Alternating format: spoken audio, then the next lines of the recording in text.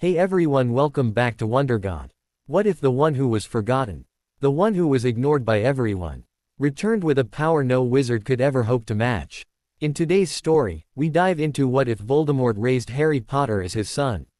Here is short summary. Rescued from abuse and adopted by Voldemort, Harry grows into the Dark Lord's heir before confronting the family that abandoned him.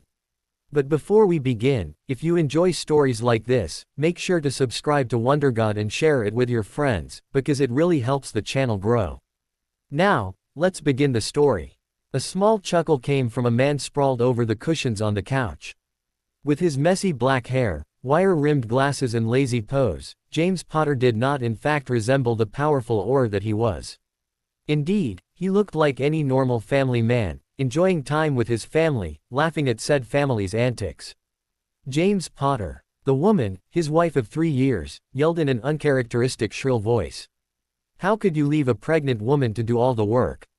Come here this instant or you'll be sleeping on the couch till little Martin is born. When crossed, Lily Evans Potter could be quite formidable. James's eyes widened in consternation as he gaped, 2 months. Mercy, Lils. I'm coming, I'm coming. He raised his hand in mock surrender. As he moved to get up from the couch however, a loud warble soon filled the entire house with its noise. Dread filled James Potter as his brain deciphered that it was the alarm, which had been set to go off if anyone not on the Potter's guest list appeared within the grounds of their house. It was a sound which James had prayed never to hear in his entire life. When his brain had finally caught up with the fact that the most evil man in Wizarding Britain and/or his followers was coming for his family, James's protective instincts arose and he shouted, Lily, take Harry and go. It's him. Go. Run. I'll hold him off. Even as Lily scoped up the baby and ran upstairs, the heavily warded wooden door to their cottage exploded into shards. A tall man clad in black, with a bald head, serpentine features and blood-red eyes entered the room. James shivered as his overwhelming presence filled and chilled the room, as his suffocating aura flared out oppressively. Hold me off. Voldemort's laugh was high and chilly. Do you think you are capable of that, fool? Gryffindor bravery coming into play, James Potter somehow found a well of courage in him to enable him snarl, of course. He reached for his wand, ready to aim a curse at the Dark Lord, when suddenly, he realized that he had no wand. In the ensuing panic heralding the Dark Lord's arrival, he had not retrieved his wand from his son's grasp before Lily had carried him upstairs. Voldemort's snake-like features were of absolute disdain as he sneered, worthless fool. Fighting without a wand. Stupid, stupid boy. Deeming the man unworthy of spending too much time on, with a flick of his wand, he sent James Potter flying out of the way, crashing against the wall before falling to the ground unconscious. I'll deal with you later. Ignoring the unconscious aura, Voldemort glided up the stairs to confront the woman, intent on his target. Cackling slightly in anticipation, he blasted open the lightly warded door of the room with a negligent flick of his wand. Lily watched with fear and dread in her stomach as the nursery room's door was blasted open. Before the Dark Lord's entrance, she had raised her wand, determined not to go down without a fight. However, his very presence sapped her of all her formidable courage. Fear, thick enough to suffocate, drown, and bury one alive, stripped her of the will to fight. Fear, not for her own safety, but for that of her precious baby boy, Harry, and, to a lesser extent, the son inside her womb that she had never met. Not Harry, please not Harry. Lily cried out. She would throw away her pride if she had to, she would beg, she would do anything, anything at all, as long as this monster spared her precious baby boy. The love of a mother for her child is strong indeed, as Lily Evans Potter would prove that night. Stand aside you silly girl, stand aside now. Voldemort all but hissed at Lily, idly toying with his wand. Even through her fear, Lily could not help but feel a brief flash of amazement. Was the most evil and sadistic Dark Lord of the ages actually giving her a chance to live? Yet Lily never once thought of accepting, not when she knew that the Dark Lord's target was her baby, her most beloved son. Even though she had the life of another son inside her womb, somehow, somewhat, it was different. This overwhelming love that she felt for her Harry surpassed that which she felt for her unborn son whom she had never seen before. Given a choice like that, even if she could have saved little Martin by taking the Dark Lord's offer. Martin, please forgive me. Not Harry, please no, take me, kill me instead. Lily was desperate now, all but throwing herself between the Dark Lord and her son's crib, sobbing, pleading, begging. Anything, anything at all, to get the monster to spare her son. Move aside, girl. Voldemort all but snarled at the woman, annoying little mudblood that she was, in front of him. Even as the woman begun to tremble, she shook her head frantically. Voldemort was beginning to get annoyed. Very well, if the woman would not move, he would just have to get rid of her. After all, he had indeed given her the chance to step aside, which, mudblood idiot that she was, she refused to take. He raised his wand, aiming it in her direction. Heedless of her subsequent cries, which was only increasing in volume, "Not Harry. Please, have mercy, have mercy." A flash of purple light shot out from his wand and the woman slowly suffocated to death. Pathetic, Voldemort sneered. At least he would not have to listen to her irritating whines any longer. He turned his attention to the small child lying in the crib, who was looking up at him with wide green, emerald eyes that were the color of the killing curse. The child had been strangely quiescent throughout the entire confrontation, not emitting even a single squeak when his mother had fell to the floor. Stupid child, Voldemort thought with sardonic amusement. It did not even know that its end was approaching. This was the child prophesied to have the power to vanquish him. This little thing did not look like it could vanquish anyone at the moment. Avada Kedavra. Voldemort aimed the killing curse at the child just before the mother took her last breath on the floor beside the crib. Expecting the child to die in a flash of green light, Voldemort never in a million years would have expected what he saw. The killing curse reached the child, then most of it rebounded off some kind of transparent shield. While the remaining components of the killing curse was absorbed by said shield, the weakened form of the curse headed straight at Voldemort, who was unable to dodge it, but was just in time to activate the darkest of his protection runes. Pain. Absolute agony filled Voldemort as he felt his soul fracture into many tiny bits as it tried to leave his body. Luckily for Voldemort, the protective runes were able to keep most of his soul inside his body, although a small piece did escape, not that Voldemort was too bothered by the fact at that moment. Severely weakened, his soul having only the most tenuous of grasps on his corporeal body. Voldemort gathered all his strength before activating his last resort, his failsafe, a portkey designed to transport him to a safe hideout. Voldemort left behind a crying baby with a raw, angry, jagged scar on his forehead and the dead body of his pregnant mother. Albus Percival Wulfric Brian Dumbledore sighed mournfully as he stared at a tin of his beloved lemo, drops. Everything had gone wrong. It had been 2 weeks since the death of Lily Evans Potter, 2 weeks since Voldemort had been vanquished by young Harry, and everything was still topsy-turvy. While it had been very fortunate that young Harry had survived, the incident at Godric Hollows had left far-reaching and unfortunate repercussions behind.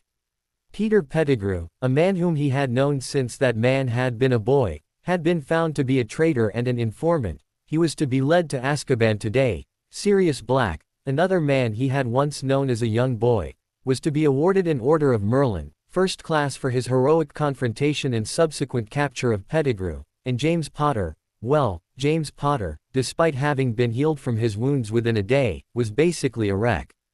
After Lily's death, James had seen fit to drink himself into a drunken stupor nightly. Even the survival of his 2 sons, yes 2, for the healers had arrived in time to extract the 7-month-old magical baby, who had been able to survive that few extra minutes after his mother's death thanks to the protection by the combined magics of him and his mother, from his mother's womb, did nothing to quail James's despair. Indeed, the presence of young Harry could even be said to have an inflammatory presence on James. It seemed that James had, in his inconsolable grief, irrationally blamed Harry, partly, for the death of his mother. From what Dumbledore could gather, James felt that it was Harry's playing with his wand which had resulted in him not having a wand during his confrontation with Voldemort. In addition, it was quite clear that Lily had died protecting Harry, yet another fact for James to blame on his firstborn. He had avoided young Harry like a plague since his wife's untimely death. According to Minerva, the situation was made worse by the fact that young Harry had Lily's eyes. Albus Dumbledore heaved another sigh. If things kept up as it was, he would have to make alternate arrangements for young Harry. In James's current state of mind, he could not be expected to take care of both little Martin and young Harry at the same time. Perhaps, yes, perhaps young Harry could be entrusted to relatives. But James was an only child. In a flash of inspiration, Albus found the answer. He knew that Lily Potter had a sister, a woman by the name of Petunia. Ah, that sweet little girl. She had written to him years ago, pleading desperately to be allowed into Hogwarts. Alas, she had shown not even the slightest hint of magical ability, so he had regretfully rejected her request. But surely her attitude towards magic would have remained unchanged. Albus beamed to himself. Yes, that was a problem solved. Harry could be placed with his aunt for a period of time, until things had calmed down considerably. And Lily's protection, Lily's sacrifice would ensure that young Harry was protected while he was with his relative. After all, it would not do to have the boy who lived, as they were calling him now, in danger from anyone who might be still loyal to Voldemort. And the prophecy. Albus had no doubt that Voldemort would one day return. He had no delusions that what had happened 2 weeks prior was more than what it was, an interlude of peace for the wizarding world, bought most expensively with Lily's sacrifice and young Harry's destiny. Well, all he could do was to ensure that, when the time came for the prophecy to be fulfilled, young Harry would be more than ready to assume his role as the vanquisher of the Dark Lord. As plans were made and discarded in one Albus Dumbledore's, headmaster of Hogwarts, mind, somewhere, somehow, the wheels of fate begun to turn. A thin, scrawny and malnourished boy dozed fitfully in the dead quiet of the night. Jet black hair that was as dark as the midnight sky topped his head, a thin fringe of which covered his forehead, hiding the red lightning bolt scar which marred an otherwise smooth and fair skin. Baggy clothes, most little more than rags, hung on said boy's thin frame, giving him the air of a skeleton wrapped in layers of skin. The boy rolled over slightly before seeming to wake with a small start.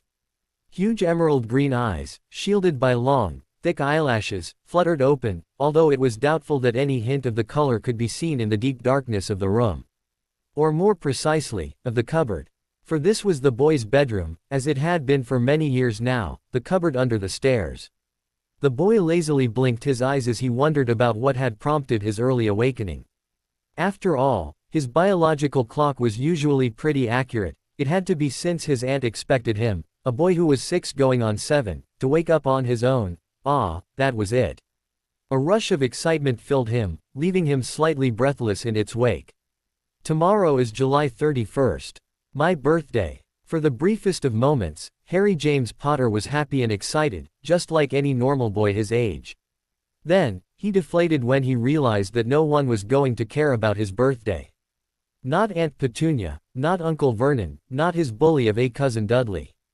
He doubted that he would receive even one present. Not even from his daddy, James Potter, whom he knew was alive, but had, for some reason, abandoned him to the care of his relatives.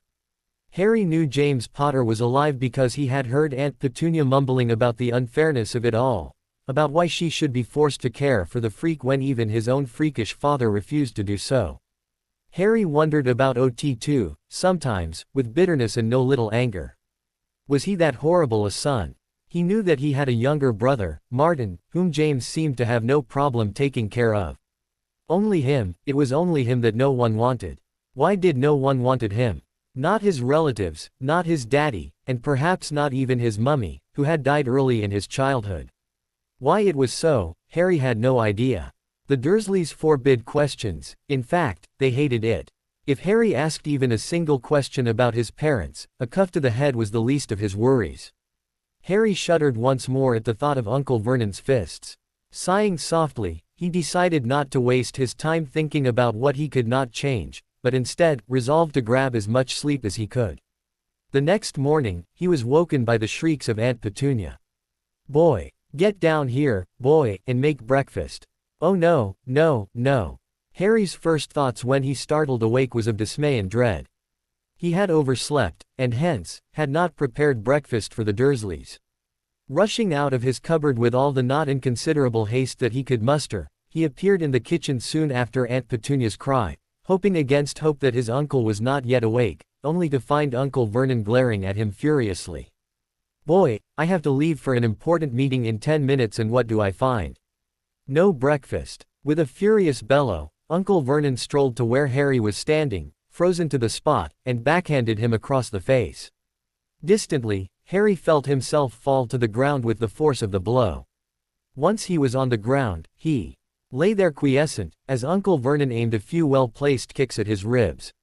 Stay quiet, Harry chanted frantically in his head. He had learnt that keeping quiet was the best method when it came to dealing with Uncle Vernon's blows. Soon, Uncle Vernon would grow bored with his lack of response and he would leave Harry in peace.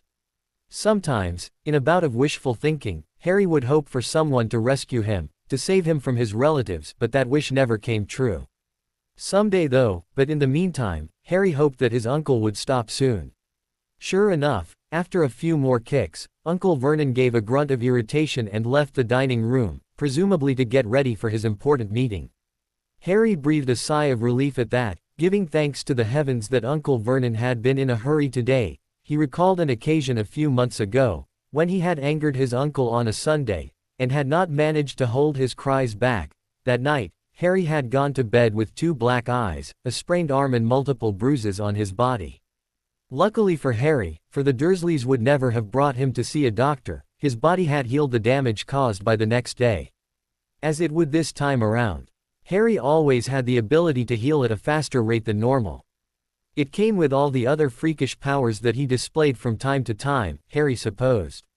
Such as the ability to turn his teacher's wig blue, the ability to grow out his hair if he so wished, the ability to blend into the shadows such that no one noticed him or to jump onto the school's roof if he concentrated hard enough, and, his most treasured ability, that of speaking to snakes. Harry had discovered the last ability one morning when he had been sent to weed the garden. He had stared in shock and some fear at the small little black snake curled up in the grass before the snake had spoken. Stupid human SSS, disturbing my sleep.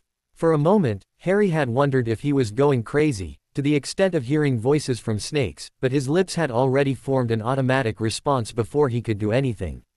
Sorry, the little black snake had stared at Harry for a moment before replying, you can speak, interesting, human child, and that had been the start of the tentative friendship between human and snake. Late afternoon. Harry stumbled to the rock in the garden where the little black snake could usually be found, hoping to catch a glimpse of his reptilian friend. All day long, Aunt Petunia had kept him busy with chores, supposedly as punishment for Harry's mistake of waking up late. Al thought Harry did not really see the difference between his punishment detail and his usual chores, since he usually had to do them anyway. It was just his luck, really, that he had to endure a beating and do chores even though it was his birthday. Greetings speaker, happy Hatch Day. The little black snake slithered up Harry's arm, causing Harry to giggle slightly. How strange. For his first and only birthday greeting to come from a little black snake of all things. Thank you, Harry whispered back in delight. He proceeded to have a small conversation with the snake, interested in learning about all the adventures that the snake had had in Aunt Petunia's gardens. And that of their many neighbors. Harry was unaware of the fact that, at this very moment, there were a pair of eyes watching him. Eyes that were crimson in color, reminiscent of the color of fresh blood. Eyes that belonged to a person whom many feared, whom many thought was a monster. Eyes that had an owner whom many agreed, by consensus, was the darkest Dark Lord of modern times. The eyes belonged to the Dark Lord Voldemort. Voldemort's eyes were narrowed in contemplation at the sight of the Potter brat speaking Parseltongue. To say that Voldemort was astonished would be a complete understatement. The Potter family line had never shown any signs of Parselmouths before, and as far as he knew, he was the last wizard alive who possessed that rare ability. Strange indeed. Yet, it perked his scholarly curiosity. All day long, Voldemort had watched silently, with growing interest, as the Potter brat had gone about his daily life. From the beatings delivered by the fat muggle to the chores assigned by the horsey-looking one, the Dark Lord had observed, surprised, as the boy who had caused his downfall almost 6 years prior had been treated like a house elf, for want of a better word. And there had been no sight of his father all day. Voldemort knew for a certainty that the man was still alive. Why then, was he not doting on the boy like a proud pureblood parent? Voldemort wondered at the treatment of the boy. For 6 years, Voldemort had bided his time. He had waited in his safe house, gathering magic to him slowly, until he had enough at his disposal to perform the dark and dangerous rituals meant to return him to his full strength. He had not contacted any of his followers, not even the supposedly most loyal ones, for he had been wary that they might try to take the opportunity to dispose of him. No, Voldemort had not trusted any of his followers not to give in to temptation. It was, after all, what Voldemort himself would have done had he been in their position. Having only recovered his full magical strength recently, Voldemort had then set about catching up with the current affairs of the wizarding world, wondering what the light side had been doing all this time. It had mostly been as he expected. Some of his followers had been thrown into jail in Azkaban, some had pleaded being under the influence of the Imperious Curse, while others had faded away into obscurity. He had noted, with sardonic amusement, that Peter Pettigrew, sneaky rat that he was, had somehow managed to escape from Azkaban. He had no doubt that Wormtail was not dead. No, the rat was far too cowardly to die that easily. Perhaps he would call him back soon, if only so that he would have someone to cast the Cruciatus on when he was irritated. Voldemort had been pleased when he found out that Bellatrix Lestrange and her husband Rodolphus was not amongst the ones currently incarcerated at Azkaban. Apparently, Bellatrix's loyalty had not blinded her. She had had enough sense of self-preservation to run, and was currently in hiding. Dear Bella, always so eager to please, maybe he should call her back instead. Thus far, Voldemort had not called any of his old followers back, despite having regained his full strength. For he had wanted to do one thing alone first, dispose of the so-called boy who lived. Voldemort wished to have it known, beyond all doubts, that he was much more powerful than the brat, and that the prophecy was wrong. A show of might, of power, to cow the world once more. Yet, imagine his surprise when he had found out that little Harry Potter seemed to have vanished off the face of the earth. He was not staying with his father, who apparently had a new family, having remarried some bint. He had been slightly bemused at the fact that the little mudblood's second son had survived, and even wondered if he ought to have used the killing curse on the mudblood instead of the slower suffocation curse. But the Potters had not been his main focus, so he had not done anything to them. Instead, he had focused his efforts on finding where little Harry Potter resided. Imagine his stunned astonishment when he finally found that Harry Potter was living with his Muggle relatives. Apparently, the old fool Dumbledore had thought that the blood wards enabled by his mudblood mother's sacrifice would protect him from Voldemort as long as the boy was living with her only living relative. Well, there was a simple way around blood wards, and Voldemort was going to prove that now. Making his form visible to the boy and the boy only, Voldemort idly considered if a glamour would work better for his purposes before dismissing it. Voldemort was not ashamed of his appearance, he would be damned if he changed it for the brat. Strolling up to the gates of the garden, he waited for the boy to notice him. Harry Potter. Voldemort watched as the boy looked up at him suspiciously. A small flash of anger vibrated through his body at the sight of the vivid mark on the boy's face. No matter what, the boy was a magical child, no mere muggle should be allowed to touch him. The fools, what were they thinking, placing a magical child, whose father was still alive and well, with a muggle family? Voldemort felt hatred and disgust well up inside of him, directed at the light in general and Albus Dumbledore in particular. How do you know my name? The boy asked, his stance one of a person ready for flight. Interesting. The brat apparently had a healthy sense of self-preservation, even at this young age. So unlike his foolish Gryffindor parents. Although Voldemort was quite surprised that the boy had not run off already, given how frightening he must have looked to a child brought up by muggles. I know your name, child, because I am a wizard. As are you. The boy's emerald green eyes widened into large orbs as he processed that bit of information, his head tilting to one side in a thoughtful manner.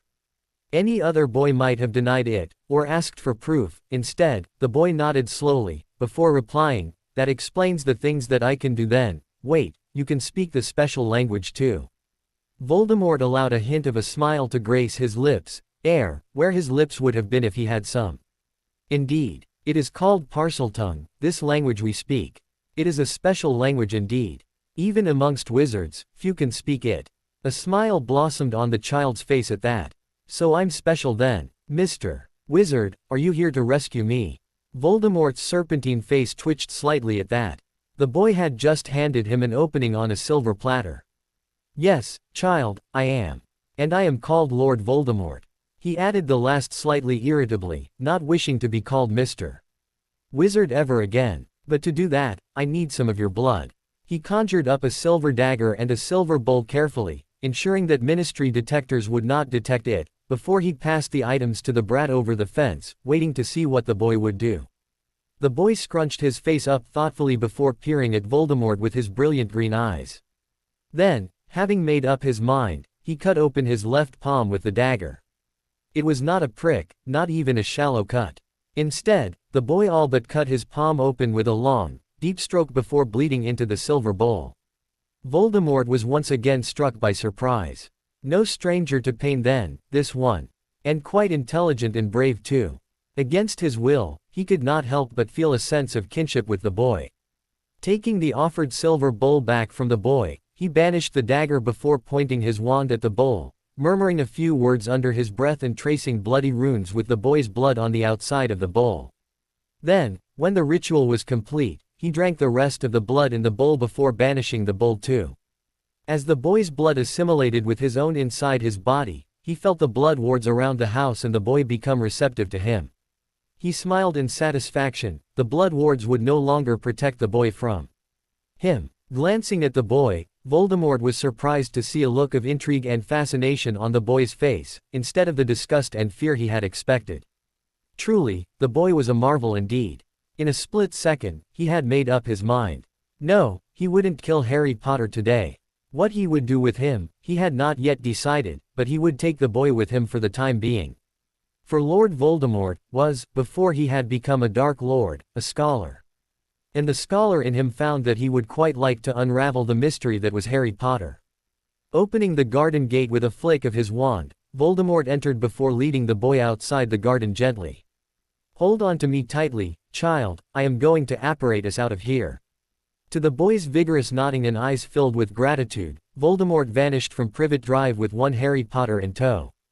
Harry stared around in awe at the glamorous surroundings of what the red-eyed man had called his manor. The red-eyed man had teleported, or rather apparate. Harry had figured out that the term was a wizarding way of describing teleportation, them to what looked like an atrium of sorts, before leading Harry to his study. Harry had stared wide-eyed at the lofty pillars of white marble rising from the black marble floors of the manor to end in intricately carved buttresses near the ceiling, as well as the floating orbs of light interspersed at regular intervals.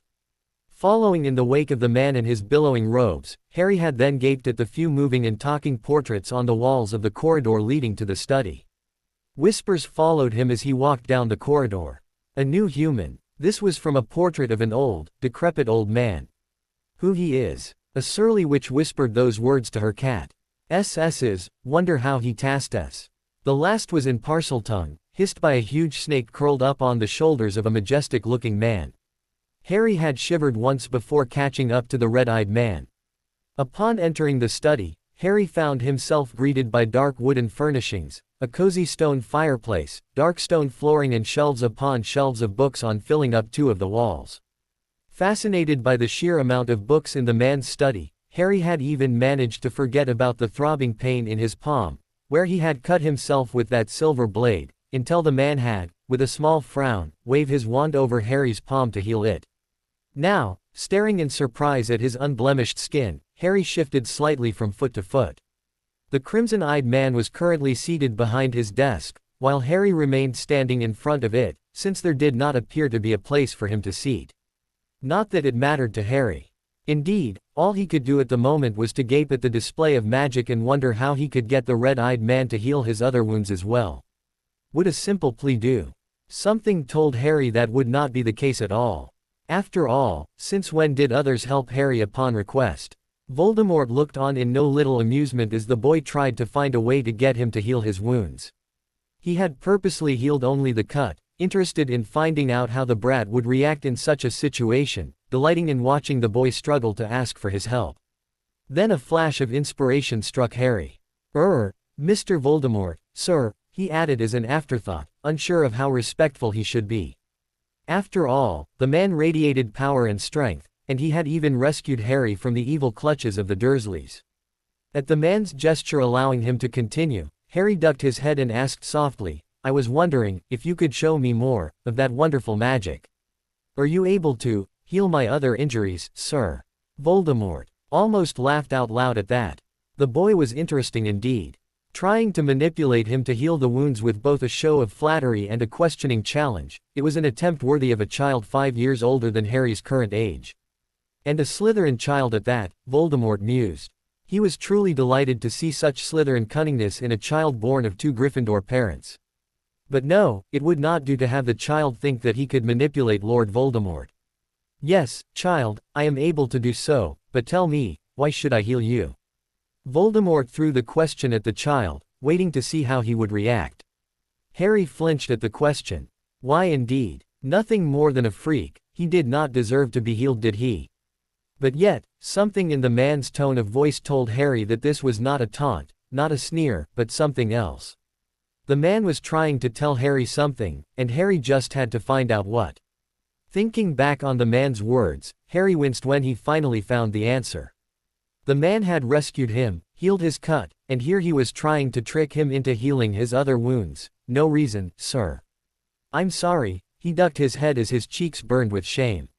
Look at me, child. Reluctantly, Harry looked up. You do not have anything to be sorry for. There is nothing wrong with manipulation, nor with the attempt on me. I was simply trying to show you that you are as yet not adept at the art. As such, it would have been better if you had made an outright request than an attempt at subtlety. A different tactic to be sure, but one that might have worked better on a master of the art like me. Granted, you do not know me that well yet, so I must commend you on your attempt. Harry's eyes widened at that statement as he contemplated what the man with red eyes was trying to say. He was trying to teach him. Harry realized a moment later. In all his life, other than the teachers in school, no other adult had been bothered to teach Harry anything. Eyes shining with gratitude, Harry nodded before speaking. I understand now, Mr. Voldemort, sir. He paused for a moment, wondering if he should continue, before deciding to plunge on ahead. Would you heal me then? Please. Voldemort nodded in satisfaction as the boy showed signs of understanding. Very good. The boy was intelligent indeed, with a fine instinct for the cunningness that manipulation often required. Voldemort was getting more and more attached to the boy by the moment, which prompted him to pause. Perhaps he should tell the boy of his heritage. After all, the boy reminded him so very much of his younger self. It would be intriguing to see the boy's reaction, Voldemort mused. Yes, perhaps he would allow himself this small indulgence. It had been 6 years, after all, since he last had the chance to indulge himself. Twirling his wand slightly, Voldemort healed the child before conjuring a comfortable chair for the child to sit in. Make yourself comfortable, child. The child flashed him a smile before hopping onto the chair. Thank you, Mr. Voldemort, sir. Ah, and adequately polite too, even if the honorifics he uses are deplorable. Now, where to start, child? You are a wizard. Now, judging by your shocked expression previously, I shall proceed with the assumption that your Muggle relatives have not told you of your heritage. Voldemort waited for the boy's meek nod before proceeding. Your mother, Lily Evans Potter, died on Halloween 6 years ago. She was killed, child. At the child's look of stunned horror, Voldemort raised an eyebrow. The Dursleys told me she died in a car crash. Harry spluttered out. The red-eyed man sneered at that. Obviously, those Muggles lied to you. Lily Potter was a witch, though spawned from Muggles, non-magical people. She might have been. A car crash would not have killed her. Now, do you know why she died? Harry shook his head slightly, even as his mind rapidly processed the information. Strangely enough, the mention of her death did not faze him at all. He felt a slight sadness that he had lost a mother, true enough, but other than that, the only other emotion he felt was curiosity as to how a witch like her would have died. Your mother was killed in a war between 2 factions of the wizarding world. One side was the light, while the other was dark. Harry furrowed his eyebrows slightly. Is it like gangs, Mr. Voldemort, sir? Like how Dudley's gang fights with Corrin's gang over sweets and color pencils in school? The man's face twitched, almost irritably. Yes, you could say so. But child, what they were fighting over are much more important than trinkets. The Light wanted a peaceful coexistence with Muggles, and felt that the way to do so was to keep the wizarding world a secret from those who have no magic. Yet Muggleborns, witches and wizards born of no wizarding parents, were allowed into the wizarding world. The Light felt that Muggles and wizards could coexist peacefully, with the former having no inkling of the latter's presence. Think, child, Think of the probability that the secret could have been kept for much longer, what with the Muggle rapid advancement with technology and the increasing population of the wizarding world. And what do you think will happen when the Muggles finally discovers our presence child? Think of the weapons of mass destruction that those Muggles have come up with and how they have used them on people whom they deem different. The man paused for a moment to regard Harry with cool, assessing eyes. For his part, Harry frantically tried to understand all the new pieces of information that the man had given him. The best he could do at the moment was to understand that the man thought non-magical people were a threat to wizards. And given how his relatives, as well as all the other children and adults in his life had treated him so far, Harry was inclined to agree with the man. As soon as Harry nodded in response to the man's words, the red-eyed man continued with his story. Now, the Dark, on the other hand, had different goals. They feel that whether within the wizarding world or not, the ability to rule should be given to ones with the most wisdom and power. It is only thus that there will be intelligent and incorrupt governance. And since Muggles are unworthy and inferior to wizards, wizards should have absolute power over them. And incidents like your abuse at the hands of your Muggle relations would never happen to any wizarding children. Steps should be taken to prevent that at all costs. And Harry fiercely agreed with that sentiment. Years of abuse and neglect at the Dursleys, hand-cementing his dislike of non-magical people. He could see the passion in the man, the belief in his own words, and best of all, the willpower to do something about it. Harry found his respect for the man growing. And now we come to your mother, child. The man's voice softened almost imperceptibly. I will not lie to you, child. I am the Dark Lord Voldemort, the leader of the Dark. Your parents served the light, we were on opposite sides of the war. And they had defied me time and again. On Halloween night 6 years ago, I went after them. I was the one who killed your mother child. And I will not deny that I had every intention of killing you as well. Yet, upon casting the killing curse on you, the curse rebounded and you survived, while I was reduced to a weakened state. Thus, you will find that most of the wizarding world hails you as the one who defeated me. Harry's jaws had grown steadily wider and wider as the man had continued his speech. By the last sentence, however, he was openly gaping. He had defeated the man in front of him when he was a baby. But how? When he asked the man that, the red-eyed man narrowed his eyes slightly before replying that it was probably due to his mother sacrificing her life for him. It was then that the true impact of the man's speech hit him. This man, this crimson-eyed person, was the one who had killed his mother. Yet he was also the person who had fulfilled all the birthday wishes that he made since he was old enough to make them. He was the person who had rescued Harry from the abuse of the Dursleys. And he was the person who had opened Harry's eyes to the presence of magic, the person who could speak the special language too, the person who had taken enough interest in Harry to teach him things. And best of all, he had told Harry the truth about his heritage and his family. Put that way, Harry could not bring himself to hate or even dislike the man. He felt some anger, true, but only in an abstract way that soon gave way to curiosity. Mr. Voldemort, why did you want to kill me? The red-eyed man blinked slowly before replying slowly, there was a prophecy, child. A prophecy that said that a child born as July ended would be the one who vanquishes me. My attack was meant to be a preemptive strike. Oh, that explains it then. Harry could certainly understand the concept of striking first. Like the time when he had set the little black snake on Dudley when it appeared that he was in danger of getting punched by the boy. Okay then, Harry's reply was accepting. He watched the man's reaction as a flash of disbelief settled on the man's face for a few seconds before disappearing. Then, staring into the man's red eyes, he made eye contact for a few seconds. When the man finally blinked, Harry could not help but feel that something had passed between them. Voldemort had been extremely intrigued at the child's reaction. Instead of fear, anger or even hatred, the child seemed to dismiss his killing of his mother and his attempt to kill him easily. Thus, peering into the child's eyes, Voldemort had then used legilimency to find the reasoning behind his intentions. What he saw there had first surprised him, then pleased him greatly. It appeared that, devoid of any positive influences in his young life, the child was just this side of amoral. Well, that made things easier for Voldemort, for he had decided to keep the child with him for the time being, and perhaps even train him into a loyal follower. He found himself quite taken with the boy, as he had never been with any living person, not even his protégé Bellatrix. But wait, the child had opened his mouth again. "Mr. Voldemort, sir, I promise I won't vanquishes you, so there's no need to kill me," the child stated with an open, earnest expression free of any deceit. Voldemort could only smile at the child's sincerity. "Very well, child. Now, that's enough talk for tonight. I know you must be hungry and tired, so we will be having dinner now.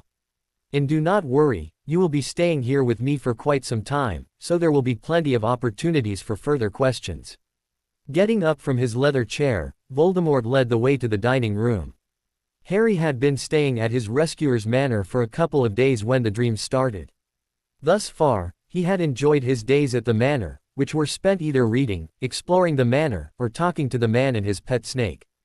Harry had been shocked when he had gone down to the dining room for breakfast the morning after he had arrived to see a huge gigantic snake curled around the man. The crimson-eyed man had introduced her as Nagini, his pet viper, and seemed amused when Harry had tentatively extended a greeting. "Greetings, Nagini," Harry had hissed politely, using the standard greeting that the little black snake had taught him. "Greetings, youngling. So polite. It's is good to see another SS speaker." Nagini had quite taken to Harry after that, and now, more often than not, accompanied Harry on his exploratory trips around the manor. It could have been the excitement getting to him, Harry supposed, but on the third night after he arrived, he started having dreams of Uncle Vernon punching, kicking, and generally hitting him. In his dreams, Aunt Petunia usually stood by the side watching, while Dudley, if present, had the role of egging his uncle on. As a result, more often than not, Harry found himself waking in the middle of the night as he shuddered from the after effects of his nightmare. And tonight, apparently, was no different. "No, please." In his dream, Harry begged and pleaded even as a purpled-faced Uncle Vernon, with his meaty fists, pounded again and again into his back. "Please stop, don't hurt me." Dimly, he could make out his uncle's words, scolding him for being a freak of nature, for being stupid, for being a useless ingrate, for hurting Dudley with his freakish powers. As his uncle spewed that last line, he drew back his boulder-sized arm and let fly a punch aimed at Harry's face. "Child, wake up. Wake up now." Harry dimly registered the fact that a masculine, cold and commanding voice was ordering him to wake up, before he opened his eyes and peered blearily at the darkened room, which was slowly coming into focus. Dark green silk sheets, muted stone walls, lush green curtains hanging from his four-poster bed. No, this was not the cupboard which he had grown up in. And the pasty-faced, tall and bald man with crimson-red eyes, robed in black standing beside his bed was not Uncle Vernon. Lord Voldemort. As the Dark Lord's presence registered, Harry slowly calmed his previously rapid breathing. A nightmare, only a nightmare. Uncle Vernon can't hurt me now. Even so, he did not manage to reach a relaxed state until the Dark Lord slowly sat down on Harry's bed and placed a long, thin spindly hand on his head. As soon as the man did that, the tension just suddenly bled out of Harry as he relaxed bonelessly, into the calming touch. Even though the man had killed his mother, he still felt most comfortable around him. The Dark Lord lay his hand on Harry's head for a few minutes before withdrawing said hand. Even so, the hand did not go far away as it reached under Harry's chin and tilted his head so that he was looking straight into the Dark Lord's eyes. "You were having a nightmare. About your uncle's abuse." It was a statement, not a question, so Harry did not reply, even though he lowered his eyes in embarrassment. For some inexplicable reason, Harry did not want the man, whom he had known for barely 2 weeks, view him as weak. "Look at me, child." Harry obeyed rather reluctantly, raising his emerald green eyes to meet cool crimson ones. "You are not weak. Remember my words, I will not have you believing otherwise." Nodding weakly, Harry could almost believe this man, this person who had saved him from his relatives. However, this could become your weakness. A weakness that others may exploit in the future, one which you must rid yourself of. Flushing slightly, Harry forced himself not to squirm and to continue meeting the Dark Lord's eyes. Despite his youth, Harry could understand the man's reasoning.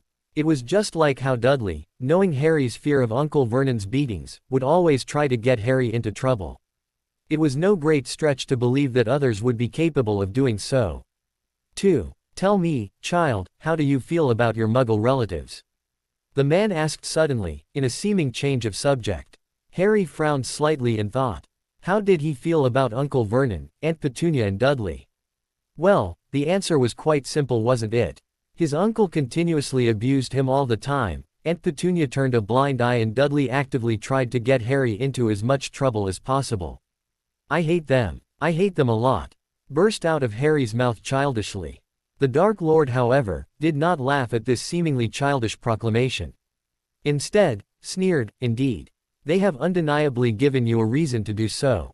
Then, his expression turned serious as he addressed Harry. I want you to listen to me very carefully, child. Yes, you have grounds for hating them. Your hatred is reasonable, logical and not wrong. Yet, I say that it is not right either. For a moment, Harry could hardly believe his ears. The man did not think Harry should hate his relatives, even after all that they had done to him. Harry opened his mouth to object vehemently, but before he could say a single word, the Dark Lord had continued. Hush, child. Do not interrupt, listen to my words. He fixed Harry with his stare until Harry closed his mouth meekly and nodded.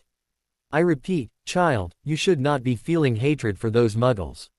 For they do not deserve your hatred. They are like the slugs living in the mud, utterly worthless, contemptible and disgusting.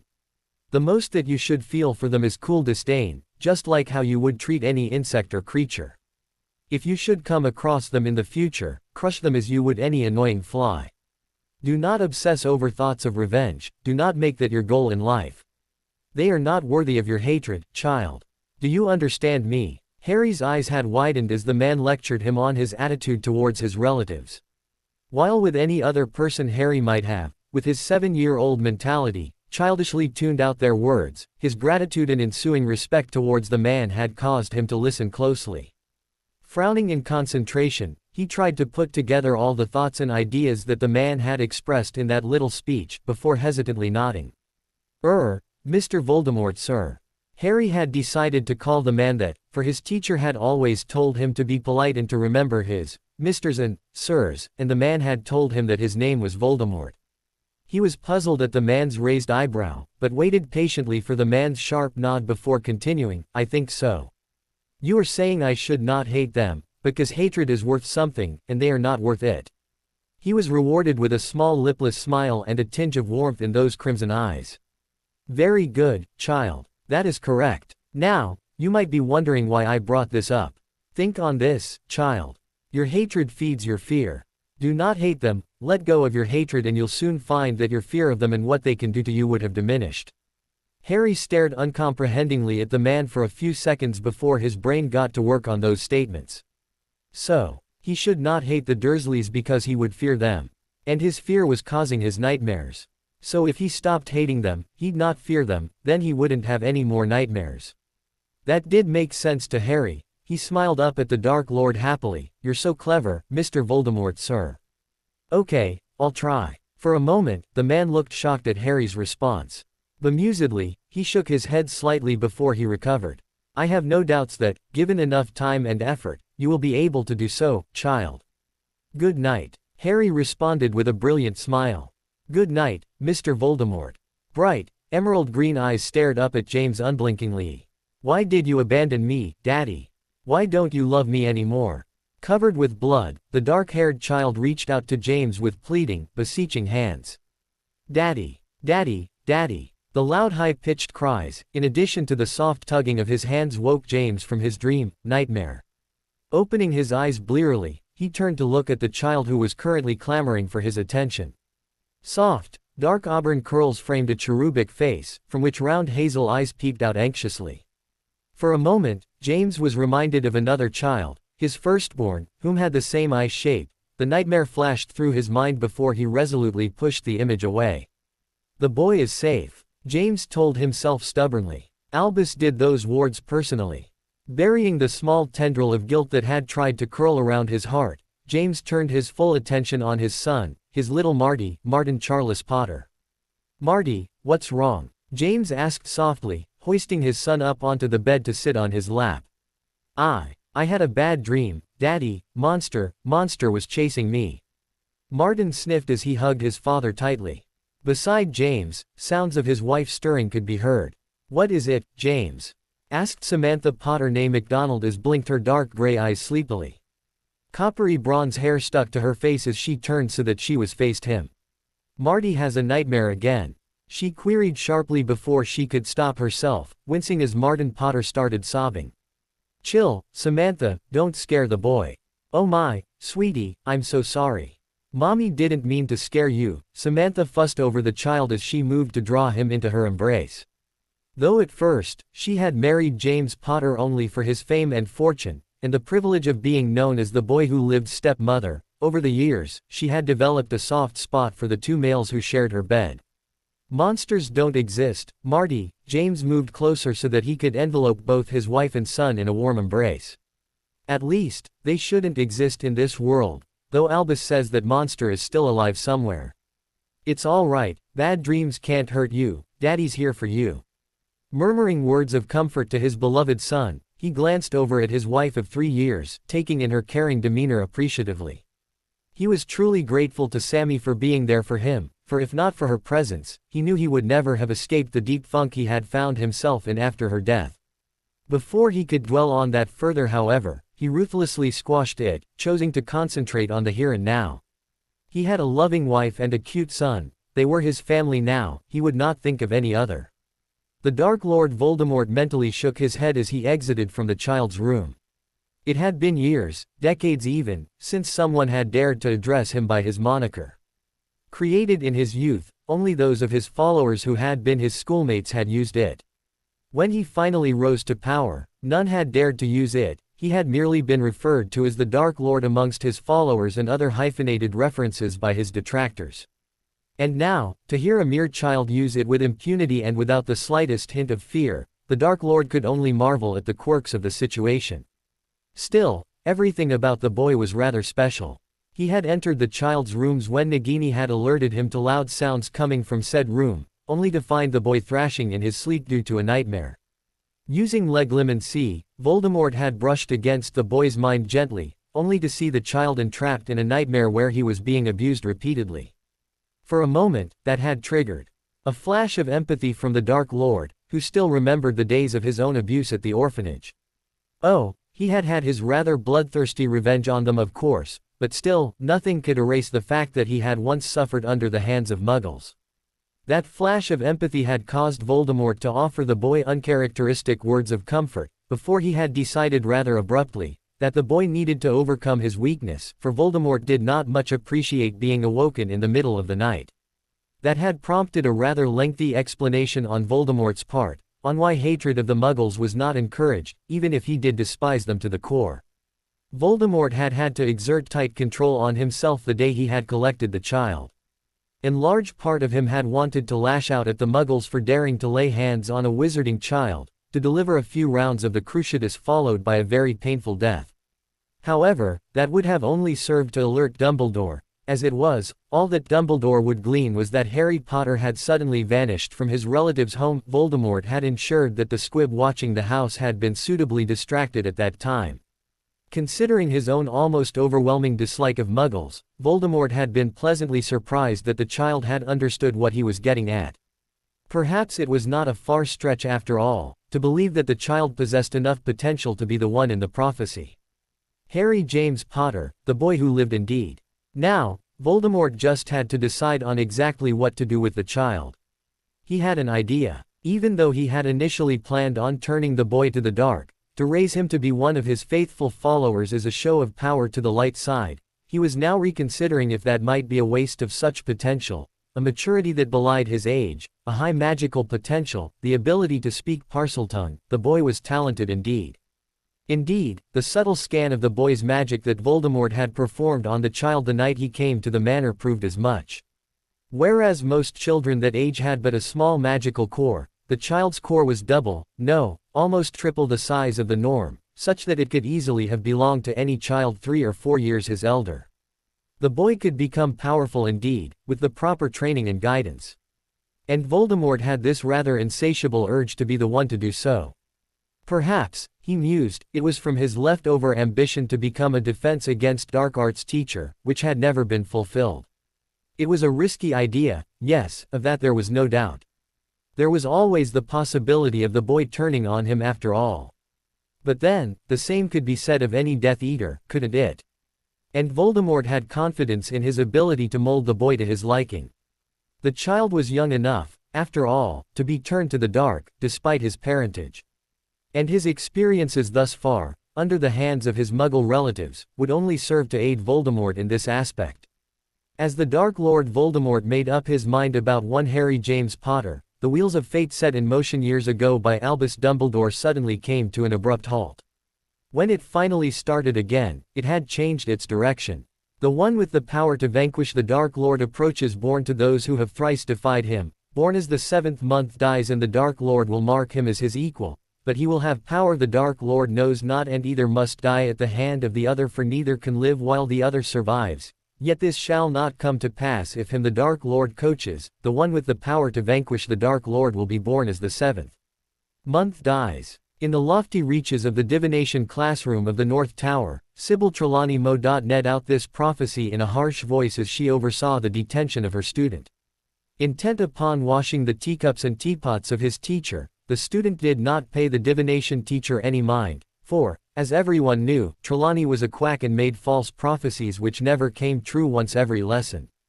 Harry knocked on the door twice, waiting for the crisp enter, before opening the door of the Dark Lord's study. He had been living at the man's manor for a month already, and this was merely the second time that he had been allowed into the study, the first being the day that the man had brought Harry to the manor. In the past month, Harry had slowly caught up on the history and culture of the wizarding world, after his initial shock of having a whole new world opened up to him. Mornings were spent exploring the mansion, which was full of interesting things like the house elves, the talking portraits, and Nagini, the Dark Lord's snake. Afternoons were dedicated to his studies. Harry loved reading just about everything he could get his hands on from the library in the Dark Lord's manor. His favorite book by far was The Rise and Fall of the Dark Arts, mainly because it had such a huge section on the man who had rescued him, even though he also liked modern magical history, magical theory, and great wizards of the 20th century. It was with no little shock that Harry had found himself listed in the book, alongside the Dark Lord in the last book, and he wondered sometimes, if he was supposed to be that famous, then why was he sent to live with abusive muggles? The Dark Lord helped him in the evenings. He often answered Harry's questions during their nightly interaction sessions, though he had refused to say more about Harry's mother's death other than what he had told him on the first night. However, he had begun to teach Harry what Harry had come to call etiquette lessons, namely, mannerisms on how to act properly in the presence of strangers. When he had first brought it up, Harry had flushed upon hearing the reason for it. Apparently, the Dark Lord did not like to be addressed as Mr. Voldemort, sir. Good evening, sir. Harry made sure that his bow was correctly angled, smiling brilliantly at him when the man seated behind the desk nodded his approval. It was quite strange, really, reconciling the pale-skinned man poring through official-looking documents with the Dark Lord Harry had read about in the history books, who had apparently gone around randomly killing muggles and his enemies. Harry had accepted the man's explanations, however, when he had explained that his actions were never random and were always done with furthering his cause in mind. Which made sense, really, for how else would such a brilliant man act? Child, I've called you here today to discuss something of great importance. Harry felt the weight of the man's full attention fall upon him. He glanced at the Dark Lord curiously, wondering what could be so important, feeling crimson eyes watch him closely. This past month, you've been reading up on the history of the wizarding world. You roughly know what my goals are, what the war was about, and why I killed your mother. So far, I have not pried into your feelings about it, and have left you alone to come to your own conclusions, but now I am here to offer you a choice. Harry nodded, a strange anxiousness gripping him. Why was the Dark Lord bringing up all these now? Even with his current childlike mind, Harry knew that he was in agreement with the man's goals. Why should Voldemort not get to rule the wizards, when the Ministry was so incompetent in the wizarding world and so much danger from the muggles? Voldemort was brilliant and powerful, just like the wizard Merlin, the perfect candidate to conquer the world and make it a better place. A place where wizarding children like him would not have to suffer the abuse of muggles. And Harry could well understand the bad acts done during war. Just like how his classmates and friends had abandoned him when they were threatened by Dudley and gang. Harry didn't blame them then, and he found that he did not blame the Dark Lord either. In times of war, he accepted that people sometimes had to do bad things. The part that was giving Harry some trouble though, was that the man before him had supposedly killed his mother, thus resulting in his biological father's depression and his subsequent abandonment, thereby depriving him of a normal childhood. He wasn't really angry at the man for the killing itself, as his mother was a notion to him, which he wasn't really capable of appreciating. He had a vague feeling that one's parents were supposed to take care of you and make you happy, but that was all. His mother had died and his biological father had not wanted him at all, so he did not really feel the loss save when it had caused him an unhappy childhood. But that blame could be placed on the person who had left him with the Dursleys, who was most assuredly not the Dark Lord. The man, who had been patiently waiting for Harry to finish his thoughts, now continued, "If you are not able to accept me, child, the first option is for you to be left with a respectable family of neutral standing in the war. They would raise and care for you as if you were their own, giving you as happy a childhood as you would have had. Of course, in such a case, your memories of this past month would have to be modified, for I cannot allow news of my presence to reach the public as yet. If, on the other hand, you are able to accept my authority and past actions, the second option would be for you to continue as you were, here, as a ward of my house. I would of course, continue with your lessons and guide you as I see fit. You are not required to take any sides in the upcoming war, and upon reaching the age of majority, you would be free to live your own life." The third option. While the first two options had been mentioned neutrally and emotionlessly, by the time the Dark Lord got to the last offer, the man paused slightly before continuing, showing a slight hesitation that was so uncharacteristic that Harry's eyes widened in surprise. "The third option would be for you to stay in this house as my magically adopted child. I would perform a ritual, after which, to all magical and legal effects and purposes, you would be my heir and son. You would be required to accept my full and complete authority over you, in return for which I shall care for your welfare and education to the best of my ability. You would be required to, at the very least, remain neutral in the war. I will not tolerate any betrayal SSS." The last sentence was said with a slight hiss, emphasizing the underlying threat behind the words. Harry could only gape as the Dark Lord made his last offer. Voldemort. Voldemort was willing to make Harry his son, to become the father that Harry never had. A part of Harry wanted to weep with happiness. All his life, he had been labeled a freak, unwanted, ignored and disliked. Never before had anyone showered such attention and affection upon him. Harry was almost overwhelmed. Here was the Dark Lord, offering to make up for all the parental affection that he never had, willing to become the one thing in the world that Harry would kill for, family. All his previous considerations, thoughts, reservations that he should have flew out of his mind as his emotions gurgled with exaltation. I. Tears of happiness streamed down Harry's face as he answered the Dark Lord. "I'd like to be your son, sir."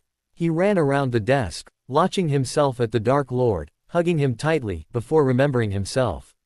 Flushing slightly, he looked up to see the man peering down at him with amusement in his eyes, even as he felt arms tighten around him. Suddenly shy, he lowered his gaze and mumbled, "If you'll have me, that is." The man chuckled. A rich, throaty laugh that had Harry gazing up in surprise. He could count on one hand the number of times that Voldemort had laughed in the past month. "Would I have made the offer if I did not mean it, child?"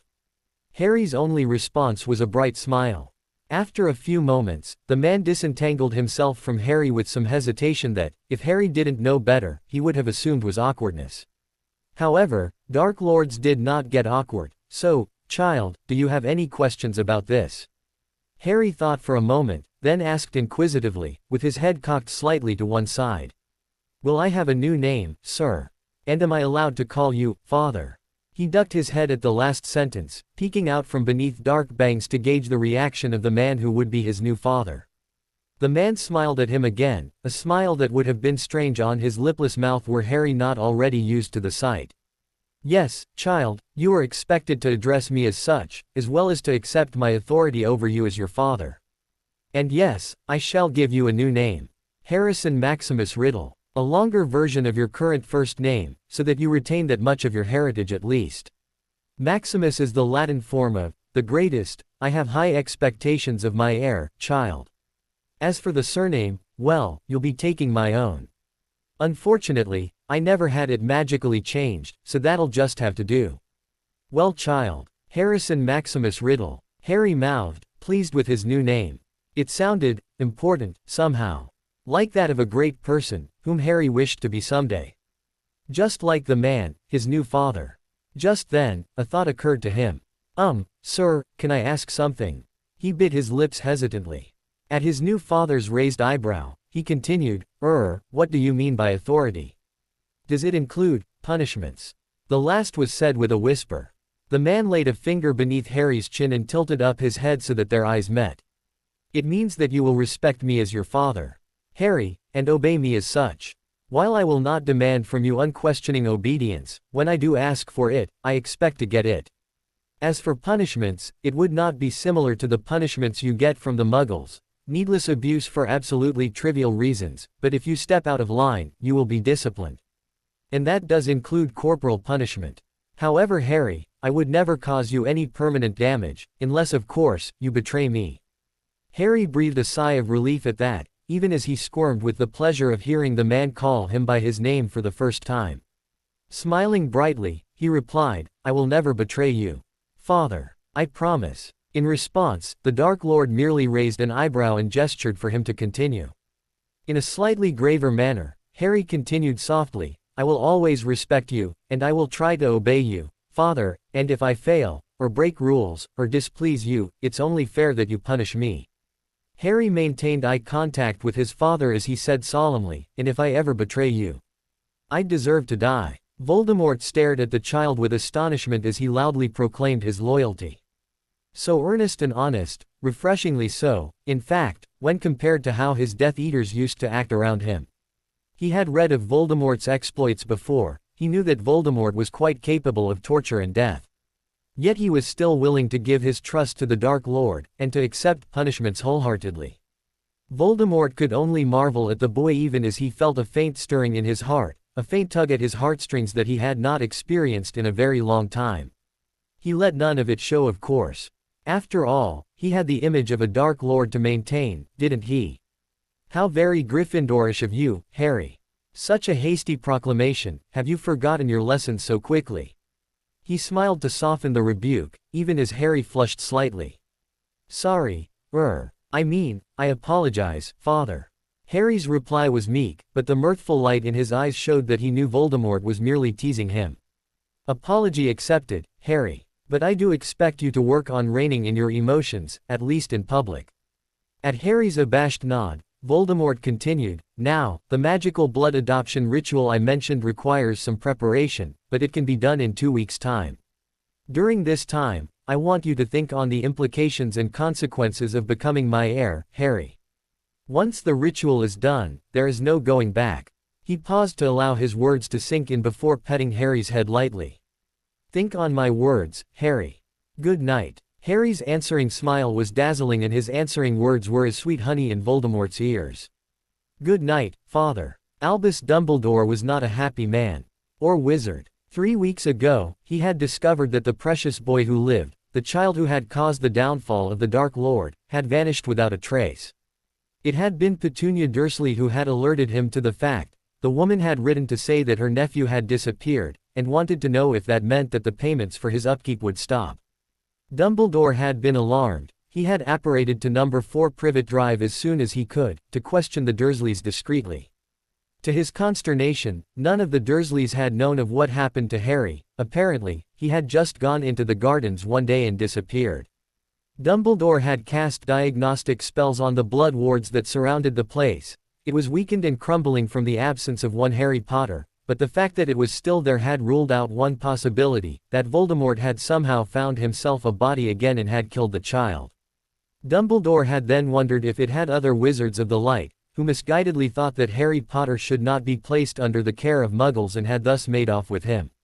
Or if perhaps some remnants of the Death Eaters had kidnapped the boy for their own nefarious purposes. But no magic had been cast in the vicinity, or at least none that Dumbledore could detect.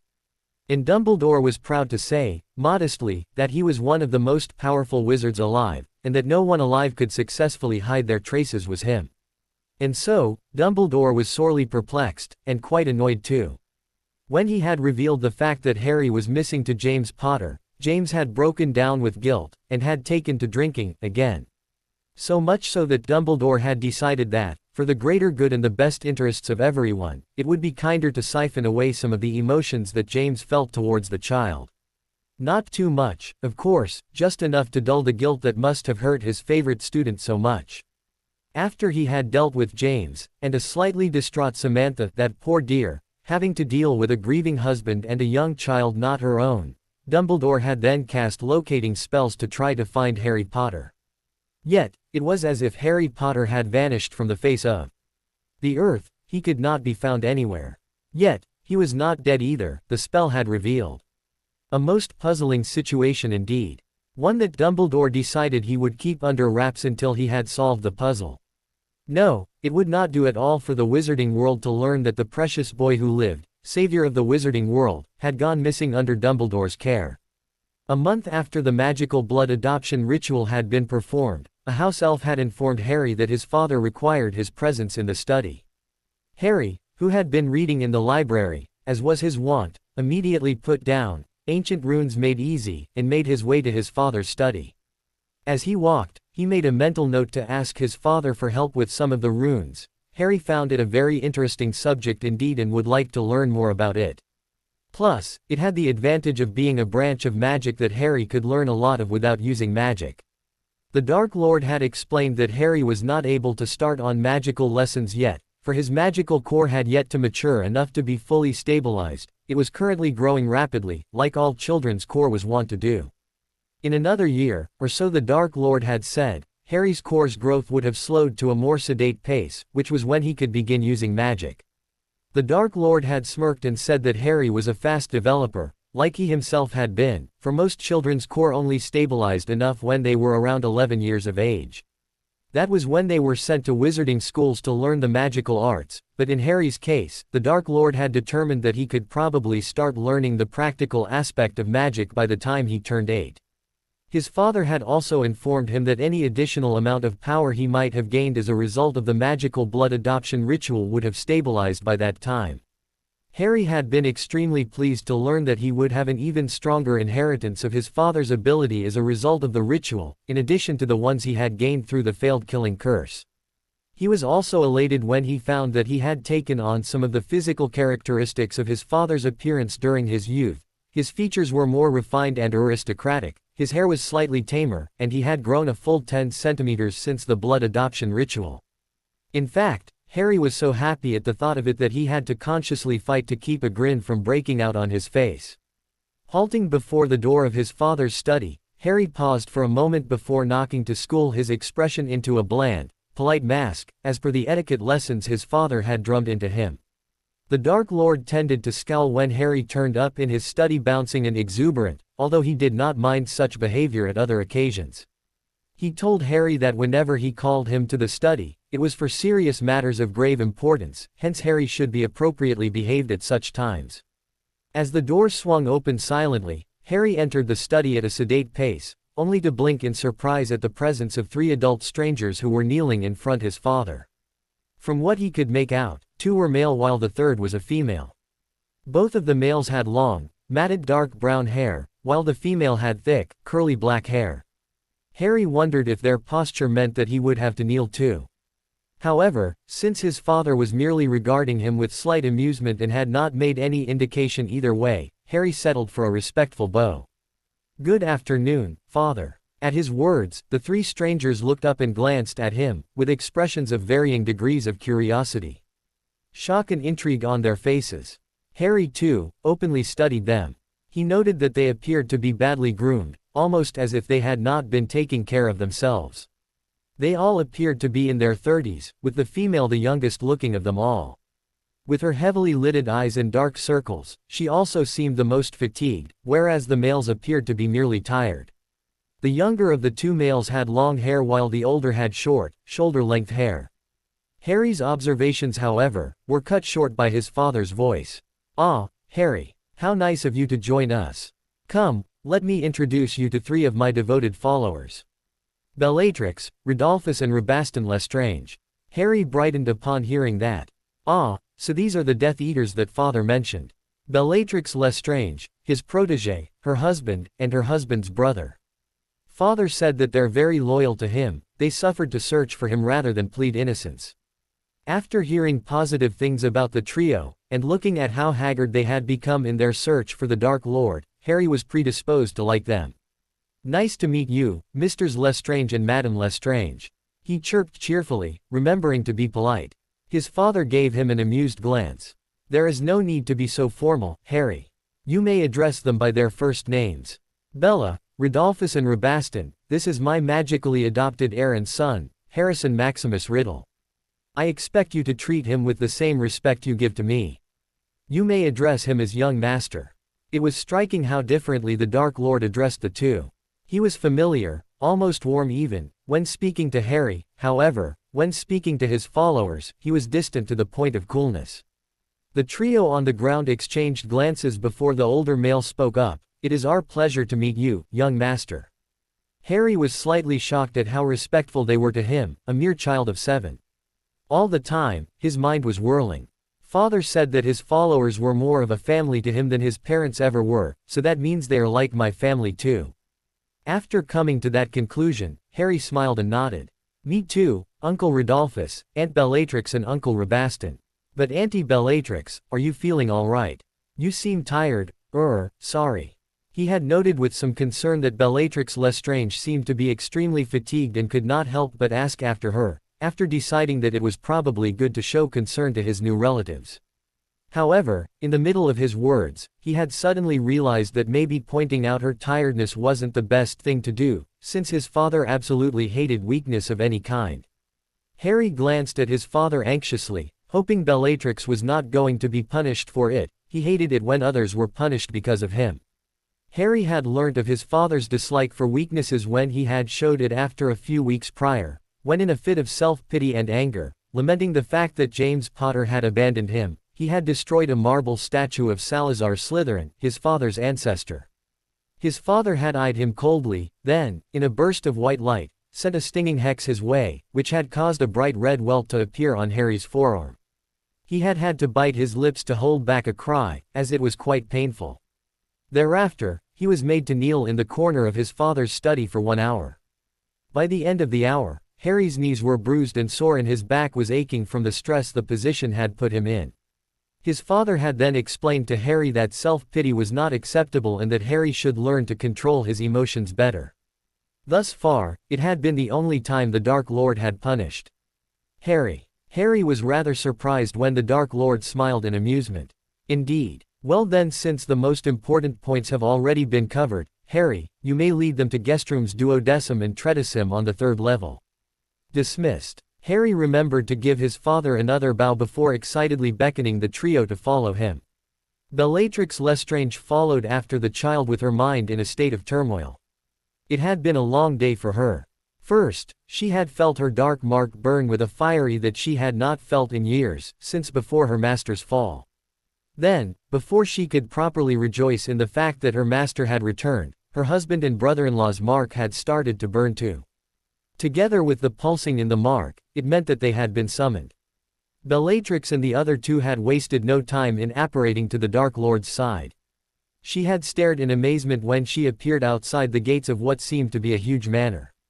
A house elf had then led them to her master's study, whereupon Bellatrix, upon laying eyes on the glorious form of her lord, had wasted no time falling to her knees and keying the hem of her master's robes, luxuriating in the dark power that her master exuded. Her actions were soon followed by her husband and brother-in-law.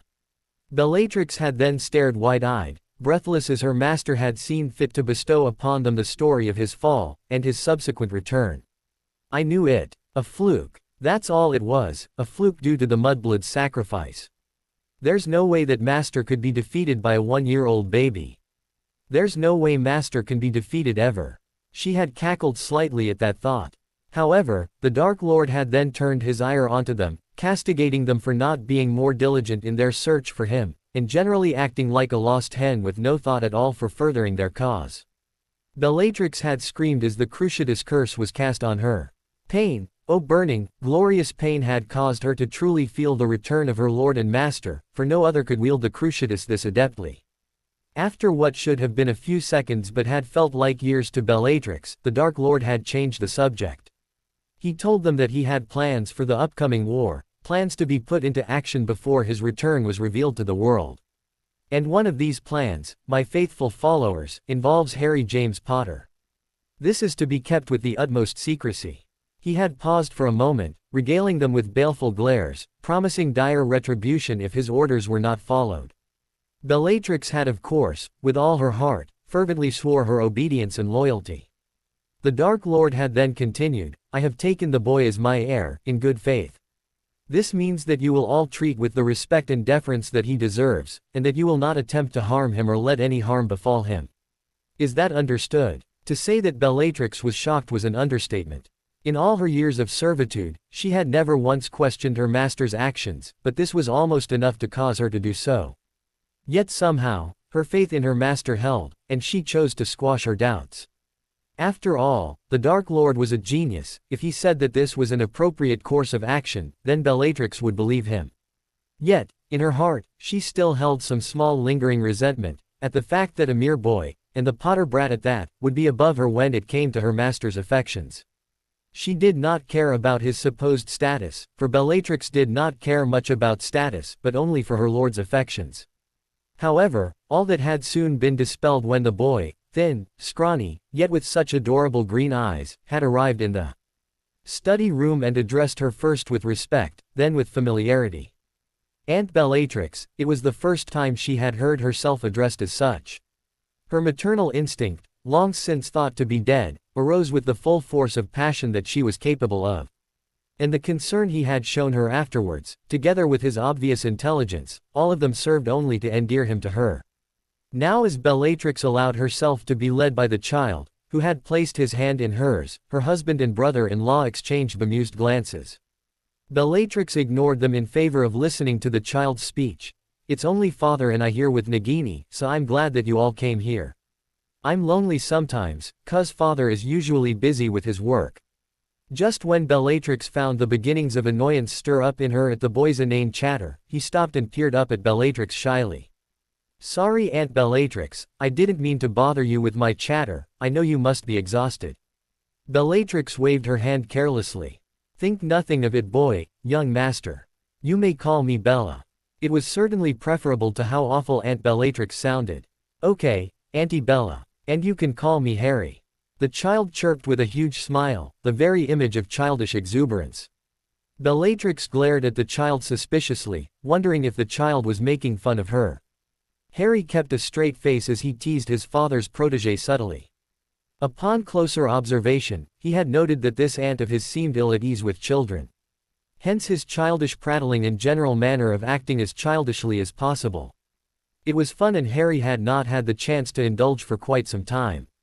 He noticed though, that his two uncles were hiding snickers behind their hands, and concluded that he was not as subtle as he thought. So, Rabastan cut in. Much as he was enjoying the situation, he thought he should diffuse it before his sister-in-law realized that she was being toyed with. Bella had a fearsome temper when she was I-read. How long have you been staying here with the Dark Lord, young master? Since my 7th birthday, Uncle Stan. Apparently, the child had mastered the art of answering without giving a true answer, Rabastan thought in amusement. For one, he did not even know how old the boy was. How was he to know when his birthday was? Have you been searching for father since his disappearance then? The child countered with another question aimed to deflect attention. Someone has trained the child well indeed, Rabastan concluded. Bellatrix, never one for the art of subtlety, immediately replied. But of course, we had been searching tirelessly for the Dark Lord since the night that Mudblood by try, whatever else she was about to say was abruptly cut off by her husband's frantic shaking of his head, and the realization that she had just insulted the Dark Lord's heir's biological mother. The child merely smiled as he shook his head slightly. It's all right. It is a fact that my mother is a mudblood, so I won't blame you for that. However, I do hope you'd refrain from other derogatory terms in my presence, since she is, for all her faults, the mother who sacrificed her life for me. Bellatrix could only nod slowly as she took in the sudden dangerous gleam that had come into the dark heir's eyes at the last statement, even as his expression remained politely calm. "Of course, young master," Rodolphus murmured hurriedly. It seemed that the child was more than what he appeared to be indeed. And perhaps, even worthy of being the dark heir, contrary to Rodolphus' initial assessment of the child. "I'm sure we'll all get along fine then, Auntie Bella, Uncle Stan and Uncle Rhodey."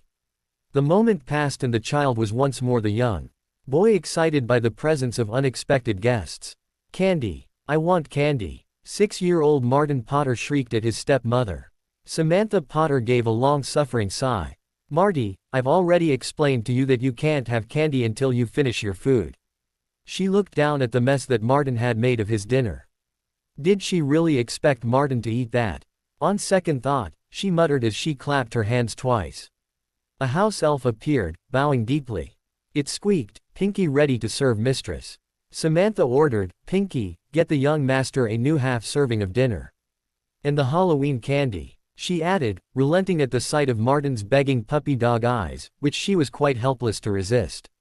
Really, those eyes should be outlawed, she thought in amusement. Every time she tried to lay down the law, one begging look from those eyes and she melted. And with James busy with work, it was not like anyone could criticize her parenting methods. Halloween. All Hallows' Eve, Samhain. A few days prior, the Dark Lord had explained the traditions of wizarding Halloween to Harry as a day of remembrance for the dead. It also heralded darkness, a suitable night for Harry to mourn his dead mother, though he had little inclination to do so. And a suitable night for a gathering of Death Eaters. Harry understood that his father was only going to call some of his inner circle Death Eaters back to him tonight. A few were already living at the manor: Bellatrix, Rabaston and Rodolphus Lestrange, as well as Bartemius Crouch Jr. The latter, a young man in his late 20s with light brown hair and fairly handsome features, had been brought to the manor merely a few days prior, weak, semi-addled and incoherent. Rabaston had later told Harry that Bartemius Jr.'s state was due to prolonged exposure to the imperious curse placed on him by his own father. Shocked, Harry had wondered how a father could be so cruel to his own son, when he had realized that his own biological father, James Potter, was no better. Thereafter, Harry could not help but feel a sense of kinship to Bartemius Jr., who, upon recovery of his faculty, had insisted on being called Barty. "You're my master's son," Barty had rasped in a hoarse voice. "Call me Barty, like he does." Harry had agreed, whereupon Barty had graced him with a faint smile that lit up his previously grim expression. It was also thanks to Barty that Harry was in his current position now, hiding in a secret passage next to what Harry had come to call the throne room. When Barty had told him of the secret passage, Harry just knew that he would have to spy on his father's meeting tonight. Peering out from a gap in the wall roughly the size and shape of a brick, Harry had a good view of the room. On his far left was a dais, upon which sat a high-backed throne carved out of black marble. The floor was parquet, in dark, almost black tones, while the wall was covered with an old-fashioned, stately wallpaper with dark green and black tones. Crystal chandeliers with black crystals hung from the ceiling, while a few tapestries, all in dark shades, hung on the walls. All in all, the atmosphere of the room was solemn, majestic and dark. His father was already in the room, seated on the throne in a deceptively relaxed pose. In front of him, in an incomplete half-semicircle, knelt Harry's two uncles, his aunt and Barty, all garbed in their Death Eater attires of black hooded robes and a white mask. Then suddenly, the huge oak doors of the throne room swung open silently and two figures similarly clad entered the room. Harry stared at them curiously, wondering who they were. One was slightly taller than the other, who was more muscular and larger in size, even though nothing else of them could be made out. Both figures kneeled when they were a few feet from the Dark Lord and crawled towards him before keying the hems of his robes, all the while murmuring words like, "My lord," and "Master." While Harry could not actually hear the murmurs, he had a good idea of what was said, for he had heard his Auntie Bella and the others do the same many times. Idly, Harry wondered if, when the time came for him to join his father in meetings, he would have to do the same. While he found the idea to be slightly humiliating, he realized that he would not mind if the person whose robes he had to key was his father. After all, Harry reasoned, it would be a gesture of respect towards the most powerful and brilliant wizard alive. Mors Mordra. Rise, my friends. The Dark Lord said lazily as he cast the dark mark. A skull with a snake protruding from its mouth appeared in a hazy outline near the ceiling as Harry watched the 6 Death Eaters rose to their feet gracefully, wondering how they managed to achieve the feat when their knees must have hurt from kneeling on that hard wooden floor. Lucius, Evan, welcome back, the Dark Lord hissed in sibilant tones. Harry shivered upon hearing his father's words. It was only when the Dark Lord was particularly angry that his words took on a tinge of Parseltongue. From the slight stiffening of the 2 new Death Eaters, they knew the implications too. Lucius Malfoy and Evan Rosier. Harry had heard of them from Uncle Rhodey. Lucius was supposedly the consummate politician and a very wealthy head of the Malfoy family, as well as an accomplished duelist, while Evan, having close working relationships with the leaders of many dark creatures, was a particularly gifted negotiator and a skilled interrogator. It was no wonder then, that they were both in the inner of inner circles, where membership was reserved for the most useful, skilled and loyal followers. Or so Uncle Rhodey had mentioned. Though Harry had to wonder at their loyalty, given that the two had made no move to search for his father after his fall. It was apparent that the Dark Lord thought the same, for his voice was cold as he continued, "Yes, welcome back to my side, welcome, 6 long years, it has been such a long time, has it not? And yet here we are, reunited under the dark mark, as if no time has passed at all." No one dared to reply, not when the question had not been addressed to them, so the Dark Lord sneered before continuing, "Or are we? One has to wonder, what have my loyal followers have been busy with these past years, such that they did not even attempt to seek me out, Evan, Lucius." Harry flinched at the threat in his father's voice. Were he in the 2 Death Eaters' shoes, he would not have known what to say. The taller one, however, appeared to be more adept at handling threatening questions, for he swiftly replied, "My lord, I was constantly on the alert. Had there been any sign from you, any whisper of your whereabouts, I would have been at your side immediately, nothing could have prevented me. And yet you fled from the dark mark last year when dear Bella here sent it into the sky at the Quidditch World Cup." The Dark Lord had risen from his throne during the taller Death Eater's words and was now towering over him in a majestic blaze of dark glory. "Master, Crucio," the Dark Lord hissed, pointing his wand at the taller Death Eater, who immediately fell onto the floor twitching. For a few seconds, all he did was spasm in what must have been agony, but he soon gave in to screams. Harry winced at the sight. While a clinical, detached part of his mind was marveling at the strong effects of the curse and idly wondering if he would be able to learn it, the more emotional half felt a jolt of fear. Was this what his father meant by corporal punishment? Would the Dark Lord use this on him? It was the first time Harry had seen the Dark Lord in his full glory, and Harry could only shiver at the power he felt rolling off the man. Yet, Harry could not help but feel that the taller Death Eater deserved it, for he had not been fully loyal to the Dark Lord. Thus Harry came to the conclusion that if his father used it on him, he would have fully deserved it. He could live with that. Watching the taller Death Eater squirm, however, seemed to appeal to some darker part of Harry, and he soon found himself savoring the sight, all the while wondering if there was some way he could cajole his father into doing that to Uncle Vernon, or teach him the curse so that he could do that to Uncle Vernon. The Dark Lord released the man after a few moments. "Get up, Lucius, I expect more faithful service in the future." Malfoy stumbled to his feet with some difficulty, yet he still managed to bow low and gasp, "Yes, master, you are merciful, thank you." The Dark Lord ignored the man in favor of regarding Rosier with his full attention. "Evan Rosier, do you have anything to say?" Rosier bowed his head before replying softly, "I was weak, my lord, I doubted, I feared." Harry could only admire the man's courage. Admitting weakness to the Dark Lord was tantamount to flirting with death. Everyone he spoke to had agreed on this point, even Auntie Bella and Barty, who were often at odds with each other. "In my cowardly fear, I fled to France, to wrangle myself a position in their ministry, to build a contact of allies, but my lord, if I had even the slightest hint of your whereabouts, I would have joined you immediately." Harry could see how the man had become known as an adept negotiator. While the Dark Lord disliked weaknesses, he hated dishonesty even more. Rosier was admitting to his fault of being weak, but at the same time, emphasizing his value to the Dark Lord. Sure enough, the Dark Lord only held Rosier under the pain-causing curse for a few moments before he moved on to another subject matter. "All of you know of Severus Snape, The Death Eaters shivered slightly at the hiss in the Dark Lord's voice.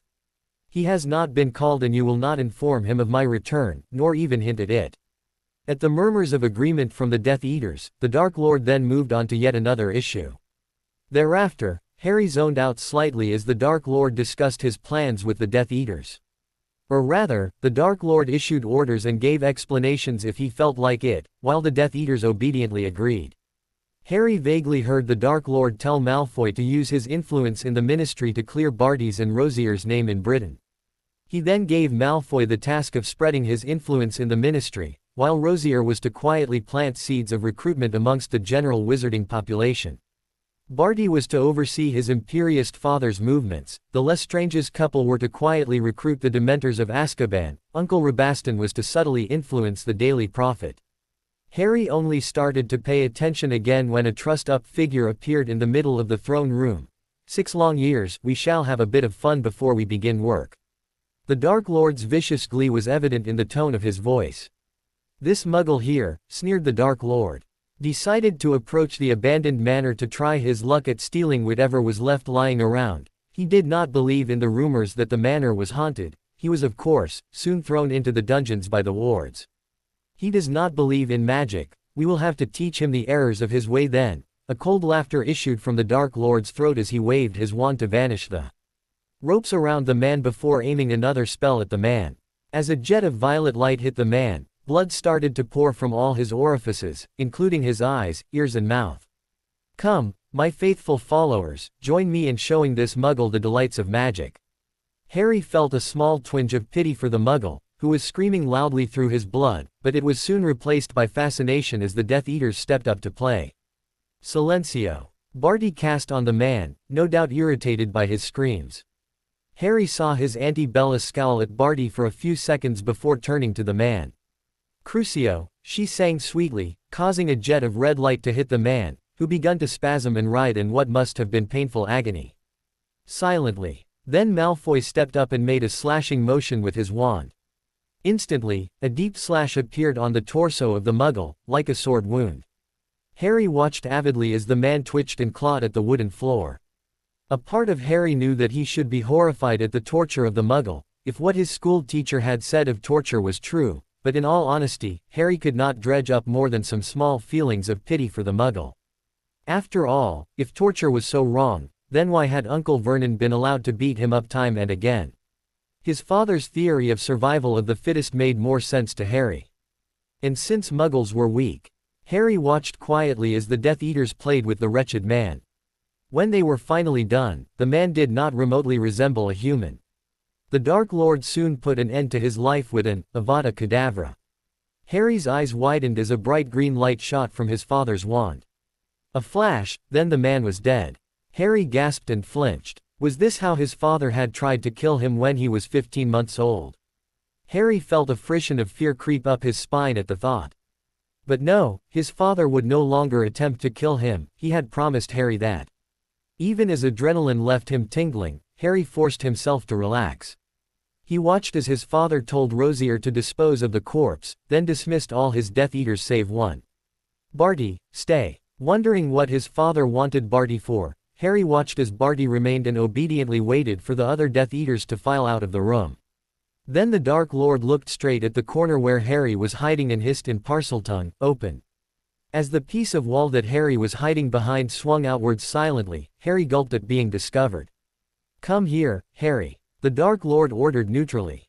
Gathering all the courage that he had inherited from 2 Gryffindor parents, Harry meekly made his way to stand before the Dark Lord.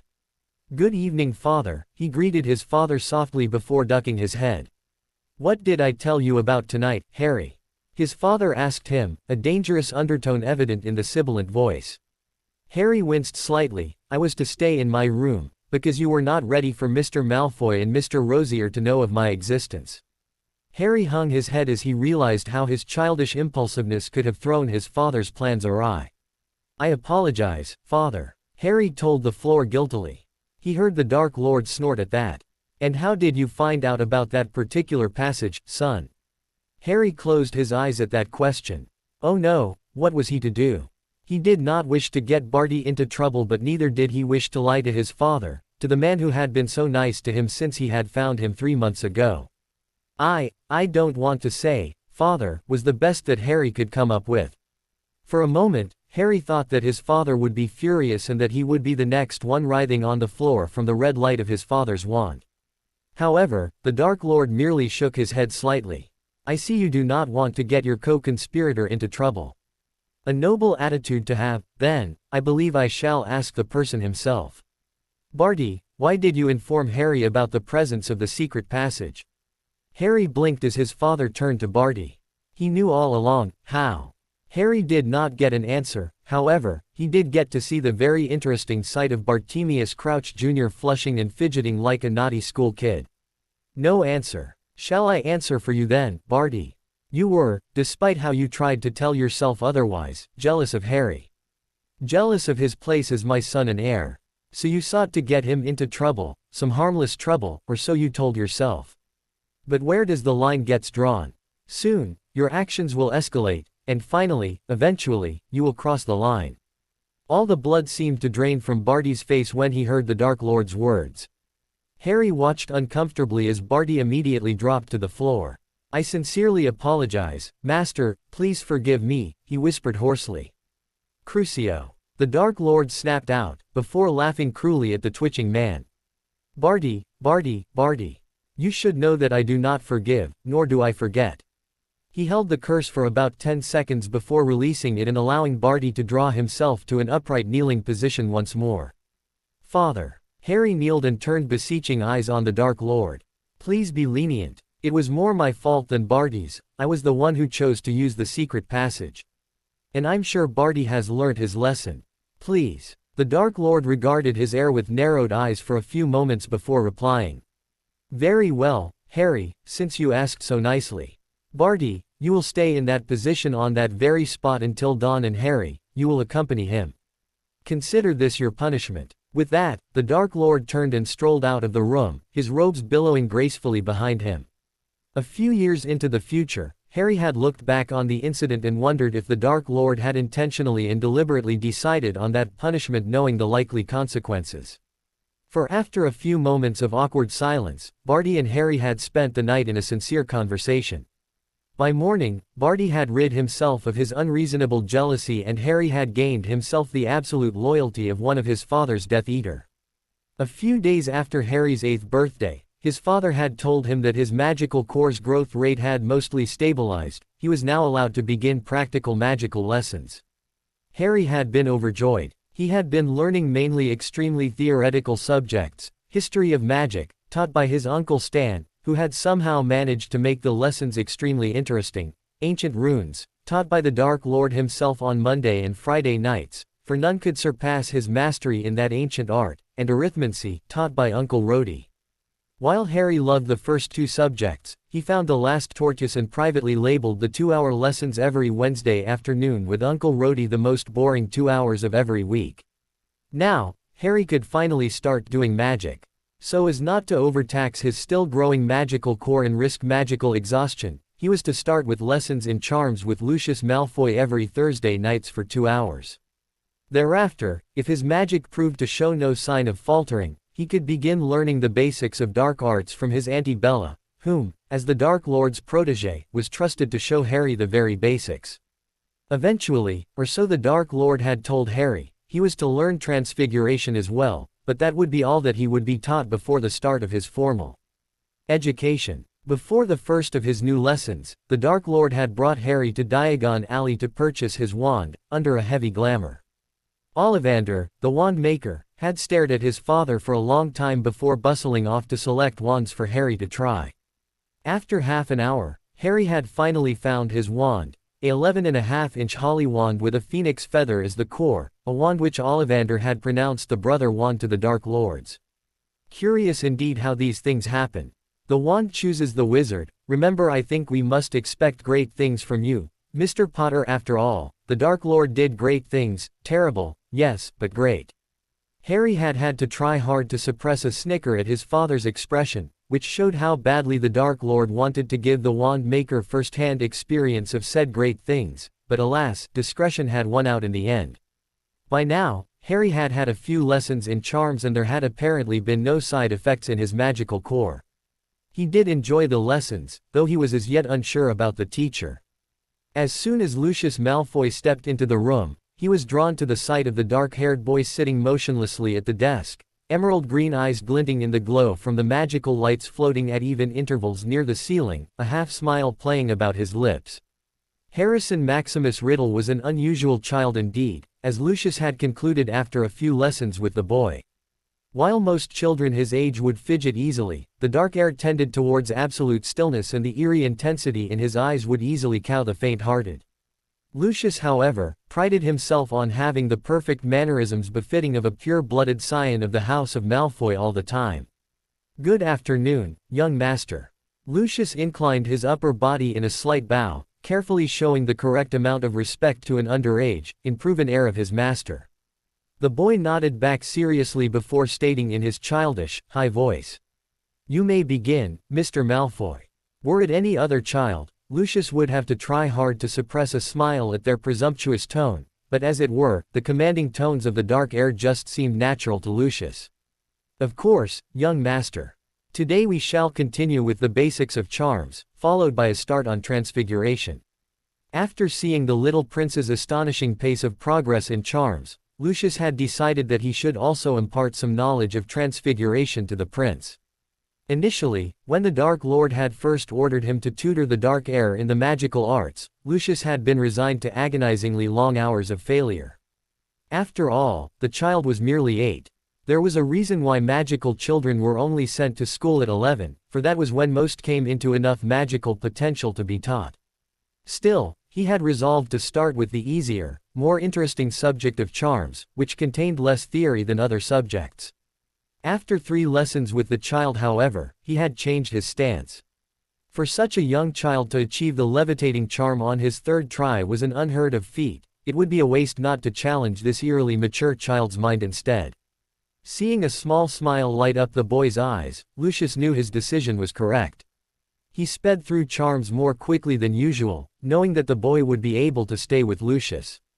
By the time the boy had successfully cast a Scourgify and an Alohomora, Lucius was beyond pleased and even more certain with his decision to start basic transfiguration. "Very good, young master. You have mastered 2 basic charms in the span of an hour. I believe you are now ready to move on to a new subject." Lucius was careful to phrase it as a question. While he was the teacher now, he was of no doubt that the young heir was the one in charge here. After all, he held all the power. A simple comment to the Dark Lord and Lucius could be made to suffer. The Dark Lord had been quite clear that Lucius was to treat Harrison with the utmost respect at all times. "Of course, Mr. Malfoy. You may proceed." Despite his attempt to sound aloof, the boy's excitement was obvious if one but looked in his eyes. Lucius allowed a small smile to twitch on his lips as he resolved to teach the child the Malfoy art of maintaining a mask on one's face at all times. Perhaps at a later date.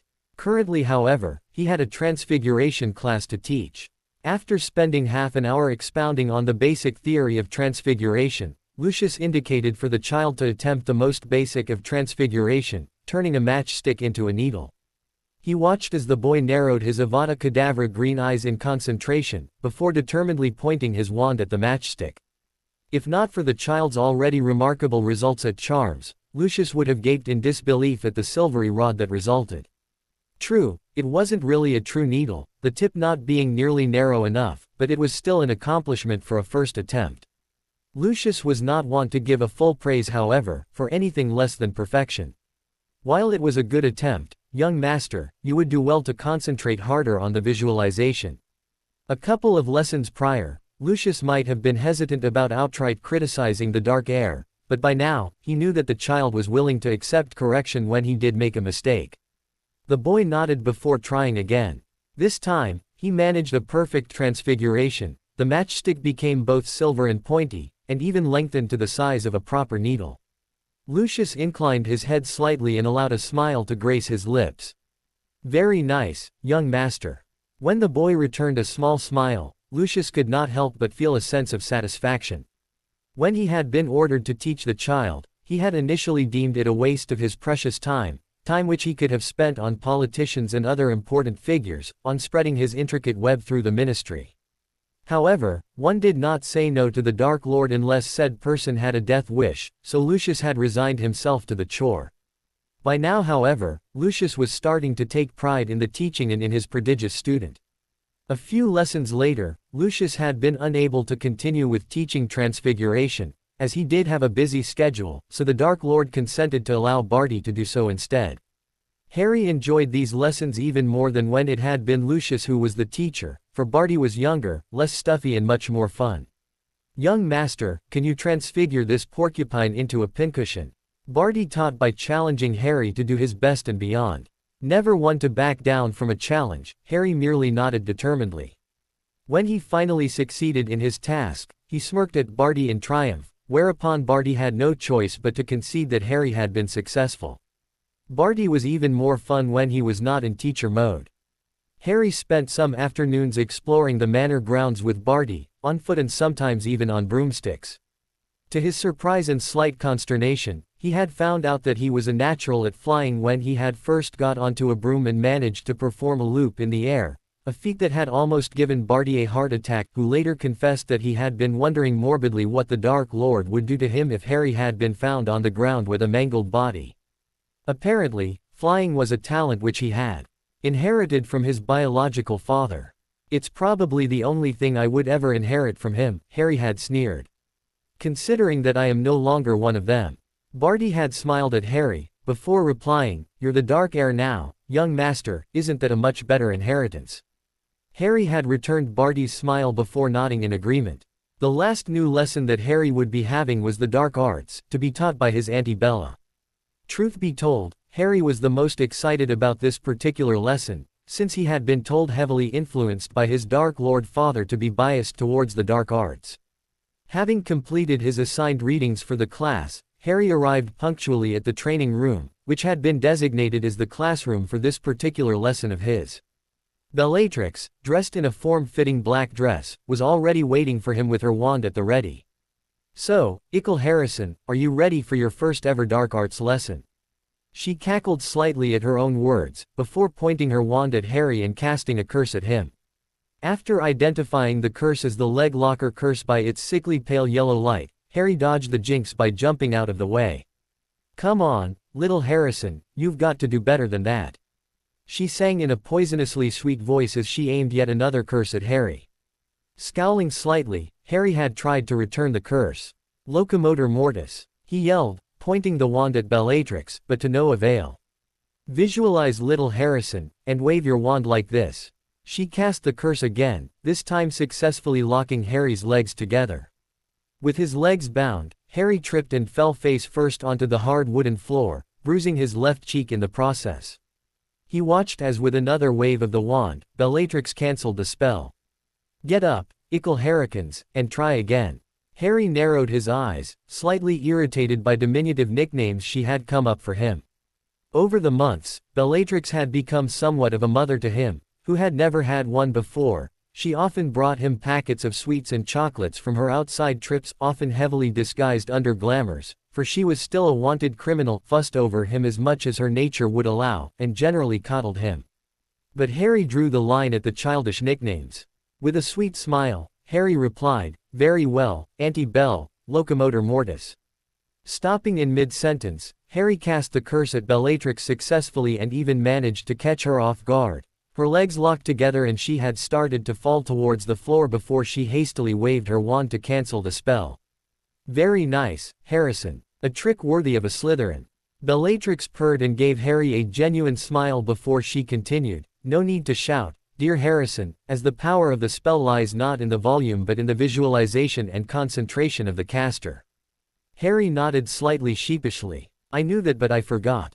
It's not a good idea to shout out spells loudly, right, Auntie Bella?" Bellatrix laughed at that. "Now you're learning, Harrison. Shouting them loudly lets your enemy know what you're going to use, which they can then stop with a shield. Protega." She demonstrated with a swish of her wand, conjuring up a semi-translucent sphere the size of a beach ball in front of her. Its size is determined by the power of the spell. This is fairly difficult, some of those imbeciles at the ministry can't do it. She motioned for Harry to try out the spell. Unfortunately for Harry, Bellatrix was correct in her assessment of its difficulty level. Try as he might, Harry could not even make a small vaporous shield appear. Bellatrix cackled in amusement at Harry's disappointed face. Now, Ickle. Harrison, I would have been astonished if you could do such a high-level spell on your first day. She told Harry to practice it in his free time, before moving on to the counter curse of the leg locker curse and another 3 hexes, the sneezing hex Stelius, the knee reversal hex and the skull enlarging hex Engorgio Scullis. Bellatrix had explained that these 3 hexes were pretty basic, and had the effect of distracting the opponent during a duel. One could not, after all, utter spells while sneezing uncontrollably, neither can the person dodge with knees on the wrong side of his legs nor keep his balance with an enlarged head. Then, with gleeful laughter, Bellatrix had started a practice match with Harry.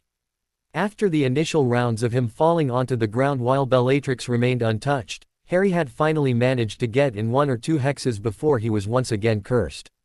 By the end of the 2-hour lesson with Bellatrix, Harry was bruised all over. Before he left, Bellatrix handed Harry a jar of bruise removal paste before petting him lightly on the head. You were quite good for a beginner, Harrison. Don't be too disheartened, I have decades of experience over you. When he finally left the room, Harry resolved to learn a few new hexes by his next lesson. I will make sure Auntie Bella doesn't know what hit her, he vowed determinedly, with a childish scowl on his face as he headed straight to the library and to the book he had seen on a certain shelf.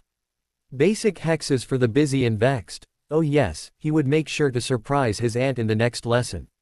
Perhaps the lesson that Harry loved most, if only because of the fact it was one of the few times he could have the undivided attention of his father. Ancient runes was delightfully fascinating to 8-year-old Harry, even if it was mostly theoretical at the beginner's level.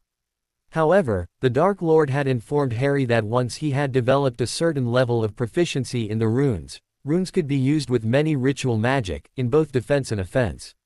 Were it not for runes, my son, my physical body would have been destroyed that night. The Dark Lord had had a faraway look in his crimson eyes when he told Harry that during one of their lessons. Harry had known not to pry, his father hated being reminded of the night of his fall. After a few minutes, the Dark Lord had continued, runes, Harry, can be used in many ways. Notwithstanding the neutral use of warding, it is extremely useful in many branches of the dark arts, including the summoning of creatures, the laying of long-lasting curses, the entrapment of your enemy's body and even mind. Its limit lays only in your knowledge and imagination. Now, tell me how you would use these 5 runes to create a lasting headache for your enemies. Harry had set to work quickly, not wishing to disappoint his father. The Dark Lord was a strict, bothering on harsh, but patient teacher. He would never tell Harry the correct answer. If Harry did it wrongly the first time, he had to try again and again until he got the right shape of the rune or configuration of runes. Once, early on in their lessons, Harry had given up in frustration after trying over 20 combinations to no avail. The Dark Lord had cast a non-verbal augmenti charm on his son, resulting in a thoroughly drenched Harry, before coolly informing him to cool down and to try again. Once Harry had swallowed his shame and anger, he had apologized and attempted the task once more, finally getting it correct. Indeed, if there was one thing Harry learnt, it was that lessons with the Dark Lord and his Death Eaters were never boring. My lord, Lucius knelt respectfully before the Dark Lord as he gave his report in the deserted throne room. When he was younger, he never thought that he would be willingly subservient to anyone, but the Dark Lord was powerful, and Malfoys had always been drawn to power. He found that as long as he could remain as a powerful figure in his own right, he did not mind bowing down to the Dark Lord. It has been done as you have ordered. Dumbledore has been stripped of his position as the chief warlock of Wizengamot, though he retains a seat, when Ministry investigation showed that the boy who lived is missing, and has been so for the past year. Lucius reported blandly, his aristocratic mask hiding his delight at his accomplishment. The Dark Lord laughed coldly upon hearing the news. Well done, my friend. Dumbledore needed to be taught a lesson. It was long overdue, the old fool has hidden behind his reputation long enough. Drumming his fingers slightly on the throne, he appeared to be thinking deeply. What of James Potter? Here, Lucius allowed a small smile to spoil his aristocratic mask. Due to the public backlash from the exposé, Potter is likely to resign from his position as head Auror. The post will likely go to Black. The Dark Lord appeared to be pleased at the news as he ruminated on the issue further. Excellent. Now, Lucius, tell me how goes my heir's lessons. Changing the subject suddenly, the Dark Lord moved on to another topic that he deemed important. Papers, documents, and more papers. Sirius Orion Black groaned as he half-heartedly flipped through the pile of papers in his office. Maybe I'll pass these off to Shacklebolt, he'll get it done in half the time I'd take. Had he known of that being head of the Auror office included being a paper pusher, he would have refused the job when it had been offered to him. But then, James had urged him to take it upon his resignation, so he had agreed to do without hesitation. Even if he had been so very furious with James at that point in time, for his friend's part in the disappearance of his godson, such that good old Moony had to act as a peacemaker. 3 years later, Sirius still wondered how his best friend could have been so careless with his older son. Even if Dumbledore had been the one who insisted that Harry was safe, Sirius was still incredulous as to how James had let Harry live apart from him for 6 years, without even once checking on him. It was apparent that Lily's death had hit him harder than even Sirius had thought. Every so frequently, Sirius would mourn for the little toddler that he had known, wondering if the playfully curious little Harry was still alive somewhere. Ah, Harry. It was at these moments that Sirius would feel a renewed surge of anger at his best friend. As for the old headmaster, Sirius was not sure if his anger at him ever faded completely. Time flies, Bartemius Crouch Jr. thought whimsically as he observed the 2 young boys playing in the grounds of the manor, racing each other on the newest brooms available in the market. He watched as the dark-haired boy suddenly did an abrupt U-turn and dived straight at the blonde-haired boy, who immediately froze in place. When the dark-haired boy was a few inches from the blonde, he laughed and veered off to the right. Barty shook his head slightly in amusement. The young master had a sadistic sense of humor at times, a trait which Barty privately thought to be inherited from the Dark Lord. He rather pitied the Malfoy heir at times actually, for having to endure the Dark Heir's sense of humor regularly. A few years ago, the young master had politely requested his father the Dark Lord to provide him with some childhood playmates, which had prompted the introduction of a few of the pureblood children of Death Eaters, including Malfoy's son Draco, Knott's son Theodore, Greengrass' daughter Daphne, Parkinson's daughter Pansy, Crabbe's son Vincent, Goyle's son Gregory, Mulciber's son Oleron and McNair's son Silas. While most of them were of the same age as the Dark Heir, the latter 2 were both second-year students in Durmstrang.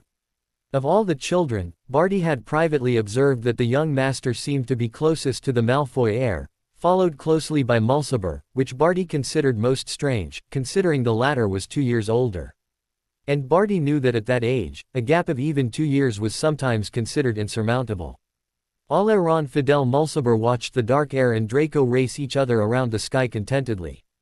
He was currently lying on the grass beside his friend, Silas Curtis McNair, relaxing after a morning spent playing with the 2 younger children. "I feel old at times, Silas." His friend looked at him, a lopsided grin softening his sharp features, mischief in his brown eyes. "At this age? Then my dear Oleron, I look forward to seeing your reactions when we're as old as old Barty Crouch." Oleron scoffed slightly, even as mirth lit up his dark blue eyes. "Don't let him catch you call him that, he'd skin you alive." Silas shrugged as best as he was able to while lying on the grass. "Harrison calls him that. And he usually laughs it off." Oleron sat up and shook his head at his friend's naivete, sending his dark tresses flying in the wind. "The young master, my friend, is the Dark Heir. He could call Barty whatever he wanted and Barty would just smile and take it." Silas raised an eyebrow. "I've always wondered, why do you call him that, Oleron? He gave us permission to address him by Harrison months ago." Oleron was silent for a moment, then he smiled slyly. "If you want to know the story, let me copy your astronomy homework." Silas narrowed his eyes before shrugging. "Done. But it had better be a good story." Oleron inclined his head slightly. "Well, last summer, when we were playing near the forest, I sort of wandered away from the group. You remember?" Silas frowned and nodded once. "Yeah, you were sick that day, yet you still insisted on coming out with us to play." Oleron winced slightly. "Well, I was a foolish brat then. I was feeling really terrible, and I guess I zoned for a couple of seconds. When I came to, I was alone in some part of the forest where I had never been to before, totally lost. Silas nodded thoughtfully. I remember. We all panicked when we realized you had disappeared. We weren't supposed to be playing so near to the forest. Barty always said that it was dangerous. Harrison sent us back to the manor with Draco and Theo. He told me to get Barty. By the time Barty and I reached the forest though, you had already been rescued by Harrison. Oleron nodded, his eyes taking on a faraway look. Yeah, young master saved me. And I do mean that literally, Silas. When I came to, there was a huge snake in front of me, at least 6 feet long.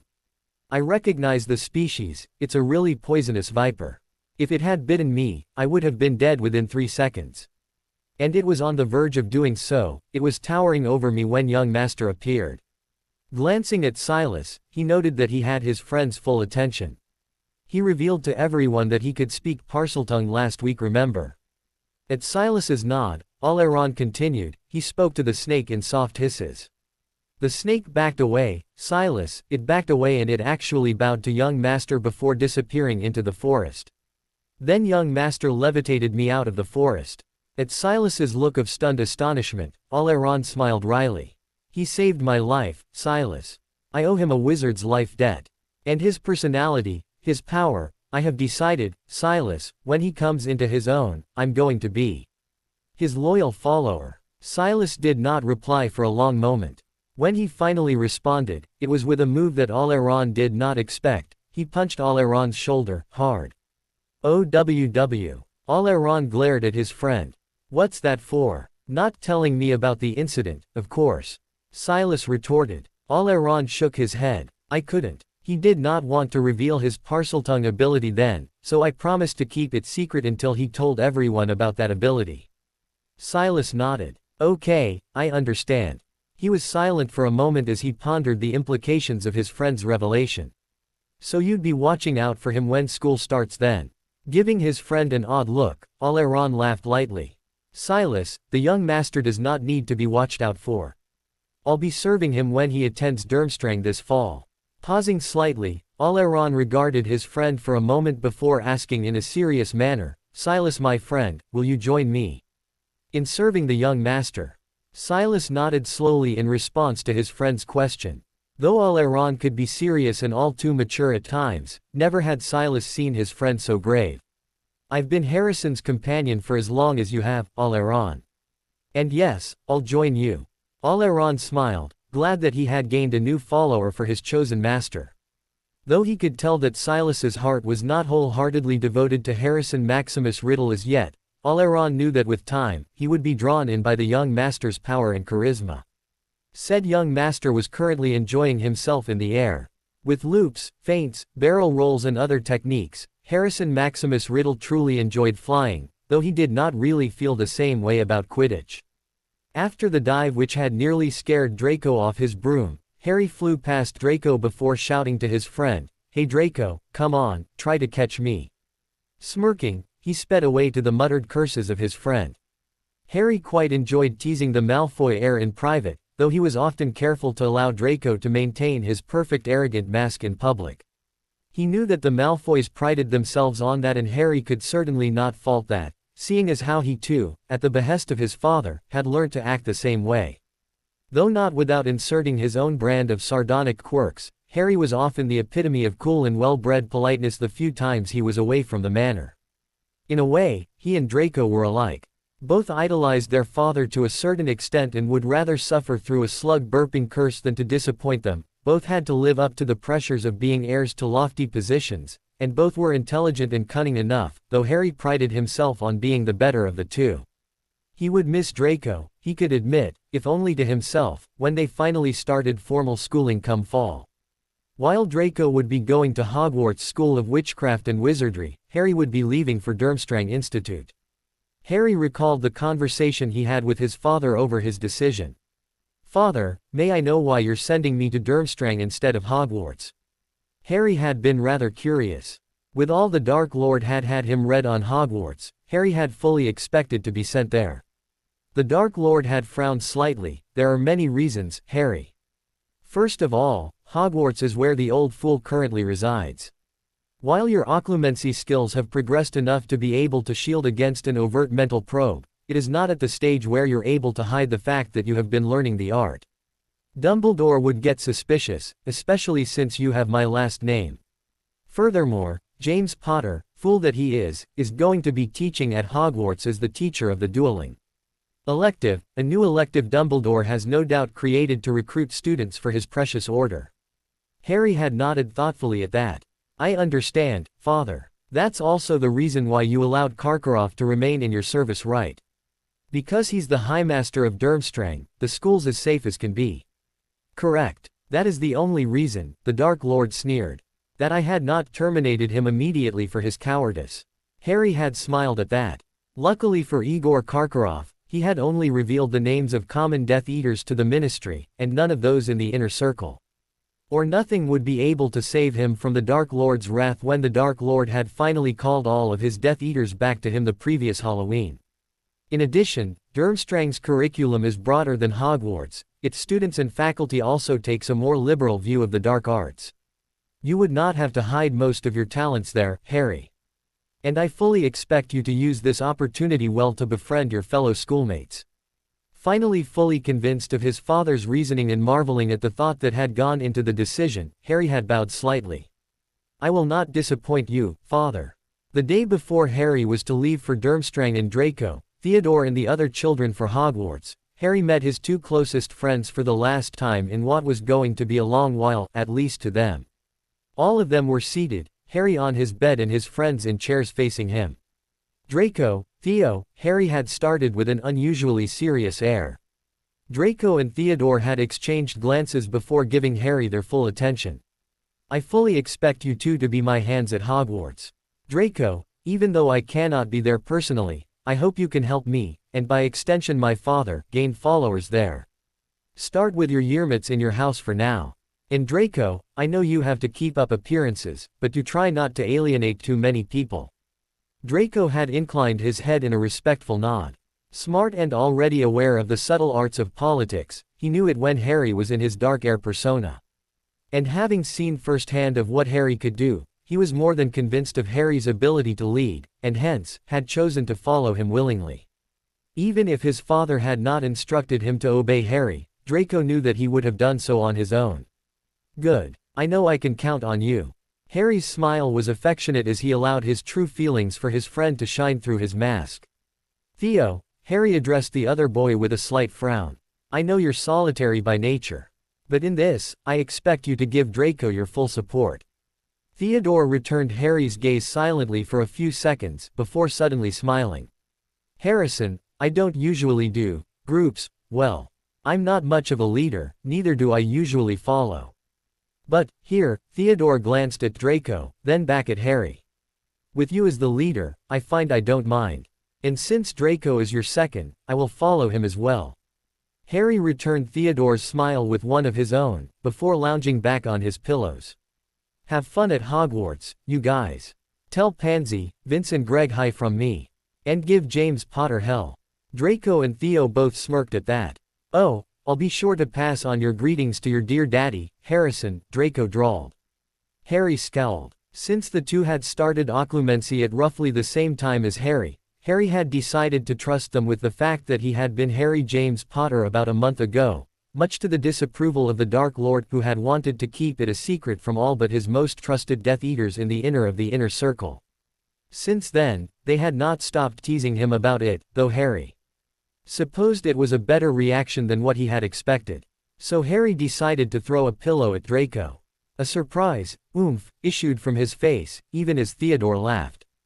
A moment later, it was his turn to cry out as another pillow landed on him.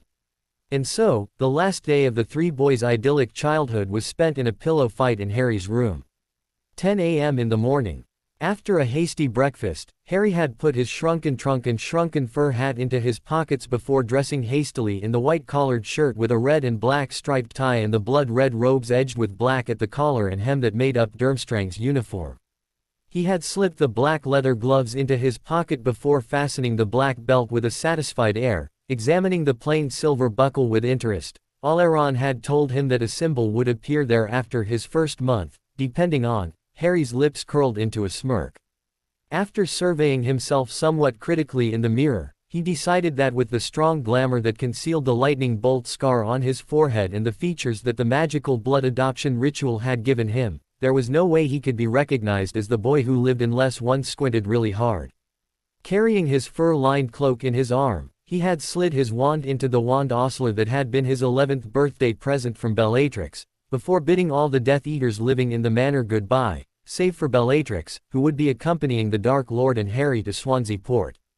Grabbing his father's arm, Harry smiled up at his father's heavily glamoured form, which resembled a blend of Lucius Malfoy and Barty's appearance. "Ready?" the Dark Lord asked quietly. At Harry's nod, the Dark Lord apparated them to the apparition point at Swansea Port. Blinking, Harry opened his eyes to what seemed like a typical ferry terminal, which was already full of school children, all dressed in blood-red robes.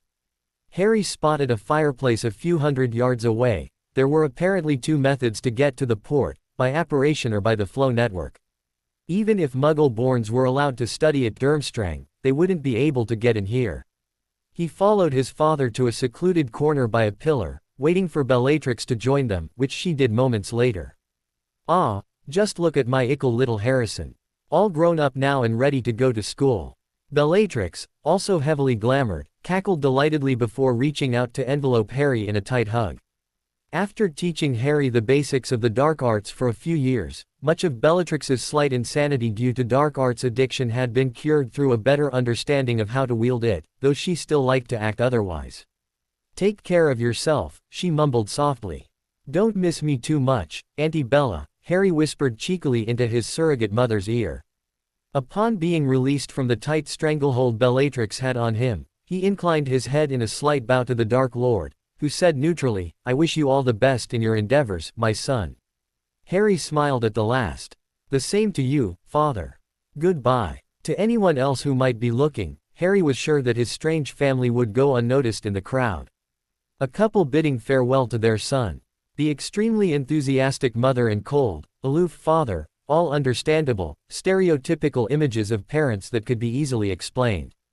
With a last look at his Dark Lord of an adoptive father and loyal Death Eater of a surrogate mother, Harry headed to board the Durmstrang ship moored at the Lone Berth. With tall masts, many oars, a blood-red finishing and the crest of Durmstrang Institute on its sails, Harry could not help but gaze upon the majestic ship with awe. He made sure to let none of it show on his face however, as he crossed the wooden plank and boarded the ship. "Harrison, Harrison!" A cry of joy in a high-pitched voice prompted him to turn around. A girl with long, golden blonde hair, bluish-gray eyes and a pretty face beamed at him as she boarded the ship. "Ah, Daphne. It's a pleasure to see you again." Harry inclined his head politely and extended his hand, a warning gleam in his eyes. Daphne Persephone Greengrass blushed for a few seconds before collecting herself and acting like the pure-blooded lady she was to become. "Yes indeed. It has been quite a while. Shall we find a cabin so that we can catch up then, Harrison?" Harrison nodded before extending his arm to her. As Daphne smiled sweetly and slid her hands into the loop that his arm made, onlookers on the ship could not help but marvel at the perfect manners of the two first years. When the door had closed behind them, Harry and Daphne found themselves in a wooden cabin with comfortably padded wooden benches. Laying his fur cloak down, Harry regarded Daphne silently for a few seconds. "Merlin, Harrison, it is good to see you again," Daphne finally said. Harry returned her smile this time and drew her into a quick hug. Pulling her to sit down with him, he replied with a laugh, "Yes, Daphne, I missed you too. But that doesn't mean you should forget everything you've learned in etiquette lessons." Daphne blushed again. "Sorry about that, I was just too excited. I haven't seen you at all this summer, all because my parents suddenly decided that I absolutely had to go on a holiday with them in France." Harry laughed at that. He knew that Daphne's father had received a mission from the Dark Lord that necessitated his presence in France, and that bringing his family along for a holiday was the perfect cover. Daphne, however, did not know that, and Harry saw no reason to enlighten her. "So how was France? And how's little Astoria?" Harry questioned, recalling that Daphne had a younger sister. Daphne took that as her cue, and before long, she was chattering away at lightning speed. When a polite knock on the door stopped her 2 hours later, Harry was more than ready for some distraction. While Daphne was a nice enough person, she tended to talk much more than was necessary. "Come in," Harry called. The door opened to admit the two other students that Harry knew from Durmstrang, Oleron and Silas. As the door closed with a snick, Oleron bowed to Harry. "Young master," he greeted respectfully. Harrison, Silas's greeting was no less respectful, if slightly forced. Harry inclined his head slightly.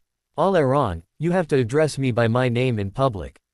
At least for now," he ended with a small smirk. Oleron nodded. "I know, young master." Harry's smirk grew even more pronounced as he basked in the older teen's subservience. "Come, I have a little something for you too." Passing the teen's two black, thin, wristbands with a small green serpent design, Harry continued, "Wear it next to your skin.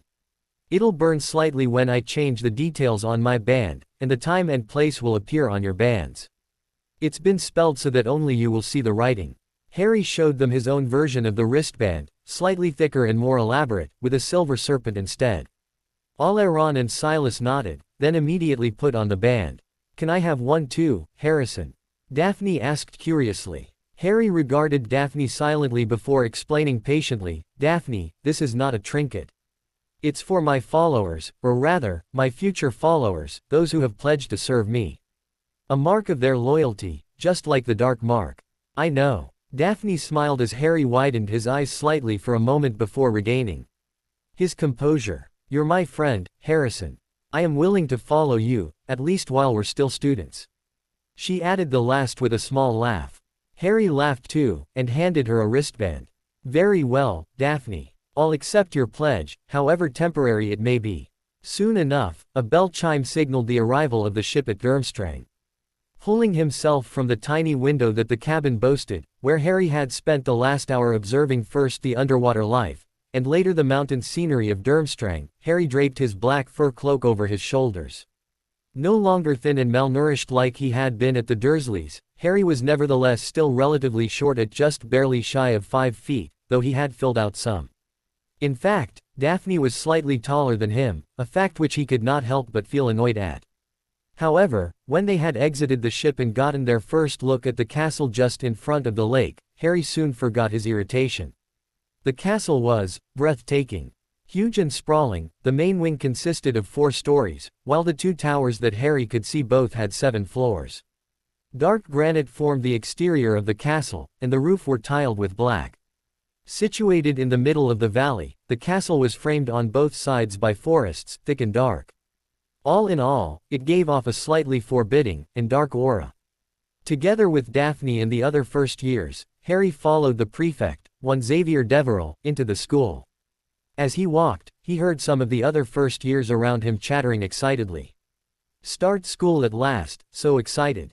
A pert-faced brunette giggled to her friend. "Wonder when we'll get our timetable." A cherub-faced boy with long auburn hair pulled back into a bouncy ponytail walking beside Harry murmured softly to his companion, who merely shrugged in reply. "Which group one should join?" A tall bespectacled boy wrung his hands anxiously as another, a swarthy and rather large boy clapped him heartily on the shoulder. "You can join the group I plan to create, Calvin." Harry snorted mentally, instantly taking a dislike to the latter. Even if you had such plans, an intelligent person would not shout it out to the world until he had indeed done so. At Durmstrang, there were no houses. Rather, students in the school had to either join or create an existing group, which could consist of any number of students equal to or more than 7. Students could win or lose points for their groups, depending on their performance in school, and the group with the most points at the end of the year would win the title of Champion of Groups, and along with the title, prestige and respect. Because so much depended on the size of the group and the quality of the students, group leaders had absolute discretion as to who to allow into their groups, even the professors could not intervene. On one hand, a larger number of students meant more opportunities to gain points, but it also meant a higher risk of losing points. Hence, most groups were around the size of 15 to 20 people, according to Oleron. He had also said that there were 10 groups last year, with most groups oriented along the lines of age. In a way, Harry supposed that made sense. No doubt the older students would want nothing to do with babysitting the younger, though Harry planned to change that. Coming out from his musings, he noted that the auburn-haired boy had been eyeing him with a speculative gleam in his eyes. Wondering if his thoughts had shown on his face, Harry offered his hand to the boy with a charming politeness. Harrison Maximus Riddle. The other boy took his hand and smiled. Nice to meet you, I'm Emlyn Zeter. This is my cousin Francis Sylvanus. He indicated his companion, who had gravity-defying chestnut-colored hair and a surly expression on his roundish face. Don't mind him, he's just disappointed that his parents chose to send him to Durmstrang instead of Hogwarts. The last was said in a conspirational whisper, which caused Sylvanus' scowl to deepen. However, Harry merely nodded politely and introduced Daphne to the two boys. My friend, Daphne Greengrass. After the rounds of polite introduction, all fell back into an easy silence as they followed the prefect through the long and windy corridors. Harry used the time to observe his fellow first years, taking note in particular of those who were not chattering away at lightning speed. Soon enough, they had entered the Great Hall, a tall ceilinged room lit with crystal chandeliers with a white marble floor, the nicest room in the whole school, according to All-Aron. With 11 marble tables of varying sizes in the hall, Deverell indicated that the first years should all sit at the largest long table of them all. Harry assumed that the students usually sat in their groups, an assumption which proved correct when the High Master, Igor Karkaroff, a man with cold eyes and a pointy beard which curled at the tip, got up and addressed the students. Welcome, first years, to Durmstrang Institute, and a warm welcome back to our older students. This year, the head boy and head girl shall be Aries Zeter and Magnolia Fleetwood. Congratulations, Zeter and Fleetwood. Two students from the largest table in the middle of the hall stood up and bowed, allowing Harry to identify that table as the group Blood Ravens table. All-Aron had revealed that with 40 members comprising of most of the 6th and 7th year students, it was the largest group at Durmstrang, and had usually won the championship, considering that each year-end, they recruited only the best of the 5th years to the group as the existing 7th years prepared for graduation. Thereafter, as Karkaroff gave his speech, Harry continued observing his fellow year mates. Emlyn Zeter had scowled slightly as Aries was introduced. The resemblance between them led Harry to conclude that the two were probably brothers who had a possible sibling rivalry, though Harry privately thought that it was more of jealousy due to their large age gap. Next to Harry, A.B., own curly-haired boy with a pointed face and a slight frame leaned back in his seat and yawned openly at the High Master's speech. Harry glanced at him with slight amusement, even as one ear was kept peeled for any important announcements Karkaroff might make. The boy caught his eyes unabashedly, as if daring Harry to comment. Harry merely raised an eyebrow. While Karkaroff's speech was dead boring, it would have been a huge social gaffe to show any signs of his disinterest openly. Hello. My name's Corbin Blashwick. At that moment, Karkaroff ended his speech. Harry clapped politely with the rest before turning to Corbin with a polite, "A pleasure, Blashwick." Harrison Riddle. Corbin took Harry's hand and shook it briefly, before laughing. I'm sure you have a bad impression of me already, you seem to be the straight-laced pureblood type. Whereas I, on the other hand, he waved a hand self-depreciatingly. I don't much care for proper social etiquette. Harry's smile appeared deeply mysterious to Corbin. Appearances, Blashwick, can be deceiving. But it has to be kept up.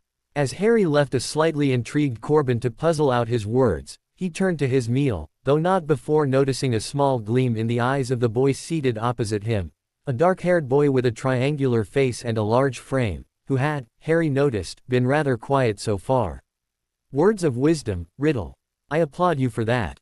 The boy inclined his head slightly, with that gleam in his eyes again, a gleam that Harry recognized as suppressed curiosity. Harry nodded politely at the compliment, waiting for the boy to continue. Alexei Janus Krum. Please call me Alexei, Krum reminds me too much of my father and brother.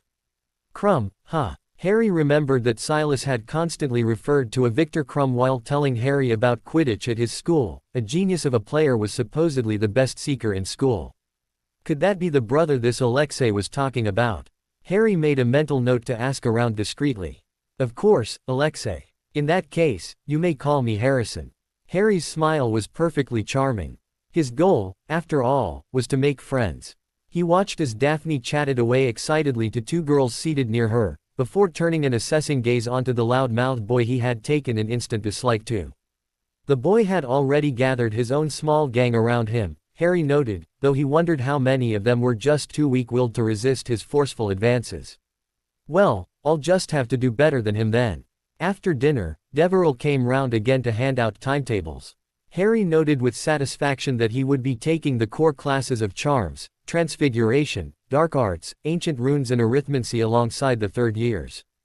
It made sense since he was already far enough in his studies, rather than for him to start from the very basics like the other first years.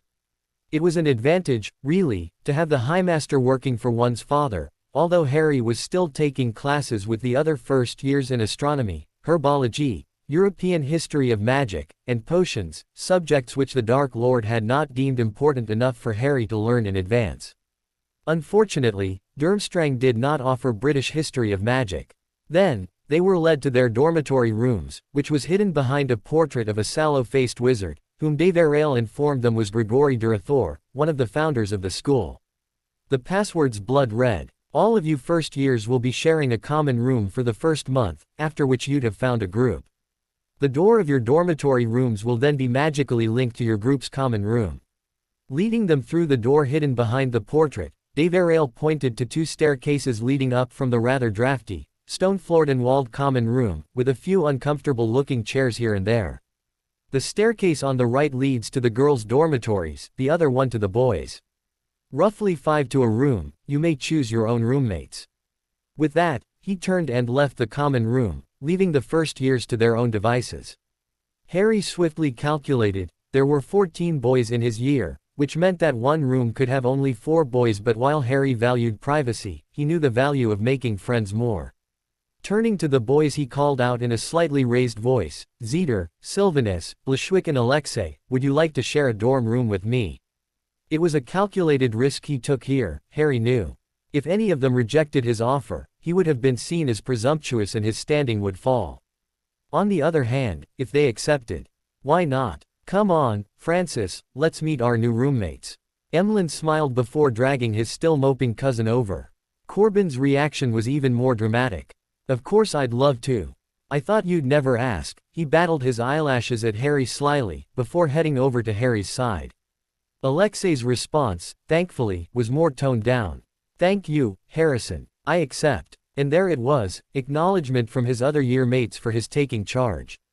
And the narrowed eye stare from the swarthy boy was perhaps the best testimony of his first foray into establishing his presence, for the boy was no fool, he recognized a bid for leadership when he saw one.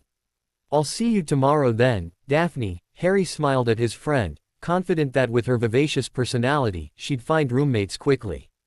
Daphne returned a brilliant grin, before turning to the 2 brunettes whom she had been talking to all dinner, even as Harry led the way to his dorm room. Opening the door, he saw that there were 5 handsome 4-poster beds arranged in the large room facing each other's general direction in 2 rows, 3 on one side and 2 on the other, with a rather wide passage in between the 2 rows. At the far wall, there was a huge panel of windows, which opened up to a beautiful view of the lake. Harry strolled over the bed nearest the window, which belonged to the one in the row of 3. I'll be taking this bed then, if no one minds, he announced to his newfound friends, certain that no one would object. Sure enough, all of them shook their heads before choosing their own. Emlyn took the one next to Harry, Alexei took the one diagonally across from Harry's and was the second nearest to the windows, Francis took the one besides Emlyn's, the closest to the door, while Corbin took the last bed, the one facing Emlyn's and Francis's, next to Alexei's. Unshrinking his trunk, Harry settled down to unpacking the necessities before he turned in for the night. The next morning, Harry trooped down to the great hall with his roommates, watching with amusement as Emlyn teased Francis about his bed hair. And quite bad it was too, tangled and still standing tall. Francis had apparently recovered from his sulk of the previous night, for he had retorted, at least I have no history of baldness in my family, which means I'll still have hair when all of yours has dropped out. Emlyn just laughed it off. And Harrison's just as messy. Francis had added, almost as an afterthought. It was true, Harry thought. His jet black hair often refused to lie flat, sticking out all over the place. Taking out his wand, Harry cast a simple charm on his hair to make it look stylishly and artistically messy instead. Francis's eyes had widened upon seeing the effect. Wicked. He breathed. Hey Harrison, mind teaching me that spell? Harry shrugged and smiled easily. Why not? Tonight then, before we turn in. After meeting up with Daphne for breakfast, the six trooped off to herbology, which was taught by a very tanned Professor Dmitry Belinsky, who spoke with a heavily accented English. Harry found the entire subject rather boring, though he supposed the plants looked interesting enough. "I've never liked gardening," he told Corbin and Alexei, whom he had been partnered with. Corbin laughed loudly and even Alexei's eyes shone with brief amusement. "What's the matter, Riddle? Afraid to get your filthy half-blood hands even dirtier?" The sneering voice of one Brutus Gauss Flint, the loudmouth swarthy boy of last night, who was working at the table next to Harry, cut in. Harry sighed mentally. He had known it would come up. Riddle was, after all, not a pure-blood surname. Thank Merlin no one could accuse him of being a mudblood. Durmstrang just did not let those kind in, after all. "Well, in that case, to prevent even more filth from attaching itself to me, I'd rather not speak to you, Flint. That troll blood might be infectious, after all," Harry sneered back contemptuously. It was an open secret that some generations ago, the Flint line had been polluted with that of a troll, much to their eternal shame. While the mixing of some creature blood was generally accepted as one of the drawbacks of a pureblood line, intermingling with one with a reputation like a troll, however, was not encouraged. Flint's face turned an ugly shade of puce. "Why you?" Before he could do anything else, however, the large and muscular Professor Belinsky was already by his table. Now, boys, hurry up with the repotting, the bell's going to ring soon." Flint turned a murderous glare at the teacher, however, Harry merely smiled and replied politely, "Of course, sir. My apologies." Never alienate the teachers, Harry mentally snickered at Flint's undiplomatic approach. After lunch, Harry's yearmates trooped off to their dark arts lesson while Harry went to the library to complete the herbology essay that Belinsky had assigned. When the bell finally rang for tea, Harry had long since finished the essay list and explained 5 methods to deal with a devil's snare.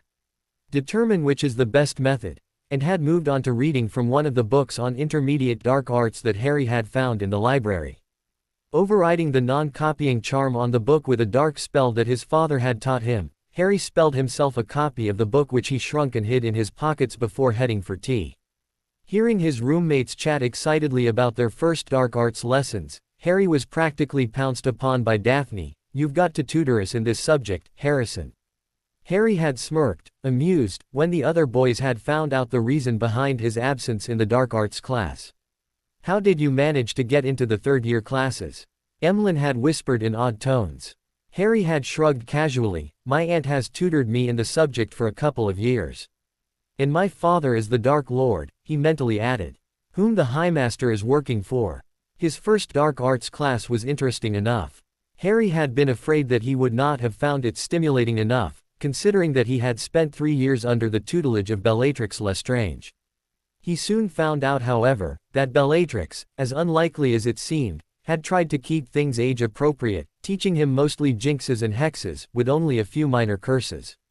Professor Edgar Rosier, whom Harry knew was a cousin of Evan Rosier, however, saw no need to hold back with a class of third years mostly. Confringo. He demonstrated the blasting curse on a conjured-up dummy, exploding it into many tiny pieces, before giving a lecture on the properties of the curse and how to cast it. Pronunciation and the wand movement is the key.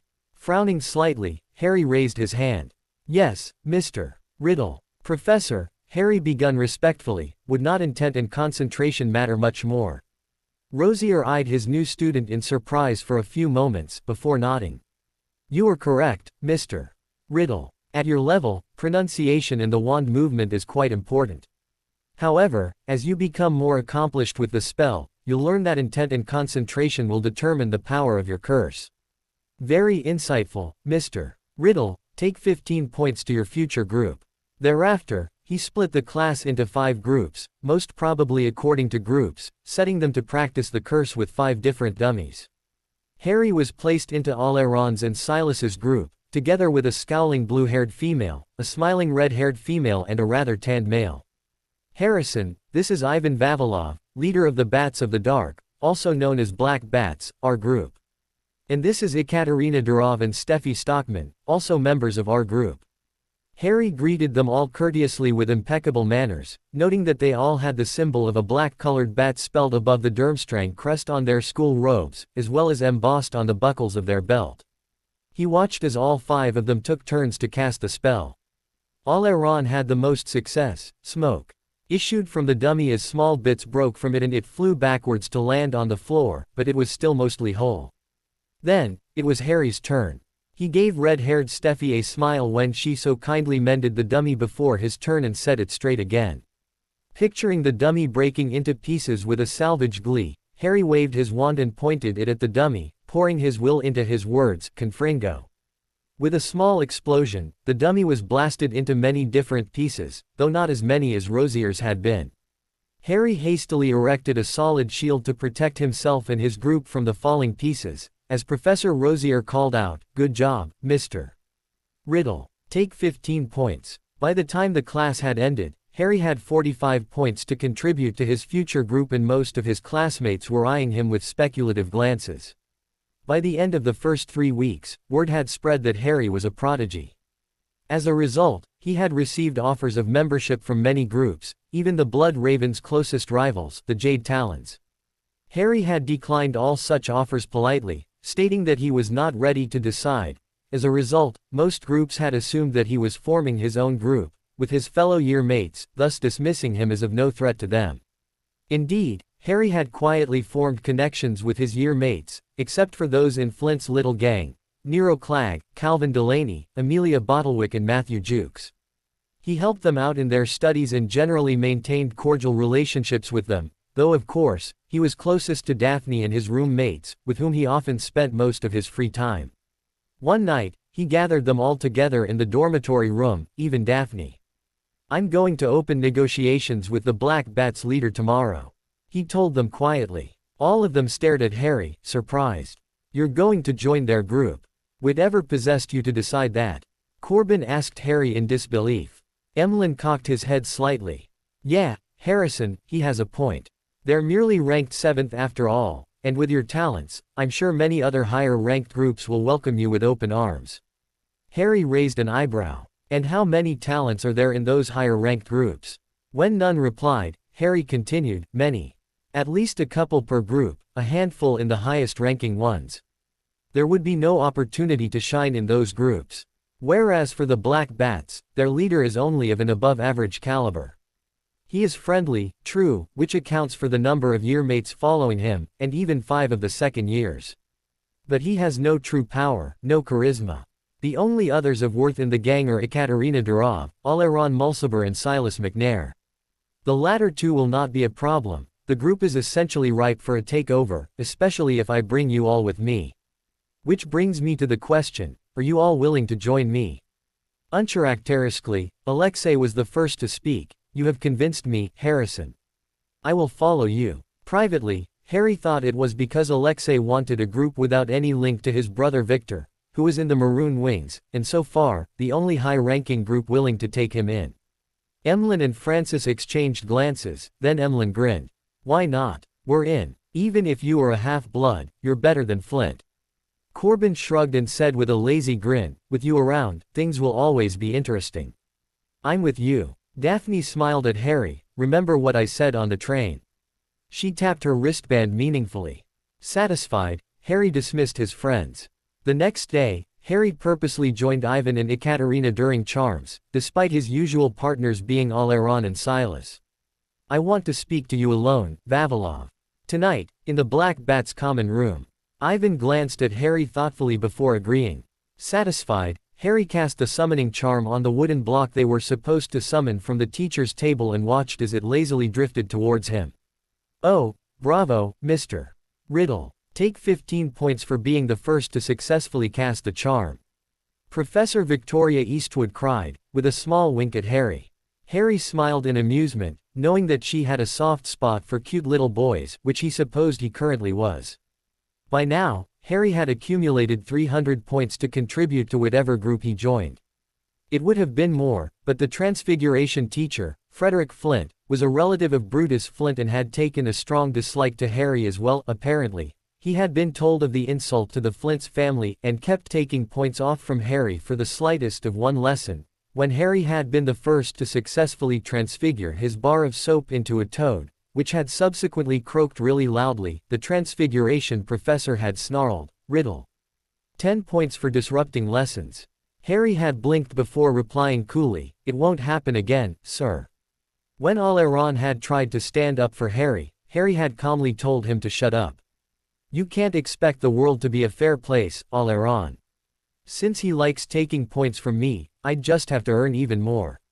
He made sure to keep his cool and to show the proper respect and deference to Professor Flint, even if he sometimes felt like wiping the smirk off the professor's face with a cunningly cast expression-changing hex. But no, Harry had to control himself. For that was what his father had told him: self-control is the key to controlling others. Harry vowed that before his stint at Durmstrang was up, he would be the one pulling the strings of one Frederick Flint. "Dear father, how's everything going? You've often said that I cause too much trouble for you. So, now that I'm away at school, I'd bet things are progressing pretty smoothly. Anyway, I am enjoying myself in school. Instead of annoying you, I get to annoy this transfiguration professor, who seems to dislike me. Now, father, before you start planning his early demise, allow me to assure you that he's not a problem, at least not any more than an annoying insect is. I'd like to request that you allow me to deal with him on my own. Of course, all the other teachers like me. My charms professor, Victoria Eastwood, already has had me over in her office for tea. She thinks I'm an absolutely adorable little boy who can do no wrong. In fact, she's given me the most number of points out of all the teachers. A useful asset, really. I'll do my best to cultivate her, rest assured, just as you did in your schooling days to the Hogwarts professors. There's no crackpot old fool here, so I expect it'd be even easier for me. The group system in Durmstrang is a pretty useful tool, I must say. Due to the amount of points I've already accumulated, all the groups are trying to court me. Unfortunately for them, they won't succeed. I already have my own plans after all. I won't bore you with details, but I'm sure you'll like the results. Well, I'm off to do some pre-bedtime plotting now. I'd ask you to give Aunt Bella and the others my love, but I expect you'd crucio both me and them if I suggest it. So I won't bother. Good night, father. Harry. Voldemort folded the letter in amusement and placed it on his desk. Cheeky brat, he thought fondly, even as he petted a dozing Nagini rhythmically. Harry could be rather mischievous when he had a mind to be, though he always made sure he was properly respectful for serious conversations and of course, in front of the Death Eaters. It surprised the Dark Lord sometimes, that Harry was so attached to some of his Death Eaters. Bella, Rabaston, Rodolphus and Barty. He supposed that Harry was just charismatic that way, not unlike how young Tom Marvolo Riddle had been. Not that it was something that bothered the Dark Lord. Far from it, in fact. It would be that much more advantageous to him if his Death Eaters were loyal to his heir too. There would certainly be less backstabbing. One reason why Voldemort had been so reluctant to reveal his heir's presence to the other Death Eaters, aside from his most trusted, was that Harry was still vulnerable to attacks born out of pique or jealousy when he was this young. Even if Harry was talented, he was still inexperienced. Voldemort knew that he could not afford for Harry's presence to be known to the common Death Eaters, and the rest of the wizarding world, until the boy was in his mid-teens. At the rate his son's power was growing, he would be pretty formidable by then, able to hold his own even if he were to be attacked. Perhaps when Harry was around 14 or 15. In any case, his own plans required at least that amount of time to come to fruition. In the years since his return, Voldemort had slowly infiltrated the important instruments of the wizarding world, through the hands of his servants. At a word, he would be able to get articles published or withdrawn from mainstream media, including the Daily Prophet and the Witch Weekly. He had made tenuous overtures to the goblins of Gringotts, dropping hints subtly. Voldemort was certain that, by next year, the goblins would be amenable to the idea of a treaty. Ollivander, the famous wand maker, had been approached and sworn to neutrality. Voldemort would have killed him had the man not been the most talented wand maker in all of Britain, but in the end, he had decided that an unbreakable vow and the many other secrecy curses he had cast on the man would have to do in ensuring the man's silence. Within the ministry, Voldemort had Lucius Malfoy. While not the best fighter or duelist, Abraxas Malfoy's son was every bit the consummate politician, just like his father had been. Within the few years since Voldemort's secret return, Lucius had much of the ministry under his influence. The only areas where Lucius had not had any success in were the Auror's office, the Department of Mysteries and the Wizengamot, which Voldemort attributed to the fact that Aurors tended to be the most stubborn Gryffindors or the most loyal Hufflepuffs, while the Unspeakables were usually the most bookish Ravenclaws that were just not interested in material wealth. The Wizengamot was a whole other issue altogether, filled with doddering ancient, intractable and narrow-minded old wizards and witches. They remained obstinately difficult to persuasion. Nevertheless, Voldemort was confident that with time, Lucius would make progress. Even many in the House of Lords were deep in Lucius' pockets. The House of Lords was the magical community's equivalent of a parliament.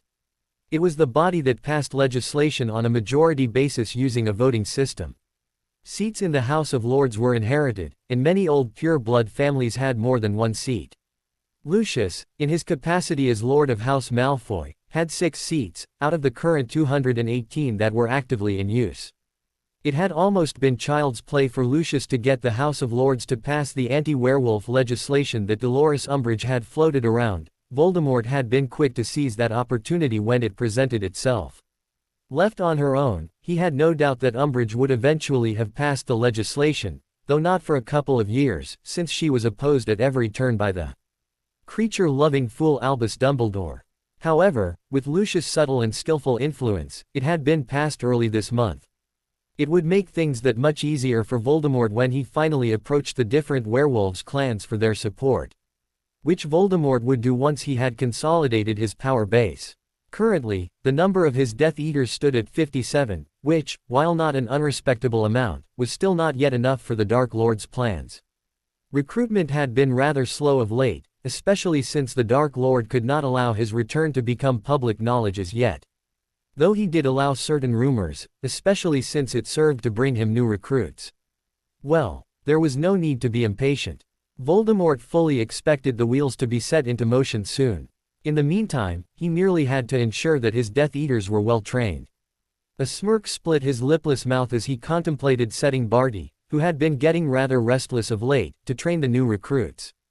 And thus did Lord Voldemort, Dark Lord of Wizarding Britain, ruminate upon his plans late into the night. A new year back at Durmstrang. Oleron Mulciber relaxed into his bed, staring blankly up at what he could make out of the wooden board of his 4-poster bed. Somehow, things did not seem to have worked out quite as he expected, despite the young master's presence at Durmstrang. Oleron had naively believed that the young master would set about his conquest of the school immediately, perhaps setting up a new group all on his own. He had been fully prepared to abandon the Black Bats for whatever group his young master set up, and to take some of the second and third years with him. After all, the only reason why he had joined the Black Bats was because Ivan had invited him to do so as his second-in-command. And the fact that he sort of counted Ivan as a friend. All of which would not matter if Harrison required Oleron's services in any way. His father had often told him that it was an honor to serve under the right master. And young though Oleron was, he believed that he had found that master. He just knew he would find satisfaction in serving one Harrison Maximus Riddle well, satisfaction which his father never found.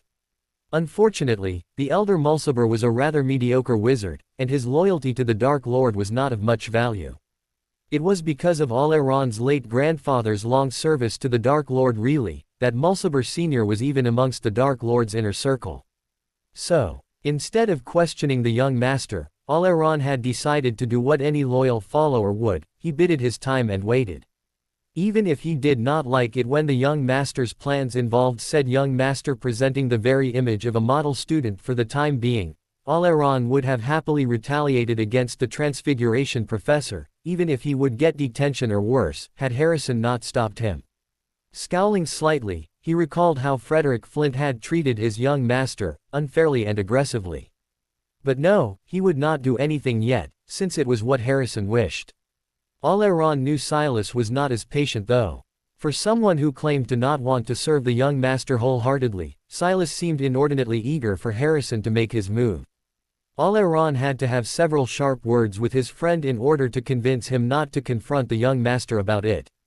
It had only been a few weeks. For Merlin's sake, there was still plenty of time for any plans to be put into action. Oleron knew that whatever it was, it would be brilliant. But of course, there was no way Oleron would know until Harrison actually told him, though he guessed it had something to do with the black bats, if the young master's questions were anything to go by. Well, he would try to see what he could figure out tomorrow. For now, he ought to catch some sleep. He yawned slightly, then smiled as his eyes fell on the wristband that he constantly wore. It was the young master's own mark, and Oleron was proud to be wearing it. Albus Dumbledore sat at his desk as he leaned back and twiddled his thumbs. 3 weeks into the new term and already a horde of problems was banging on his door, waiting to be addressed. It was this year that one Harry James Potter, boy who lived, would have entered Hogwarts were it not for his disappearance 4 years ago. And it seemed that people remembered. The amount of hate mail that he got the first week of the term had risen to such proportions that Albus had set up an automatic incinerating spell designed to burn all his hate mail before it even touched his desk. It worked on Howlers too, a fact over which Albus was rather pleased. He had been getting rather tired of being screamed at by shrieking women who appeared to treat the boy who lived's disappearance as a personal affront. Really now, it had only been a small mistake on his part of not checking on the boy often enough. The most that the Wizengamot had been able to do was to strip him of his chief warlock position, as well as to impose a small fine for his negligence. Albus consoled himself with the fact that while the number of his detractors appeared to have grown, there were still those who were intensely loyal to him, particularly those who had fought in the war as members of the Order of the Phoenix. Of course, as soon as Severus had brought back reports of Voldemort's return after his first Death Eater meeting in 9 years, Albus had reformed the Order of the Phoenix. New members were rather rare, as his not-so-spotless reputation had people leery of believing him when he had made an announcement of the Dark Lord's return. Yet there were still those who had seen the signs of Voldemort's return and had been willing to join him. Unfortunately, there were also those who had slowly begun distancing themselves from the Order, not because they did not believe in Voldemort's return, but because they did not think he was able to lead the efforts against Voldemort adequately.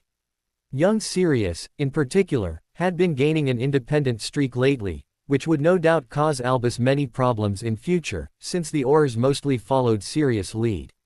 Well then, he would have to do something about it. But no, it wouldn't do to alienate Sirius. The young man was now in a position of some influence and power. Especially since his parents had passed away some years ago and he was now the lord of the ancient and most noble House of Black. Thankfully, both Remus and James, Sirius' 2 best friends, firmly believed in him. Thoughts of James brought a smile to Albus's face and a twinkle to his bright blue eyes. His old student was now the professor of the dueling elective at Hogwarts. It had been a strategy aimed to kill 2 birds with 1 stone. Albus knew James had been getting restless after a few years of unemployment. Not that James needed employment. The Potter family, after all, was an old pure-blooded and wealthy family, with wealth rivaling that of the Malfoys. And while James chose to live modestly, less so since his new wife Samantha had married him, the investments made by his father continued to generate huge amounts of revenue that would last them generations. Still, James Potter was not the type suited for a life of indolent luxury. Neither was he into politics, the other route such heirs tended to take. Indeed, Lord James Potter had been so uninterested in politics, that he had even left the proxies to his 4 seats in the House of the Lords to Albus, to use as he saw fit. As such, Albus had decided to arrange employment for James at Hogwarts, if only to prevent him from sinking into yet another bout of depression. He had to admit that that was one of his brilliant moves. Not only did the students appear to love having James Potter, famous ex-head Auror, as their professor, the number of sign-ups for this elective was higher than any other. Albus was confident that he would be getting plenty of well-trained new members for the Order of the Phoenix come next graduation day. And thus did the headmaster of Hogwarts and leader of the Order of the Phoenix ruminate upon his plans late into the night. That morning, a letter had magically appeared in the small black, 2-way letter box Harry had brought with him from home. A birthday present from his father, it provided Harry with a secure way to communicate with his father, for the password for opening the letter box was in Parseltongue. Letters placed in the box automatically appeared in an identical box on his father's desk, and letters his father placed in his box would appear in Harry's. Sliding it out of its plain black envelope, Harry scanned through the short letter quickly. Harry, I am pleased that you have taken my lessons to heart. It seems that you have decided to do more than study during your time at school. While your plans are admirable, I expect you not to allow your grades to suffer. In any case, you appear to be enjoying your education at Durmstrang. However, it seems to have encouraged your cheek. Do not assume, brat, that it will go unpunished merely because of distance. Your father. Harry gave a soft yelp of surprise as he felt his fingers start to burn when he had finished reading the letter. Even after he released the letter, the mild burning sensation continued, spreading all the way to his shoulders before it finally died off. Examining his fingers and arm gingerly, Harry shook his head ruefully. His father was right. He had been quite cheeky in his letter last night, assuming that his father could not retaliate. But the Dark Lord, evil genius that he was, had found a way, it seemed. Oh well. The packaged burning curse was no worse than a stinging hex, so Harry smirked as he incinerated the letter, and did not feel the slightest bit deterred from being cheeky. But that'd have to wait. For now, it's time to put my plan into action. That night, Harry entered the Black Bat's common room with the password provided by Aleron. Glancing at the black wooden furnishings and the black carpet on the floor, he thought that the whole room looked rather gloomy. Even the candlesticks were black, and gave off only a rather sickly pale light. Ivan sat by the fireplace in a rather tensed position, twirling his wand in his hand, which told Harry volumes about his nervousness. With a polite smile, Harry gestured to the fireplace. May I? At Ivan's nod, Harry cast a spell and black flames lit up the fireplace, warming the entire room instantly. At Durmstrang, the fireplaces were not automatically tended to, for the staff thought that it would be character building for students to suffer the cold until they learnt to cast their own warming spells. Needless to say, many a student had fallen sick to the chill during the autumn and winter seasons, for even autumn in Durmstrang was chilly. Thanks to Harry, however, the first-year students this year had a common room with a perpetual fire burning. Ivan looked impressed when Harry turned around. That's the darker version of Gubrathian fire, isn't it? Harry smirked. Indeed. I'm afraid I can't quite manage Gubrathian yet. This minor, darker version required much less skill and power, though it would not last forever, unlike the Gubrathian everlasting fire. When Ivan finally tore his eyes away from the black flames, he asked Harry, so Riddle, what's on your mind? Harry had taken a seat opposite Ivan. He leant back and crossed his legs. I have a proposition for you, Valvalov. I know you want to become a prefect, and that you wish to do it by this year. Aleron had told Harry of Ivan's dying mother's wish, which was to see her son in a position of authority, and of the fact that it was likely that Mrs. Valvalov would not survive the year. Which had been the reason why Ivan had splintered off from the Jade Talons the previous year. Despite his attempt to look otherwise, it was quite obvious that Ivan was intrigued. Pray continue. Harry smirked before continuing. While you are likely to eventually make prefect, there is a very slim chance of that happening this year, and you know it, Valvalov. As a dark shadow crossed Ivan's face, Harry's smirk widened. No need to brood, Valvalov. I can guarantee that you'll win the Easter elections. Prefects at Durmstrang, all 18 of them, were selected through elections. All students could participate in the elections, and vote for 2 out of the roughly 26 or so candidates who usually ran for the position, anywhere from 1 to 5 members per group. The top 18 candidates with the most number of votes would get to become prefects for a year. Ivan's eyes narrowed. Why should I believe you? And what do you want in return? Harry tilted his head to one side. You have everything to gain and nothing to lose by believing in me, Valvalov. As for what I want in return, why, it's only a little something. I want you to allow myself and 5 other first years into the Black Bats group next week. As well as a magical oath. Hooked despite himself, Ivan could not help but ask, and what is that oath? A simple one, Valvalov. That you'll abdicate upon becoming a prefect, and turn the leadership of the Black Bats to me, willingly and ungrudgingly. Ivan shuddered mentally as he took in the predatory smile that the 11-year-old sported, as well as the dangerous glint in his emerald green eyes. He's dangerous, Ivan thought privately, finally realizing how expertly he had been played. And yet, even knowing that, Ivan could not help but give in to Riddle's demands. For Ivan desperately needed to become a prefect.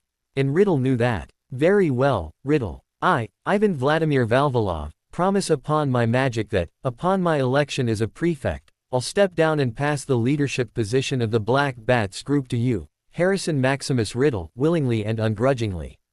So mote it be. Ivan spoke the words, feeling the bindings of a magical oath tighten around him momentarily. So mote it be, Harry echoed in satisfaction. First stage in his plan, completed. Who do you have on your side, Riddle?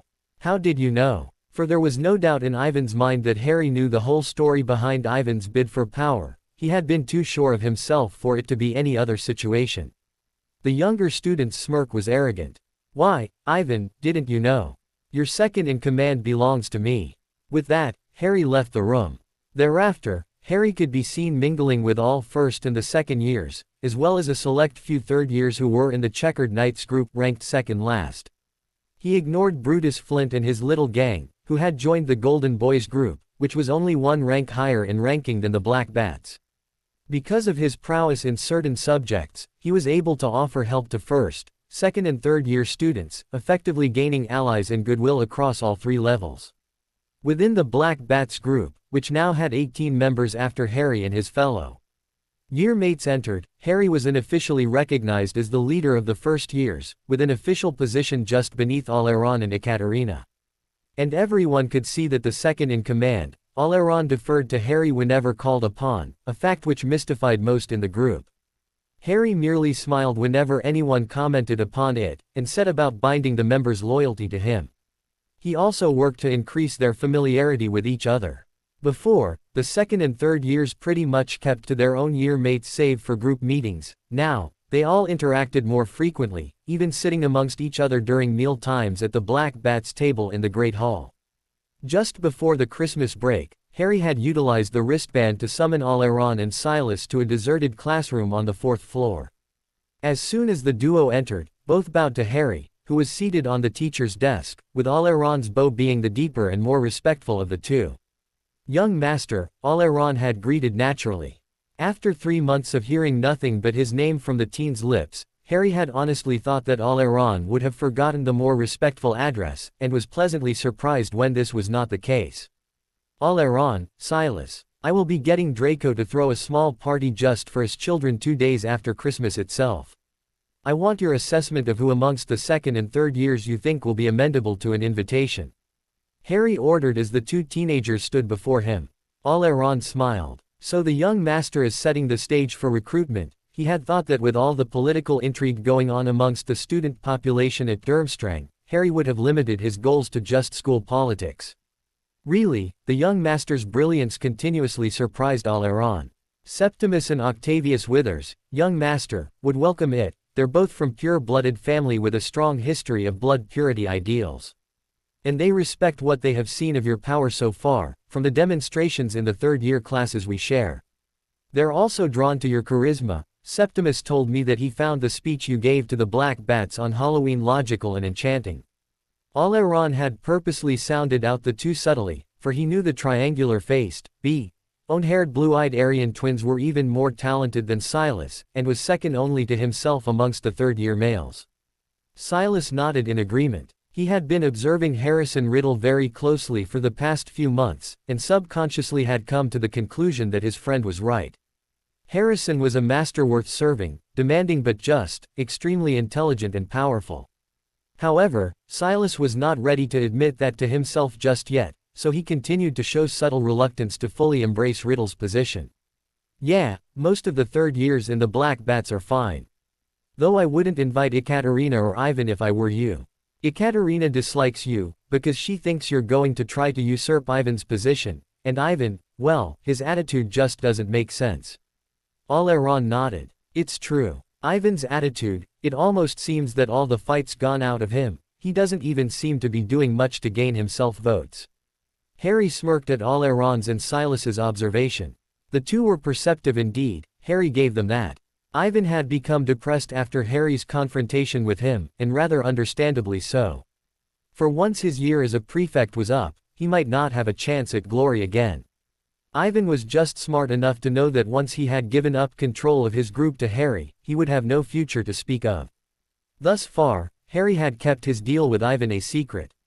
Looking at Oleron and Silas, though, Harry decided to reveal some portion of his plans to them. By the time he had finished, Oleron's and Silas's gaze was filled with awe, even as they struggled to keep their expressions suitably neutral.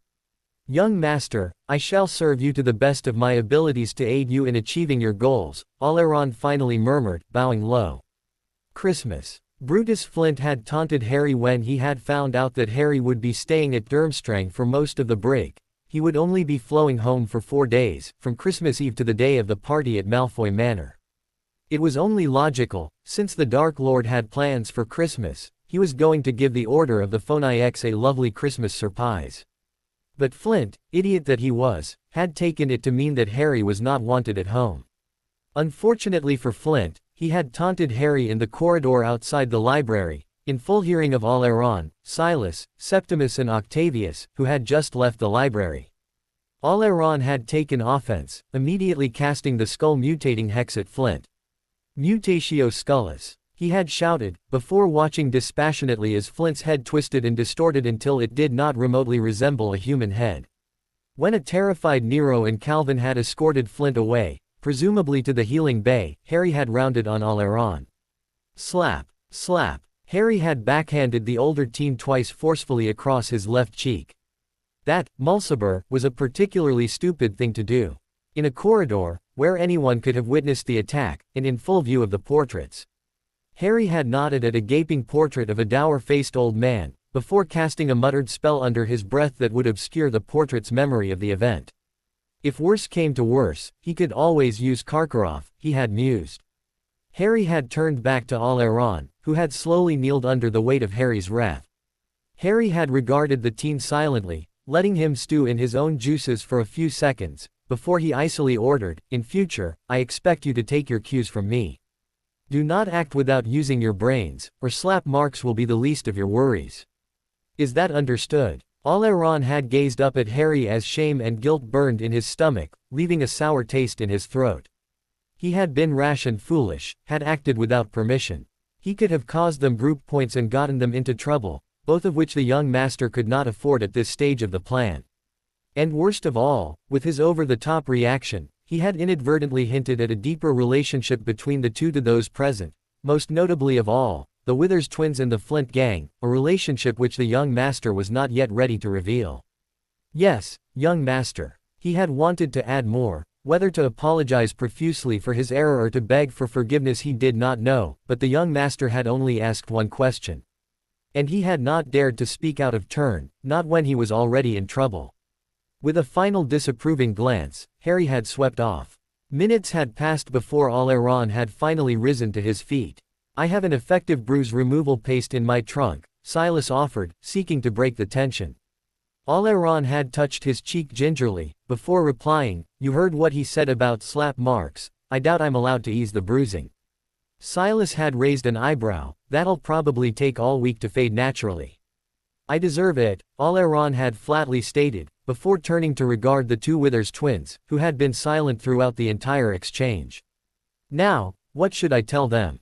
By the time the twins had turned up at Malfoy Manor 2 days after Christmas, Harry knew that they were somewhat aware of the relationship between Oleron and him. "Welcome, Septimus, Octavius," Harry greeted his guests with a polite and amiable smile.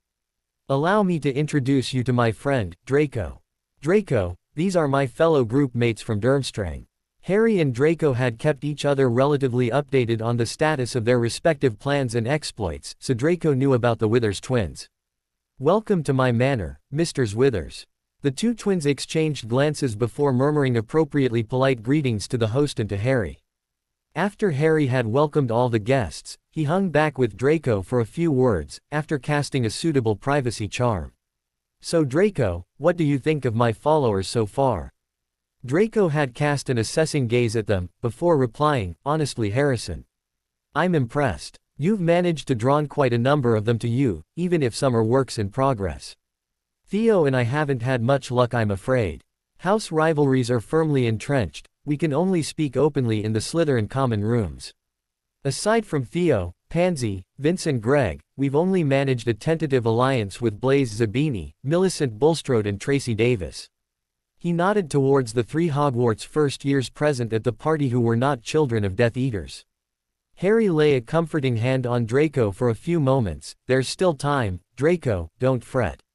I know it must be hard to work beneath the old coot's nose."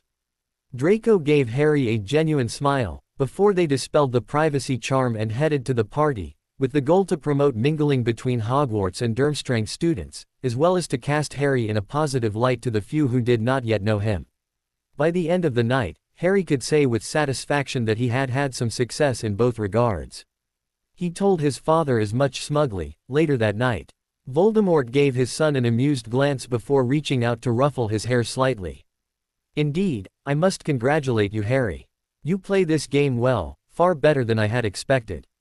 He smiled at his son with no little pride, watching Harry bask in his father's praise. "Father, what did you do to the order of the fried chicken?" Harry asked cheekily a few moments later. "A reminder of my presence, my son," Voldemort had revealed mysteriously. At his son's pleading gaze, he relented and elaborated, "Some werewolves took it upon themselves to visit a member of the Order, to spread the festive cheer.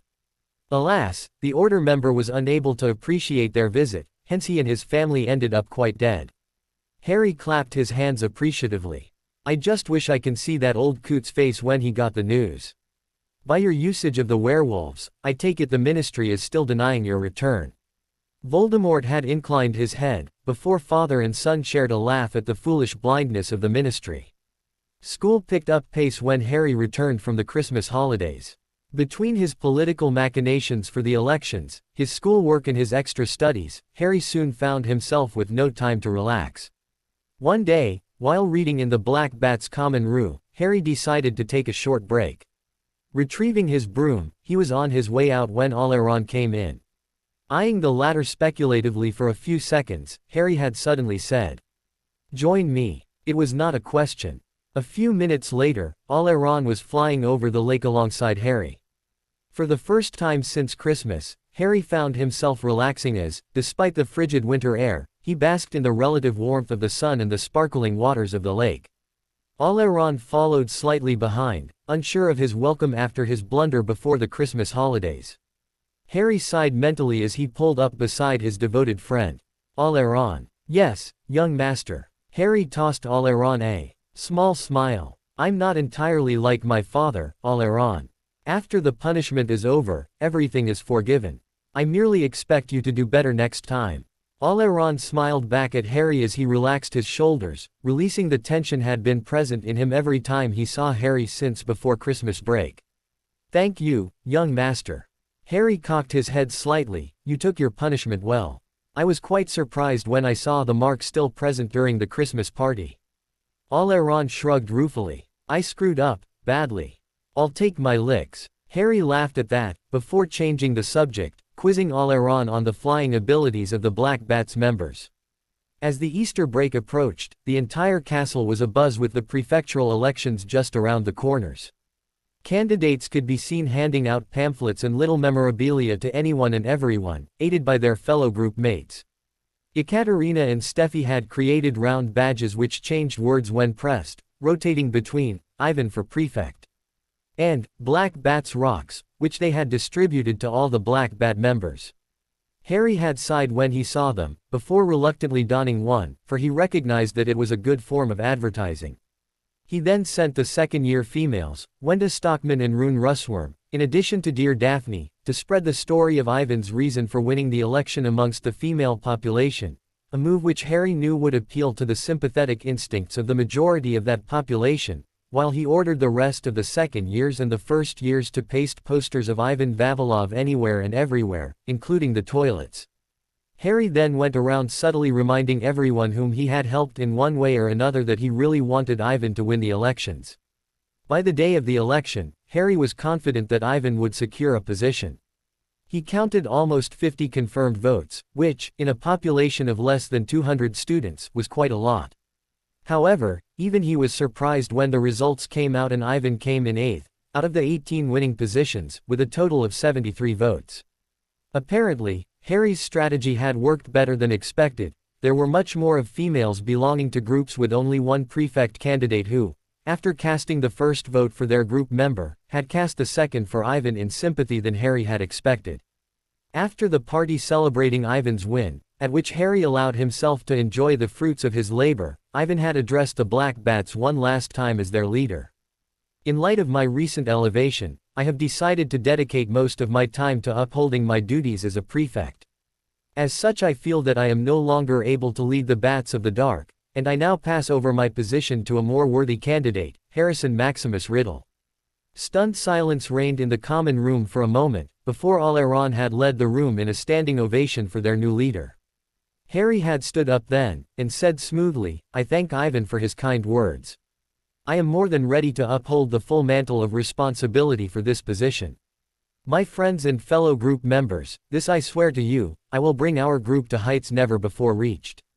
And in light of this resolve, henceforth, our group name shall be changed to the Dark Court of the Night, also known as the Night Serpents. And our crest shall be modified as such." With a wave of his wand, all the crest on the blood-red robes changed from a black bat to a rearing black serpent with gleaming fangs extended, poised to strike, with the cursive lettering Dark Court of the Night beneath. Save on Harry's robes, for his serpent, instead of black, was silver. As Harry sat down again, he felt a thrill of anticipation as step 2 in his plan was completed. Whispers followed Harry the next morning as rumors abounded about Vavilov's abdication. Some thought Harry had threatened or blackmailed the ex-leader, others thought that the latter had been placed under the Imperious curse, while still others contended that Harry was a reincarnated Dark Lord sent to take over the groups. Harry ignored them all and went about his daily routine, privately amused at the students' vivid imagination. In May, just before the start of the exam period, Harry once again shocked everyone when he accepted a Quidditch challenge from the Ivory Horns, with a bet of 200 group points at stake on a clear win. If the Night Serpents lost, they would slide down to the 9th position, however, if they won, they would be catapulted to the 4th position.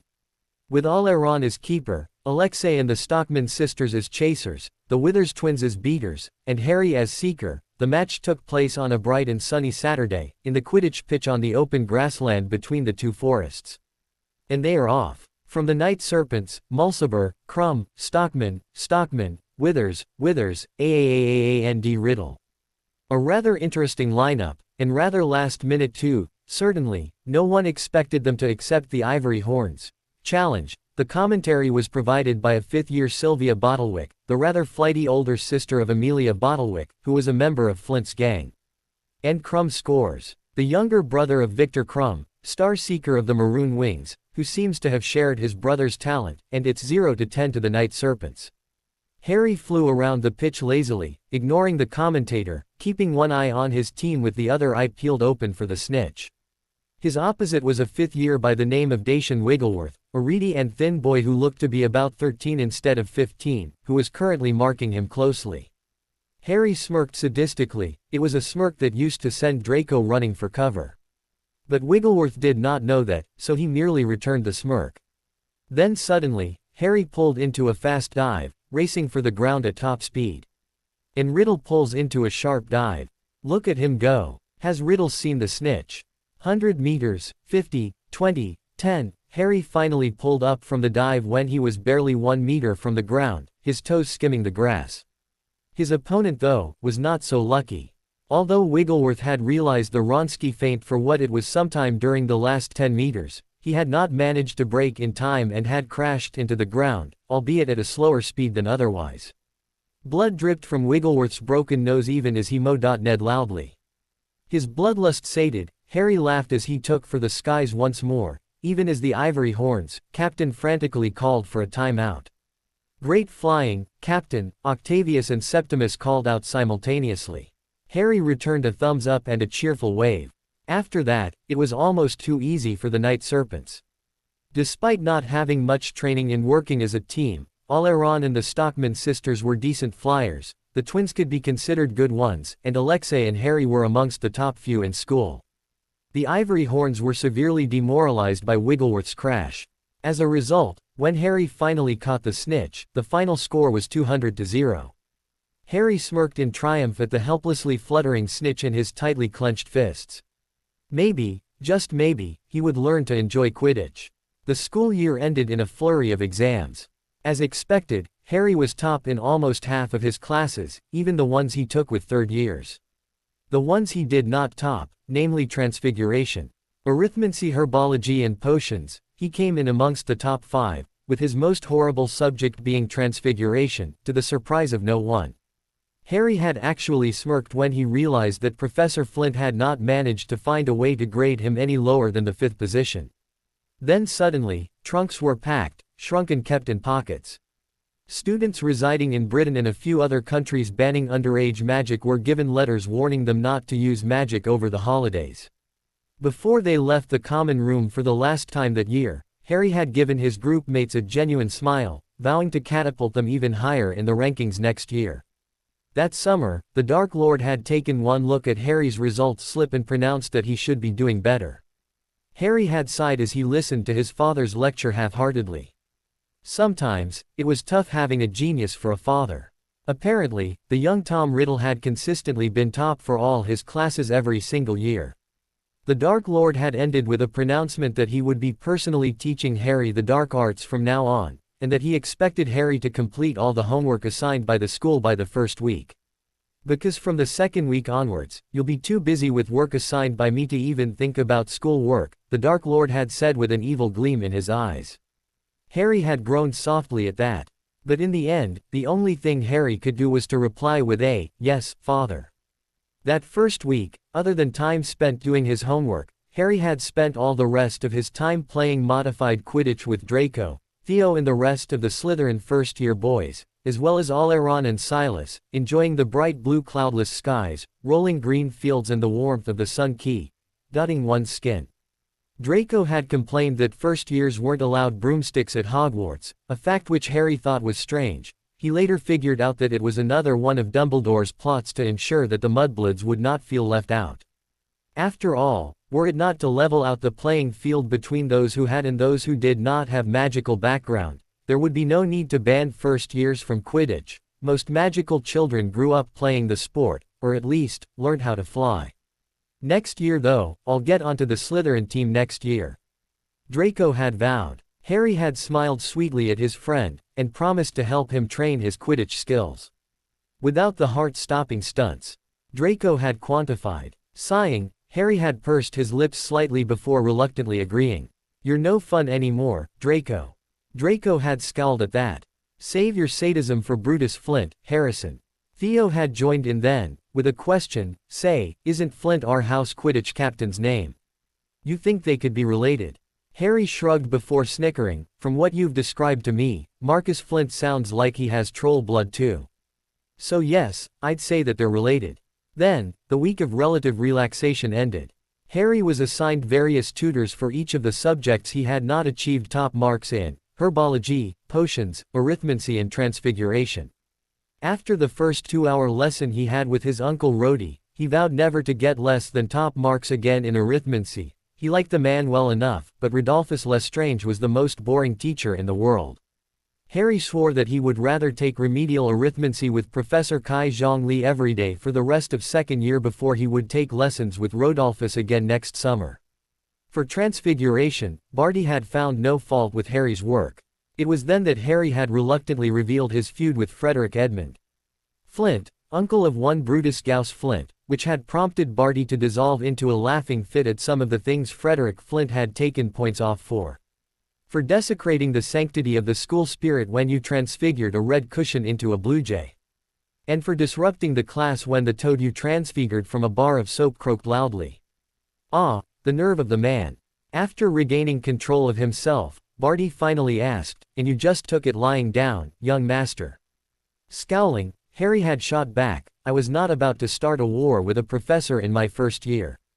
I had things to do, to consolidate the support of my group members. I could not afford to lose too many group points." Barty had had no choice but to concede the point as he raised his hand in placating gesture. "You showed true self-control then, young master. And to think that master said you had none." Herbology was taught by, of all people, Draco's mother Narcissa.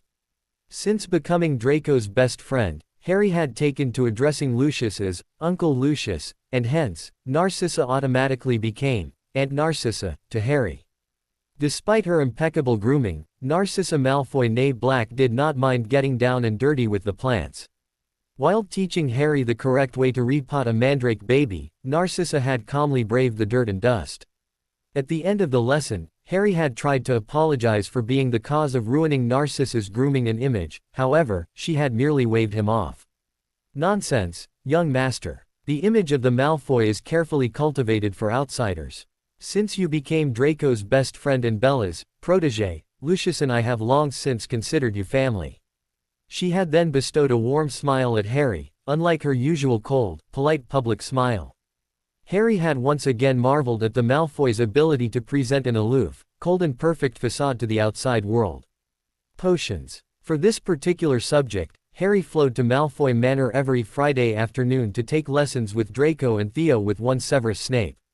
Since the Dark Lord did not fully trust Snape as yet, he usually cast a heavy glamour on Harry's eyes and hair, turning them an azure blue and auburn respectively before he allowed Harry to the manor for lessons. Harry's real surname name was also never revealed to Snape. Instead, Snape knew Harry as Draco's friend from Durmstrang, Emlyn Zeter. Emlyn had thought it a good joke when Harry had mentioned borrowing his name, and promised to get his parents to mention that yes, he was indeed getting tutored in potions by the Hogwarts potions master should anyone make an inquiry. With the same eye and hair coloring, it was unlikely that anyone would make a detailed enquiry as to discover the lie. In the large, airy potions laboratory made hazy by the fumes of the brewing potions, Severus Snape scowled heavily as he stared at his 3 students for the summer. When Lucius Malfoy had bribed Severus into teaching his son for the summer, he had not mentioned that there would be 2 other hanger-ons. While he found Nott's presence tolerable, considering that he was also one of his Slytherins and a fellow Death Eater's son, he was irked by the presence of the boy from Durmstrang.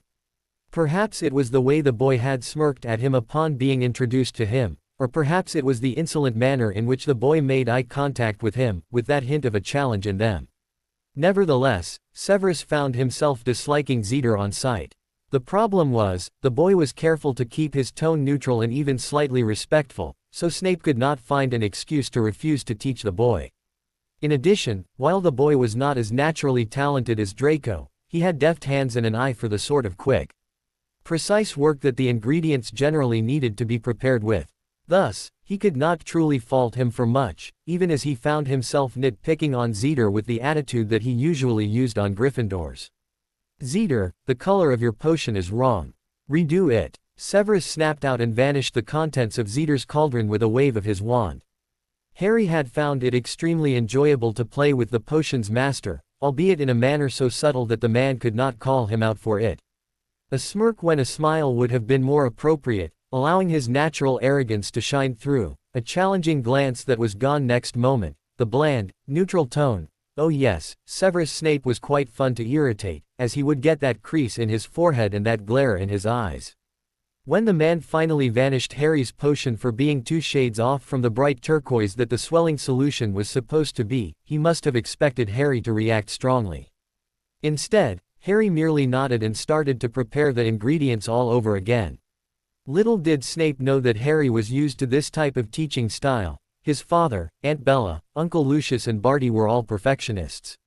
No matter what he did, as long as something was not perfectly correct, he was often told to redo it until it did become perfect. So Harry was not in the least surprised or indignant when Snape tried to use this method on him as well, although he did heave a mental sigh. What he did not intended was for his reaction to have stirred a rather violent itch in one Severus Snape, who was determined to see the boy lose his temper. The trouble was, he did not know the boy well enough to deliver any verbal barbs on anything other than his performance in potions, which the boy usually accepted with a smirk and a, "Yes, sir," with the condescending, "if you say so," implied but never spoken out loud. All this served to frustrate Severus to no end. When the lesson finally ended, he flowed back to his home in a fit of pique, ignoring Narcissa Malfoy's invitation for tea. After one such potions lesson, Severus Snape stormed to the headmaster's office at Hogwarts to give his weekly report to the man who held his leash, one Albus Dumbledore. In a fit of anger when the Dark Lord had killed his beloved Lily years ago, Severus had defected to the light, where he was now as surely bound by his complicity as the Dark Mark used to bind him to the Dark Lord. "The boy is absolutely infuriating," Severus snarled, pacing the floor of the cluttered headmaster's office. "Draco and Theodore are of no help either, they sit there with a straight face, hiding their smirks behind their palms. I have half a mind to refuse to teach any of them." He looked up to see Dumbledore's eyes twinkling behind his half-moon glasses. Now Severus, surely it can't be that bad. Your teaching methods have achieved much, respect from the students at Hogwarts. Surely Mr. Zeter is no different. Severus settled for a glare, not deigning to answer. Dumbledore sighed. You know I must ask you to continue the lesson. The necessity of you remaining on good terms with Lucius Malfoy, especially now. Severus nodded irritably, before scowling once more. Merlin, you should have seen his face. Draco finally cracked up in the privacy of his room, while all Theo could do was to collapse on the lushly carpeted floor in a fit of giggles. Harry looked down at his two friends innocently. What? I didn't do anything. I was perfectly polite to Professor Snape the whole time. Draco almost choked on his own laughter at that statement, while Theo gasped out, yeah, and you were so polite that he could not find fault with your behavior, even though he knew you were purposely irritating him. Harry finally let out a laugh at that. Well, I must admit, the man is quite fun to tease. I wonder if that's why Father keeps him around. Draco shrugged slightly before suggesting slyly, you could ask him. Harry flopped down onto Draco's silk sheets and stared at his friend with mock horror. I never knew you were so sadistic, Malfoy. Do you want to see me strung up and whipped? Theo rolled until his chin rested in his elbow. Nah, the Dark Lord won't do that to you. He dotes on you, anyone can see that. This time, Harry's shudder was not feigned. True, but that doesn't prevent him from punishing me. You should see the marks I had from the last time I disobeyed him. I couldn't even speak properly for days, my voice was hoarse from all the screaming. Draco said pointedly, well, don't disobey him then. Or at the very least, don't get caught doing it. Harry sighed at the last, well, my occlumency is not at that stage yet, so Father always knows when I've been disobedient. Anyway, I must admit, I always deserve it when he does use the whip. Has the Dark Lord ever cast the Cruciatus on you? Draco asked in a small whisper. Harry shook his head. So far, no. I've only experienced Aunt Bella's before, and that was during a lesson. But now that he's going to teach me the dark arts personally, I think that might change. Luckily for Harry, his words did not come true.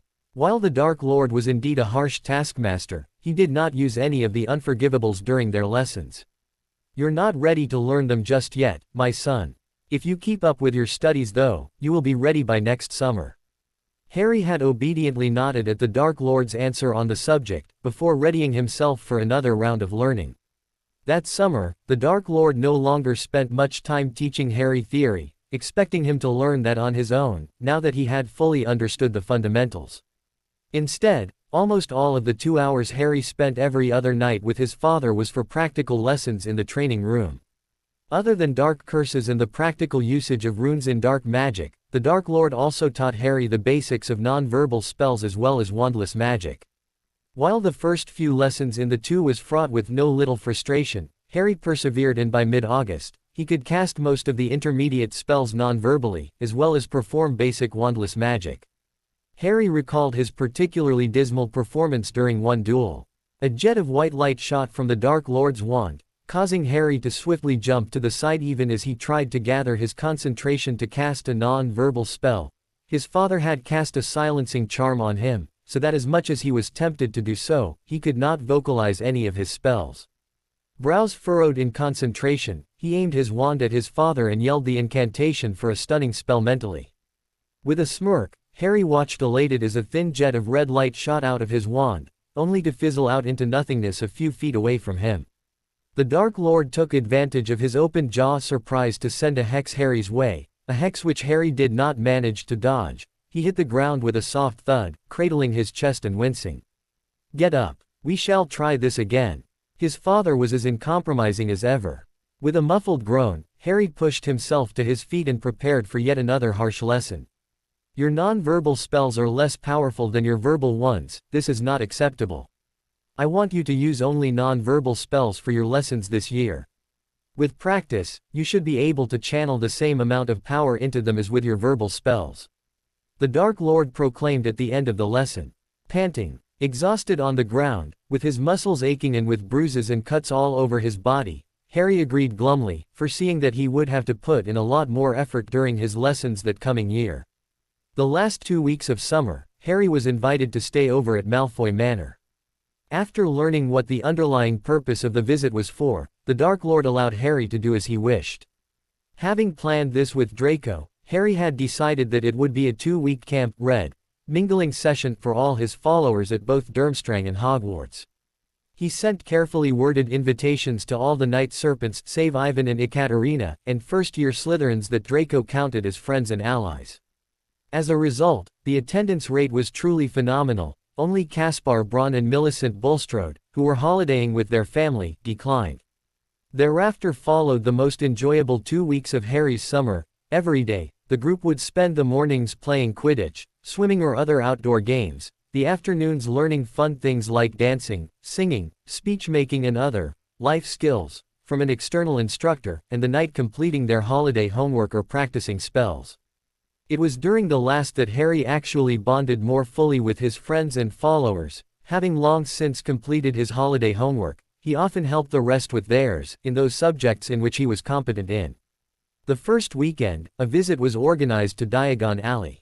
Harry commandeered the services of a heavily disguised Barty Crouch Jr., Rabaston Lestrange, Rodolphus Lestrange and Evan Rosier to escort them to the shopping alley, all 23 students from Hogwarts and Durmstrang both.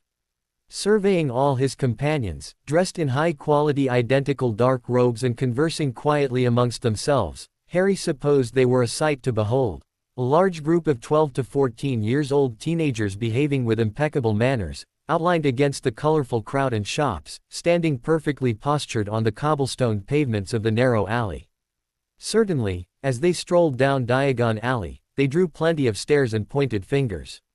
Leading the group first to a rather deserted Flourish and Blots, which nevertheless gave an impression of being highly cluttered due to the ceiling-to-floor bookshelves lining the wall and huge piles of books stacked into large piles littering the center of the room.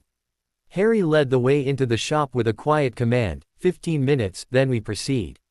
Once inside, they split up into small groups to shop for their school books. Flourish and Blots stocked books for both schools. I wonder if I'll be able to smuggle that to Hogwarts. Theo eyed the book that Harry was holding thoughtfully. Potentially Deadly Curses and Spells, Intermediate. You'll have a hard time getting this past Hogwarts, wards. Unless you plan to get your father to cast the concealing charm on it for you. Harry raised an eyebrow in Theo's direction. Draco and Theo exchanged glances, then Draco swallowed and replied softly, we thought you'd help us do it. Since you know we do not get any kind of education in the dark arts at school, and we'd hate to fall behind the Durmstrang students. So, I seem to have stirred their ambitious and competitive side with this camp of mine, Harry thought in amusement. Though he supposed Draco's words made sense. If they were to help the Dark Lord in his war, they must all be fully prepared when the time comes. It'd look suspicious if a Hogwarts student bought this. Draco, you probably have a copy of this in your library at home, as well as many other similar ones. I'll help you get all of them spelled, then you and Theo can use them at Hogwarts. Though in return, I want you to teach the other Slytherins the spells when you've mastered them. Draco smiled. We already have a study group, so that'll be no problem. Though I refuse to teach Vince and Greg. He ended with a small frown. Harry snickered. Don't worry, I'm not expecting miracles. Just give them some pointers when you're free. Theo, I'll leave them to you. Theo grumbled good-naturedly for a few moments before giving in. As they were turning to leave the bookshop however, the door swung open and 3 boys and 2 girls entered with a rather dumpy-looking red-headed woman. The first boy was tall, gangly and freckled, with red hair the same shade of the woman's as well as one girl. The second was chubby, with blood hair and bucked tooth, while the third boy had a cherubic face, wavy, dark auburn hair and deep hazel eyes which Harry noted was the same shape as his own. Deeply shocked, Harry struggled to maintain his aristocratic mask even as Draco stepped forward and sneered, Weasley, Longbottom and Granger. If you're wondering what that smell is, Harrison, a mudblood just came in. The last girl, a bushy-haired brunette, flushed even as she glared at Draco with fierce eyes. Harry finally tore his eyes from the boy with eyes that reminded him of his own to turn his attention to the other children. His quick mind had already hinted to him as to who the boy might be, but Harry chose to ignore that portion of his mind for the time being as he focused on the others. These must be the Gryffindor students that Draco often complains about in his letters then. Maybe I should help him get some revenge, Harry mused. Regarding them coolly, Harry lifted an eyebrow. Indeed, I must admit I was rather expecting someone with more of a presence, especially with that rather strong stench. Theo and Draco chuckled delightedly, even as Harry clapped his hands twice. At once, all the students still remaining in the store turned towards Harry. My friends, I must insist that those of you who are not yet done with your purchases do so with all haste. You see, there has been a rather unexpected filthy pollution of the immediate vicinity. He finished with in the cold smirk in Mudblood Girl's direction. Really now, there's no need for the dumpy-looking woman tried to protest, but she was soon interrupted by of course, Harrison. We have no desire, after all, to breathe in this stench. This came from Emlyn, who was standing with Francis, Oleron and Alexei, and had immediately discerned his friend's intentions to shame the girl. Indeed, Alexei joined in with a haughty look of disdain on his face. Oleron had turned to the shop assistant, indicating the books that all 27 students had piled up and paid for at the counter. Send all of these books, separately wrapped, to the Malfoy Manor latest by tomorrow noon. Meanwhile, the bushy-haired girl had gave a loud wail and ran from the shop in tears. Harry looked on in amusement as the older woman tentatively moved to give chase, while the red-haired boy glared at Harry venomously. Why you? With a loud bellow, he flung himself at Harry, who coolly sidestepped his attack, leaving him sprawling on the floor when he overshot and fell. Come, Draco, we'll leave this riff-raffs to their muggle-like hobbies of attacking people physically. Harry sneered as he strode towards the exit. Draco fell in step beside him as he called out, "See you at Hogwarts, Weasel. Or better yet, don't turn up and save me the trouble." Once outside, Harry exchanged amused, satisfied smirks with Draco. By Merlin, he had not played with anyone like that since school ended. Perhaps it was good that school was starting soon, after all, though he would miss Draco and Theo, since he would then have viable targets for his rather sadistic sense of humor. September 1st arrived amidst a flurry of goodbyes. This year, Harry arrived at the port with Daphne, Oleron, Silas, and the Withers twins, as well as his new pet, currently curled up under his robes. A few weeks into July, Nagini had had a brood of hatchlings, of which she had presented the strongest to him. Harry had named the black-scaled baby serpent Nui, thinking to use him as a mascot for his dark court of the night, and had decided to bring him to school as his pet. Along the way, as the Durmstrang ship stopped at ports all over Europe, most of the other members of Harry's group joined them, making Harry thankful for choosing a large cabin this time. Soon, the cabin was almost full to the brim, with members sprawled all over the floor, benches and leaning against walls, conversing, for it was against etiquette to chatter with each other, engaging in games of strategy, for it would be crass to just play chess or exploding snap, and generally having fun. Harry sat in the corner, conversing with Oleron and Silas, and generally watched with satisfaction as it seemed that his camp had achieved its goal of bonding the members together. In the group's deserted common room much later that night, Harry cast a strong privacy charm before turning to his second-in-command. Oleron, I'm planning on keeping you as my second-in-command, but I'm going to replace Ekaterina with Emlyn. What do you guys think? Thank you, young master. Oleron said softly before rubbing his chin thoughtfully. Emlyn is a good candidate actually. He's popular and friendly, much like Ivan was. And he's level-headed and shrewd too, even if he hides it beneath that genial mask. He has the support of his year mates, as well as most of the third years. Silas nodded. But Ekaterina might be a problem, as might Ivan. The girl is not going to be happy that you replaced her with a second year. Oleron furrowed his brows slightly at that, even as Harry's expression remained neutral. Young master, perhaps Ivan can be kept busy with his prefectural duties, all for the good of the group, while Ekaterina might be frightened into submission. Harry's gaze was piercing as he considered his second's comments. Yes, she did strike me as the bull-headed type who cannot be bent, only broken. Oleron, I want you to think of ways to use Ivan's position for the benefit of our group, as well as to keep an eye on him carefully. If he makes any suspicious overtures to other groups, inform me at once. Oleron smirked, pleased with his task, then bowed, yes, young master. Silas, you will work with Emlyn to recruit more talented second and third years into our group, as well some of the new first years. Also, you are to spare no effort to lure some talented Quidditch players to our group. Leave Ekaterina to me, she is not to be touched. Harry's sharp gaze focused on his follower, wondering idly if Silas would take exception at being ordered around so commandingly. After all, Silas had always held back slightly when it came to serving him. "Yes, young master," came Silas's surprising and unhesitatingly reply. Harry raised an eyebrow. Why the sudden use of honorifics? Silas hesitated for a few seconds before kneeling down on one knee before Harry, in accordance with the pure blood traditions that he had learnt as a child. "When Oleron first told me that he was going to serve you, I was stunned. I asked myself, what he saw in you, a child barely 11. Even though I knew that you were no ordinary child, I allowed my pride to prevent me from following you fully. Before, I served you only because Oleron did. Over the past year, however, I saw with my own eyes how you gained yourself followers and status, even amid opposition. You have the makings of a great leader, young master, and I would be honored to serve you if you'll have me. Finally, Silas, you have finally made your decision." Harry eyed Silas coolly, hiding his amusement behind a neutral mask. "Swear it then, Silas, swear your loyalty to me and my father. Without magic for now, when you come of age, I shall require an oath." Silas raised his eyes to meet his leader's cold emerald green eyes, not even flinching when his leader's pet snake slithered onto the floor and started to hiss at him menacingly.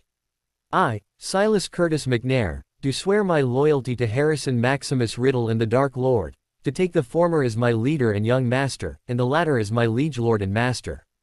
Harry's eyes gleamed in amusement for a moment at how Silas had worded it, carefully, so as not to insult any of his two masters. In reality, Harry did not care whether his followers' ultimate loyalty was to him or his father. Since they had the same goals, and Harry was content to remain subservient to his father, there was absolutely no conflict, as long as his followers served him too. Lessons that year followed in much the same vein as the last, with Harry perpetually outdoing his classmates in most lessons. In the dark arts and ancient runes especially, the professors found themselves so impressed that they approached Harry to see if he would be amenable to extra advanced lessons. Harry agreed to extra lessons from Rosier, but politely declined Fritz Ludwig's offer. His knowledge in ancient runes lay so much towards dark magic that even a professor of Durmstrang would be unduly alarmed. He was also fairly certain that, whatever Ludwig thought of his current abilities, his actual abilities lay far above that. After all, despite taking the class for students 2 years his elder, he barely had to study to maintain his position as top in his ancient runes class. A pity, Riddle. I know you have many other commitments, but what a pity. To allow a brilliant mind like yours to go untapped, unchallenged. Perhaps you'll change your mind. My offer's always open. Professor Ludwig had sighed dramatically before waving Harry off. Thereafter, the professor made it a point to award Harry many points even for answering the simplest of questions, hoping perhaps, to entice Harry to take up his offer. Professors at Durmstrang were unlike those at Hogwarts, if Draco's letters were anything to go by. From what Harry gathered, Hogwarts professors, save the head of houses, tended to keep to themselves when not teaching. At Durmstrang, professors involved themselves with the lives of those students whom they considered worthy of mentoring quite deeply. Professor Victoria Eastwood, for one, was always inviting Harry to tea in her office, giving him pointers and tips whenever Harry asked for it, while Professor Kai Zhongli always welcomed question and answer sessions with Harry. Since Harry had resolved never to come achieve anything less than second in arithmancy again, Professor Lee's willingness to help was a huge boon to Harry. Indeed, apart from Frederick Flint, most of the other professors seemed to adore, or at the very least, like Harry, something which irritated Brutus Gaius Flint to no end. His remarks became more and more acerbic, and he had taken to jinxing members of Harry's group who went as yet unable to defend themselves, mostly first years, the new recruits, until, by mid-October, Harry decided that something had to be done about him. As Brutus Flint had formed his own group, Vermilion Sparks, since leaving the Golden Boys at the end of last year, Harry resolved that he would break not only Flint, but his group as well. It would be just retribution. Indeed, Harry smirked viciously, for all the trouble that Flint has given me. But first, he would need. Daphne dear, can you make any one of the Vermilion Sparks spy for us? You may use any method you wish to. Harry told his friend, smiling at her fondly, even as he petted Nui, who was currently curled up on his lap contentedly. Finally, a mission for me. Daphne clapped her hands delightedly, before restraining herself, much to Harry's amusement. Smiling demurely, she replied gracefully, "Of course, Harrison. You may count on me, you'll have your spy by Halloween." In the meantime, Harry ordered his group members to move about the castles in groups of at least 4. He also squeezed out time to teach all the first years several spells to buy themselves enough time to run when cornered. After realizing that Harry was teaching the first years, Daphne pouted and requested that Harry teach the second years, a request to which Harry agreed with a groan. Henceforth, Harry found himself conducting 2 classes a week, the second consisting of both second and third years group mates, even as he maintained his practice of helping all second and third year students who were not associated in any way with Flint's group with their homework, whilst ordering Emlyn and Francis to do the same for the first years. This had the added effect of alienating the Vermilion Sparks group even further, as none of the lower years wanted to lose Harry's help by associating with them. Despite all his commitments, Harry still found time to train his new Quidditch team. Alexei was still a chaser and the Withers beaters, but Harry had discovered that 2 fifth-year defectors from Maroon Wings, Yumika Honda and Cynric Cornstalk, were excellent chasers, and so they had replaced the Stockman sisters. The keeper position was played by the third-year Klaus Schneider, who had improved tremendously over the summer, while Harry retained the position of seeker. After its phenomenal ascent in last year's rankings, the Night Serpents had received a lot of requests for memberships from other groups' members, predominantly from those who were Harry's fans, disenchanted with their current group's leaders, or just plain ambitious. Harry had personally screened all candidates before allowing 6 into his group, 2 fifth years from Maroon Wings, 1 fourth year and 1 sixth year from Ivory Horns, 1 third year from Checkered Knights and 1 fifth year from Lavender Girls. Together with the 4 first years, the Night Serpents now had 28 members, a rather respectable size. Indeed, it grew so large that the common room was getting rather crowded whenever Harry called for full meetings. "Harrison, maybe we should ask Chang for a larger common room," Daphne brought up during one meeting, eyeing the rather cramped common room and some of the members who had to seat on the floor. Xin Yan Cheng was the potions professor who was also in charge of group's logistics. Harry raised an eyebrow and stroked Nui rhythmically. "Well then, Daphne my friend, perhaps you would like to do the honors then. Cheng is partial to you, we are sure that if you ask nicely, she will agree." Nui raised his head and hissed in agreement, though Harry was not too sure if he knew what he was agreeing to. Daphne glared at Harry for a few moments, before curtsying and replying in a poisonously sweet voice, "As you wish then, my prince." A few people snickered and Harry winced. Perhaps he should not have used the imperious sounding "we," or allowed his sense of humor to get the better of him. It was widely known that while Cheng did indeed like Daphne and often asked her to tea, Daphne had developed a deep-seated dislike of the professor, and tried to avoid her as best as she could. The title however, meant to be jokingly mocking, stuck. Harry became known, much to his slight chagrin, as the Prince of the Dark Court of the Night, or Prince of the Night Serpents. As titles went, it wasn't that presumptuous. The leader of the Blood Ravens was referred to by High King, the leader of the Jade Talons by Your Eminence, the leader of Maroon Wings by Your Lordship, and even Flint insisted on being called Excellency. It was a school tradition, but one that Harry had not bothered with the previous year. When he had first gained leadership, he thought it was rather pretentious, though that did not prevent him from utilizing the title to the best of his abilities when the title stuck. The Night Serpents got their new common room by mid-November, and Harry soon put the next phase of his anti-Flint sub-plan into action.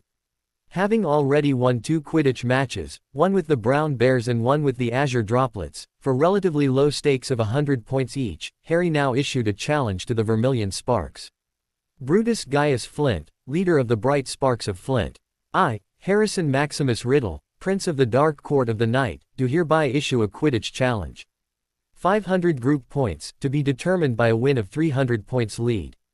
Harry stated formally one morning in the Great Hall. Only the full name of the groups were used during formal declarations, and not the shortened, affectionate forms for everyday use. A smirk lit up Harry's features as he watched Flint come to the same conclusion that he had known he would. Refusing the challenge of such a seemingly easy-to-win offer would make him look weak. Nui, who had been curled around Harry's shoulders, started hissing at Flint. I, Brutus Gaius Flint, on behalf of the Bright Sparks of Flint, accept your challenge. Harry did not show the slightest hint of pain on his face when Flint tried to take advantage of the mandatory handshake to crush his hand. Very good. We will meet you on the Quidditch pitch then. With plans against the external threat moving along nicely, Harry once more concentrated on the internal one Ekaterina Onyadorov. She had been furious when he had replaced her with Emlyn, pitching a fit and even insulting him in the corridor, in full view of several Jade Talons and Blood Ravens members. At that time, Harry had raised an eyebrow, and merely walked away. Since then, he had ordered his group mates to alienate the girl, to not speak to her unless it was necessary. Angered by her actions towards their prince, all of them had obeyed. She could not change groups either. She was loyal to Ivan, who was bound to the Dark Court of the Night until his tenure as prefect ended. Ivan, however, also had little time for her as he was caught up in his prefect duties. When Harry finally confronted the teenage girl 1 month into the cold shoulder treatment, the girl was near breaking point. "Why, Ekaterina, you look unwell. Do you need help with your homework?" Harry asked in a falsely sweet voice of concern as he indicated the pile of books she had beside her on the table in the library, where she had taken to hiding from the rest of her group mates. Dark circles surrounded her eyes and her pale face looked drawn and wan. Glaring at Harry with bloodshot eyes, she spat out, "What do you want, Riddle?" Harry shook his head. "Tisk, Ekaterina, is that any way to speak to your group leader? You should show some respect, that is unless you want your life to be even more of a living hell than it currently is." Harry's smirk was vicious as he contemplated the thought. His cold emerald eyes bore into hers. For a moment, Ekaterina's glare grew even stronger, then, she visibly deflated and started sobbing. Brokenly, she whispered, "What do you want, Riddle?" Harry smirked in triumph as Ekaterina broke. "Your full and public apology, Durov. As well as your word that you will not defy me in any way, big or small, ever again." Ekaterina's humiliating, broken and very public apology the next day added a new dimension to Harry's reputation at Durmstrang. In addition to being an academic prodigy, a helpful peer tutor and a worthy leader, he was also a scary enemy to have. That was a fact which Flint found himself very aware of one cold, windy morning. Dressing in their bright orange Quidditch robes, Flint and 6 other members of the Vermilion Sparks were having a last-minute discussion in the changing room before the match. A 4th year, William Higgs, whom Flint had appointed vice-captain, was giving the team last-minute advice. "We don't necessarily have to win the match. Riddle is a good seeker." He spat the last out, uncomfortable with complimenting the rival team. This was apparently targeted towards Calvin Delaney, who was their team seeker, in the same year as Harrison Riddle, but not particularly talented. "We just have to make sure that the Night Serpents has less than 150 points lead over us when they do catch the snitch. Clag and I will target Riddle to ensure that he doesn't catch the snitch if they are more than 150 points up." Flint added stonily, glaring at his year mates, daring them to object. When everyone nodded agreement, all trooped out onto the Quidditch pitch. Flint was slightly surprised by the large turnout. What with over a dozen Quidditch matches being held each school year, very few outside the immediate competing groups usually came to watch, unless of course, one of the groups was the Maroon Wings, who had the Star Seeker Crumb as their player. Today however, almost half the school population had turned up. Well, he would just have to make sure that his team won then. Flint scowled slightly as he faced Riddle. "Captains, shake hands." The referee was Professor Eastwood, who had apparently been interested enough in the match that she had volunteered to take over from the usual referee, Frederick Flint. Flint gripped Riddle's hand tightly, annoyed when Riddle's expression showed no hint of the mangling grasp that Flint subjected him to. Then, it was kickoff time. Immediately, Flint worked with Clag to send the bludgers at the opposing team's chasers, though they were hampered time and again by the Withers brothers. Flint snarled. He hated to admit it, but the twins were good. Perhaps it was some effect of their being twins, but the two worked extremely well in tandem. It was like one would merely have to think of an act or ploy, and the other would follow his lead perfectly. After many rounds of being hampered at every turn by the twins, Flint noted with alarm that the Night Serpent's chasers had managed to use this opportunity to score 100-20, in favor of the Night Serpents. The commentator announced cheerily, even as Flint swore. He needed a change of tactics. Signaling for a timeout, he landed and started barking orders at his teammates. "Delaney, catch the snitch before the Night Serpents can get any more of a lead. Half the school's here and we'll look bad if we win merely on a technicality. I want a clear win of the match. Higgs, I want you to stop the goals or die trying. And you three, he turned to glare at his three chasers.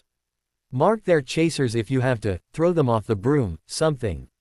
Start scoring or else. The next half of the match was the dirtiest that Flint had ever played, or even seen played, against any opponent. His chasers blocked the Night Serpents. At every possible turn, he swung his bat at Honda and Cornstalk on 3 separate occasions. Crumb was too fast for him, managing to catch Cornstalk across the chest. Peep. The sound of Professor Eastwood blowing the whistle made Flint scowl as the Night Serpent's star chaser, Alexei Crumb, put away another penalty, the latest in the series of 7, bringing the score to 180-30. Flint was desperate. If Riddle caught the snitch now, the Night Serpents would have won. Signaling to his teammates, a glint lit up his eyes. Oh yes, Riddle won't know what hit him, he grinned maliciously as he put his last plan into action.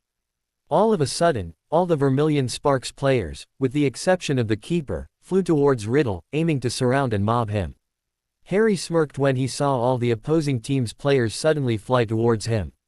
He just knew that Flint would try something like that. Unfortunately, Flint's move really came at an inopportune time, for Harry had, moments ago, just seen the snitch at the Vermilion Sparks end of the goalpost, on the opposite side of the pitch as to where he was at the moment. Harry sighed. Well, he would just have to allow his deeply buried Gryffindorish instincts out to play this time then. When they were barely 50 meters from him, suddenly, he bent forward, aimed his broom, a Nimbus 2001 that Aunt Bella and Uncle Rodolphe had given him for his birthday this year, and shot off. Straight at 2 of the opposing team's chasers, who, with wide-eyed terror, veered off immediately. Harry supposed they had seen enough of his matches on the Quidditch pitch to know that he was not bluffing when it came to flying. Unfortunately, their sudden careening off when the rest of their teammates were so close caused them to crash into the other beater, Clag. Harry smirked as Flint, who was the nearest to him, bellowed and aimed his broom at him. Turning to outfly him, Harry was suddenly stopped by an unexpected figure who had swerved in front of him to block him, the Vermilion Sparks seeker, Calvin Anthony Delaney. Swearing slightly under his breath, Harry's broom was almost clipped by Flint. At the last moment, Harry spun a corkscrew in midair, causing Flint to miss him by mere inches. Not giving his opponents time to recover, Harry pulled out of the corkscrew with his broom's trajectory aimed straight at Delaney. He then shot forward. Delaney screamed as Harry, at the last instant, tilted his broom slightly, so that he passed by in front of Delaney, over the handle of his Clean Sweep 7, instead of crashing into the player himself. Without looking back, Harry dived, shooting forward at the speed of a comet, until he was so close that he could see Higgs' teeth. Then, with a triumphant smirk, he pulled out from his dive inches short of Higgs with a weakly fluttering snitch in his left hand. 350-30. The commentator yelled the final score as Harry smiled at his teammates. They had, apparently, taken advantage of the opposing team's preoccupation with Harry to score twice more. Others might have thought it rather cold of them, but the fact was that Harry had ordered them to do just that, as he had an inkling of what Flint planned to do, thanks to his spy within the Vermilion Sparks ranks. Once he landed, Flint cursed bitterly as he glared at Harry with anger and loathing in his eyes. "Riddle, I challenge you to a wizard's duel." As soon as the words left his mouth, a dawning realization that he had just challenged the academic prodigy to a duel crept up, leaving Flint cursing once more, silently, this time at his own stupidity. Maybe Riddle won't accept, Flint thought hopefully. That hope, however, was soon dashed when Riddle smirked that irritatingly smug smirk of his, and smoothly replied, "Very well." Flint. In accordance with traditions, Harry delivered an elegant half-bow even as he spoke the words of acceptance. "I, Harrison Maximus Riddle, accept your challenge. As the party challenged, I invoke my right to choose the place and audience, the dueling arena of Durmstrang Institute with invitation to the duel open to all who choose to attend. My second will be Aleron Fidel Mulciber." Flint snarled menacingly, "My second will be Boris Emilev Pavlov. Wands only, Wednesday of the week after the Christmas holidays, 4 in the afternoon." He knew Riddle had his 4th-year Transfiguration classes then, with his relative Frederick Flint. If Riddle accepted, there was no doubt that Professor Flint would make his life hell, for he would have to skip lessons to attend the duel. Flint allowed a smirk to cross his face at the thought that he had outsmarted Riddle. Riddle eyed him with an unreadable gaze before inclining his head in acceptance. Little did Flint know that Harry was not bothered in the least by the possible trouble he might get into. "I will give you this small victory, Flint. Then I will crush you like the insect you are." That year, Harry returned to the manor for Christmas holidays. Despite the Dark Lord being busy with plans for gaining more followers, making more allies and plotting cunning moves to entrap Order of the Phoenix members to get rid of them subtly, for he was as yet unready to reveal his return to the world, Voldemort still found time for his son. "How is your non-verbal magic progressing, Harry?" Voldemort made idle conversation as he played chess with Harry in front of the library fireplace on Christmas Eve morning, his left hand idly stroking a dozing Nagini. Harry winced and shrugged slightly, "As well as it can be. I am using it in my classes, but it's still rather weak as compared to my verbal spells. Although I am able to cast them eventually, it takes more tries to cast the new spells that I learn correctly." Voldemort looked at Harry thoughtfully. "Do the teachers give you any trouble over this?" Harry frowned slightly. "Most of them are unaware that I'm trying to cast spells non-verbally. I say the spell every so often in my attempts to throw them off trial. Rosier knows, of course, but he gives me the space I need. The other teachers just think I'm slowing down my pace of learning this year, but since I usually get the spells by the end of the lesson, there's nothing they can say to that. Except for the Transfiguration professor, who uses the excuse to take points." Scowling darkly at the last, Harry prodded his knight forward, only to wince as his father's bishop took his knight. "Surely your classmates know of your attempt at non-verbal spells," Voldemort commented. Harry nodded. "Yes, however, my partners are usually Oleron and Silas or Septimus and Octavius. And they know better than to reveal my secrets." Voldemort smirked at the last, before frowning. "Ah yes, you mentioned that the twins have also pledged their loyalty to you. You told them that you were my heir." Harry winced slightly. "I know you told me not to reveal that without your expressed approval, but they already suspected since last year, when I punished Oleron in front of them. Oleron had to tell them about him serving me. They know I speak Parseltongue and they live in Britain. They know that Mr. Mulciber is a suspected Death Eater, and they were smart enough to put everything together. There have been hints, after all, of your return, though the Ministry is foolish enough to overlook the signs. Then, when I saved Septimus by shoving a bezoar down his throat after he consumed an expired calming draught, courtesy of one of his enemies, he decided he owed me a life debt, and the twins pledged themselves to me." Meeting his father's gaze wryly, Harry accused, "You're going to punish me for my disobedience, aren't you?" Seeing the glint in his father's eyes, Harry just sighed resignedly. "How are you going to punish me for this, father?" Voldemort smirked in sadistic amusement. "You know, I had the most interesting question from Karkaroff the other day, about how Durmstrang uses corporal punishment, and whether it should be allowed on my heir, something about how the Transfiguration professor would most certainly attempt to use it on you." He paused, taking in Harry's half-hearted scowl, before continuing, "Shall we see how you'd react to it? Hold out your right hand, Harry." Voldemort conjured a cane out of thin air, a long black-colored one. He watched with amusement as Harry looked like he wanted to argue for a few moments, before holding out his hand resignedly. "Yes, sir." Harry raised his arm so that his hand, palm facing up, was held at around his chest level. Holding his fingers together tight, he made sure that his thumb was tucked close to his palm, presenting tight, solid flesh for his father's cane. Truth be told, he could not find it in himself to resent his father for the punishment, as he had indeed disobeyed his father, and it was in his father's nature to be sadistically cruel. 3 solid blows later, Harry's palm was a pale white with 3 angry red marks across it, turning purple in some areas. Harry's hand felt like it had been pushed into a frying pan and jolts of pain shot up his arm. It hurt, horribly so, and it was all Harry could do not to cry out. It was demeaning too, to be struck with an implement Muggle style, rather than a hex or curse. Staring at his hand, Harry wondered if he would be able to maintain his stoic demeanor if Frederick Flint decided to use this particular punishment on him. He resolved to work harder on his facial expressions. "Sit down, Harry. Let's continue our game." Voldemort gestured to the chessboard. Harry suppressed a groan as he realized that his father expected him to play with his hand feeling like it was buried in molten lava. Even if his body was extremely quick at healing, it would still hurt for some time without any salve for the wounds.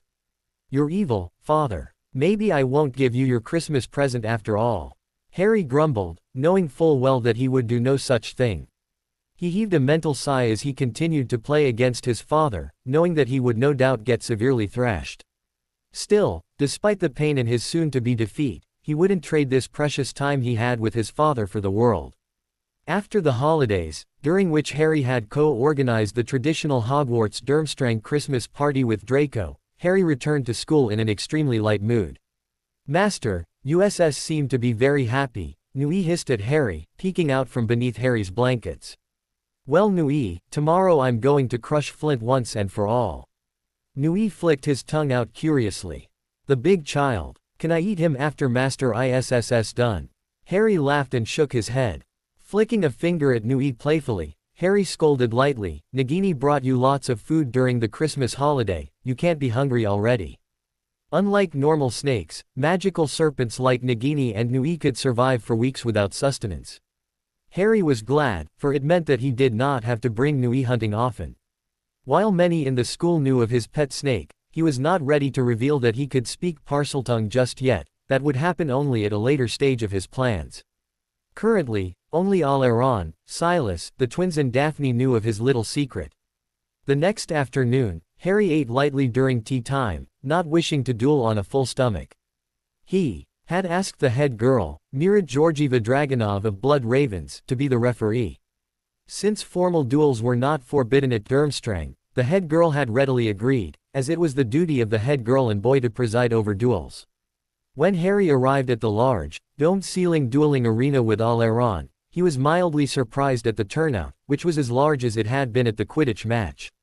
More than half of the wooden benches lining the whitewashed, circular arena's walls were filled. He supposed many were interested in his capabilities, since there was no other reason why there should be such a large audience for a duel between two second years. While Harry had initially planned for his duel to be witnessed by many, he had not expected this much of a turnout. Indeed, even some professors were there, Eastwood, Rosier and Karkaroff. Harry supposed the High Master did not want Voldemort breathing down his neck should anything happen to Harry, so he was there to make sure Harry was safe. "Duelists, bow to each other," Dragonov instructed crisply. Eyes never leaving Flint, Harry bowed slightly, watching as Flint did the same. Then, as their seconds were instructed to retreat to the side for the time being, the duel begun. "Entomorphous," Flint shouted at Harry, aiming a hex meant to turn Harry into an insect at him. For a moment, Harry was slightly surprised by Flint's knowledge of a hex beyond his year, then concluded that Professor Flint had probably taught him this transfiguration-based hex. "So, you've been getting tutoring huh, Flint? I'll have you know that it won't be enough." Harry dodged the hex easily enough, sending back a Jelly Fingers curse, aimed to make Flint drop his wand. Theogelicus. Flint, moving quickly for someone his size, dodged that and aimed another spell at Harry. Densagio. Protega. Harry lazily cast a shield charm with a flick of his wand. How Flint thought that would deter Harry, he did not know. Maybe he thought that Harry's teeth increasing in size meant that he would not be able to enunciate spells properly. Maybe I should show him my non-verbal spells then, Harry mused. His goal today was not to defeat Flint after all, for after training with the Dark Lord for 2 months, how can a second year be his match, but to do so in a way as to tear whatever was left of Flint's reputation to shreds. And the only way to do that, Harry knew, was to toy with Flint. "It appears as if your spells are a little too weak, Flint," Harry taunted softly, casting a non-verbal jelly legs jinx at Flint. Flint, distracted by Harry's words, and not hearing Harry say a single spell, was caught by the jinx. "What the hell?" Flint exclaimed as his legs started wobbling uncontrollably, ending in him crashing to the floor before he cancelled the curse with a muttered, finite incantatem. Single quote. "Hell is what you're going to experience, Flint," Harry sneered as he sent a trip jinx at Flint. Just as Flint was getting to his feet, he fell again, this time with his face flat against the cold stone floor, to the amused laughter of the audience. Smirking, Harry laughed cruelly. "Were you too scared to stand properly, Flint? Here, let me help you up. Mobilicorpus." Harry waved his wand in an intricate motion, maneuvering Flint's body so that it stood awkwardly, obviously not of his own volition. With another smirk, Harry cancelled the spell, even as the audience roared with laughter. Students, Harry mused gleefully, can be rather thoughtlessly cruel at times. Watching as Flint's face turned an ugly shade of puce, Harry was ready when Flint screamed out, "Tarantalagra! Tarantalagra!" Harry laughed as he sidestepped the two spells, aimed to entrap him, easily. "Is that the best that you can do, Flint? Let me teach you a few spells, shall I? Defindo. Furnunculus. Impedimenta. Incendio." Harry cast 3 separate spells at Flint in succession, aiming at Flint, his left and his right, ensuring that he could not sidestep any of the spells. Flint's eyes widened as he cast a hasty shield charm, Protega.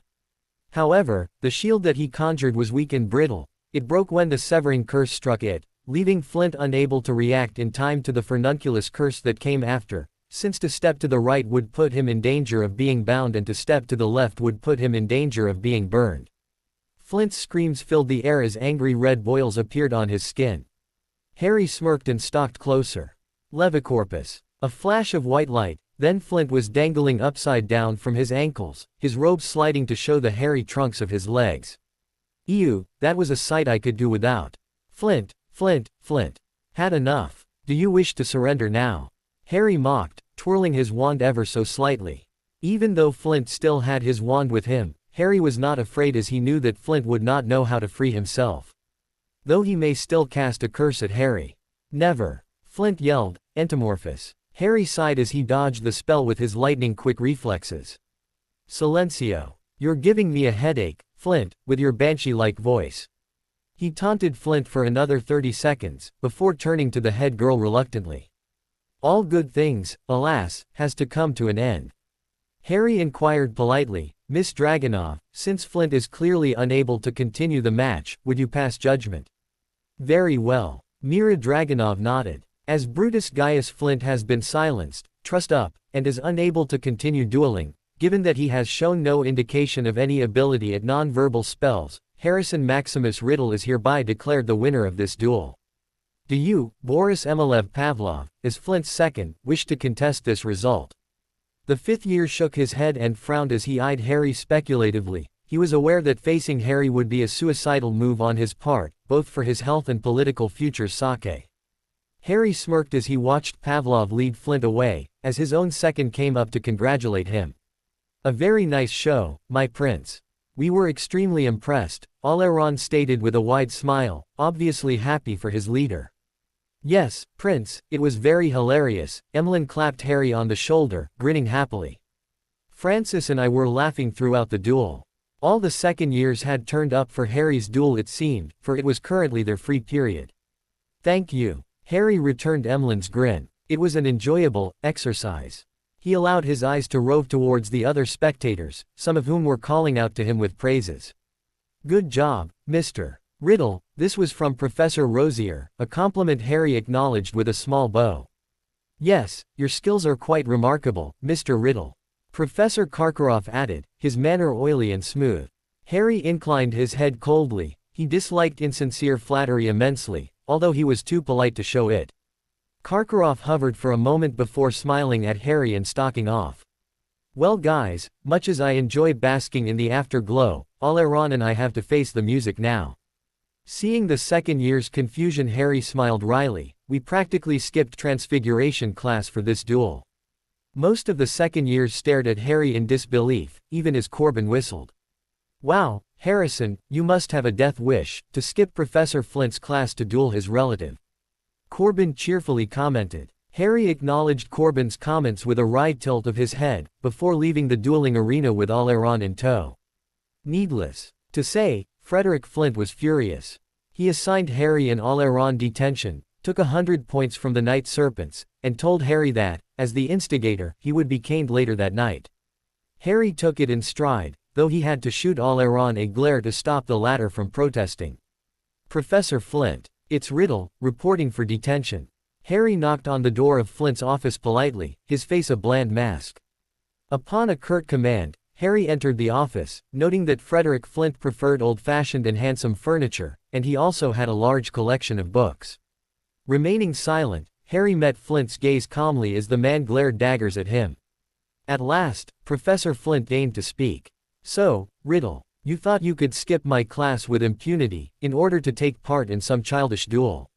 You'll soon find out what happens to delinquents, Riddle." Harry had asked his father not to order Karkaroff to step in, for he did not wish anyone to know of his special hold over the High Master just yet, so he resigned himself to taking Flint's punishment.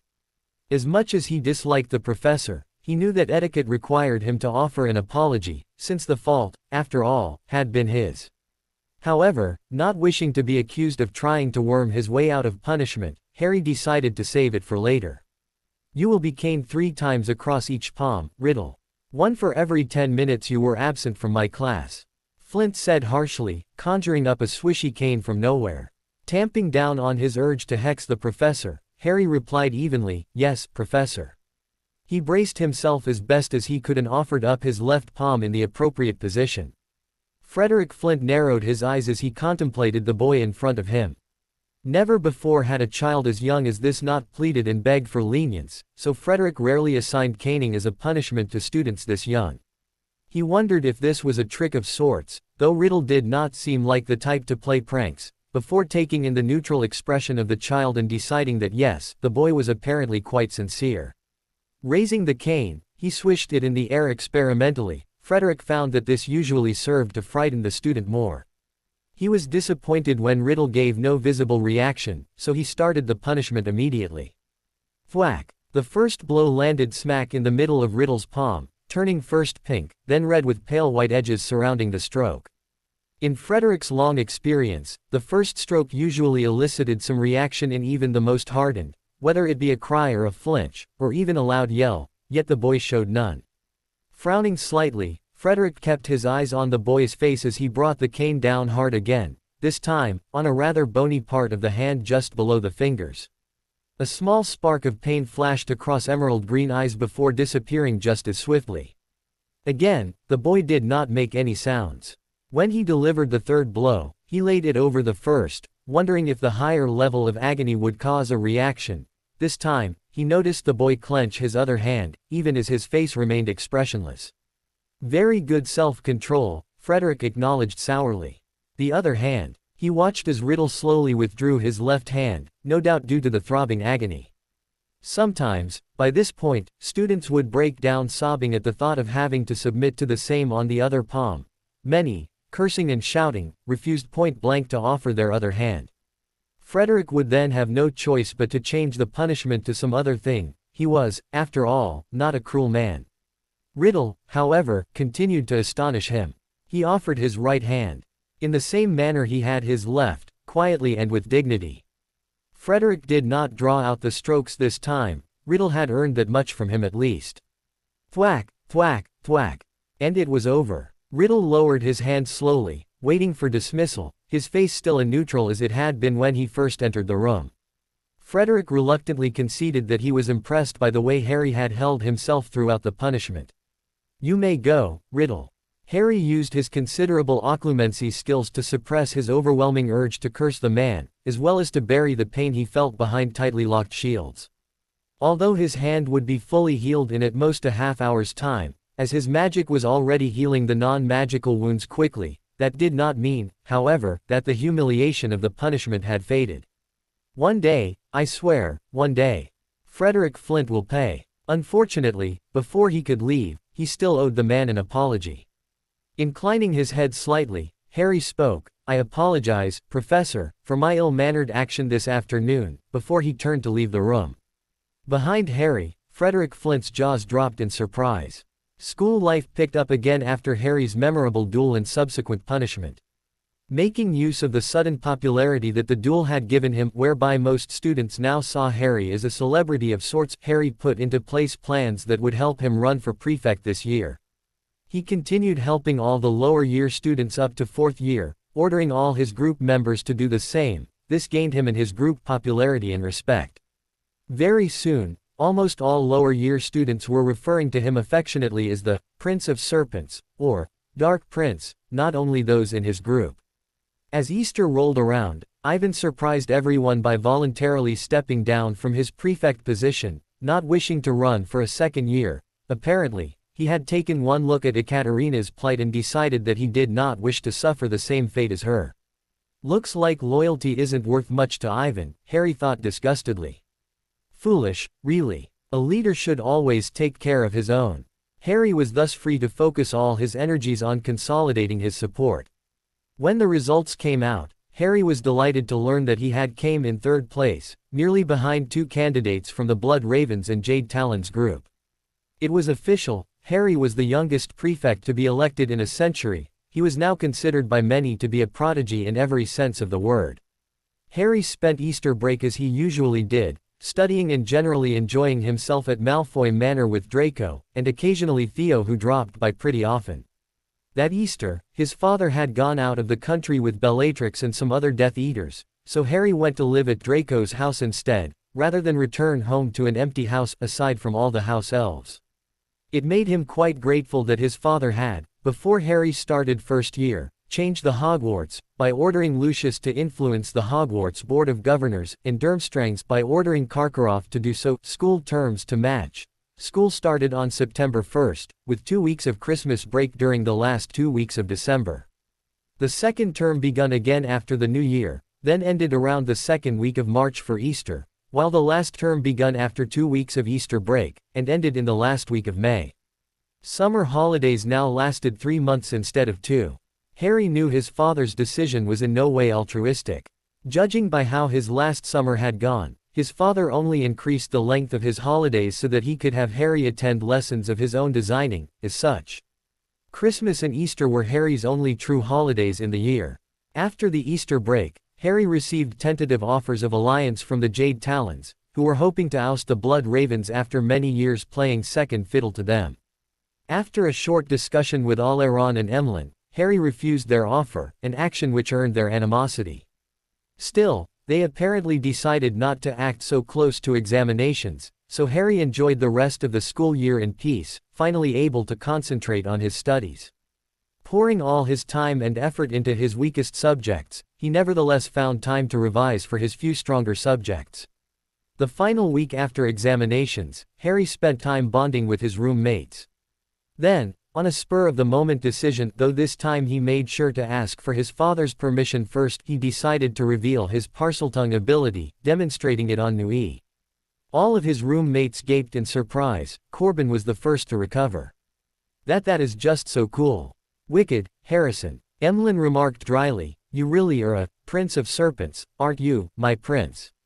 His shrewd gaze told Harry that he was beginning to put two and two together. Parseltongue was, after all, an extremely rare ability which only one wizard was known to possess. Added to the fact of some of the fourth-year students' exceptional level of subservience, the Christmas party, the summer camp at the Malfoys, well, Emlyn was no fool.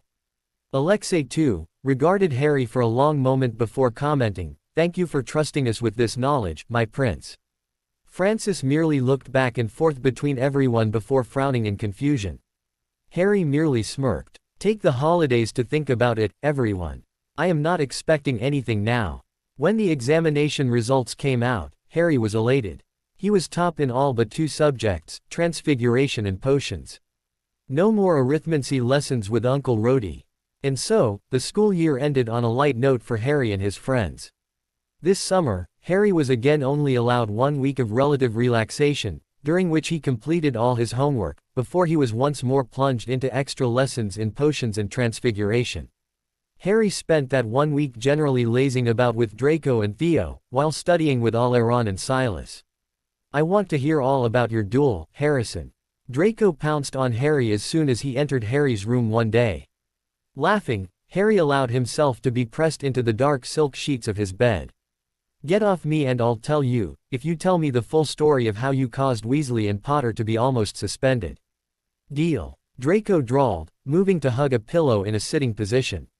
Theo stretched out luxuriously on his side and smiled. Come on, Harrison, don't tease. Laughing once more, Harry told them the entire story, ending with so now, Flint is finished. His group disbanded as soon as he lost the duel. It was a major loss of face for them. Flint had to beg the group who finished last, the Brown Bears, to take him in. No other groups were willing to do so. Draco and Theo both laughed richly at that. Our turn. Draco begun. Well, it started innocently enough. A few insults, as usual, during breakfast. Harry snorted at that. Draco was never the innocent party. Theo took up the story. One thing led to another and Draco here decided to challenge Weasley to a duel. Secretly of course, since dueling's banned at Hogwarts, unlike at your school.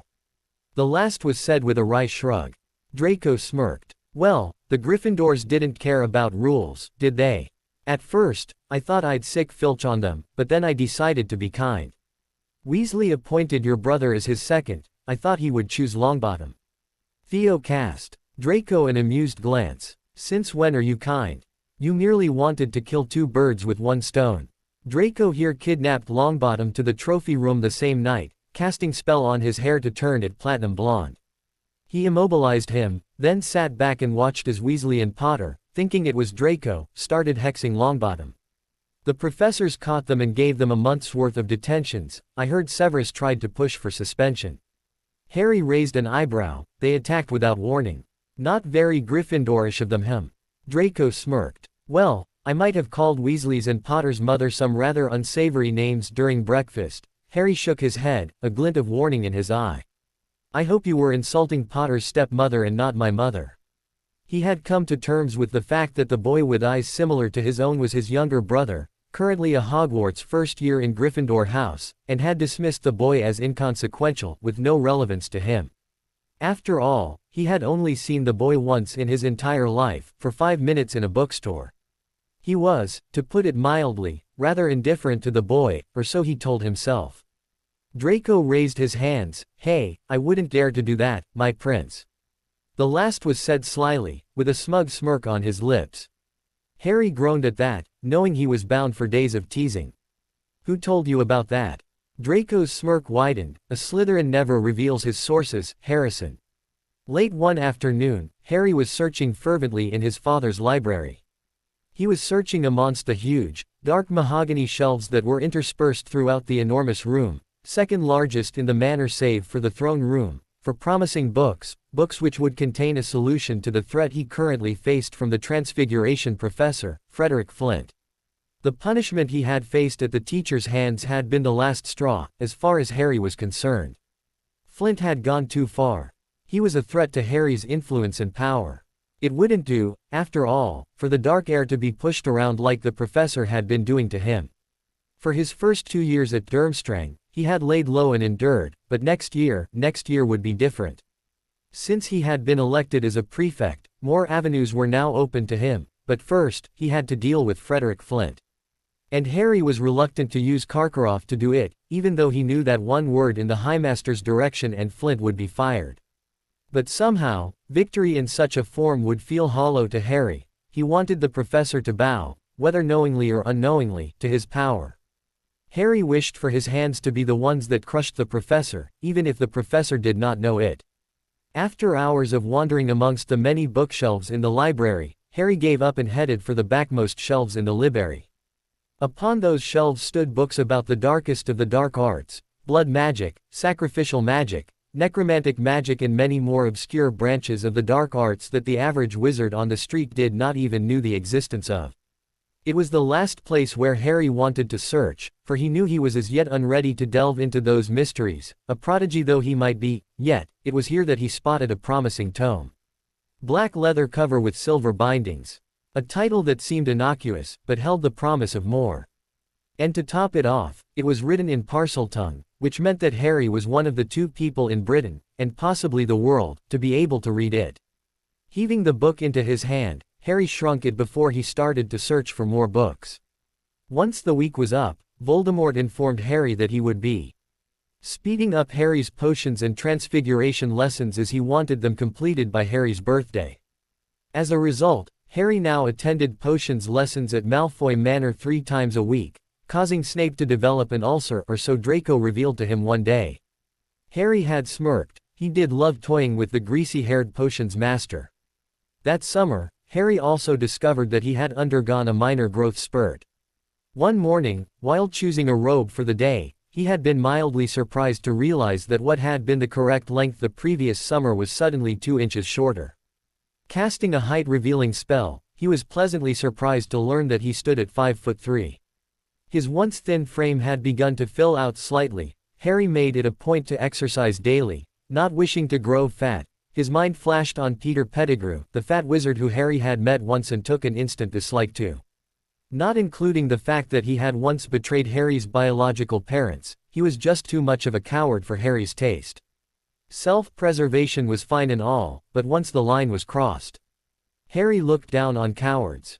Luckily for Pettigrew, despite the fact that the Death Eaters used the manor for meetings, the common Death Eaters were never allowed past the throne room, and Harry was forbidden to step foot in that room.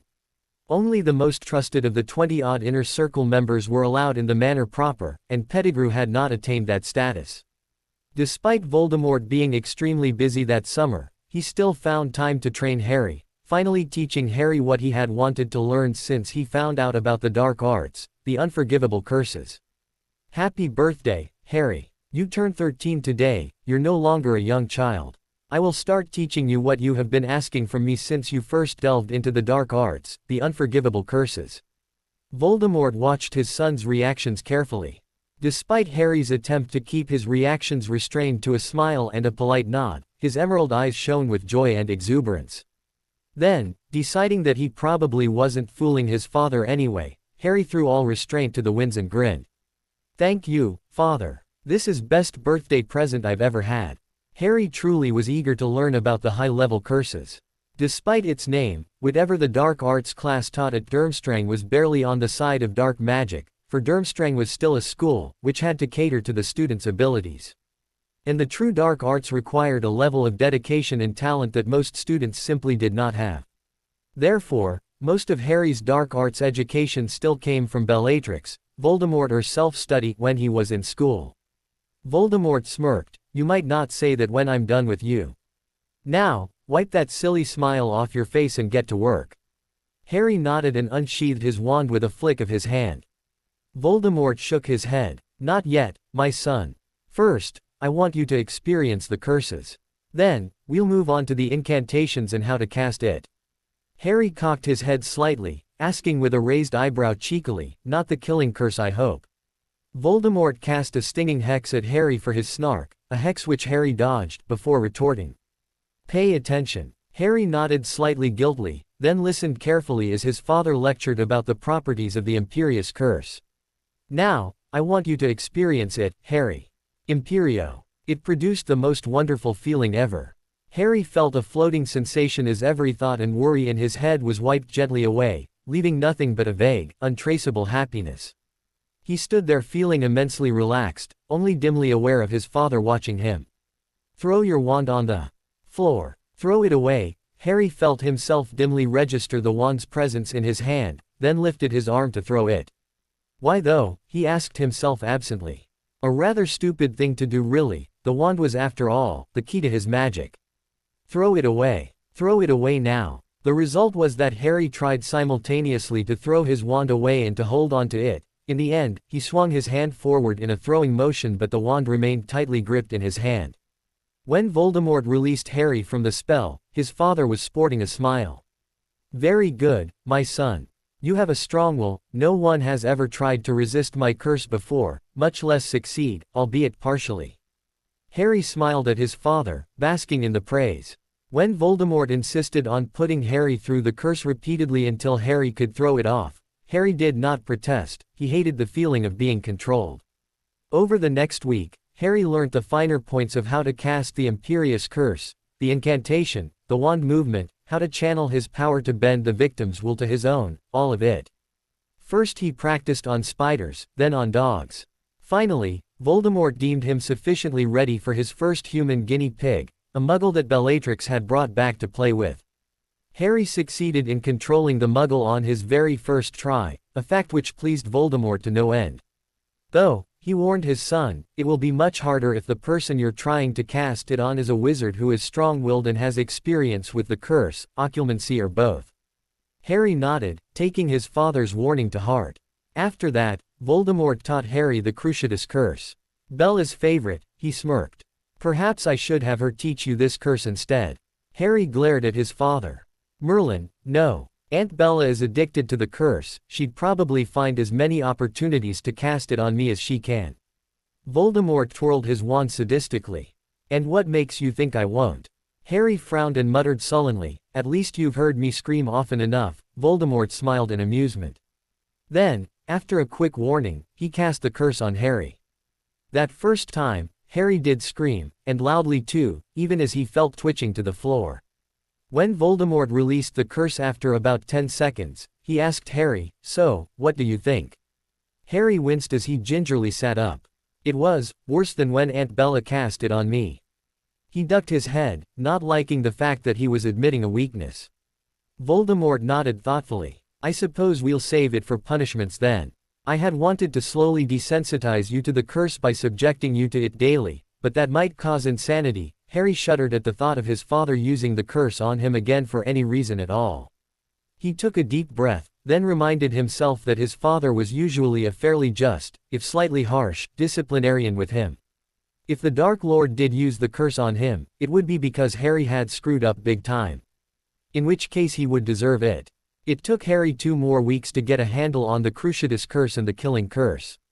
When Voldemort was finally satisfied that he could perform both, he called Harry to his study one evening. "Harry, the time has come for you to make your decision. You know my goals and objectives, you know how I plan to achieve them. The question is, are you willing to join me? Or will you remain neutral?" Harry opened his mouth to reply, but the Dark Lord forestalled him with one hand. "I do not want a hasty reply, Harry. I want you to think on it, for there will be no going back once you have decided. If you do join me, you will follow me without hesitation, unreservedly and willingly. Although you are my heir and not a Death Eater, you will still be subjected to the same expectations. Disobedience and failure will be severely punished, betrayal will get you killed." Harry nodded in understanding, he knew what his father was trying to say. As it was currently, Harry enjoyed liberties with his father that the Death Eaters did not. His disobedience was punished strictly but not harshly, his weaknesses and failure remedied by more lessons or chances to prove himself. As a fighter in the upcoming war, he would not be allowed such freedoms, for Voldemort would not be able to afford them. "You will be going on a few missions from next week onwards, Harry. I will be revealing my presence once more, the Dark Mark will be sent into the skies again as raids begin. I want you to join these missions and to observe them before you make up your mind." Harry replied quietly, "Yes, sir." Voldemort offered Harry a sad smile. "Even if you should choose not to join me, you will still be my son." "Never doubt that." Harry returned the Dark Lord's smile. "I will never betray you, father," he vowed determinedly. This was how Harry found himself clad in Death Eater robes, a plain silver half-mask on his face as a half-dozen Death Eaters prepared to make a raid on the home of one Sturgis Podmore, a known member of the Order of the Phoenix, one of those whose homes were not protected by the Fidelius charm. Out of the 6 Death Eaters present, Harry only recognized 2, the one currently bringing down the wards, Uncle Rhodey, and the one giving last-minute orders to the other Death Eaters, Aunt Bella. "In and out, but play to your heart's content. Kill all the occupants of the house, there should be 1 man, 1 woman and 2 children, Bellatrix ordered softly in a sing-song voice. "Harrison, stay close to me," Bellatrix whispered as she passed by Harry. For a moment, Harry bristled. He was not a child, he did not needed to be coddled. Then he realized that Aunt Bella probably still did consider him a child, and her child at that. Contenting himself with a small nod, Harry watched with interest as Uncle Rhodey disabled the wards quickly and efficiently, noting how the colors, swirls and lines all disappeared as Rodolphus Lestrange untangled the knot tying the wards together. Since his 13th birthday, Harry had been able to see magic, an ability which would be useful when it came to bringing down wards, his father had commented. Harry had just about decided that he would take that as his elective in 3rd year when all the Death Eaters started moving. So far though, what interested Harry most about his new ability was that he was able to switch it on and off at will, and that he was also able to see the magical aura around wizards. His father's aura was so black, magnificent and blood-streaked that Harry always felt a sense of awe whenever he looked at his father with his special sight. Aunt Bella's was slightly lighter and much smaller, tinged with purple. Uncle Rhodey's was a rather more neutral brown and even smaller, while Uncle Lucius was a rich chocolate brown shot with gray, about the same size as Aunt Bella's. Harry supposed the deepness of the color depended on how much one delved into the dark arts, while the size represented power. In that case, he wouldn't be telling anyone about their auras. He did not wish to be responsible for any fights. Death Eaters could be rather childish sometimes. With a mental shake of his head, Harry stopped his wool gathering and stalked towards the quaint, dainty cottage silently, following behind his aunt. He noted that a few of the other Death Eaters looked at him curiously, but he merely ignored them.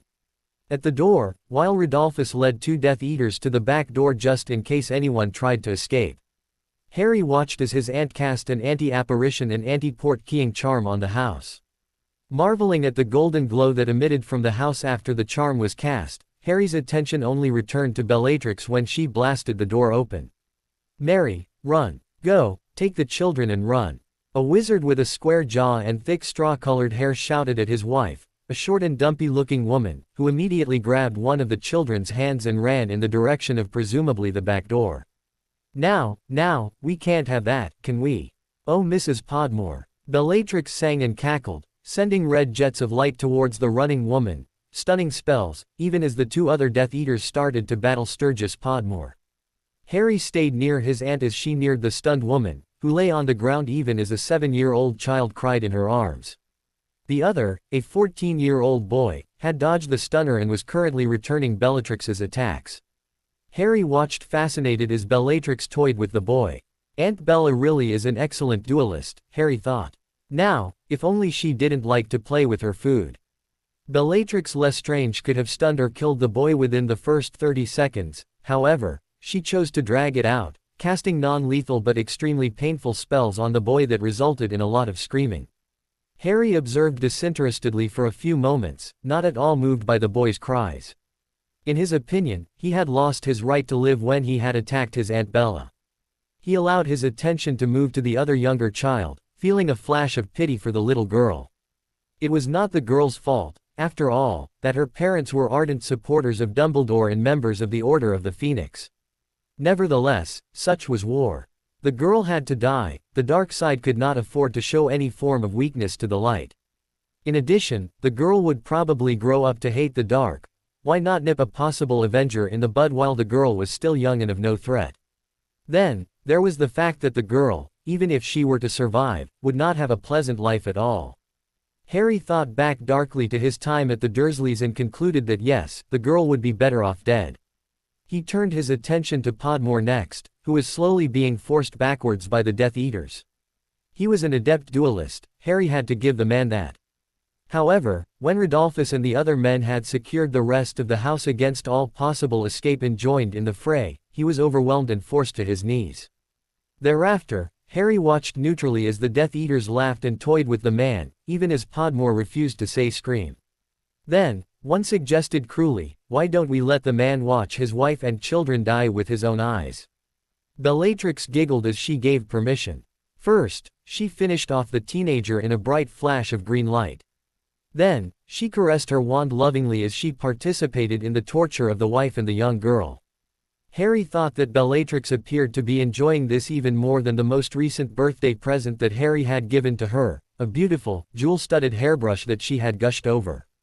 Next time, maybe I'll just get Aunt Bella someone to torture.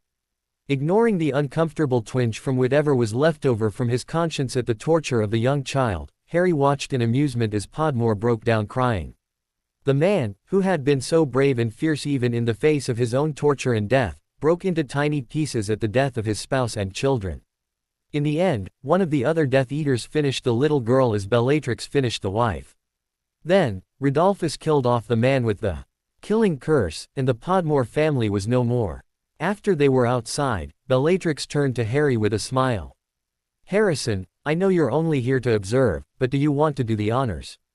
Burn the building and cast the dark mark into the sky."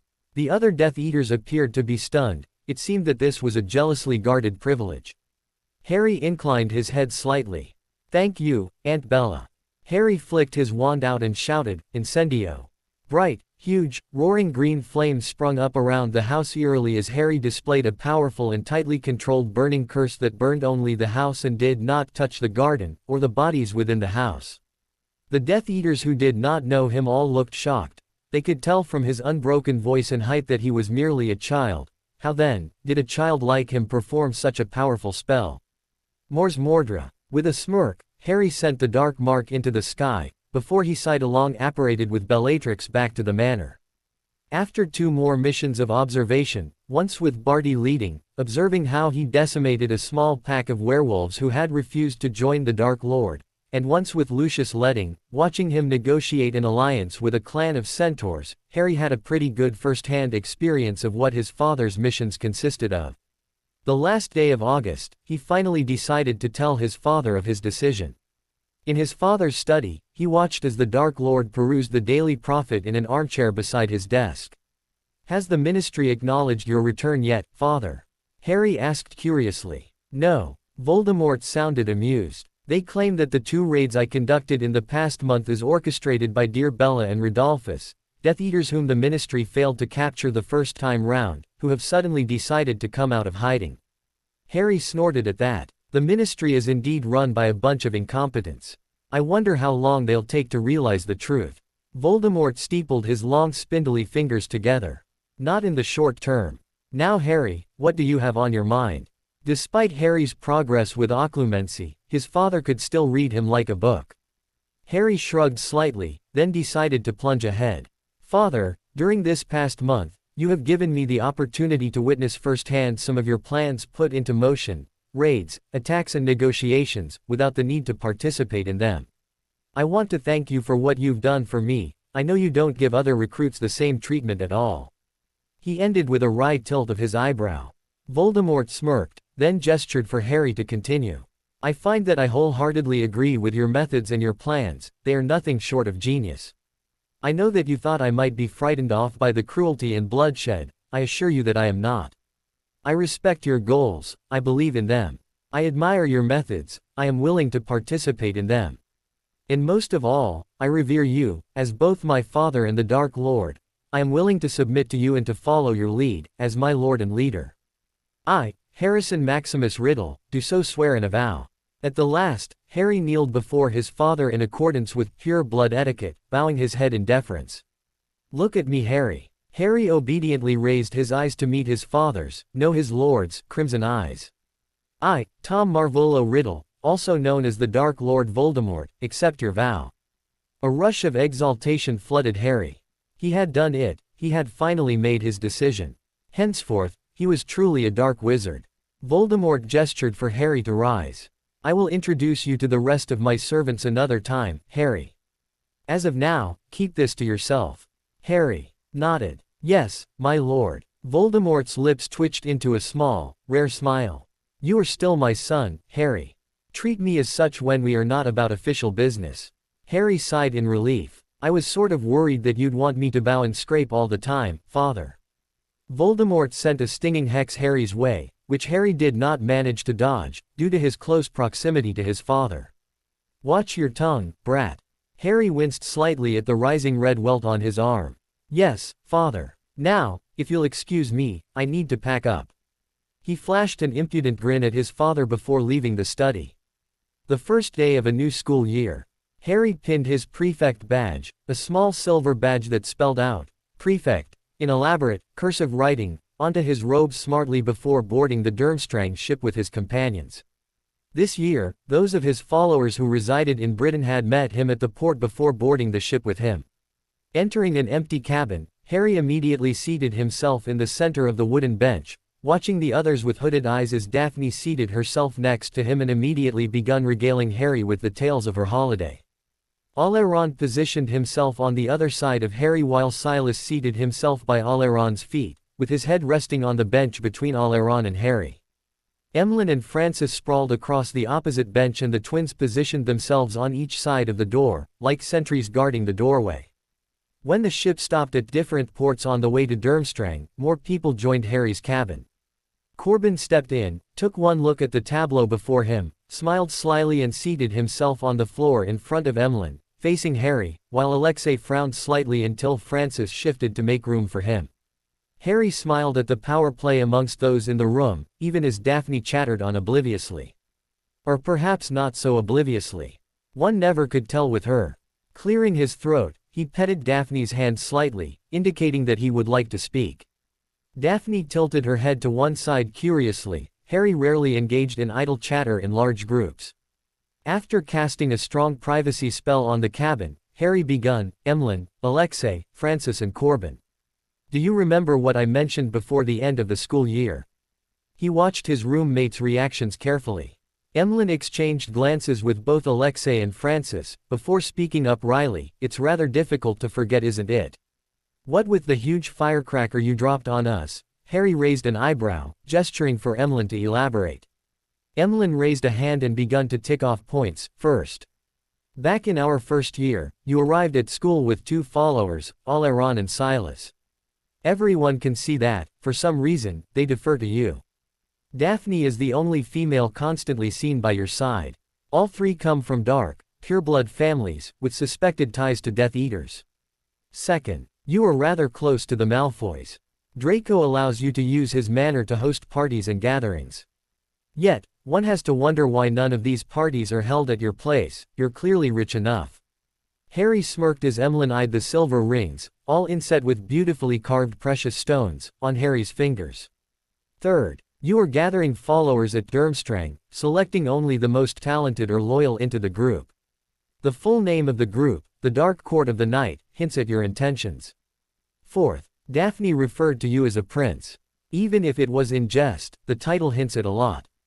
Fifth, you are a Parseltongue. The only other known wizard to speak the language was the Dark Lord. Sixth, the Dark Lord's forces has been rather active over summer.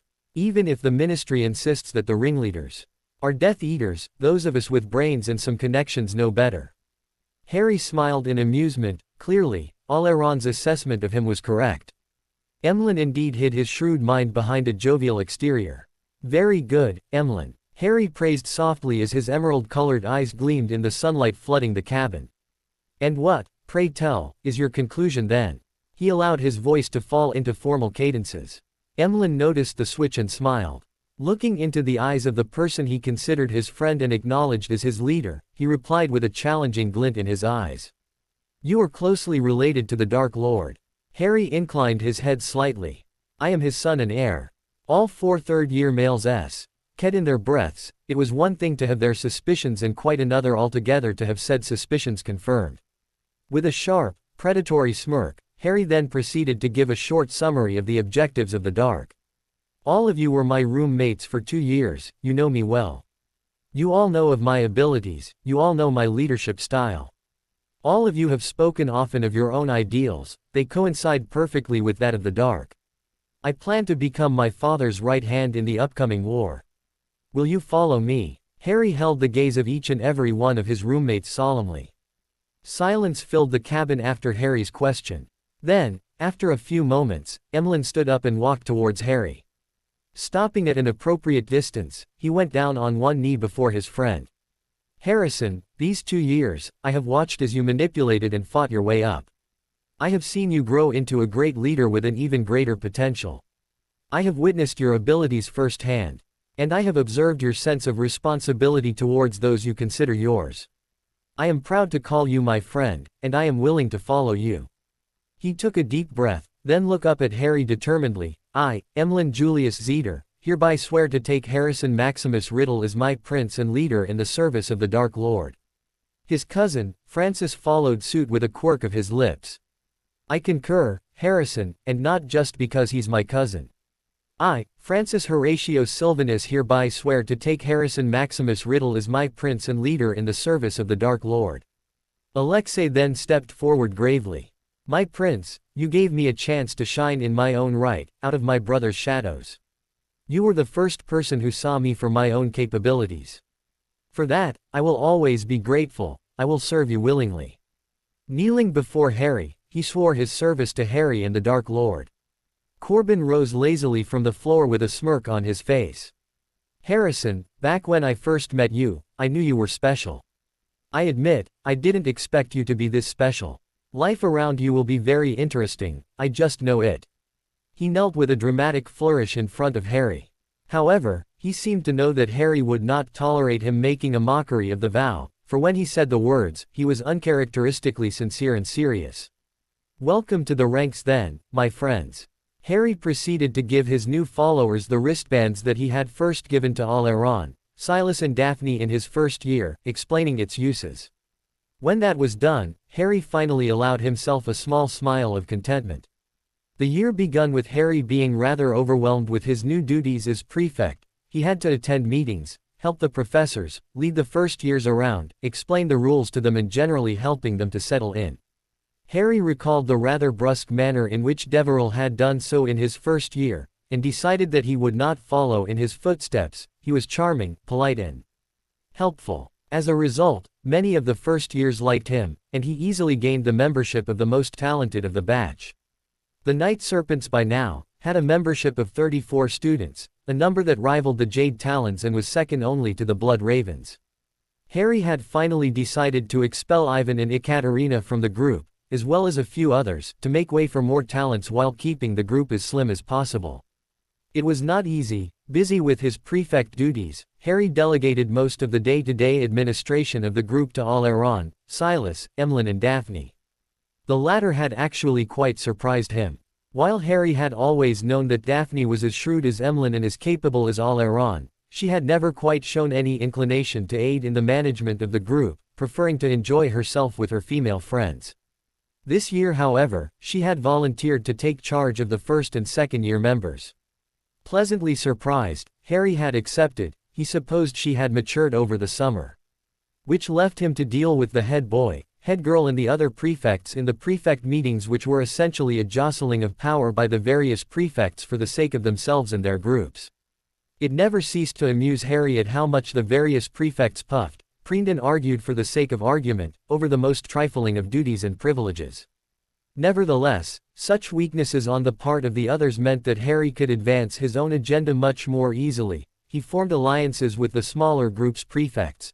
7th year Yolanda Cornstalk, Lady of the Lavender Girls, 5th year Madeline Schneider, also of Lavender Girls, 6th year Lionel Moreau, Captain of the Maroon Wings, 6th year Alain Laroche, leader of the Ivory Horns, and so on.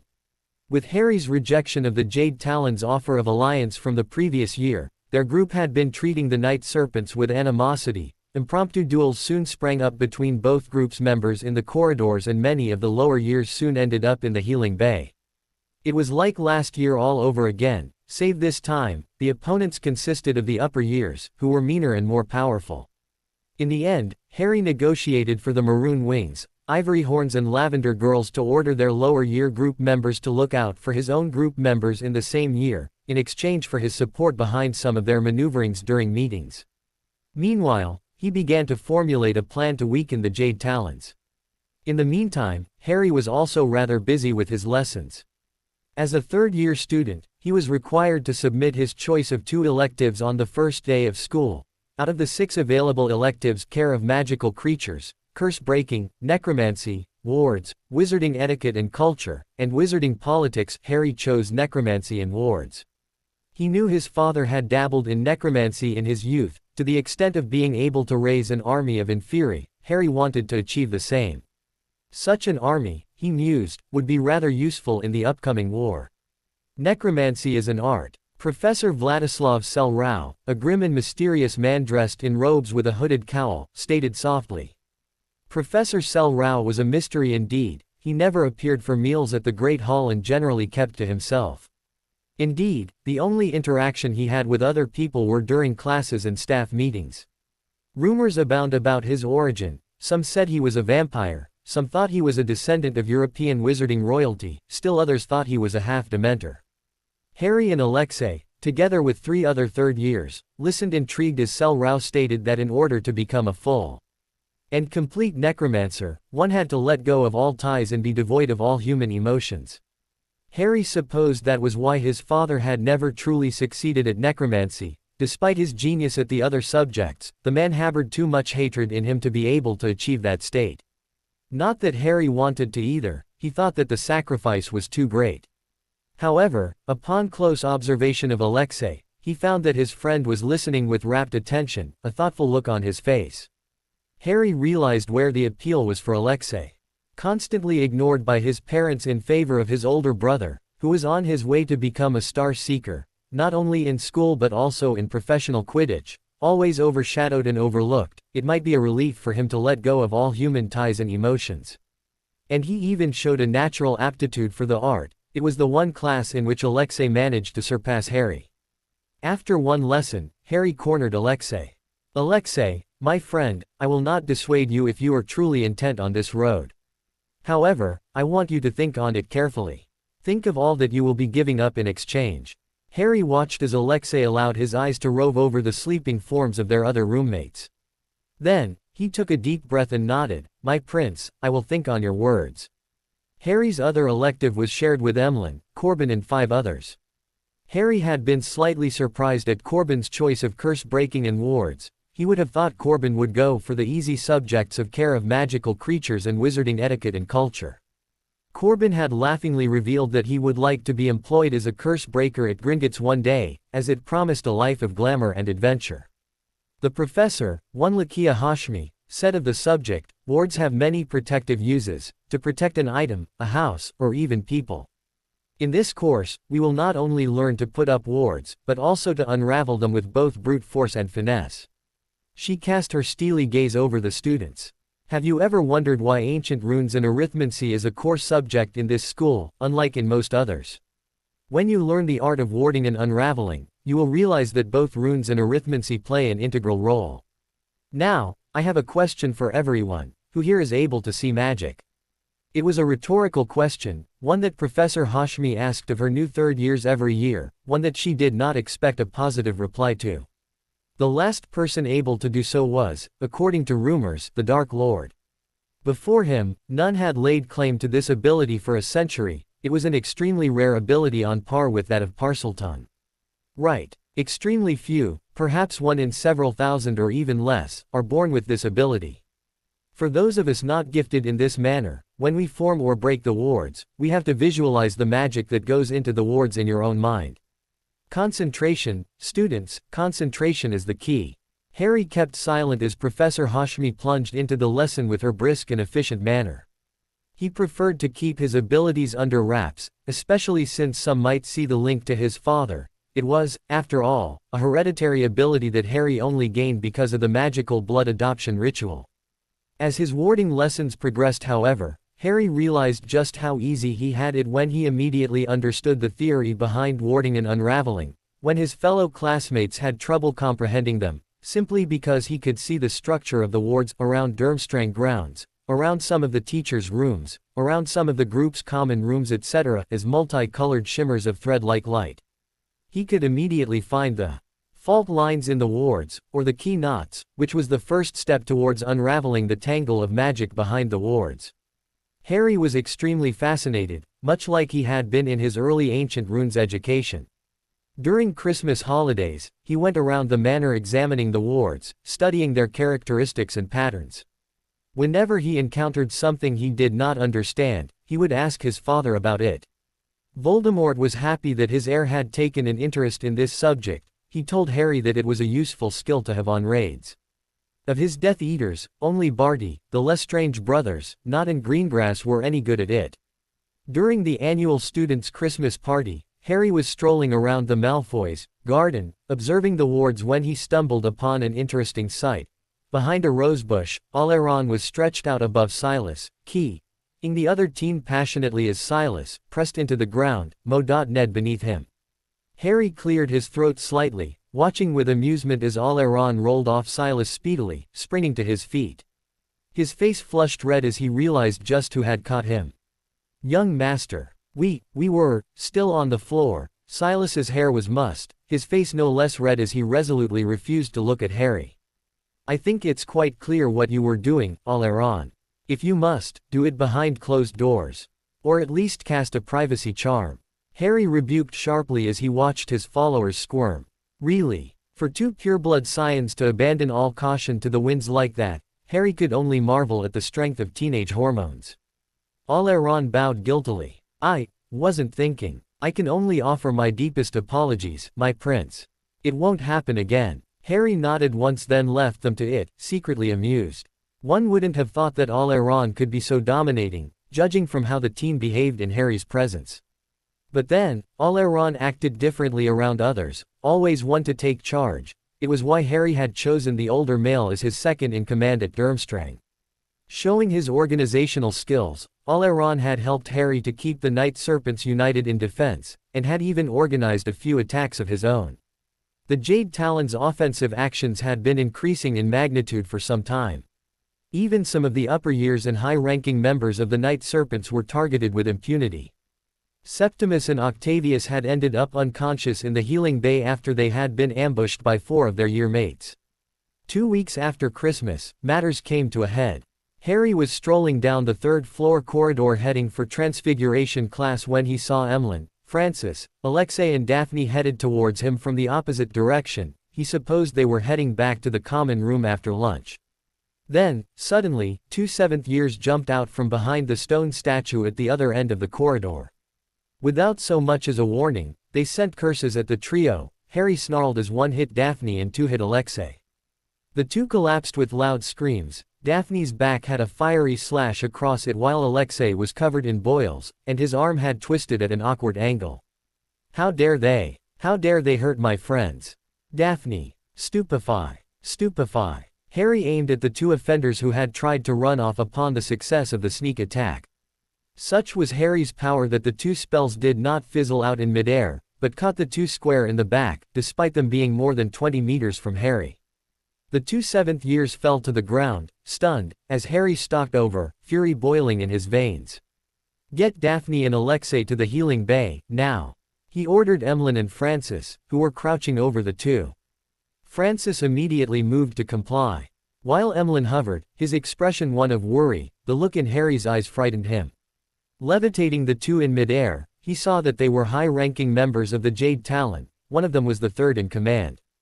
Harry saw red and snarled, I will not tolerate cowardly sneak attacks on my friends, they are mine to protect. He whipped his wand in the air in a slashing motion twice. Immediately, deep cuts appeared on the torso of both captives. Flagrate permanus. Harry then added furiously, waving his wand in an intricate pattern, a rune for forever. Flaming red ropes appeared on the exact location of the slashes on the 2 7th-years, prompting loud screams and shrieking from the twain. Harry's lips curled upwards as he started to wave his wand again. My prince, that's enough, stop, please, stop. Suddenly, Emlyn was by his side, his eyes flashing with anxiety and a small amount of fear. Harry turned and eyed his friend coldly. He did not know whether he would have stopped or not, however, just at that moment, a shouted, finite incantatum filled the air and the 2 levitated students fell to the floor with another round of screams. Harry watched dispassionately as Frederick Flint appeared from behind him with a couple of books tucked under one arm. What have you done? The professor hissed furiously at Harry, his eyes glinting dangerously, even as he laid the books on the floor and examined the injured students. The wounds were still oozing blood, and the fiery marks remained, as bright as ever. After returning Professor Flint's glare coldly, Harry eyed the marks he had left on the students with cold satisfaction. The fiery slashes would remain until their dying day, even after the wounds had healed. Which would take at least a few days. Apparently, Professor Flint knew that too, for he said in a steely tone, his eyes promising dire retribution, Riddle, Zeter, you're coming with me to see the High Master. The books lay on the floor forgotten. Despite the luxuriant dark oaken furnishings, fluffy thick Persian carpets, opulent chandeliers and gilt-framed portraits, the High Master's office looked cold and forbidding, at least to one Emlyn Julius Zeter. He was currently standing in front of the High Master's desk, awaiting said person's pleasure. He shifted nervously from foot to foot, despite the fact that it was technically not him who was in trouble. Emlyn found it difficult to hide behind his usual jovial mask. He had, after all, never been in trouble before. Not that he currently was, he amended quickly. No, if anyone was in trouble, it would be his friend. Leader. Master. Emlyn did not know how to refer to the person beside him, who was so many things to him. He stole a glance at the black-haired youth, amazed by the fact that Harrison was just standing calmly, no trace of nervousness or panic in his demeanor. Indeed, if Emlyn was any judge, he could have sworn that the glint in Harrison's eyes was one of anger. Anger which was directed, Emlyn guessed, at the 2 7th-years. And perhaps at Professor Flint too, for interrupting his revenge. Emlyn shuddered mentally. Before he could ruminate further, the door swung open and the High Master entered with Professor Flint, Professor Rosier and Professor Eastwood. The High Master moved to sit behind his desk, then, he gestured permission for Professor Flint to proceed. As I was on my way to class, I heard screams. Loud screams. Immediately, I rushed to the scene of crime. Here, Professor Flint glared malevolently at Harrison, who did not give any visible reaction. Where I saw Riddle here in the act of torturing the two bound students, with no signs of stopping. Both had long, diagonal cuts down their torsos, which were flaming red, a flagrate charm over the wound, which did not stop even when I cast finite. Were it not for my arrival, I think it would be safe to say that the two students would have been grievously wounded. A sharp intake of breath could be heard from Professor Eastwood. The High Master turned his cold gaze onto Emlyn and Harrison. What do you have to say for yourself, Mr. Riddle? Emlyn saw that Harrison's eyes were still a flaming emerald. He knew, even before Harrison spoke, that the next words out of his mouth would be inflammatory. For myself, High Master, nothing. They deserved what they got and more, for their crimes against me and mine. Never doubt this, were it not for Professor Flint's presence, their injuries would have been much more severe. This pronouncement sent shivers down everyone's spine. None doubted that Harrison meant it. Emlyn just stared. He knew that Harrison was powerful. He knew that Harrison could be vindictive and sadistic. He even knew that Harrison was protective, from the way he looked after the younger years. What he did not expect though, was for these characteristics to be exacerbated and combined into something this earth-shaking ly frightening. Harrison was currently emitting a majestic and powerful aura, much stronger and darker than a teen his age should have. Even if Emlyn could not see the magic, he could feel it. What did they do? Professor Eastwood whispered, probably in surprise that her favorite student could be capable of such a dark deed. When it appeared that Harrison had no intention of answering, Emlyn cleared his throat. Glancing at his leader for permission, he was relieved when Harrison nodded minutely. Emlyn spoke up. As Francis Sylvanus, Daphne Greengrass, Alexei Krum and I were strolling down the Transfiguration corridor, Simony and Kojokaru ambushed us. 1 minute I was walking towards the common room, planning to greet my group leader, who was walking towards our direction. The next, Daphne and Alexei had collapsed, screaming. Alexei's arm was broken and he was covered with angry red boils. Daphne was bleeding from a slash wound. Harry tried to rein in his anger as Emlyn described his friend's injuries again. His third in command must have noticed, for he hurriedly continued the story. Francis brought them to the healing bay. I stayed behind. And why did you stay behind? Edgar Rosier asked frostily, no doubt wondering if Emlyn was complicit as well. Emlyn swallowed, glancing at Harry again. This time, Harry gave no indication. Let Emlyn say what he would, Harry did not much care at the moment. Softly, Emlyn replied, I stayed behind to support my group leader if he should need me. Edgar Rosier frowned, and what did your group leader do next? This time, Harry decided to relieve the burden on Emlyn. He gave a curt nod, indicating that Emlyn could relate the truth. He threw 2 stunners at Simony and Kojokaru. I had been tending to Daphne and Alexei. When I turned around, he had them bound and in midair. Then, Emlyn swallowed again. He cut them up. And why did you not stop him? Flint asked menacingly. Emlyn did not reply immediately. He took a deep breath, then met the teacher's gaze steadily. I approved of my leader's actions, they deserved it. Emlyn's gaze then shifted to Harry. Harry met his friend's gaze, taken aback by the swirl of emotions in them. Thank you, my friend. Starting to calm down, Harry realized that he did want to get Emlyn into trouble when it was entirely his fault. He carefully crafted his face into a sneer. And yet you tried to stop me when I wanted to do more. Emlyn ducked his head. His voice was meek as he answered, I apologize. Flint snarled, the boy has nothing to apologize for. It is you, Riddle, who owes everyone an apology. Turning to the High Master, he spoke, High Master, I recommend that Riddle be disciplined then expelled. His actions are unacceptable. Quick to come to the defense of her favorite student, Victoria Eastwood frowned, really now, Frederick, is that necessary? The students curse each other all the time. Why? Judging from what Mr. Zeter said, Simony and Kojokaru struck the first blow. Should they be expelled too then? High Master, I recommend detentions, perhaps a week's worth. Hexing and dueling another student is one thing, using such dark curses to cause permanent damage is yet another. Flint retorted. Harry watched dispassionately as the professors argued about his fate. He turned to study the Highmaster. Though Karkaroff hid it carefully, he was clearly nervous about having to discipline his lord's son for such a huge infraction. Expulsion, or even suspension, was out of the question. The Dark Lord would have Karkaroff's head for that, and he knew it. Perhaps a compromise. Rosier interjected calmly. While Rosier had a soft spot for Harry, Harry knew that the man tried to be as fair as he could. What Mr. Riddle did was undeniably wrong. Perhaps as a strong deterrent against future infractions, since Mr. Riddle is leader of his group, 1,000 points should be taken from his group. In addition, of course, to 2 weeks' worth of detention and corporal punishment, to be determined by Professor Flint. Harry fought the urge to strangle the man. The loss of 1,000 points would set back his plans, perhaps irreparably. He had to stop it at all costs. He met Karkaroff's eyes and shook his head once imperceptibly, then nodded twice. That should be enough for the man to get the hint. When it came to saving his skin, Karkaroff was a smart man. He immediately stated, "Why, Edgar, I do believe that 2 weeks' worth of detentions in addition to corporal punishment is enough." Mr. Zeter, his group member, did after all try to stop him. In addition, Miss Greengrass and Mr. Crumb also suffered injuries. It would be unfair to further penalize the group. Although I must say, the taking of points should be carried out, from the Jade Talons.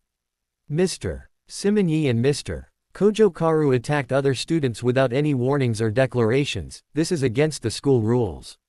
Therefore, 300 points each, a total of 600, shall be taken from the Jade Order of Talents. Considering their injuries, no other punishment will be meted out to the two. Mr. Riddle will serve half of his detentions, to be held every weekday night for 2 weeks, with Professor Flint, and the other half with Professor Eastwood. Professor Flint is authorized to use up to the 2nd level of corporal punishment and no more. Exulting inwardly, Harry smiled politely at the Highmaster and inclined his head. Yes, sir. Indeed, Karkaroff knew how to worm himself into another's good graces. He knew that group points mattered most to Harry, and even took points off from the Jade Talons. Harry had to fight to maintain a neutral expression at the shocked looks on the professors' faces. He was sure it was one of the lightest punishments ever handed out for such an infraction. After that confrontation in the Highmaster's office, Harry remained in the healing bay with his 2 friends until they woke up, which was not until the day after the attack. He had spent the night penning a letter about the incident to his father. Once more, he was glad that his father had a hands-off approach when it came to his school life. While they did discuss Harry's plans and activities occasionally, Voldemort generally acknowledged his son's independence. Other than a requirement for Harry to keep his grades up and his identity secret, Voldemort did not censure much Harry on his various misdemeanors other than a few snide, pointed comments, so Harry wasn't too worried about his father's reaction. Karkaroff, he knew, would try to downplay Harry's mistakes as much as possible, for his father hated negative news. He tended to curse the messenger. At the sight of Daphne's eyes fluttering open, Harry shut the heavy black leather-covered book he had been perusing with a dark frown. "How are you feeling, Daphne?" Harry asked softly as he petted his friend's hand lightly. Daphne smiled up at him hazily. "Been better. Did you take revenge for me, Harrison?" Seeing Daphne like this, fragile and seemingly helpless on the pristine sheets of the healing bay's bed, invoked a fiercely protective instinct in Harry. For a moment, he was reminded of the giggling doll-like girl child he had first met when he was 9, who had drawn him out of his initial shyness with her innocent chatter. Smiling, Harry inclined his head in a courtly nod. "Of course, my dear Daphne, you need not worry about them any longer." Daphne giggled softly. "Here, I brought you a get-well-soon gift." Harry handed his friend a small pendant dangling from a silver necklace. The pendant was a blazing emerald carved in the shape of a serpent. He knew Daphne liked jewelry. It was a characteristic they both shared. Sometimes, Harry wondered who had the larger collection. "Why, I'm flattered. Thank you, my prince." Daphne fluttered her eyelashes at him coquettishly before dissolving into giggles. Looking at his friend's smiles, Harry thought that his actions were worth it, even if it had resulted in 2 weeks' worth of detention and painful marks on his back, which had lasted all of an hour half, before being fully healed by Harry's body. Another good thing which came out of the incident was that the Jade Talons had lost their second placing due to the loss of 600 points. As a result, the Night Serpents were now ranked second, just below the Blood Ravens. It was a fact over which the leader was extremely irked, for one day, he stormed up to Harry during breakfast and issued a stony challenge to duel, staking 600 points on the outcome of the duel. It was one of those pivotal moments. On one hand, Harry was aware that he might be badly hurt as the opponent was an extremely skilled 7th year. On the other, Harry knew that if he won this duel, the Jade Talons would be finished. Weighing one against the other, Harry made his decision in a split second. He calmly stood up and held out his hand. "I, Harrison Maximus Riddle, Prince of the Dark Court of the Night, accept your challenge." Naming Airon as his second and the place as the dueling arena, open to all, Harry felt a tight knot form in his stomach as the Jade Talon leader, Oriel Lecter Fleetwood, named the time as the Saturday morning 3 weeks before Easter holidays. It meant that almost the whole school would turn up. This was, after all, a duel between two group leaders from the groups in second and third position. Harry usually had confidence in his ability to win, but not this time. He knew that Fleetwood was a good duelist, he had watched 2 of his duels before, and knew that it would be unlikely for him to win without some sort of strategy. He spent the rest of the month studying and training. He was taking his L's in ancient runes, arithmancy, charms, dark arts and transfiguration this year and could not afford to slack off. The good thing was, training for the duel helped him to study for the practicals of the last 3 subjects at the same time, something which his training partners, Airon, Silas and the Withers twins pointed out. The few nights before the duel, Harry spent time painting runes on his dueling robes and on Nui. By now, Nui had grown into snake almost 2 meters long and was as thick as the trunk of a young sapling. "Master, it ticklish," Nui hissed, though he compliantly lay still under Harry's brush. "Hush, little one, it'll only take a while more," Harry replied, petting Nui softly on the head. The day of the duel arrived amidst much furor. Before Harry left the Night Serpent's common room, he was offered many solemn words of luck and support. Most looked worried and concerned, as all knew that Fleetwood would be a difficult opponent. Daphne, disregarding all propriety, even hugged him. "My best wishes, Harrison," she had whispered softly, even as her gray-blue eyes filled with emotion. Harry had extracted himself from her embrace gracefully, before allowing meeting the gaze of his followers. "My friends, I will not fail you." Then, surrounded by his group members, he made his way to the dueling arena. Edgar Rosier had offered to be the referee this time. In such high-profile matches, to prevent accusations of favoritism or cheating, professors usually took on such roles. Especially since the head boy this year was one Oriel Fleetwood. The duel will end upon surrender or inability to continue the battle. Weapons, wands only. Terms, no unforgivables. Duelists, bow to each other. You may begin now. Instead of throwing spells around immediately, Fleetwood and Harry circled each other, looking for openings. Slowly, cautiously and warily. The atmosphere in the dueling arena was tense, the tension palpable. Then suddenly, Fleetwood appeared to stumble. Aware that it might be feint, but unwilling to let go of the opportunity anyway, Harry silently cast a stinging hex at the older male. It had been a feint. Fleetwood dodged it easily, even as he returned fire. The next few minutes passed in a silent, intense verbal spell casting. Bright jets of light flew back and forth between the two. Occasionally, one would raise a shield charm to block one of the spells, but other than that, it consisted of a lot of dodging and casting on the part of the 2 duelists. On a bench near the duel ground, Airon watched in admiration as his prince battled the older male. While he prided himself on being a good duelist, he knew that he would not have survived 5 minutes with Fleetwood without acquiring some form of injury. Yet his prince was battling the head boy effortlessly, holding his own. However, the next moment, Fleetwood shot 3 streaks of red light at his prince, blocking all the possible routes of escape. With a snarl, his prince cast a levitating spell on himself and jumped clear of the spells. It took less power than to raise a shield charm. When he landed, the 2 opponents were back to circling each other. The entire exchange had taken no more than 10 minutes, yet Harry was slightly winded. While he got quite a lot of exercise playing Quidditch, his 13-year-old body just did not have same stamina as Fleetwood's 17-year-old one. He had to end this, and soon, or he would be defeated by fatigue. Taking a calculated risk, Harry rushed at Fleetwood, hoping to catch the older male by surprise. He cast 3 spells in quick succession, shooting them to the left, right and at Fleetwood himself, dark curses which sang to his blood even as he snapped them off. Unfortunately, Fleetwood was too experienced a duelist to fall for it. Before even defending or dodging, he shot 2 quick spells at Harry, then he raised a shield with a shouted, "Protega." Caught by surprise, Harry was in such close proximity to Fleetwood that even though he threw himself to the side as quickly as he could, one of the spells hit him in the ribs, throwing him backwards onto the hard stone floor that was the dueling ring. Harry stifled a scream, as pain flooded through him, from both his extremely bruised ribs and the parts of his body that had hit the floor. It hurt everywhere, but it could have been worse, were it not for the protection that the runes painted onto his dueling robes afforded him. As it was no worse than what his father usually did to him during their training sessions, so after using his skill at occlumency to block out the pain, Harry quickly leapt to his feet. It was time for a last gambit, Harry thought grimly. Usually, he would not do something so risky and dangerous, but left with no other viable ways to win and with so much at stake, his reputation, his group's position, his group's reputation, and most important of all, his plans for recruitment, he was determined to give it his all. Was this due to his Gryffindor courage, inherited from his biological parents?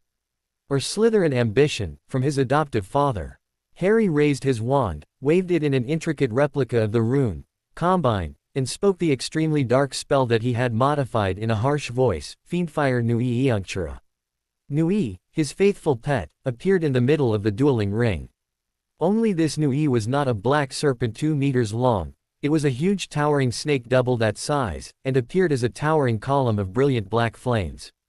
It worked. The spell that I modified actually worked. While Fiendfire was too dangerous for Harry to control at this stage in his training, he had managed to find a way to control the cursed flames by margining it with his pet's consciousness, through the judicious use of runes. "Master, what would you have me do?" Nui hissed at Harry questioningly. Harry laughed coldly and hissed back, "Attack the boy. Trap him, but do not harm him unless I say SSSO." He smirked maliciously as Fleetwood's expression, already one of surprise and terror, became even more so at Harry's use of Parseltongue. Nui surged forward, hissing menacingly at Fleetwood, who attempted to hex and curse him with the banishing spell, splitting curse and even transfiguration etc. to no avail. At last, in desperation, he simply shouted, "Aguamenti Maxima." A large torrent of water fell on Nui, but it merely made the flames flicker slightly before Nui lunged at the boy, irritated. Mindful however, of his master's injunction not to hurt the male, Nui merely coiled his long body around the male and hissed at him some more, though not touching the boy. "Well, Fleetwood, are you ready to surrender?" Harry drawled mockingly, thoroughly enjoying the sight of the older male frozen to the spot, not daring to move. The rush of power he felt from seeing a person like Fleetwood fear him was just intoxicating. He saw Fleetwood swallow twice, before seeming to get himself under control. "Yes, I admit defeat. I, Oriel Phineas Fleetwood, head boy and yield." Harry had to give the older male his due. Even under such conditions, he was able to keep his cool. Edgar Rosier cleared his throat. "As Oriel Phineas Fleetwood has surrendered, I declare the winner of this duel Harrison Maximus Riddle. As agreed, 600 points will be awarded to the Dark Court of the Knight from the Jade Order of Talents." Harry smirked. Pointing his wand at the Fiendfire creation, he waved his wand in the runes of Unbind and Control, before removing the Fiendfire around Nui. "Thank you, Master." The fire was ticklish. Nui immediately shrunk to his normal size and came back to his master, coiling itself around Harry's torso. Turning to the crowd, Harry raised a fist in triumph, to the roars, cheers and jeers of the crowd depending on where their loyalty lay. As the cheers from his group members increased in volume, Harry smirked in elation, even as his ribs started to ache once more. That year, Harry won the prefect elections with ease, coming in first place, ahead of even the candidates from Blood Ravens and Jade Talons. Memories of his dueling triumph still fresh in the minds of all Iran, on Harry's orders, had run too. Coming in 12th, most of the students, it seemed, were either in awe of him, admired him or feared him. For all that Durmstrang was a school of dark arts, the students had never seen such powerful, majestic and creative dark magic being performed in duels. Even some of his own group members seemed nervous around him, until Harry had told them that he would only unleash his powers on his enemies, so as long as they followed him, they had nothing to fear from him. Even his roommates treated him differently, with more respect and less familiarity. Harry sighed. It was inevitable, he supposed. Thankfully, Daphne was still the same around him, her usual cheerful self whenever they were alone, even if she did treat him more politely when they were in public, probably to conform to how everyone else was treating him. Luckily, Harry was too busy with his owl's preparation to care much. He studied more than he had ever studied before for exams, determined to do well.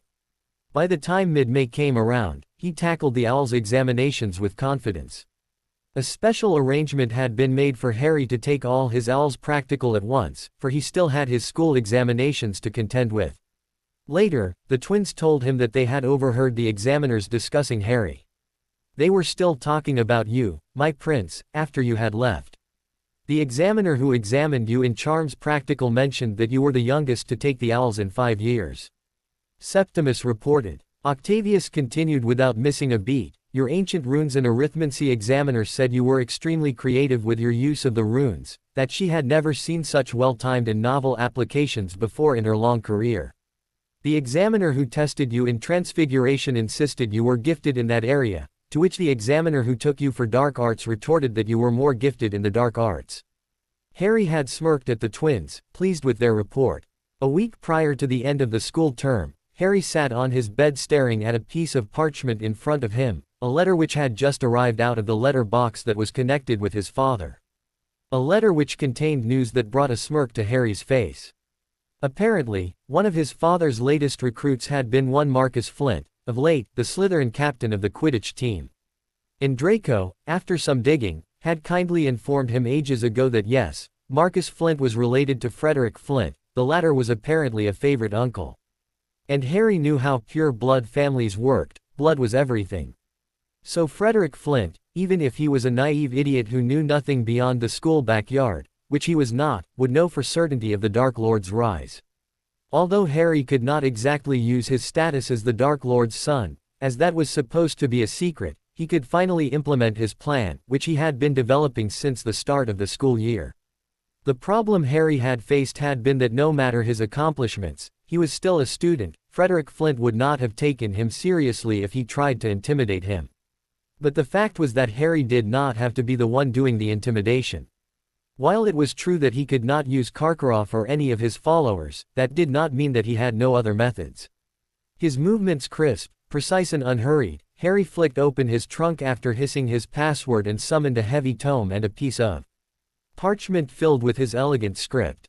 Having spent the year doing a large amount of research, Harry had found a way to modify that particular ritual from the book written in Parseltongue. Most potenti rituals of summons. Sunday night found Harry on the roof of the wing of the castle facing the lake, shivering slightly against the cold chill of the night air. He could barely feel his toes, even with his leather boots to protect him. After casting a warming spell on himself, Harry finally relaxed his body. Withdrawing small silver bowl and a silver knife, Harry slit his wrists and allowed droplets of his blood to flow into the bowl, before casting a replenishing charm on the bowl so that the blood filled the bowl. Then Harry bent to his task of drawing patterns within a circle on the cobblestones of roof, using the moonlight from the full moon as his only source of light. It was all about the atmosphere really, even though he could have cast a lumos. When he had finished tracing the runes of confinement and forced obedience, he stood back and started whispering words under his breath. What Harry was doing now was dark and dangerous, extremely so. If he failed to control the being he summoned, he would, in the worst-case scenario, fall prey to the being. But Harry had confidence in himself. He had been studying this side application of ancient runes and arithmancy for a while now, and he was itching to experiment. If successful, it would be the first magic that he had learnt solely on his own, without the aid of his father. Frederick Flint was merely an excuse. Though of course, he had made sure to take steps to mask the swirl of magical energy so that no teacher was alerted. What he was doing would qualify him for expulsion, even in Durmstrang, a school reputed for its tolerance of dark arts. Magic coalesced and shimmered in the air as more words left Harry's mouth. At the pinnacle of the gathering of magic, Harry stopped his chanting with an abrupt wave of his wand. There was a loud crack, Then mist swirled around the circle, thick, heavy and darkly threatening. By the time the mist finally cleared, all Harry could make out was a shadowy figure. "Show yourself, imp," Harry commanded coldly, waiting to see if his summoning had worked. Using runes, the power of the full moon and the lure of his blood, he had tried to call forth a demonic imp, hoping to bind the imp to obey his orders. Harry's eyes widened as the figure unmasked itself. Standing in front of him was a human-looking male, with spiky black hair, sharp features and glowing black pupilled eyes, dressed, of all things, in Muggle clothing of a black t-shirt, jeans and boots. This was most certainly not the imp he had summoned. Imps tended to have green wrinkled skin and barely humanoid features. Glaring at the figure, he stated sharply, "Tell me who and what you are, as well as why you're here." The man glared at Harry, his black eyes flashing. "I am Ororan Visago, a full-fledged demon. As for why I'm here, I was just awakened from my long slumber, when I was drawn here by your power and darkness." A snarl marred his handsome face as he spoke the last. Harry smirked as his quick mind dissected what the demon was not saying. Apparently, the summoning he had cast was strong enough, and his blood potent enough, to draw a full-fledged demon to the mortal planes. Well, this certainly changed things. At first, he had merely wanted the demonic imp to scare Frederick Flint into submission without revealing himself, perhaps making the imp claim had been sent by the Dark Lord. That would certainly serve to intimidate and confuse Flint. But with the demon's presence, Harry could afford to show himself. This was power that even Frederick Flint, a capable adult wizard, would fear. And Harry was not about to let such power go free. He had, after all, planned to bind the demonic imp.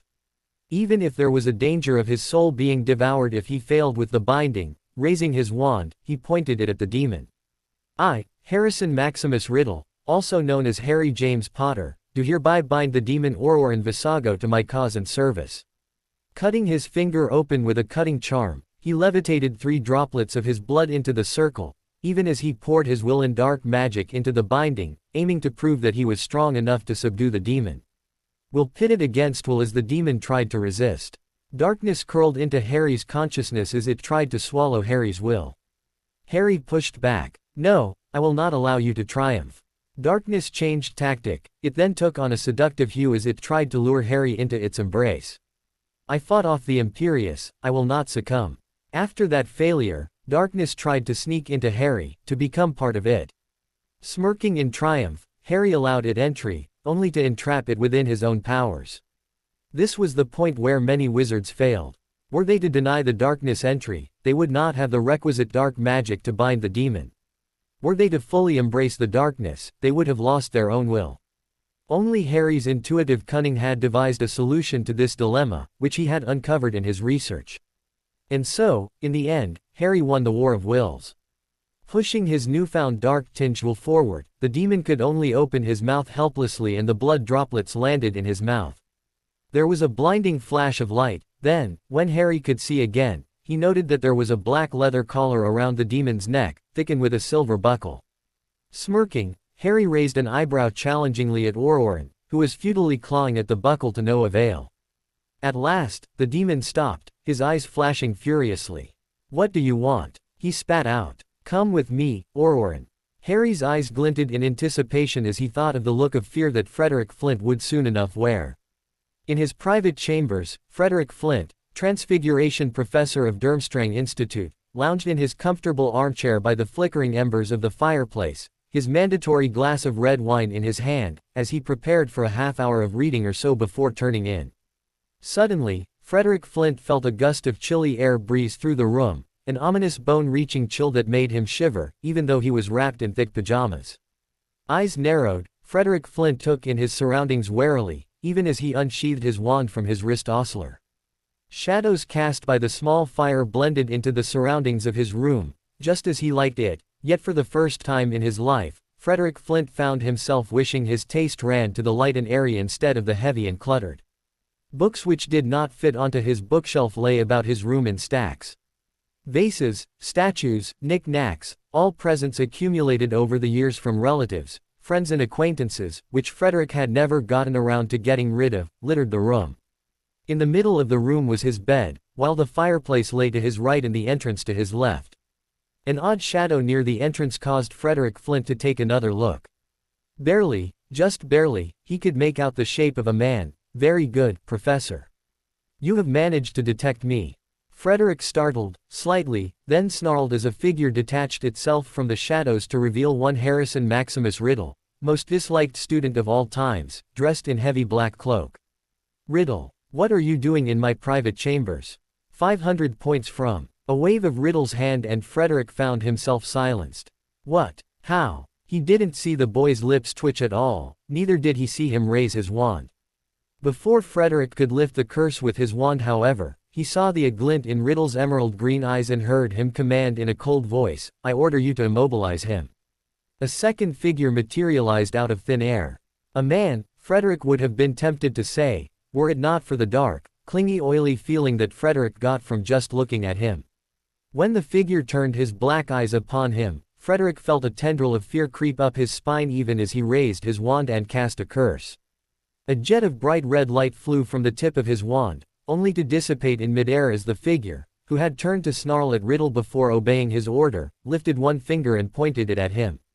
Then, before he could cast another curse, he felt his body freezing into place. And it was not a mere full-body bind curse either. Attempted wordless magic with his wand, still within his grasp, did not work. The tendril of fear blossomed into full-blown vines creeping into his heart and strangling it in its paralyzing grasp. Somehow, Frederick Flint knew that the second figure was not human. In his youth, he had dabbled in the dark arts, as with most professors who chose to teach at Durmstrang, dabbled, but not to an extent where he could be considered a dark wizard. No, Frederick had deemed himself too smart for that, unwilling to sacrifice what the dark arts usually demanded of its practitioners. When Frederick turned his gaze to Riddle, he knew that it was filled with such horror that Riddle was aware of his knowledge. I see you know what this creature is, Professor.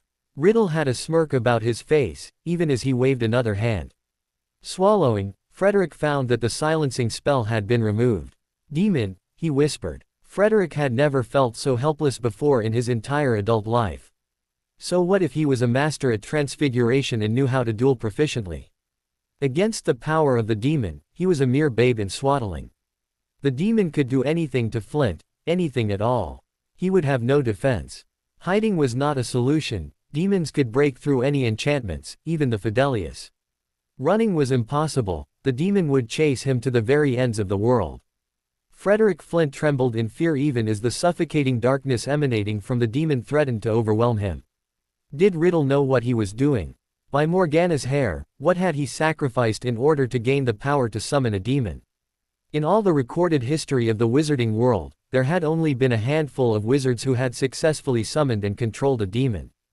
Great indeed was the risk of one who purposefully summoned a demon, and the price it demanded was even greater.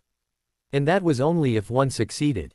For those who failed, their souls were rent into fragments and never were their hide nor hair seen again. Of course, Frederick did not know that Riddle had not gone out of its way to summon the demon, but had instead taken advantage of a quirk of fate. What have you done, Riddle? What have you done? It was an echo of the words Frederick had called out so many days ago, save now, instead of anger, his words held terror, horror and disbelief. Riddle lifted an elegant eyebrow, then lifted one shoulder in casual dismissal. That is for me to know and you to never find out, Frederick Flint. Now, there's only this one little thing that I require from you. After that night, Frederick Flint never looked at Harry again without a flash of fear crossing his eyes. Needless to say, he never picked on Harry ever again. Indeed, it was a testament to his nerves that he could even stand to be in the same room as Harry, much less continue teaching at Durmstrang. All in all, Harry found the cowering, broken form of the much-hated teacher very satisfying indeed, even more so than if he had killed the man. But no, that would have drawn too much attention to the school. And a broken man was a far sight more entertaining than a dead one. The school term ended with the school results being disseminated. Much to his chagrin, Harry's focus on his owls had caused his potions grade to slip by 2 positions, to 5th place, even as he remained top in all subjects, except his new elective of necromancy, in which he was 2nd. So, Alexei was top then, he mused. I wonder if he's really set on becoming a necromancer. Not that Harry had expected anything less. After all, those were the subjects he was most proficient in, and had received training in since his childhood. When Harry had shown the letter to his father, Voldemort had actually smiled. Harry privately thought that it was good that Karkaroff had been sent away, or no doubt he would faint from the shock of seeing Voldemort smile. "Excellent work, Harry. I think I'd have to get you the firebolt you were eyeing after all." Harry had had to restrain himself from whooping with glee, settling instead for a polite thank you. Then, Voldemort had inquired about Harry's school life in detail.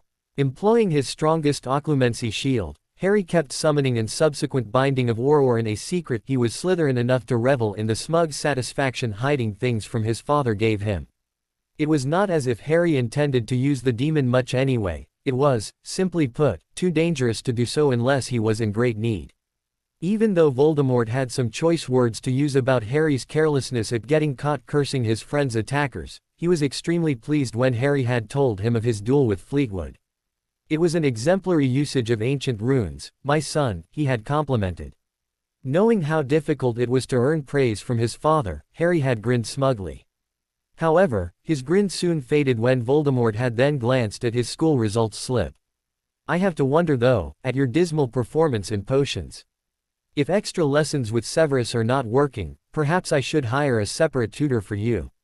Harry did not wish to lose his plaything, so he hurriedly said, "I assure you, Father, the lessons are adequate." It was merely that, he frowned slightly as he realized that he would have to admit that the fault lay with him. Sighing, Harry admitted, "I did not spend enough time studying for potions." That was the bald truth. He had concentrated so much on his owls that it had been a miracle he still retained his top position in the European history of magic, astronomy, herbology and wards. His father raised an eyebrow. "Indeed. I trust that you will make up for that lack over summer." Harry nodded glumly. While he did love to tease the potions professor, as the difficulty level of potions increased, the brewing process also got increasingly finicky. For Harry, who had no patience for potions, it was tedious and mind-numbing. His moody temper was sated only by throwing subtle barbs at the potions master, who fought back with his own brand of sarcasm. Logically for Snape, Harry had another outlet for his frustrations. Since he had sworn himself to the dark the previous summer, the Dark Lord had authorized him to participate in raids this summer. Harry usually went with his Aunt Bella and Uncle Rhodey.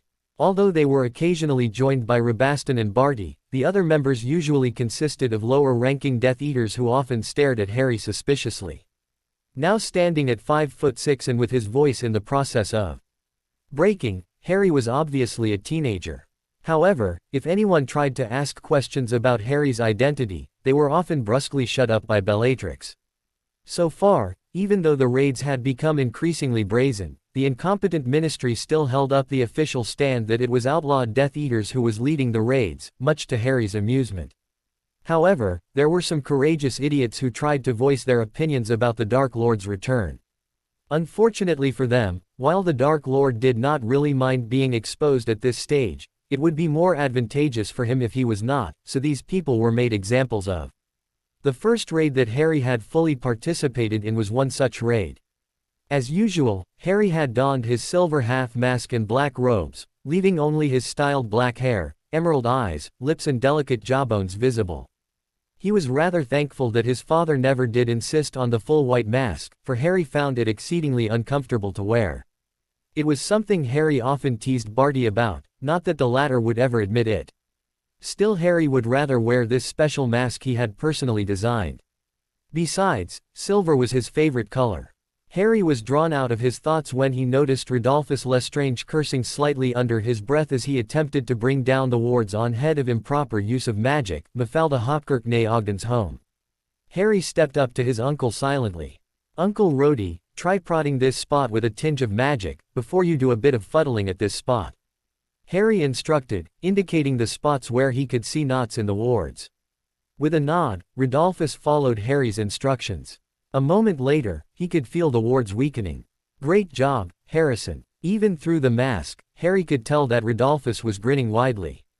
"Practice a few more times and you could take over my job." Harry inclined his head slightly, even as he pointed out, "I have an unfair advantage, Uncle Rhodey." Rodolphus shrugged as he brought the wards completely crashing down. "We're all born with some form of advantage over others, yours just happened to be rarer and more useful." Meanwhile, the low-ranking Death Eaters watched the exchange with narrowed eyes. Rumors of a teenage prodigy with a special silver mask had spread amongst the rank and file. Some noted that he addressed Bellatrix and Rodolphus as aunt and uncle, and wondered if he was related to them. Others countered with the argument that even if he was, he would not have been treated so differently. No, he had to be special in some other way. Harry kept his senses on high alert as he followed behind Bellatrix into the house, after she had blasted down the door. It was a highly dramatic gesture, albeit a necessary one. Who knew what curses and wards the door held? Far better to take it down with raw power than to try disarming them gently. Sometimes, it made Harry wonder just how much raw power Bellatrix had, if she was able to spare so much just to get rid of a door. Of course, Harry was certain that it paled in comparison to his father's, and maybe even his own. His powers were still growing by leaps and bounds, so who knew what level it would reach when he finally reached his magical majority. It was a pity really, that Harry could not see his own aura, and thus, his level of power. Following behind her, Harry took in the homely, cozy surroundings quickly while keeping his ears peeled. Hearing a small sound to his right, he whirled and pointed his wand at a bird. Or more precisely, a barn owl. Harry shrugged, then cast the killing curse at the animal. His father had been rather specific. No survivors were allowed, unless they had something to offer to warrant them being taken prisoner. Behind him, Harry heard one of the Death Eaters gasp. The man was probably stunned that Harry was able to cast the curse at his age, albeit it being on an animal. Harry had yet to cast it on a human, though he idly wondered if today was the day he would become a killer. Entering the living room, Harry saw Bellatrix dueling a wispy witch with flyaway gray hair and a grizzled wizard sporting a thick gray beard, while sounds of approaching footsteps could be heard from a nearby staircase. To the Death Eaters who had come in through the front door with him, he ordered, "You three, take care of the stairs." Although one Death Eater opened his mouth as if to argue, his companion quickly tugged him aside, even as Harry went to help Bellatrix. "May I, Aunt Bella?" Harry inquired politely, as if it were any other normal occasion. Not waiting for a reply, he immediately began dueling the wizard, whom he guessed was Mafalda Hopkirk's husband. "Of course, my dear, go right ahead," Bellatrix sang, even as she ferociously resumed battling Mafalda Hopkirk. It was rather exhilarating actually, to fight outside of the formal rules of a formal duel. With no spectators and no need to hold back, Harry was soon interspersing his offensive spells with all the dark curses and hexes in his repertoire.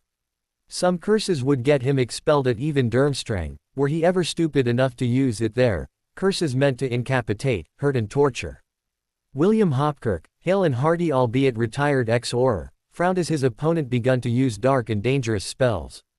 Having heard his opponent's breaking voice and observed his slim figure, William had come to the conclusion that his opponent was a child barely into puberty, at most, he was a teenager. The Dark Lord is subjugating children now. How could he stoop so low? William's thoughts were filled with disgust.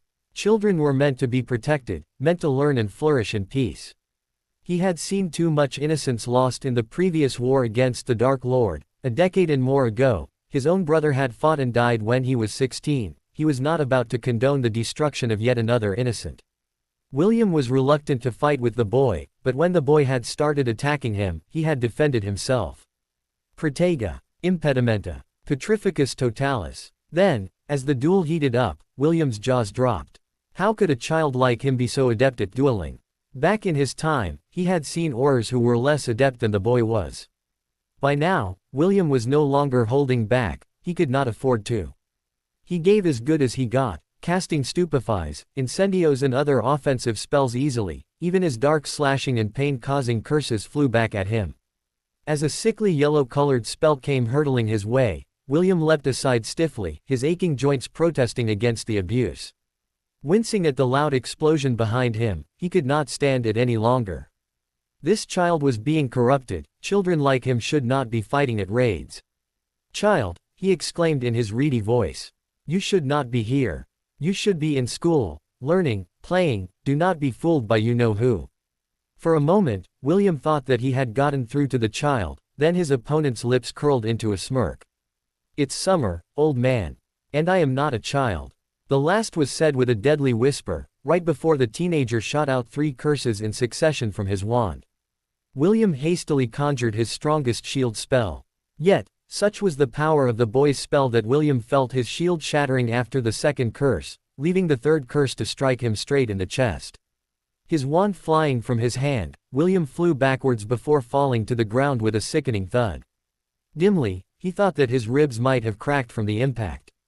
Then, he saw the boy aimed his wand at him with a smirk on his lips.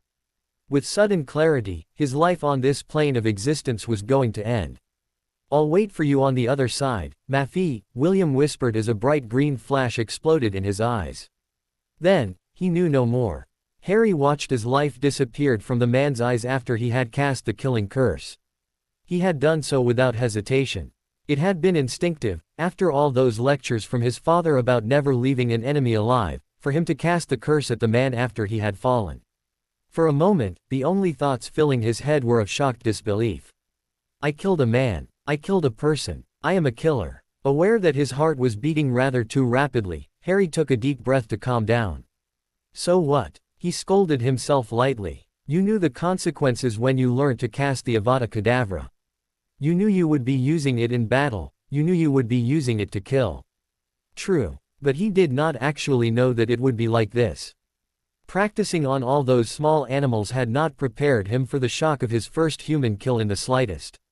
A flash of green light and suddenly, a human life was snuffed from the face of Earth.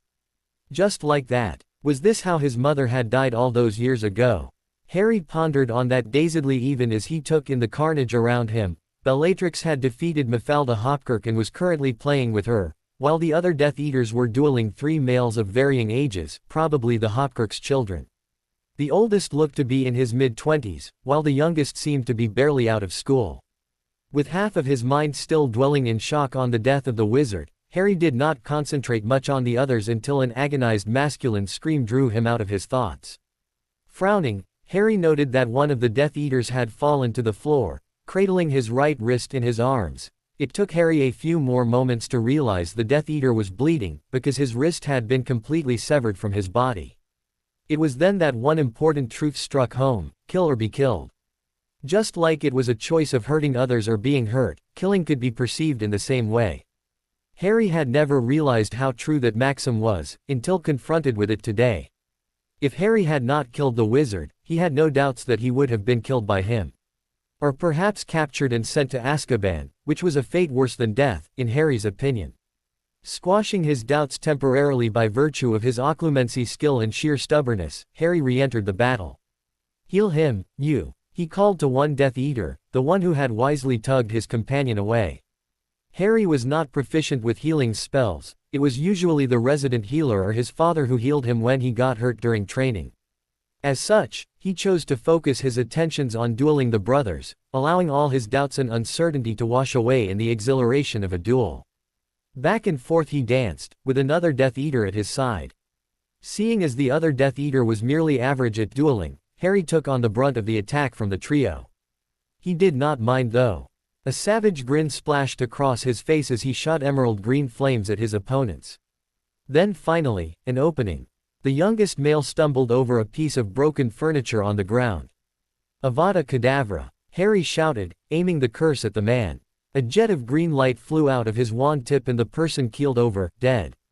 Although there were other ways to kill, Harry could not help but rejoice in using the killing curse. It sent a huge rush of darkness through his very core that was simply exhilarating. "No, Vespin!" his brothers cried out in despair. Without stopping to gloat, Harry immediately turned on the eldest male and attacked vigorously. Still shocked by his brother's death, the eldest male concentrated too much on Harry and soon left his flank wide open to attack from the Death Eater beside Harry, who aimed a deadly curse at him. Another one down. Harry smirked as he launched an attack on his last opponent, caught up in battle lust. Merlin, but it felt so good just to let go and enjoy the battle. Harry found that his senses became hyper-alert as adrenaline rushed through him. He whirled, he spun, he dodged as he shot spells and curses at the male. At last, the male, panting heavily, dodged a fraction too slowly, and down he went. Harry laughed coldly as he cast the killing curse once more, delighting in the power rush he felt. All doubts had fled from his mind as the euphoria of the battle took him. As the adrenaline and power rush left him however, Harry suddenly felt extremely tired. Stupid. He berated himself mentally. His father had warned him not to overuse the unforgivables, for they were a huge drain on magic. And yet here he was, a beginner, using it 3 times in the span of an hour. It was no wonder that he felt slightly woozy. Retrieving a vial of invigoration draft from his pockets, Harry unshrunk the unbreakable vial before gulping down the potion. Its effect was immediate, he immediately felt revitalized. However, Harry knew that this type of potions had strong side effects. He would have to rest within the hour or he would pass out stone cold. Looking around, Harry noticed that Bellatrix had killed off Mafalda Hopkins some time ago, presumably during his duel with the brothers. She cackled slightly when she caught Harry's eyes. Very nice, Harrison. 3 kills on your very first time, Auntie Bella is very impressed. Stalking towards him, she lightly petted his shoulders, offering comfort through her touch when she was too proud to say it. As Harry flashed a grateful smile at her, he saw Rodolphus and another Death Eater finally entering the living room. Rodolphus shrugged slightly, had to take care of a middle-aged couple back there. Apparently the Hopkirks had guests tonight. His eyes took in the carnage in the living room critically, then he said, "That should be all. Shall we, Bella?" Bellatrix nodded at her husband. "Let's go." Once outside, Bellatrix smirked. "The Dark Lord wants them as a very visible example. Thus, there will be no burning of their house. Harrison dear, would you do the honors?" Harry returned his aunt's smirk. "Of course, Aunt Bella." Mors Mordra. As the dark mark appeared in the sky, all the Death Eaters and Harry apparated from the scene. That had been the first raid that Harry had participated in. When he had sat in on Bellatrix's and Rodolphus' report afterwards, he found that Voldemort had been impressed with his use of the killing curse. After Voldemort had dismissed his followers, the Dark Lord had turned to Harry. "Are you all right, my son? It was, after all, your first human kill." Harry had nodded, grateful for his father's concern. Unlike most parents, Voldemort limited the display of his concern to that question and statement. Sometimes, Harry wished that he had a father who would hug him tightly when he needed it. The only hug he ever recalled was the one he had initiated when his father had first broached the topic of his adoption. But that was not the Dark Lord's way. No, his father showed his affections, as much as he was capable of feeling, in other ways. And Harry would not trade his father for anyone in the world. "I will be, father. Please, do not worry on my behalf." Harry had hesitated for a while. Before tentatively querying, "May I know about your first kill, father?" His father had always been leery of regaling Harry with tales of his past, and understandably so, considering his upbringing at the orphanage. To Harry's surprise, Voldemort had not changed the subject, as he usually did when he was unwilling to talk to Harry about something, but had told Harry the story of the Chamber of Secrets, and how he had killed a mudblood with a basilisk when he was in his 6th year at Hogwarts. He had also informed Harry that that was when he made his first Horcrux, a diary which was currently safely hidden. Harry had smiled at the tale. It was always struck Harry as funny, how he was the one Horcrux not safely locked away. Even Nagini was constantly kept by his father's side. Harry knew his father was rather controlling when it came to such things. He rarely, if ever, trusted anyone with much. It was a measure of how much the man truly treated Harry like his son, as opposed to just a pet or a precious treasure, that Voldemort had revealed the fact that Harry was his Horcrux to his son, and thereafter trusted Harry to keep himself safe by allowing him the freedom to attend school, and at Durmstrang no less. When Voldemort had finally bid Harry good night, Harry had felt a small weight lift off his chest. Yes, he was quite willing to kill, and even murder, if it would help his father in any way.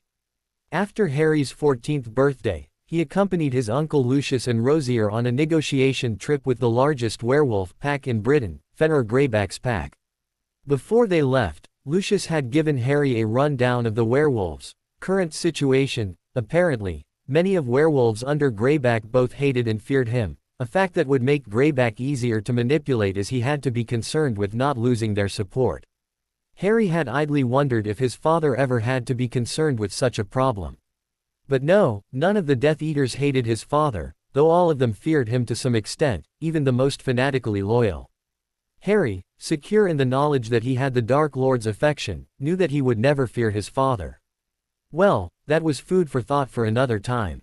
Harry focused his mind on the upcoming meeting with the werewolves, even as Harry, together with Lucius and Rosier, entered a dimly lit cavern with hanging brown stalactites above a round oaken table in the middle of the room. Remus Lupin hovered in the background of the meeting like a shadow.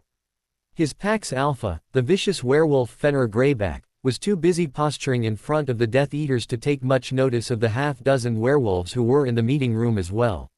Remus had traded places with another werewolf who was supposed to be here by promising that werewolf 2 months' supply of the Wolfsbane potion, an extremely rare and expensive potion that Remus was planning to obtain from Snape through Albus Dumbledore, for he was not high-ranking enough in the pack to be invited to the meeting. He noticed that 7 Death Eaters had entered the room. 4 were clearly bodyguards, arranging themselves around the other 3. The one standing in the middle was recognizable by his scent as one Lucius Malfoy. How Remus yearned to expose the man to the ministry. But who would take the word of a werewolf over that of an aristocrat like Malfoy? Furthermore, Remus was sure that Malfoy would claim to be under the Imperius again, like he had at the end of the war. Remus did not recognize the second man, but it was the third who intrigued him. From the boy's voice and gestures, Remus could tell that he was a teenager. The question was, what was a teenager doing at such an important meeting? Surely it wasn't Malfoy's son. Remus studied the teen closely throughout the meeting. Hooded and cloaked as he was, Remus could only make out the silver half-mask on the teen's face, as well as the green eyes, full lips and a rather regal chin. As well as a vaguely familiar scent. Try as he might though, Remus could not place it. He noted that the boy seemed to be no amateur at politics. On a few occasions, he would chip in his opinions, in such a way which always seemed so reasonable that Greyback had no choice but to agree to it. Other than that, however, he seemed content to allow his elders to lead the discussion, even as his emerald green eyes seemed to rove around the room. Remus stiffened as the boy met his gaze, then, seemingly bored, looked away again. Remus could not help but feel this nigging sensation. With a resigned shrug, he shoved that feeling into the back of his mind even as he paid close attention to the discussion taking place. After all, now that it was clear that the werewolf would never join the light, Albus was depending on him to find out as much as he could about the terms of alliance they had with the dark. By the end of the 2 hours of negotiation, Greyback had agreed to join the Dark Lord, with precious little conditions. Good work, Uncle Lucius. I am sure that Father will be most pleased with the results, Harry complimented Lucius during dinner, just before they headed home. Lucius inclined his head slightly, replying with a raised eyebrow, "You did well too, young master. I must admit, your small nudges helped sped things along considerably." Harry smirked and pointed out, "I had good teachers." Indeed, since young, Harry had been exposed to politics by both his father and Lucius. One reason why he had not taken the subject as an elective was because he already had the best teachers at home. "I am proud to have you as my student, young master," Lucius finally replied in an uncharacteristic lowering of his usual aristocratic mask. He raised his glass, "To the success of our mission." Harry echoed him with a smug smile. A few days before the school year started, the Dark Lord sent Harry on a raid, the first raid that Harry was allowed to lead. Harry acquitted himself splendidly, bringing down the wards easily and generally wiping out the entire family of one Hestia Jones, a new member of the Order. Voldemort had told Harry that Jones herself was not to be touched. He intended for her to suffer the agony of losing family members as a result of her choice. Harry had nodded in understanding. During the raid, he allowed Aunt Bella free rein with the youngest members of the Jones family. By the time Bellatrix was done, Harry had been certain that Jones would get the message.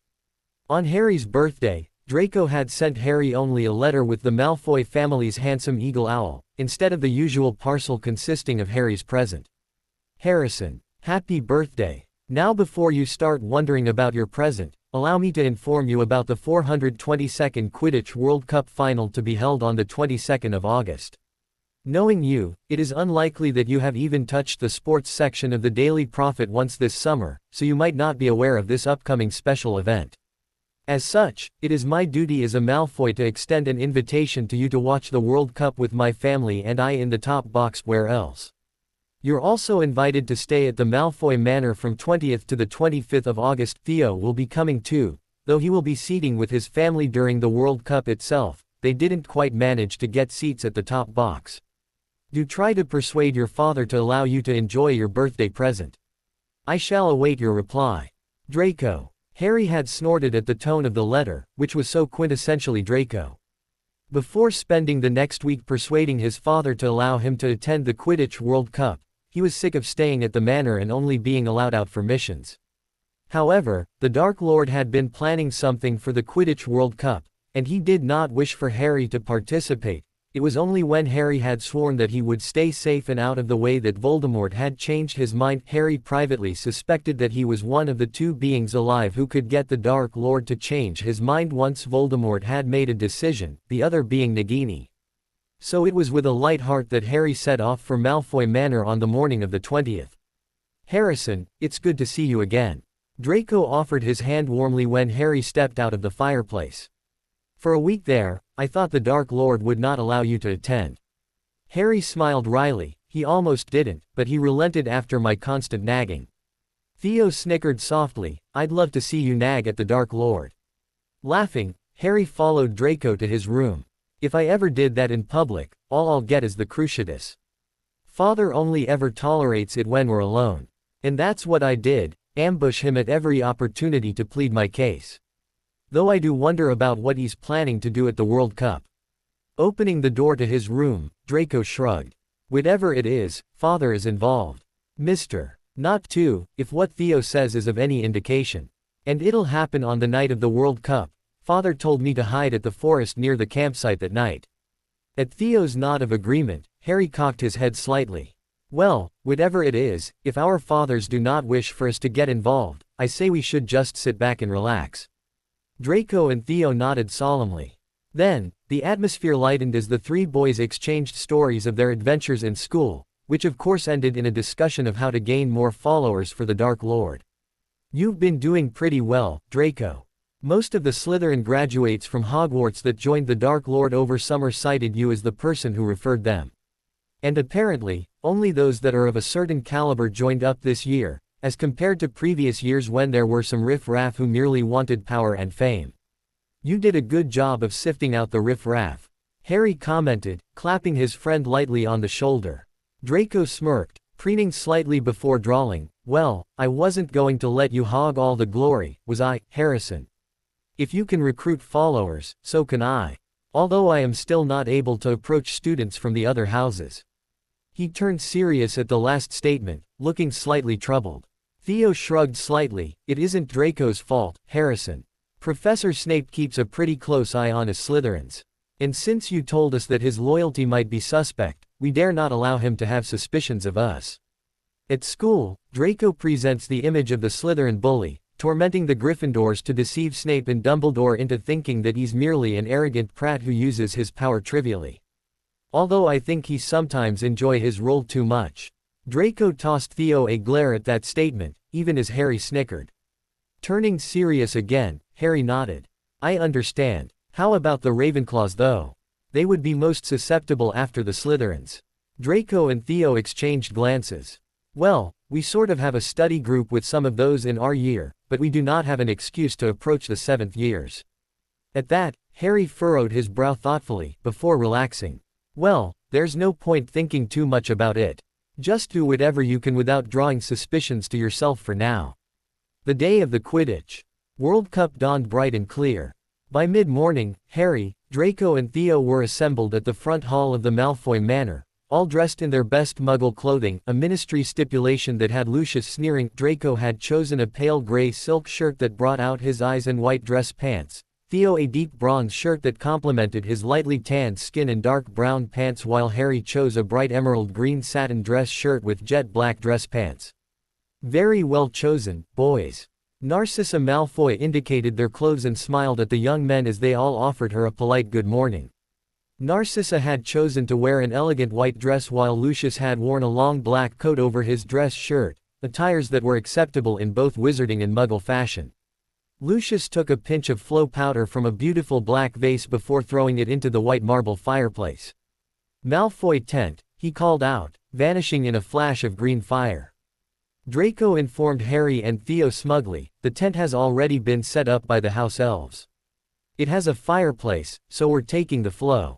Much more convenient than a portkey. Father checked, we'd have to wake up at 7 in the morning to catch the one in our district. Harry tossed Draco a teasing smirk. And we all know that Malfoys do not get out of bed until 9 o'clock unless, ouch. Mock glaring at Draco, Harry rubbed the spot where Draco had punched him. Draco, Narcissa frowned slightly. Draco instantly said, "Do not worry, Mother, we will behave appropriately in public." Harry and Theo instantly brought out their cultured masks and inclined their heads elegantly at Narcissa's lingering glance. 5 minutes later, Harry blinked up at inside of the Malfoy tent, which did not look like one at all. A tent, that was. White marble floor, white leather or wooden furniture and crystal chandeliers. In fact, Harry thought it looked like the mini version of the Malfoy Manor. "The 6 bedrooms are through that corridor there, dears," Narcissa indicated with a graceful gesture. "Now, if you'll excuse me, I believe I will take a rest before the match. The house elves will bring luncheon at about noon, so please be ready by then." Lucius smiled fondly at his wife before bidding the teenagers goodbye, indicating that he would be catching up with some colleagues. Harry, Draco and Theo were left staring at each other. "Colleagues. Or colleagues? Which do you reckon, Draco?" Harry asked curiously. Draco shrugged. "Probably ministry ones. This is a good opportunity to make political connections after all. And Mother will probably be up and about soon enough, inviting all her lady friends to gossip. She might request our presence if we're still here then. Shall we leave before that happens?" Harry nodded decisively, then led the way outside. Once outside, he looked back, raising an eyebrow at what he saw. In the place of the Malfoy tent stood an extravagant confection of striped silk like a miniature palace, with several live peacocks tethered at the entrance. "Slightly ostentatious, isn't it?" Harry jibed gently, well aware of his friend's tendency to show off. Draco smirked and waved his hand at the broad expanse of tents that covered the field. "It puts the plebeians in their place." Both Harry and Theo laughed at that statement. "Let's go visit our friends," Harry decided a moment later, after the novelty of looking at the various highly decorated tents had worn off. Along the way, as they passed by salesmen touting souvenirs, Harry, Draco and Theo purchased a pair of omnioculars each, but that was all. It wouldn't be proper after all, for young men of their standing to be seen with roaring Bulgarian scarves or pointed green hats with dancing shamrocks. Although Harry caught Draco eyeing a figurine of Viktor Krum. "Don't bother," Harry commented. "He's a grumpy person, but if you really want to meet him, you should ask Alexei to introduce you." Draco snorted inelegantly at that. "Alexei will probably bite off my head if I do that. He hates it when others talk about his famous brother." "Can't say I blame him. If I had a brother who overshadowed me that much, I suspect that brother will not live till the age of majority." Shaking his head slightly, Harry quickly put up privacy charms. After all, it wouldn't do for them to be caught talking so casually about murder, even if Harry knew Draco was not exaggerating. "You like to be at the center of attention at all times, we get that. There's no need for such murderous talk out in the open though." Harry rolled his eyes lightly at his best friend, who shrugged slightly sheepishly. Theo watched his friends with amusement before stroking his chin thoughtfully. "Do you think Alexei will even come to the match?" Draco looked faintly scandalized at the thought that Alexei would not do so. "It's the Quidditch World Cup. Even if it were my worst enemy playing, I'd come to the match." Harry's emerald eyes glinted with humor as he laughed at that. "I can't imagine Weasley, Longbottom or the Mudblood playing at a World Cup anytime soon, can you?" The trio exchanged amused glances, then burst into laughter at that very thought. In the end, while they did not see Alexei, they did meet Tracy, the Withers twins, Pansy, Blaise and Daphne, who proudly introduced Harry to her parents and younger sister. "Ah, Astoria, isn't it? Second year at Hogwarts this year, right?" Little Astoria Greengrass, who had the same golden waves as her sister but had grayish hazel eyes instead of her sister's grayish blue, nodded shyly and blushed prettily. "You have 2 beautiful daughters, Lord Greengrass," Harry told the older man politely. Lord Greengrass beamed. "Thank you, young master." Harry watched with sardonic amusement as the Death Eater tried his best to flatter Harry. Thank Merlin, Daphne did not inherit his obsequiousness. Then, Harry and Draco returned to a sumptuous lunch at the Malfoy tent while Theo wandered off to find his parents. Before they knew it, it was time for the Quidditch match. While traveling through the path of the nearby woods to get to the Quidditch stadium, Harry noted that crowds were cheering, laughing, shouting and singing very loudly, much to his disgust. While Harry understood that the Quidditch World Cup was a highly exciting event, it wouldn't hurt for British wizards to at least show a proper sense of decorum, especially in front of the whole world who had gathered to watch the World Cup. Judging by the sneer on Draco's face, his friend shared his sentiments. Finally arriving at the stadium, Harry and Draco exchanged glances of irritation at the huge horde of wizards and witches swarming the entrance. Thankfully, after many well-placed elbows at the throng of people, Lucius managed to offer his tickets to the Ministry Witch at the entrance. "Top box, Lord Malfoy. Straight upstairs, please." The witch made an effort to be polite even as she shot harassed looks at the crowd that was forming behind them. Lucius returned a nod somewhat coolly before heading up to the top box with the others following behind.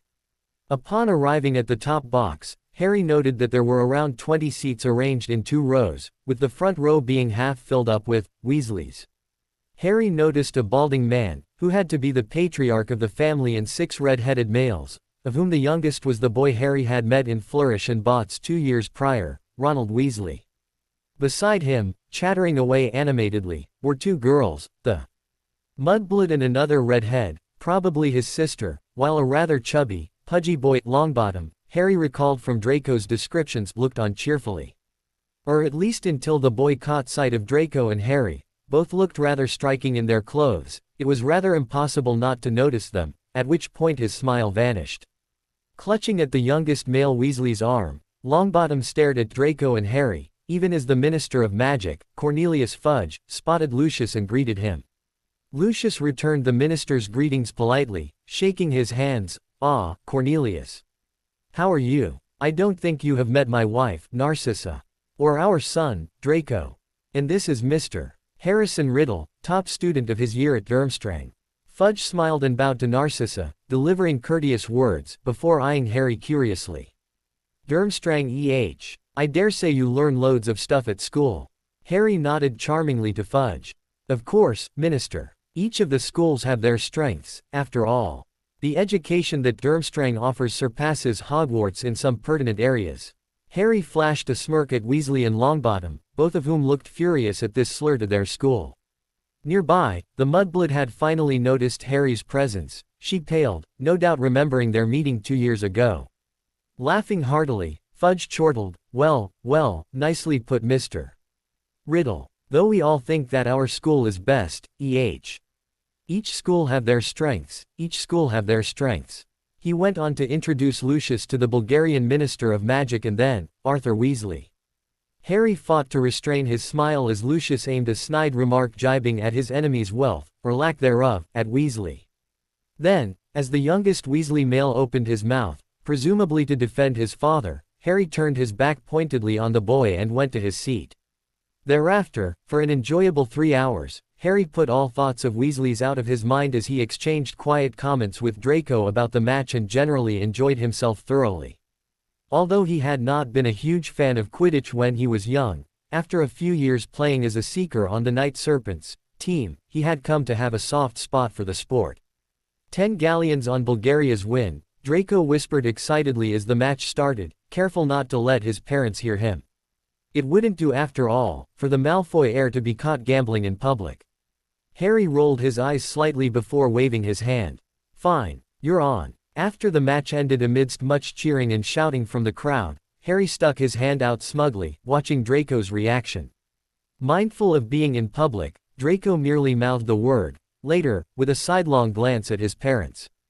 Harry smirked. If he chose to press the issue now, eyes widening, Draco looked pleadingly at Harry. In the end, Harry relented with a shrug. He supposed he could find his fun elsewhere, seeing as how Draco had given him such a nice birthday present this year. Returning to the Malfoy tent, Harry watched with amusement as Lucius tried to hint that Draco and Harry should return to the Malfoy manor via Flo. Harry smirked, holding up a hand to forestall him. "Uncle Lucius, I know you're planning something, Father told me as much.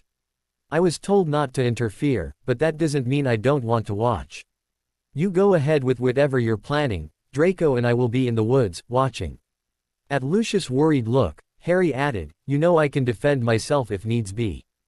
Don't worry, I'll protect Draco."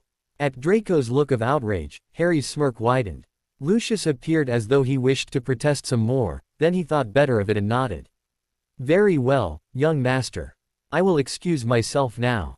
Harry and Draco made their way to the woods casually, finding a spot on the path through the woods that was just beside a gap in the trees. It offered a good spot through which to watch the show. They did not have long to wait. After a few minutes, pandemonium erupted. Tents were overturned, wizards and witches were running in all directions, shrieking, screaming at the top of their lungs. In the center of the chaos were a group of Death Eaters in full Death Eater regalia, laughing and cackling as they dangled a few bodies in the air. Harry watched with amusement as they taunted the victims, before flipping the woman over in midair. So these are Muggles, he glanced at Draco, noting the vicious enjoyment in his eyes. See anything you like, Harry teased. Draco made a gagging motion, then turned back to the scene. He couldn't help but frown slightly. Harry noticed and prodded him. What's wrong? Draco shrugged slightly, then slowly said, well, while the scene out there is enjoyable and all, I'm just wondering how it'd be of any help to my father's plans, right? Aside from causing fear and panic in the populace. Harry finished, smirking. It was good to see that Draco had brains underneath his arrogant exterior, even if he hid it well most of the time. I imagine that what we're seeing is only the distraction. The real mission, whatever it is, would be more subtly carried out. Draco nodded in agreement, then froze. Harry heard it too, 4 sets of footsteps and loud voices nearing. Leaning nonchalantly against the nearest tree trunk, he watched as Draco copied his actions. Now, depending on who the people were, they could claim to be hiding from the Death Eaters. Harry heard a large thump. Activating his magic seeing sight, he saw a faint reddish outline of the aura of a human figure sprawled on the ground several feet away from Draco and him. Then he heard a shrill, anxious female voice. What happened? Ron, where are you? Oh, this is stupid, Lumos. A wand lit up somewhere beyond the trees, casting its narrow beam across the path. Harry switched off his sight and noted that the boy sprawled across the path was none other than one Ronald Weasley, while the girl who had uttered the spell was the Mudblood Granger. Tripped over a tree root, Weasley grumbled under his breath before stumbling to his feet. Behind the Mudblood, 2 other anxious faces peered out, Longbottom and Martin Potter. Harry inclined his head slightly when Draco gave a questioning glance. It wouldn't hurt to have some fun after all. Starting off, Draco drawled, with feet that size, hard not to. Harry snickered at that. Draco's insults were often eerily accurate. The quartet turned in their direction, stunned looks of surprise on their faces. Weasley recovered first. He growled out, F.K. off, Malfoy. Harry narrowed his eyes. Could a person be any more crass? Coldly, Harry sneered malevolently, watch your language, Weasley. Hurry along now, you wouldn't like her spotted, would you? He jerked his head in the Mudblood's direction. What's that supposed to mean? Snapped Granger densely. Draco's gray eyes glittered with cold amusement as he spelt it out for the Mudblood. Granger, they're after Muggles. Do you want to be showing off your knickers in midair? Because if you do, hang around, they're moving this way, and it would give us all a laugh. Harry smirked at that. Draco did always know how to follow his lead in such things. Hermione's a witch, stupid. Martin Potter snarled, his hazel eyes flashing slightly. Harry sneered at his biological brother, even as his hackles rose at that childish insult. You really shouldn't interrupt a conversation, boy. Didn't your parents teach you any manners? And if you think they cannot spot a Mudblood, stay where you are, Harry added caustically. Even as Harry said the words, he winced mentally. He should have had more control over his temper than that. Had it been anyone else, Harry would have shrugged off the insult. But it was Potter, Martin Potter, who had said those words to him, the brother he never knew. Potter glared at him and reached for his pocket, withdrawing his wand and pointing it at Harry. Before Potter could say anything, however, you watch your mouth, Weasley shouted, turning a deep shade of red that clashed with his hair. Harry smirked, wondering if Weasley or Potter would be as foolish as they looked and start a fight right here and now. He was rather bored. It would be a nice distraction. Fingering his wand carelessly, he tossed a predatory grin at both Weasley and Potter. Apparently, the Mudblood was smarter than she looked, for she immediately grabbed Potter's arm to prevent him from doing anything foolish, even as she shot Weasley a pleading look. Well, Someone seems to have grown a backbone since 2 years ago, The person facing him now was so much more intriguing than the one who had run crying from the bookshop 2 years prior. There came a bang from the other side of the trees that was louder than anything they had heard. Harry heard several screams. He exchanged feral grins with Draco. Scare easily, don't they? Harry drawled lazily. Draco smirked, casting a glance at the four. Well, at least they're intelligent enough to be afraid, unlike them. I suppose your daddy had to tell you all to hide. What's he up to? Oh, I know, trying to rescue the Muggles. Where are your parents? Weasley snapped back. Out there wearing masks, are they? Draco and Harry exchanged amused glances. Weasley would never know how close he had come to the truth with that sentence. Well, if they were, I would not be likely to tell you, would I? Draco replied, smirking, even as Harry toyed with his wand idly, wondering if he could get away with cursing them. He was getting rather bored with the conversation. The mudblood cast fearful glances at Harry and Draco, then she dragged the quartet off. Harry tucked his wand away regretfully, then paused thoughtfully, before casting a wandless tripping jinx in their direction. He heard a loud crash and muttered curses. Weasley had tripped over yet another tree trunk again. The next day, Harry glanced at the Daily Prophet. It appeared that he was correct after all. A few people had died amidst the chaos at the World Cup, a few foreign ministry members and one known member of the Order of the Phoenix. Harry smirked. The Ministry of Magic would have a lot of trouble smoothing over things now, Harry had no doubt. He smirked. Truly, he had thoroughly enjoyed Draco's present this year. The mood at the Order of the Phoenix headquarters, the kitchen of number 12 Grimmauld Place, was somber. Albus Dumbledore heaved a mental sigh. Voldemort had yet won another round, it seemed, with the chaos at the Quidditch World Cup a couple of days ago. Across the table, Kingsley Shacklebolt was giving his report, concluding with a Daedalus Diggle was caught up in the chaos. Having been separated from his wand, he was soon trampled to death by the crowd. That's the Ministry's official report. However, all evidence points to the fact that when he tried to duel the Death Eaters who came after him, he was disarmed and imperious, manipulated to stand in the way of the crowd. He was a good man. Hestia Jones, a young black-haired woman with rosy cheeks, one of their newest members, sniffed slightly. Ah yes. Dumbledore recalled that Hestia was one of those whom Daedalus had recruited. His kindly and excitable nature had made him one of the best in such a task. He had also been one of the few who had had no words of censure when it had been revealed that Dumbledore's carelessness had led to Harry Potter's disappearance. It was time to focus everyone's attention away from their grief. Yes, Hestia, he was. Dumbledore said softly. Then, he increased his volume as he allowed the twinkle to fade from his eyes. They were all good men, all of them, whom Voldemort murdered, at a whim. The Bulgarian ministry members had no quarrel with Voldemort, their murders were meant to make things harder for our own ministry. International relationships will be strained, the ministry's efforts would have to be put into repairing them, drawing their focus away from other things. It is also unlikely that the Tri-Wizard tournament will be able to be held this year, the opportunity for friendships to be forged amidst friendly competition is gone. Voldemort's influence at Durmstrang will increase. It is highly likely that many of his new followers will be coming from that school. Dark times are upon us all. The time for peace has passed. One thing that can be seen from his increasing bold moves, Voldemort is planning to come into the open before the next school year ends.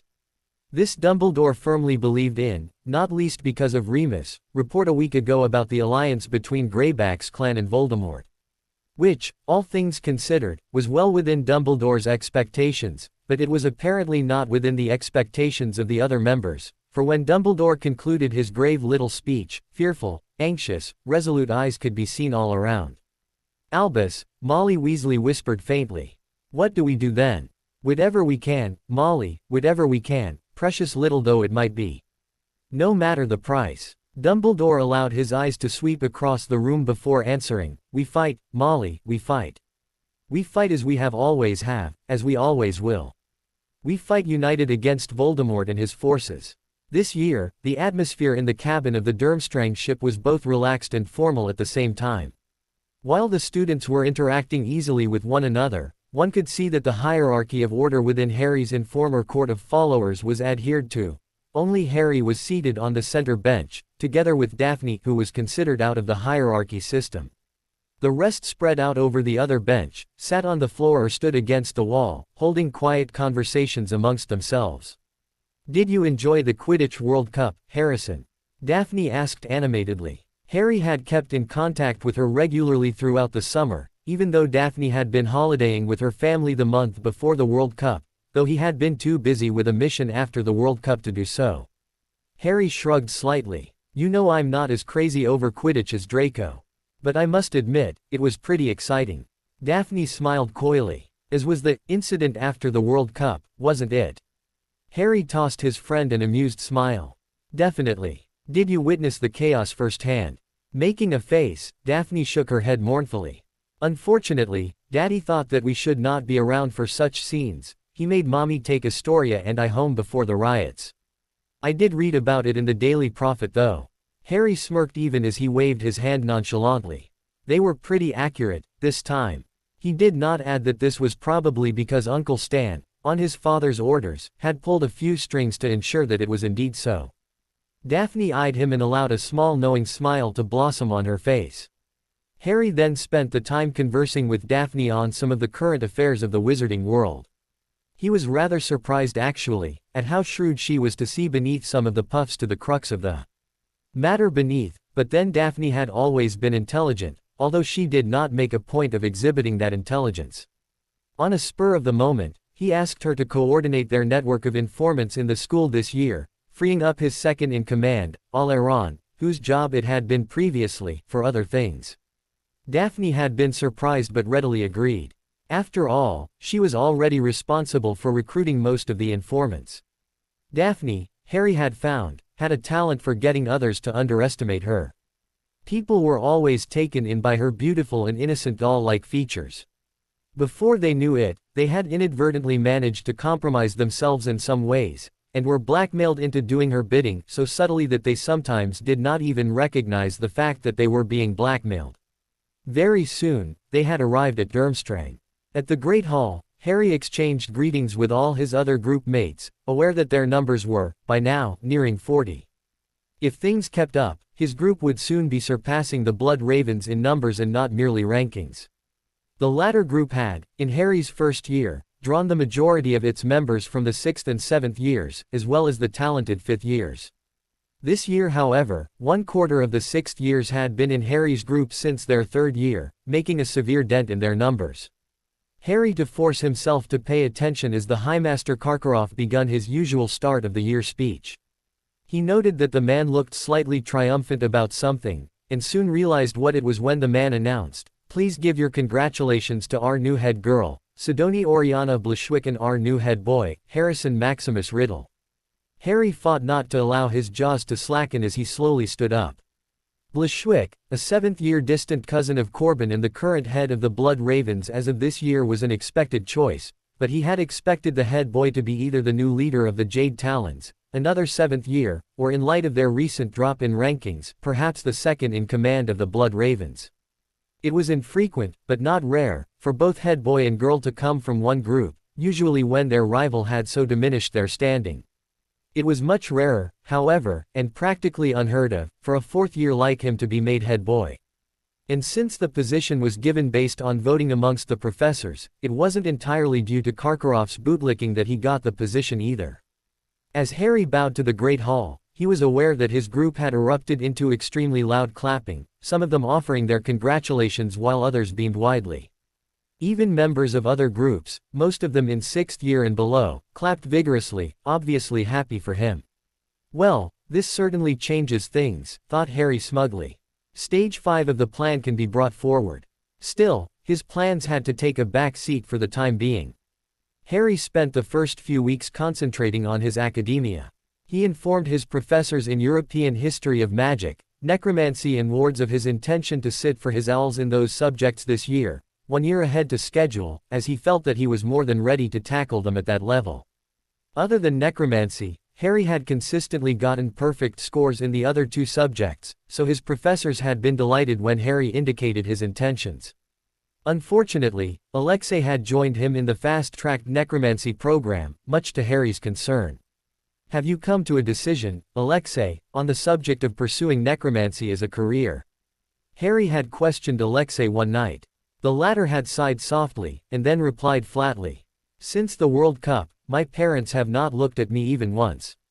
I am fully convinced that they do not see me as a part of their family. They would be no great loss should I choose to take this path. His eyes were emotionless even as he revealed his deepest sorrow to Harry. But my prince, you were right. I would miss the bond with our roommates, it is the only emotional attachment I have.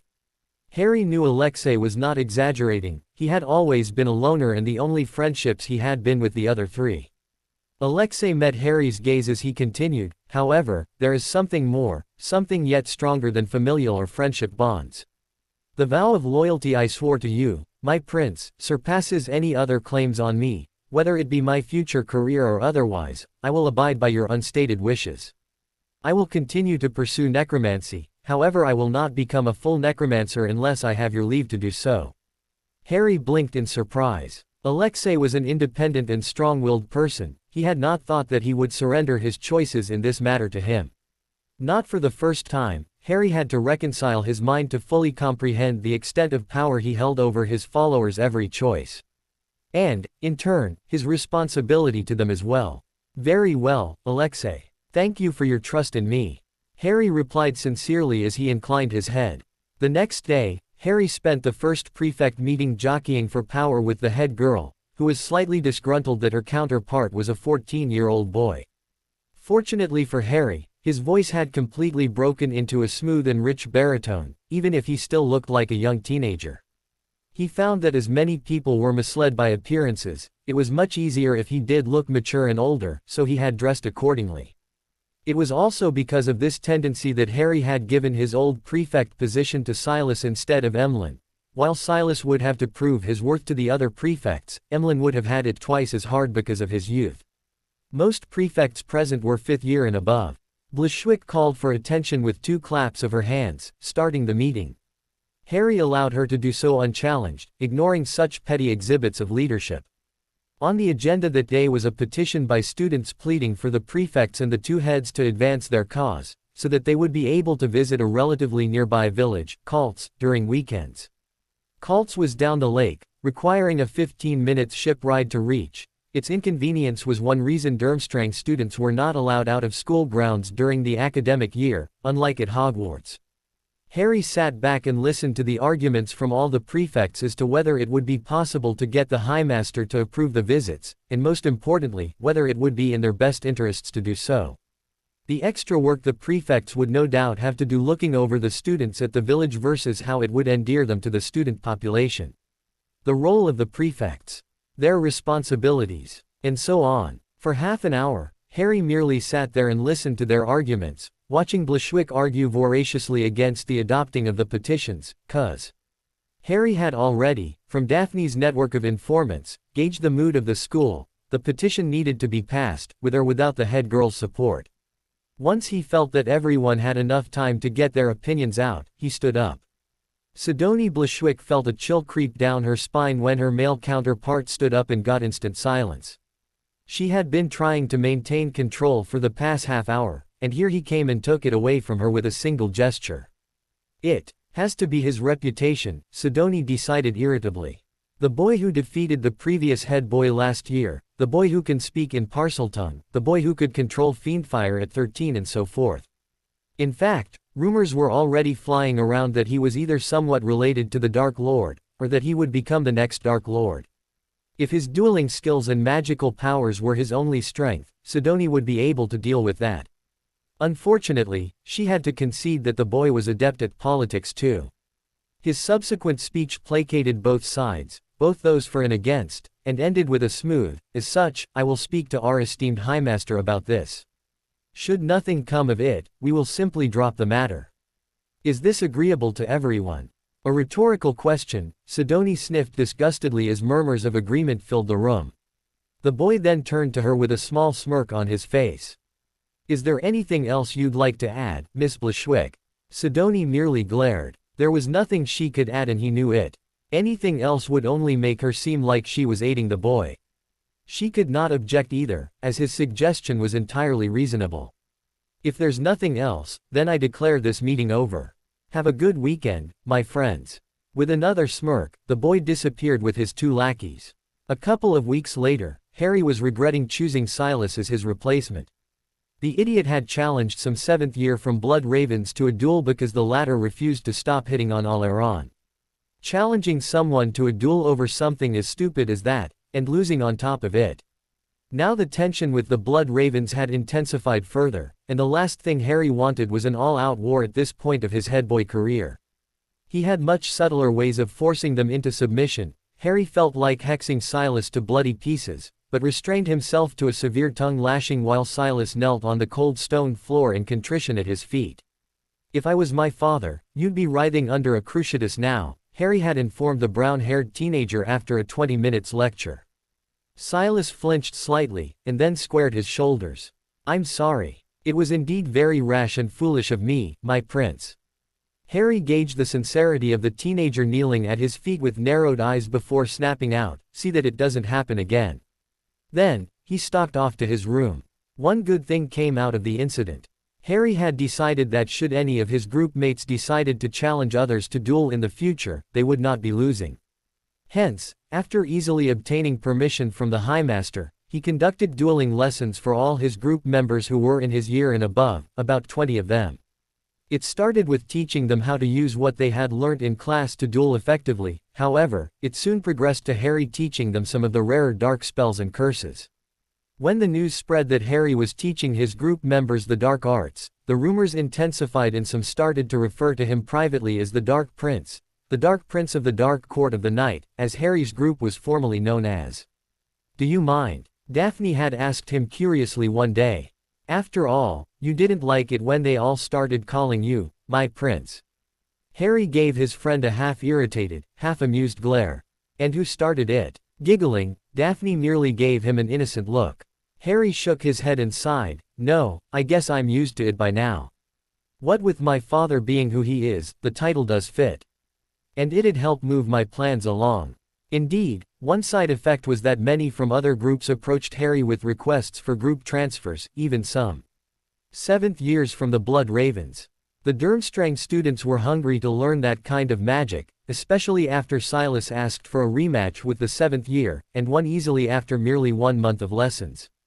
However, Harry only took the best of every year, namely the most talented 6 or 7 students in that year. By December, the Night Serpents had almost 50 members.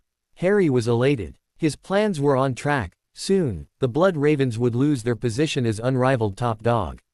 He even grinned when Steffi Stockman offered sincere congratulations to him one night in the common room, her vixen-like eyes sparkling in a manner that caused Harry's heart to give a small thump. Afterwards, Harry pondered on the implications of that telltale heartbeat. He was not an innocent, far from it. What with all the tales that his Death Eater uncles sometime liked to tell of their youthful exploits, Harry thought himself very well taught on such matters. He had, however, no practical experience though. And now that his body was undergoing puberty, well, perhaps it was time to get some. And 16-year-old Steffi Stockman was as good a place to start as any, since he appeared to be attracted to her. She was pretty enough in a foxy way, with her short red-haired bob, upwardly slanted vixen-like eyes, honey-colored skin and a devilishly hot, curvaceous body, and Harry knew she had had many boyfriends before, even if she currently had none now, so it wasn't like Harry would be corrupting an innocent. If anything, Harry was the one being corrupted, he thought amusedly 2 weeks later. Harry had spent a couple of days flirting with Steffi, practicing his technique, learnt from watching how Oleron had acted around Silas last year.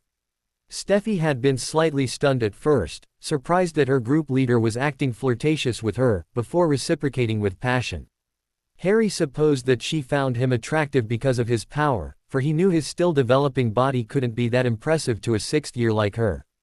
He thought she knew that he was merely making use of her. Nevertheless, she seemed willing enough and Harry was quick to take advantage. They had progressed to keying on the 3rd day and that was what Harry was currently doing. Licking her lips delicately, Harry parted her lips with his tongue before plundering her mouth passionately. Steffi had taught him some key-dotting techniques after his first sloppy and inexperienced key. After a couple of minutes, they broke apart. Seeing Steffi gasping with a flushed face, Harry smirked. How was that? Steffi licked her lips coyly, winking at him. Very delicious, my prince. Feed me more. Harry shook his head regretfully. Unfortunately, I have a prefect meeting to attend in a few minutes. And yes, there they are. He brought down the privacy wards only to see Aaron and Silas waiting a respectful distance away. Harry was not worried as to how long they had been standing there, for the privacy ward he had cast had ensured that no one would be able to see anything but a blur, nor hear anything but a slight buzzing. I'll see you tomorrow morning, Steffi. Harry petted his pouting girlfriend, at least technically, on the head before heading towards the two prefects. That's an impressive conquest, my prince. Aaron murmured softly. Steffi only goes for the best. She was with Victor Crumb a couple of months ago, and before that, she was with the previous Jade Talons group leader. Harry laughed at that. Luckily for her, I have a liberal policy concerning fraternizing with other groups' members. Casting a sidelong glance at his second-in-command, he noticed a hint of worry in the latter's eyes, worry that he knew was for him. I appreciate your concern, Aaron, but you don't need to worry. I have no intention of having my heart broken by that girl, even if she did do that to Crumb. Our arrangement is entirely mutually beneficial. He watched as Aaron visibly relaxed, even as he smiled ruefully. I should have known, you're not the kind to be lured in by a pretty face, young master. And I know I have no right to interfere in your private life, especially as you've been so generous with our relationship. Here, he glanced at his partner involuntarily, well aware that it would have been within Harry's rights to put his controversial gay relationship to a halt, but he soon continued, but I couldn't help it. Harry cut his off with an abrupt wave of his hand. You're my friend too, Aaron. You may voice your concerns at any time. But, once I've addressed it, I expect you to accept my decision and to keep all future opinions on the subject matter to yourself. That goes for you too, Silas. Is that understood? The two sixth-year prefects exchanged glances, then bowed in acknowledgement. Yes, young master. Harry nodded, satisfied. He would not tolerate anyone objecting to his arrangement with Steffi. Her reputation as a girl drawn to power only served to increase his status, while her sinfully hot body hinted at his own physical maturity. Of course, she was also teaching him all sorts of things about the art of lust, as well as courtship. The only downside, as far as he could tell, was that Daphne seemed to disapprove. Although she did not voice her opinions, she had been rather aloof since Harry started dotting Steffi. He put it down to jealousy, as she had been the only female friend that Harry was close to. Late that night, Daphne Persephone Greengrass stood at the window of the dormitory room which she shared with some of her yearmates. Disillusioned and with a privacy charm cast, Daphne allowed her eyes to take in the vista of the light cast upon the shimmering lake by the waning moon and the twinkling stars in the night sky, even as she settled down to do some thinking. For the past 2 weeks, Harrison had been constantly in the company of one Steffi Stockman, the voluptuous sixth-year student who went around the castle breaking hearts. While Daphne liked Steffi well enough, somehow, when it came to accepting the fact that Harrison was with the girl, she felt the irrational urge to hex something. And that was saying something, for Daphne was not the most emotional of persons by nature. Daphne suppressed a mental sigh. She had always had a bit of a minor crush on Harrison. After all, the boy was charismatic, powerful, intelligent and good-looking. What she had not suspected, however, was that her feelings appeared to run deeper than that. Were it a mere crush, Daphne was sure that she would have gotten over her jealousy easily. She was, after all, not inexperienced on the dating scene in Durmstrang, although she had never had a steady relationship.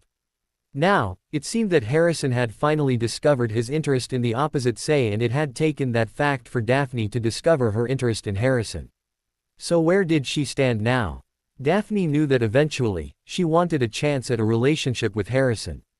But not now. Not when he was still new to girls, easily mesmerized by the first pretty face and hot body that he saw. Daphne sighed. That was perhaps a little uncharitable, but Merlin knew she wasn't feeling very charitable at the moment. Nevertheless, Daphne had patience in abundance. It was what made her good at sniffing out valuable information from her informants in the school's rumor mill after all. She could wait for her chance with Harrison. And in the meantime, Daphne would follow her mother's advice. It was time to grow up. Daphne's mother had suspected that on most days, Harrison saw her as something like a little sister. He was protective towards her, had a soft spot for her, yet did not treat her as an equal, and as such, was unlikely to have romantic feelings for her. Mother's words does make sense. If Daphne wanted to eventually gain his attention, she would have to show that she was his equal. Heading the information network in Durmstrang was merely a start. No matter. Daphne had inherited foresight and pragmatism from her father, a man who, in hopes of a future relationship between the Dark Heir and his elder daughter, had sent said daughter to Durmstrang instead of his alma mater Hogwarts. She would put it to good use. Harry spent the rest of the time before Christmas holidays doing three things, one of which was slowly exposing those of his group who did not yet know of his status as the Dark Heir to the Dark Lord's plans and ideals, dropping hints of the Dark Lord's return. The very smart ones or those with parental connections had long since suspected or known of the fact and were quite receptive. Harry thought that all the 4th, 5th and 6th years that were not already in the know would be ready for recruitment right after Christmas, in line with his father's plans. For the younger ones, Harry planned to let the seeds of loyalty he had planted grow. After all, the 4th years and above had been under his influence for at least 4 years. The younger ones as yet needed to be more strongly influenced before they could be captured. Other than that, Harry also spent time speeding through his 4th-year material in necromancy, wards and European history of magic. He intended to complete his 4th-year coursework by the end of December, so that he could start on his 5th. The subject of wards was extremely easy for him, given his rare talent, and European history of magic involved merely a memorization of facts and forming valid conclusions on them, nothing difficult for Harry. It was only for necromancy that Harry had to put in more effort. He still found the summoning of zombies rather taxing. As such, he was only able to summon and control one at a time, while owl-level necromancy required the simultaneous summoning of 3. At this rate, he'd never be able to summon an Inferius, which was an even higher level of zombie, since they were quite sentient. And that, after all, was his only goal for learning necromancy, to be able to help his father with his army of Inferi during the coming war. At least I'd have Alexei for that, he mused thoughtfully. Alexei was already able to summon a couple of Inferi at the same time, though he was far from Voldemort's level. The last thing that Harry focused on was to get his Quidditch team ready for the upcoming Quidditch matches. By now, the Night Serpents Quidditch team was the best in Durmstrang, despite the Maroonwings' possession of international Quidditch star player Victor Crumb. While the latter had one exceptional player, Harry's team consisted of 7 excellent ones. In the end, while Harry had not managed to get the snitch before the talented Seeker, his team still won merely because their score was more than 150 points ahead of the other team when Crumb had caught the snitch, a situation which Harry had forced Crumb into, for if the latter had not caught the snitch then, Harry would have done so. Still, what mattered was that the Night Serpents had still won the 500 points that were at stake. All these events served to put Harry in quite a good mood.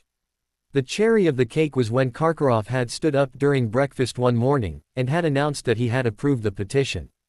It has brought to my attention that the student population has recently submitted a petition for weekend visits to the village of Kaltz. As your head boy, Mr. Riddle, has argued so persuasively in favor of this petition, I find it difficult to withhold my permission. Therefore, I hereby allow all students who are able to get permission forms signed by their parents or guardians over the holidays to visit Kaltz whenever a trip is granted. Cheers erupted in the Great Hall, and chants of "Dark Prince! Dark Prince!" could be heard through the furor. Harry's smirk was wide when he caught sight of a furious Bushwick, no doubt worried by Harry's popularity, seated 2 tables away. By the time the Christmas holidays rolled around, Harry was in an extremely cheerful mood, despite Daphne's recent aloofness towards him. Her work with the network of informants was exemplary as usual, but she had begun giving him the cold shoulder over small things. Where before she would sit beside him, or at least near him, at breakfast, she now sat with the rest of her female friends several seats away. And even though they conversed as frequently as before, there was now a distant chill in her manner. She maintained a mask over her emotions, a mask that she never before put on when alone with Harry, a mask that she only ever wore with acquaintances, those outside their group. She was never emotionless, no, not Daphne, but the light words, sweet smiles and lilting laughter she gave lacked sincerity. No matter. She would come around eventually. Harry thought amusedly, when she realized that he was merely using Steffi. Perhaps he would send her an extra nice gift this Christmas, to make up for the perceived slight. That Christmas was the worst Christmas of Harry's life. Well, when one did not count the Christmases spent with the Dursleys, he supposed. Nothing could top that on his worst Christmas list.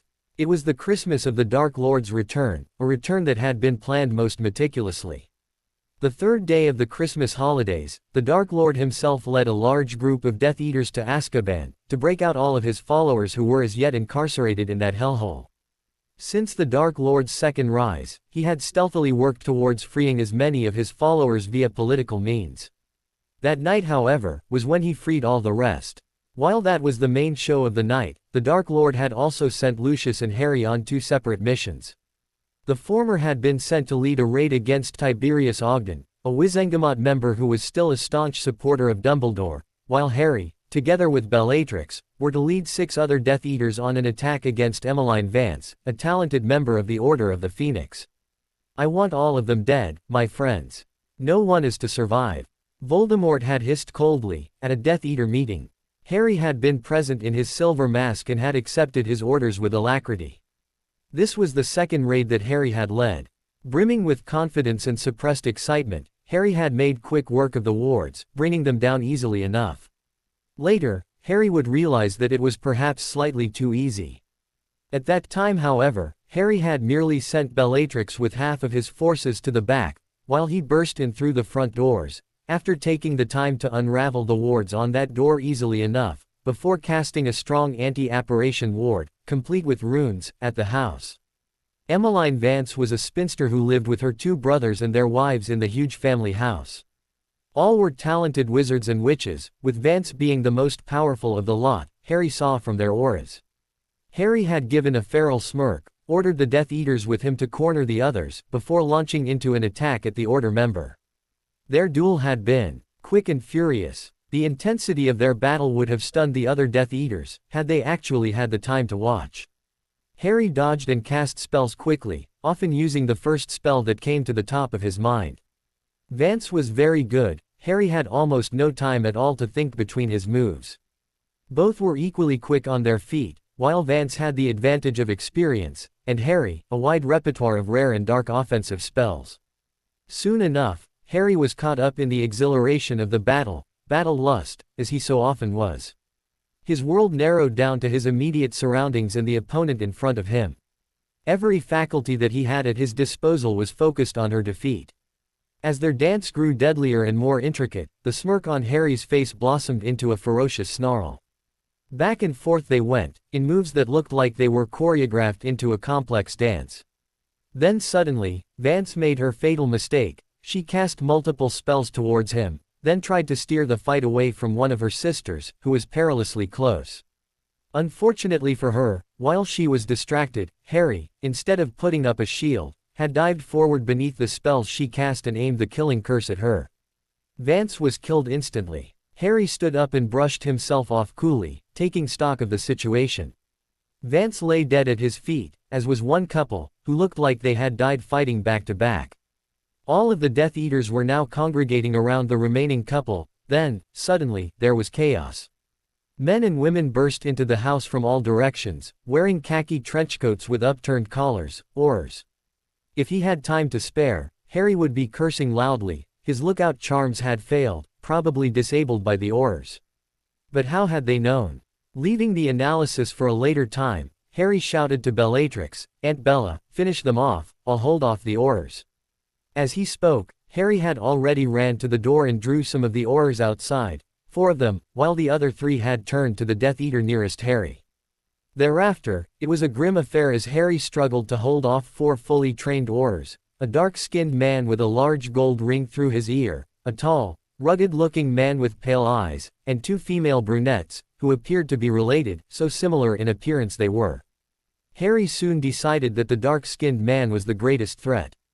He had a brilliant sapphire-colored aura that blazed at about the same size as Bellatrix's. Even one-on-one, Harry knew that they'd be a match. At 4-on-1, hence Harry used all the tricks available at his disposal, all the dark spells, curses and hexes that he could think of, in the most ingenious ways possible. He often combined them with hastily drawn runes to increase their effects. "Give it up, you can't defeat us." The dark-skinned man's voice was loud and commanding as he shouted to Harry. Harry did not bother to reply. He dodged, shielded, then snapped off a round of spells silently in quick succession, managing to hurt one of the woman and the tall man with a much milder version of fiendfire, though it took a lot of his power to do so. At that moment, Harry heard a loud feminine scream behind him. As the only female Death Eater at the scene was his Aunt Bella, who wouldn't be caught dead screaming, Harry thought that it was safe to assume that it had been her victim. Apparently, the dark-skinned man thought so too, for he somehow managed to get past Harry while he was distracted by the barrage of spells from the other three Aurors. Harry was furious and worried. Would Aunt Bella be able to handle the man? He knew she was the only one handling the couple's death. Most of the others were out in the garden with him, having drawn out the Aurors, while another should be securing their escape route at the back door. In a split second, he made up his mind. Leaving himself open to attack, he quickly drew the rune for control in the air. Not quickly enough, however, for a cutting hex cast by one of the women scored a direct hit against his chest. Ignoring the fiery pain spiraling out from the wound, Harry utilized his occlumency skills to ensure that he would be able to concentrate on his spell. Pointing the wand in at his opponents, Harry visualized, concentrated and shouted, "Fiendfire Acercitus." A spiraling torrent of black flames shot out from his wand at the Aurors, taking the forms of huge, towering snakes, who soon wrapped themselves around his three opponents, even as they tried their best to evade the cursed fire. As Harry struggled to control the cursed fire, beads of sweat formed on his brows, even as he felt much of his magical powers getting drained to support the spell. Out of the corner of his eye, Harry saw the dark-skinned man rushing out of the house with a limp woman in his hands, presumably the rescued victim. Horror filled the dark-skinned man's eyes at the sight of his three companions all burning in the throes of the fire, their screams filling the air. But the man was a professional. Instead of trying to help his colleagues, he took one look at the severely injured woman in his arms and rushed off towards the boundaries of the anti-apparition wards. "I want all of them dead," his father's words echoed in his mind. But there was nothing Harry could do. All the other Death Eaters were tied up with their own Auror opponents, even though some did attempt to get to the dark-skinned man. Anger and helplessness filled Harry as he watched the dark-skinned Auror disappear just beyond the gates with a loud pop. With a wave of his hand, Harry cast a wandless sonorous spell on himself even as he maintained a tight grip of his control on the fiendfire. "Our work tonight is done. Mors Mordra." Letting loose of his control over the fiendfire, Harry cast the dark mark into the sky even as he released the anti-apparition wards that he had set up over the compound with his magical signature. All around him, Death Eaters started to apparate out even as the loose fiendfire started to spread. The last thing Harry saw before he apparated out was the panicked expressions on the faces of the remaining Aurors as they realized what he had let loose upon the grounds. "She's still in intensive care at St. Mungo's, Sirius," Kingsley Shacklebolt said heavily as he gave his report to his boss and friend, one day after the attack. "When I left with the victim, she was already hanging on to life by a bare thread. Her husband had been killed just minutes ago by Bellatrix Lestrange. I think it was probably why she screamed so loudly. Lestrange must have taken that opportunity to attack her. No one that seriously injured could scream that loudly. 5 Aurors dead, 3 seriously injured. How many of them were there, Kingsley?" Sirius asked hollowly, his eyes shadowed with pain. The dark-skinned man shook his head. "Bellatrix Lestrange was the only one I recognized. Her cackling, there were at least 5 others, and the one in the silver mask." Sirius' eyes narrowed at that odd fact. "Silver." Kingsley nodded wearily. "Yes. He was very good, Sirius. Managed to hold off Dawlish, the Bagman sisters and myself for a while, before I gave him the slip. Well versed in the dark arts too. He was the one who cast the fiendfire curse that burnt down the entire garden and half the house. He was able to control it, Sirius. When I hurried past with the victim, he had the fiendfire coiled around Dawlish and the Bagman sisters. They were already burning to cinders, too far gone. There was no way to save them." Sirius frowned at that. Both Aurors knew that while it did not take much to summon fiendfire, save a certain amount of experience with the dark arts, it was quite another thing entirely to control it. In their long careers of fighting dark wizards, Sirius doubted that there was more than a handful that had successfully used the curse against him. Of course, he always managed to dodge it, but Dawlish and the Bagman sisters had not been so lucky. He only released it at the end, I think, because it provided an opening for them to apparate away. Kingsley had continued neutrally, both men had seen too much deaths to become hardened enough to deal with the situation objectively. Maybe it was a high-ranking Death Eater. But no, their masks are always white, no matter their rank. Both men sat pondering on this new development. At length, Kingsley sighed. We'd just have to wait and observe, perhaps inform Dumbledore. No. Sirius snapped quickly, his eyes flashing with annoyance. I mean, it's an ongoing investigation, Kingsley. We'll keep it within the department for now. When there are concrete results, then we inform him. Kingsley held Sirius' gaze for a moment before nodding. While not convinced of Sirius' reasoning, he would do as his boss ordered for the time being. Now we'll just have to deal with the impact of his public return, Sirius remarked sourly after some time, casting a glance at the newspaper lying on his desk. What a disastrous Christmas. He who must not be named returns. Mass breakout at Azkaban. In a brief statement last night, Minister for Magic Cornelius Fudge confirmed that he who must not be named has returned to this country and is active once more. It is with great regret that I must confirm that the wizard styling himself Lord, well, you know who I mean, is alive and among us again, said Fudge, looking tired and flustered as he addressed reporters. The Ministry of Magic has confirmed that he who must not be named announced his return on the night of the 20th of December with a personally led attack on Azkaban. Subsequently, a mass breakout of all high-security prisoners, mostly former Death Eaters, occurred. It is with almost equal regret that we report the mass revolt of the Dementors of Azkaban, who have shown themselves averse to continuing in the Ministry's employ. We believe that the Dementors are currently taking direction from Lord Thingy. We urge the magical population to remain vigilant. The Ministry is currently publishing guides to elementary home and personal defense that will be delivered free to all wizarding homes within the coming month. Fudge said. On the same night, the family homes of Ogden and Vance were attacked, led by two separate groups of Death Eaters. For more information about the attack, turn to page 4. Harry returned to the manor that night severely exhausted and weak from blood loss. Voldemort, who had returned earlier, took one look at Harry and had ordered his best healer to tend to his son. It was only the next morning, after Harry's wound had been healed as best as it could be, that Voldemort had summoned Harry to his study. Explain. The Dark Lord hissed in Parseltongue as he eyed his son coldly. Harry lowered his gaze in shame as he felt the censure spear him like an icy shaft. Slowly, he lowered himself to his knees. He had failed his father, no, his lord. He had failed to exterminate all the members of the Vance family. Steeling himself, Harry raised his head to meet the Dark Lord's gaze. He was not a coward, he would accept all the censure that he was due. Harry described how he had taken down the wards before continuing. The first part of the mission went perfectly well. However, halfway through the mission, Ors appeared. I had been careless, Harry admitted. He could see that now. How his impatience had led to his rash actions. Fool. He should have suspected a trick when the wards had been torn down so easily. He took a deep breath, continuing as calmly as he could, with the wards. I believe there was some sort of warning system embedded, which I did not detect. Crucio. Voldemort hissed in displeasure, his gleaming snake-like, red eyes narrowed in anger.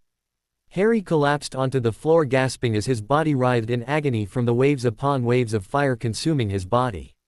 He was burning in flaming excruciating pain, but he tried his best to grit his teeth and accept his deserved punishment. After 10 seconds, his father released the curse with a flick of his wand. Continue. Harry suppressed a slight shiver as he pulled himself back into a kneeling position. It appeared that his father was going to drag this out over many rounds of the Cruciatus. Harry had seen this punishment used before and he knew the effects. The torture would be amplified by the contrasting pain-free breaks in between, but he could not deny that it was well-deserved. After all, he was the one who had partially ruined his father's carefully planned return. Thankfully, the main objective of the raid, to destroy Vance to serve as an example of those who opposed the Dark Lord, had been carried out. Or Harry would feel even more wretched than he was currently feeling. Yes, my lord, Harry managed to say. Somehow, The honorific seemed appropriate in this situation, for Harry knew his father was not castigating him in his role as a father but as his lord. I ordered Aunt Bella and the other 2 Death Eaters to finish up the couple while I held off the Aurors. I battled with 3 Aurors, however, the 4th managed to get past me. He rescued the woman, Vance's younger sister-in-law. Harry's voice was cut off as he was once again hit with the Cruciatus curse. The pain he felt this time was twice as intense as before. Harry knew his father was extremely displeased with his incompetence. Harry bit his lips and endured as silently as he could. Although Harry had been trained to break out of the Cruciatus curse, he knew he would never use it when it was his father who put him under the curse. For one, he knew he more than deserved it on those occasions. Unlike with the Death Eaters, his father rarely used the curse on him unless Harry had committed a severe mistake. But allowing himself to get hurt and the woman to be rescued fell under the category of a serious mistake in his father's opinion. And Harry agreed with his father. When the Dark Lord finally released the curse, it took all of Harry's strength for him to rise to his knees again. Taking a trembling breath, he waited for his father's signal. At the wave of his father's hand, he continued in a faltering voice, trying his best to control the after effects of the Cruciatus curse. He hexed me, I did not react in time. He brought the woman past the wards, apparated. I was held up by the other 3, did not manage to trace. Harry took another deep breath, before continuing in a slightly stronger voice. I was in charge, yet I was careless, I did not tie up the mission successfully. And, my carelessness resulted in my injury. Harry braced himself before meeting his father's brilliant crimson eyes with some difficulty, unwilling to hide from the censure that was his due. For those 2 mistakes I apologize. I now submit myself for whatever punishment you deem fit to mete out, my lord. The Dark Lord struggled to hide the smile that threatened to break out at his heir's words. True, he was angry at his son's failure, disappointed even, but the boy was so earnest, so sincere, had such pure motives so different from his Death Eaters that Voldemort was touched. Nevertheless, this would not deter the Dark Lord from punishing the boy, for the Dark Lord showed no mercy, even if he was his precious heir. 2 minutes. The Dark Lord's voice was rather cool as he pronounced the punishment, with none of the usual sadistic glee that characterized his interactions with the Death Eaters and Muggles. Harry nodded and bit his lips. 2 minutes did not sound like very long, true, but when every second was one of pure, intense gut-wrenching agony, 120 consecutive seconds of it was absolute torture. Crucio. The red light was the last thing Harry was aware of before he descended once more into unspeakable pain. When Harry finally surfaced from the pain, he noted dimly that his father was gazing at him with an odd expression on his snake-like visage. It was so out of place on the Dark Lord's face that it took Harry a few seconds before he was able to place it. It was, concern, realization dawned on Harry. Harry was touched. He knew that his father had never cared for any other person before. Don't get used to it. The Dark Lord hissed. Harry could not help but smile a little at that. In his current state, his occlumency shields were down, so his father could basically read every thought that he had. After a few moments of lying on the ground trembling, Harry managed to pull himself back to his knees. The boy was strong, Voldemort mused. No begging, pleading or cries for forgiveness had issued from his mouth. Just an apology and an offer to take his punishment. Voldemort could not help but feel a tendril of satisfaction in the fact that he had trained his heir well. Unlike some of his Death Eaters who were sniveling cowards. Unfortunately, seeing his heir in pain, and by his own hands, somehow did not elicit the same feeling of enjoyment that it usually did with everyone else. Voldemort regretfully concurred with the boy's thoughts. He had come to care for Harry. Still, Voldemort was determined that this would not cause him to become soft. Enough. You are to remain in your room for 3 days. Meals will be brought to you. Harry heaved an internal sigh at that. He hated room arrest almost as much as the Cruciatus, mainly because he got bored so easily. Still, he was well aware that he fully deserved the punishment, so all he said before complying with his father's orders, however, was a respectful, "Yes, father." Pushing himself to his feet with much difficulty, Harry stumbled out of his father's study. Resting in his room, a knock on his door jarred Harry from dark contemplation of all the mistakes he had made the previous night. "Come in," he called, wondering who it could be. He smiled slightly when he saw that it was Barty. "Ah, Barty. I wasn't aware that I was allowed visitors. Bartemius Crouch Jr. returned Harry's smile ruefully. I suspect not, young master. But I wanted to give this to you. It'd help with the after effects of the cruciatus. He handed Harry a small vial of crimson liquid. Harry raised an eyebrow. Remember what happened last time? When Father found out you snuck in to give me the cruciatus pain-relieving potion. Barty flinched slightly, then smiled dryly. I was hoping you'd convince Master not to punish me for this. Laughing, Harry took the potion from Barty. Don't worry, he didn't forbid me from taking any potions this time. Anyway, how's Aunt Bella? Did Father punish her? He could not help but allow a hint of his worry to leak through. Barty shook his head slightly. She's all right, young master. Master was quite lenient. He crucioed her couple of times when he found out that you were injured, but he did not punish her for the failure. He said that it was your fault. The last was said softly. A look of relief crossed Harry's expression. He was glad that no one had to suffer for his mistakes.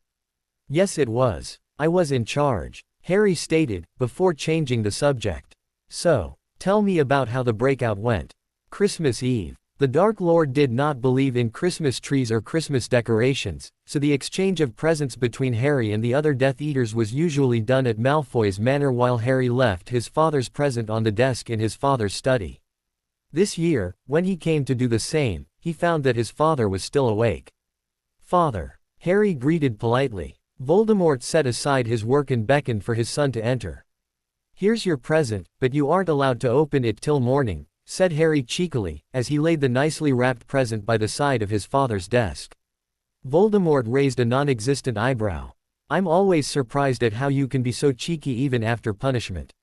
Harry shrugged as he perched on the edge of his father's desk, smirking slightly. I'm your son. You may practice all that, do not forgive or forget, stuff with the others, but you'll always forgive me after you punish me.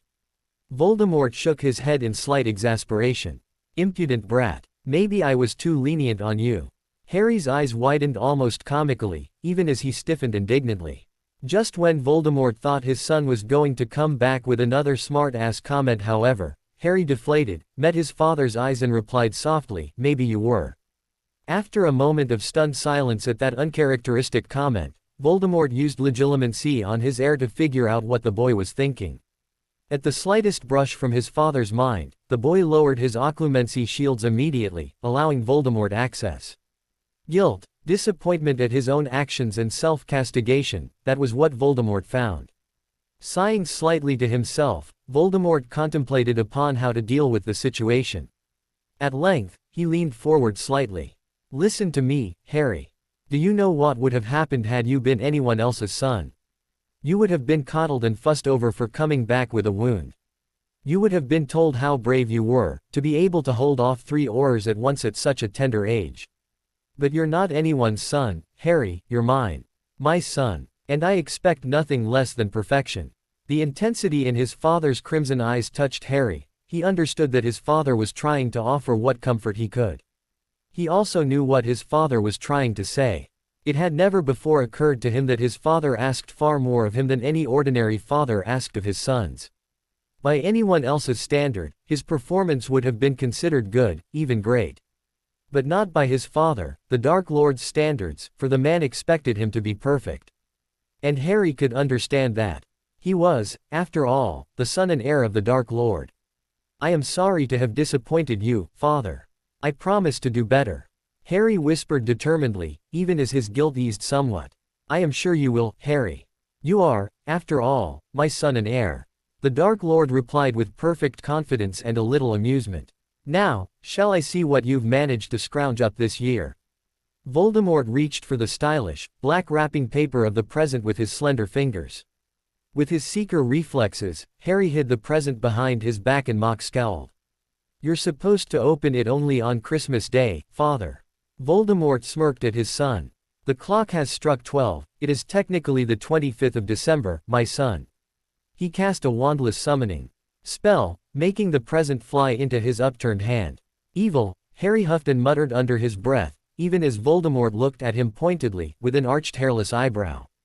What was that again? Not wishing to be at the receiving end of a stinging hex, Harry sighed and relented. Nothing, father. Merry Christmas. As his father rather carefully unwrapped his present manually, Harry thought that somehow, somewhat, this Christmas was not turning out too bad after all. After New Year's Day, Harry returned to Durmstrang with renewed determination to prove himself to his father. He threw himself into his studies, especially in European history of magic, wards and necromancy, as he would be sitting for his owls in them at the end of the year. I will get nothing below an outstanding, Harry vowed to himself. As a result of his preoccupation with his schoolwork and private studies, his conducting of dueling lessons for his group members and his leadership position in the Night Serpents, Harry had little time for other activities. Even so, he started learning legilimency secretly, in an attempt to master the art which was rumored to require great strength of the mind. The flip side of occlumency, legilimency was one of the most difficult subjects that Harry had encountered. Determined, however, to prove that he was worthy of being heir to the Dark Lord to himself if no one else, Harry persevered. But this also meant that Harry had less time to spend with his friends, followers and girlfriend. So it came of no surprise to him when he noticed that Steffi showed signs of disgruntlement, which immediately prompted him to break up with her, just as February approached. Steffi dear, Harry petted the girl's hair one evening, when the common room was deserted. It has been a fun couple of months, but I'm going to stop seeing you. Gently, he disengaged himself from the older teenager, who had been wrapped around him. Raising her eyes to his emerald green ones, Steffi accepted his reasons gracefully enough, gave him a salacious wink, told him that she had had fun too, and departed to find other boys, or men with more time to spare her. Harry had graced her departure with a small smile and a mental sigh of relief. Having learned all there was to key, dotting and other things, that Steffi had to teach, Harry had found himself tiring of her soon after. The breakup came at an opportune time too, for Daphne had been rather cool towards him since he started relationship with Steffi, and only after the breakup did she warm up to Harry again. Amused by her antics, Harry had pulled her aside one day. Daphne, my friend, Harry begun, his emerald green eyes sparkling with sincerity and charm. You do know that I am not serious about Steffi, right? Never have been, never will be, and probably not with all the other girls that comes after her too. Blushing slightly from the intensity in Harry's eyes, Daphne tilted her head. Her eyes slightly stormy, she asked challengingly, why then Harrison? Why were you with her? And from the sound of it, you plan to date many others, why? Her words were delivered in a cool, icy tone, signaling that Daphne was indeed angry about this situation. Cocking his head slightly, Harry allowed a smirk to cross his lips. Because, my dear Daphne, this, he indicated his face with a small gesture, can be a very powerful tool, if used properly. And with practice comes perfection. His eyes softened slightly as he met her gaze again. None of them, though, will mean anything to me. And why should I care about this? Daphne asked, though her tone was anything but angry, and a small blush colored her cheeks. Why indeed? Harry smirked, as it was pretty clear that Daphne cared, and rather a lot, about it. He was content, however, to leave the reasons behind it untouched for now. Because you're my friend and thus concerned about me, Harry suggested lightly, laughter evident in his voice. Daphne pouted prettily, and then allowed a small peal of tinkling laughter to escape from her lips. And all was well between them once more. During the last week of January, Durmstrang had their first trip to the village of Kaltz, a small wizarding village that was as famous as Hogsmeade in Britain. Durmstrang students living in the country often met up there during their holidays. As head boy, Harry had to organize his prefects to chaperone the trip, the logistics of which gave him a slight headache. In the end, he passed off the entire task to Al-Aran, and concentrated on being his most charming, especially when other students called out words of thanks to Harry for making the trip possible. It was yet another image that Harry wished to cultivate, that he was capable of doing the impossible. After all, the students had been lobbying for this for years, to no avail. Yet one word from Harry and, voila! The High Master had immediately granted his permission. It was no wonder that Harry had achieved his goal of getting the student population to be in awe of him. He was, to all intents, truly their Dark Prince. Disembarking from the magical Durmstrang ship that had brought the students to the village from the castle via sailing through the lake, Harry wrapped his cloak tighter about himself as the chilly air of the January wind hit him. The ship will set sail no later than 5:30. Students not on time will be left to make their own way back to the castle," Harry announced to the student population with a small smirk, before setting them loose on the unsuspecting cults. Ambling along leisurely with his friends Emlyn, Francis and Daphne, who had brought two of her girlfriends along, Harry took in the shops of cults with an appraising air. From the local pub to the jokes shop to the theater, cults consisted of many of the usual entertainment that students were interested in. Here and there though, a few interesting shops caught Harry's eye.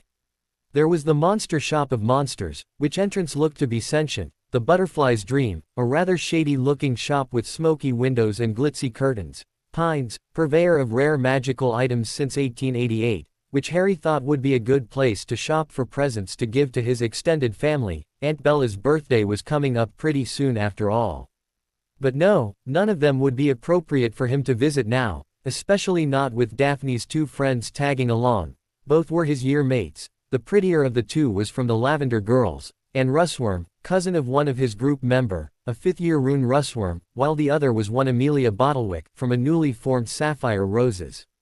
Harry had been rather surprised to see the latter with Daphne, since she had been one of those in Brutus Flint's gang who had opposed him in his first and second year. But it seemed that after Flint's group had been dissolved, she had distanced herself from him. A clever move, though it shows her lack of loyalty. Harry kept an eye on Amelia Bottlewick throughout the day, even as their little group visited all the shops in the village. First they visited the bookshop where Harry lingered, then the jokes shop, at the insistence of Francis, the beauty salon which Daphne dragged them to, the pub where Emlyn insisted on trying fire whiskey, and finally, the theater. Even including the bookshop, it was the place Harry enjoyed the most. That afternoon, they were showcasing the play, The Tragic Romance of Merlin and Morgan Le Fay, which Harry and his companions bought tickets to.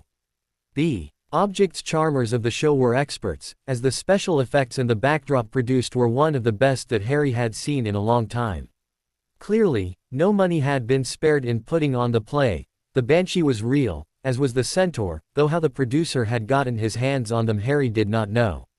On his left, an extremely excited Francis snapped photographs of the rare creatures that appeared throughout the play with his new camera. Thankfully, Emlyn had put a silencing spell on the device, or Harry would have had to break said camera. Throughout the play, Harry noted that Bottlewick was behaving rather strangely. Seated to Daphne's immediate right, she kept glancing over at Harry, who was on Daphne's left, and constantly toyed with her luxuriant copper-colored hair. By the end of the play, Harry was fully convinced that the girl was indeed trying to flirt with him, a fact which he tucked away, to be thought about later, with a smirk. It seemed that this was a day for strange behavior though. When Harry and the other guys excused themselves to use the restroom at the end of the show, he spotted something interesting. A soft buzzing filled his ears and a hazy blur shimmered in front of him, at the end of the long corridor, just after the turn leading to the restroom. Narrowing his eyes, for Harry knew the signs of a strong privacy ward when he saw one, Harry did some swift arithmancy calculations, and activated his special sight.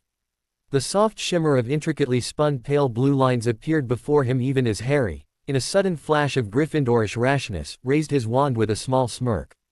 Timing himself perfectly, he traced two runes in the air and aimed it just at the spot where the lines of the wards met and brought the wards down with skill and finesse.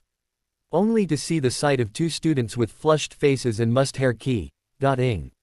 Which, in itself, wasn't that big of a deal. However, when one of the student was Sidonie Oriana Blashwick, head girl of Durmstrang Institute, and the other was one Ekaterina Onyadurov, well, that was another thing altogether. A far more interesting situation, in fact. Harry never forgot the problems that Ekaterina had caused him in his second year, even if she had finally given up supporting Ivan and joined the Blood Ravens last year. Harry had been slightly surprised when Ekaterina had managed to join the Night Serpent's closest rival. Now however, looking at the blue-haired girl's body, which was draped around Blashwick, everything became clear to Harry. Glancing to his left, he noticed that Francis had automatically brought out his camera. Catching his group member's eye, Harry nodded crisply. Before the two girls could spring apart, Francis had already snapped a few photos of them, even as he grinned widely. Riddle. Blashwick snarled, her face contorting into a fearsome mask. You little. Unfortunately for her however, Harry was not intimidated. Miss Blashwick, I do apologize for interrupting you. Pray, Do not stop on my account, Harry said smoothly, even as he allowed his smirk to widen. He had Bushwick now and she knew it. Their little dance of power had come to an end prematurely. And it was all because Harry had the damnedest best luck in the world.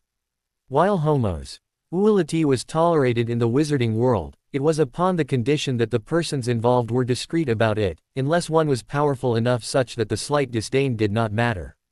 However, for one such as Bushwick, who was from a relatively minor branch of the Bushwick family, and who was already engaged to the youngest generation's heir of the Durov family, it would be a tremendous scandal if word got out that she was instead involved with a minor offspring of said family of her own gender. A double snub, if there was ever one. Really, I never expected Bushwick to be so rash. You would have thought that she, with the ability to become head girl, would have more sense than that. One look at the murderous glances Bushwick was shooting him and the protective arm around the blue-haired girl's shoulder though, and realization dawned on Harry. Ah, right. Father always said that weak emotions like love makes people do strange, inexplicable things. It is no wonder that he often warns me to steer clear of them. In the meantime, Miss Bushwick, if you would like to have tea with me next Friday afternoon, you are welcome to drop by our common room. I bid you good day. Harry inclined his head slightly, smiled politely, then left, even as his brain whirled furiously as he calculated which route to take. Should he blackmail the head girl? Or allow the photograph to leak out and watch her standing fall? Both were equally feasible, though only one would afford him the greatest pleasure. Harry's sadistic smirk caused Emlyn and Francis to exchange slight shudders. Well, who would have thought indeed, that that small move to get the students' permission to visit cults in his play for power would yield such an unexpectedly large reward. On Valentine's Day, Harry draped his arm over Amelia Bottlewick, his newest girlfriend, amidst the pink ribbons and heart-shaped decorations that had been put up in the hall courtesy of the female prefects. Soon enough, however, he gazed over at the Blood Ravens' table in the Great Hall. To say that they were in great disarray was an understatement. Harry had ordered that the photograph be leaked to a tabloid magazine a couple of days ago, and the Blood Ravens were still dealing with the fallout. In fact, quite a number had joined his group, after Sidonie Bushwick had taken a leave of absence from the school, presumably to deal with the fallout with her pure-blood family. In a single sneaky move, Harry had destroyed the Blood Ravens, the longest-lasting group in Durmstrang history. After the removal of their leader, Harry had then incited infighting amongst them with a few casually placed words with the Blood Ravens prefects, who were now eager to curry favor with him. The resulting instability in the Blood Ravens had allowed Harry to lure some of their best away. The Night Serpents were now the largest and most talented group in school. Amongst the students and quite a few of the staff members, Harry's power was absolute. After seeing how he had crushed his enemies easily, after his display of powers in the duel last year, his continued academic excellence, his display of his influence over the High Master and his destruction of the status quo, none dared to challenge him. And Harry made good use of this. He reached out to secure the loyalties of the most talented, most of whom he invariably drew into his group, even as he left some in positions of command in other groups. As a result, by the time Harry was done, he was, acknowledged by consensus, the uncrowned Dark Prince of Durmstrang. Recruitment for his father's cause amongst the 6th and 7th years had never been easier. Harry assigned Daphne, Oleron and Emlyn to assist him with the recruiting. They were the most eloquent and approachable of those that he actually trusted to a large degree. It was here that Daphne's social skills, Oleron's organizational skills and Emlyn's jovial mask were extremely useful. By the end of many meetings with Harry and the trio, most of the 40 or so upper-year students were fully convinced of the Dark Lord's ideals. Though many still required a small nudge before they were ready to join his army, Harry was confident that by the time he left the school, he would have gained his father at least 10 new recruits from the current batch of 7 years, and even more supporters. But that was still a few months from now. There were more things that Harry would rather concentrate on now, such as indulging himself in the perfectly willing girlfriend he had by his side, whom he was certain had all but flung herself at him in hopes of gaining influence and status. Well, Amelia would get her wish, but only until Harry tired of her. Prefectural elections just before Easter holidays. With his influence, Harry easily got his followers elected. Oleron and Silas would again be serving as prefects. Harry decided to allow Silas a second chance, as were Daphne and Emlyn, as well as 2 fifth years from his group, Rune Russworm and Klaus Schneider. With 6 prefects out of 18 from his group and the head girl Erek, it was more apparent than ever that Harry was in charge. That Easter, Harry was assigned another mission by the Dark Lord. This time, it was not of killing but of negotiation. He was to convince one of the clans of centaurs, notorious for their neutrality, to join the Dark. The Dark Lord wished to unite many magical creatures under his banner. Apparating into the forest in Britain with spells cast to prevent the Ministry from tracking him, Harry met up with Rosier and 4 other Death Eaters beneath the dense canopy of the trees that cast long shadows on the ground. Despite the afternoon sunlight, the forest gave off a certain degree of gloom and darkness that not even the forest's flanking Durmstrang did. "Young master," Rosier greeted respectfully, ignoring the gasps of the other Death Eaters. Harry hid his smirk, keeping his expression neutral behind his silver mask. If Rosier felt no need to be discreet, no doubt his father would be introducing him to the rest of the Death Eaters soon.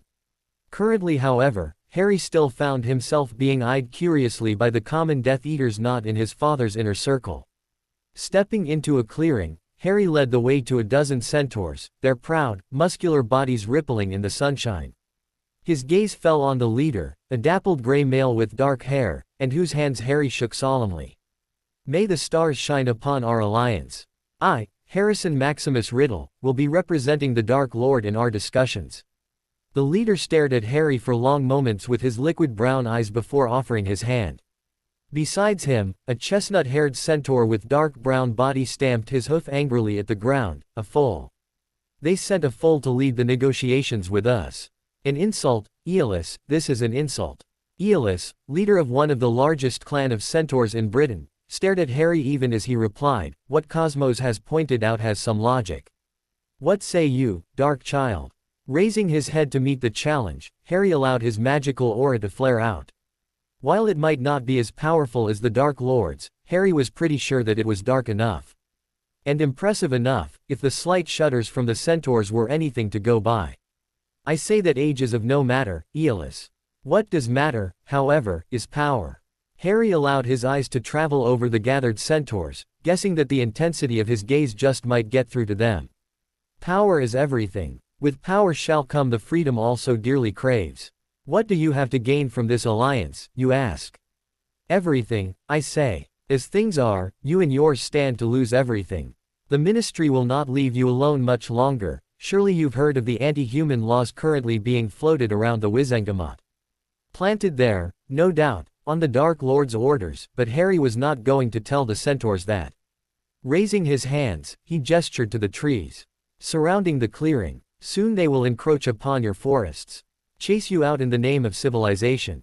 What they do not know, and cannot appreciate, is that you already have a civilization of your own. The Dark Lord knows this and is ready to offer you this, a forest of your own where you can live undisturbed forevermore, upon the successful creation of the new world. We offer freedom and power. Grab this opportunity with your own hands." Harry finished, allowing his emerald eyes to meet Aeolus' dark ones. For a long moment, Aeolus did not speak but merely gazed at Harry, as if to judge his sincerity. At length, Aeolus said, "The stars have shown us signs, dark child. Your presence, a shift in the balance. The prophecy is no more." Cryptic words. Harry narrowed his eyes as he filed the words away to report to his father later. Then, finally, the words he was waiting for. "We will serve the Dark Lord upon this condition, freedom in the event of his victory." Aeolus held out his hand and Harry grasped in with a tight smirk. It was a successful mission. Harry hoped he had managed to redeem himself in his father's eyes.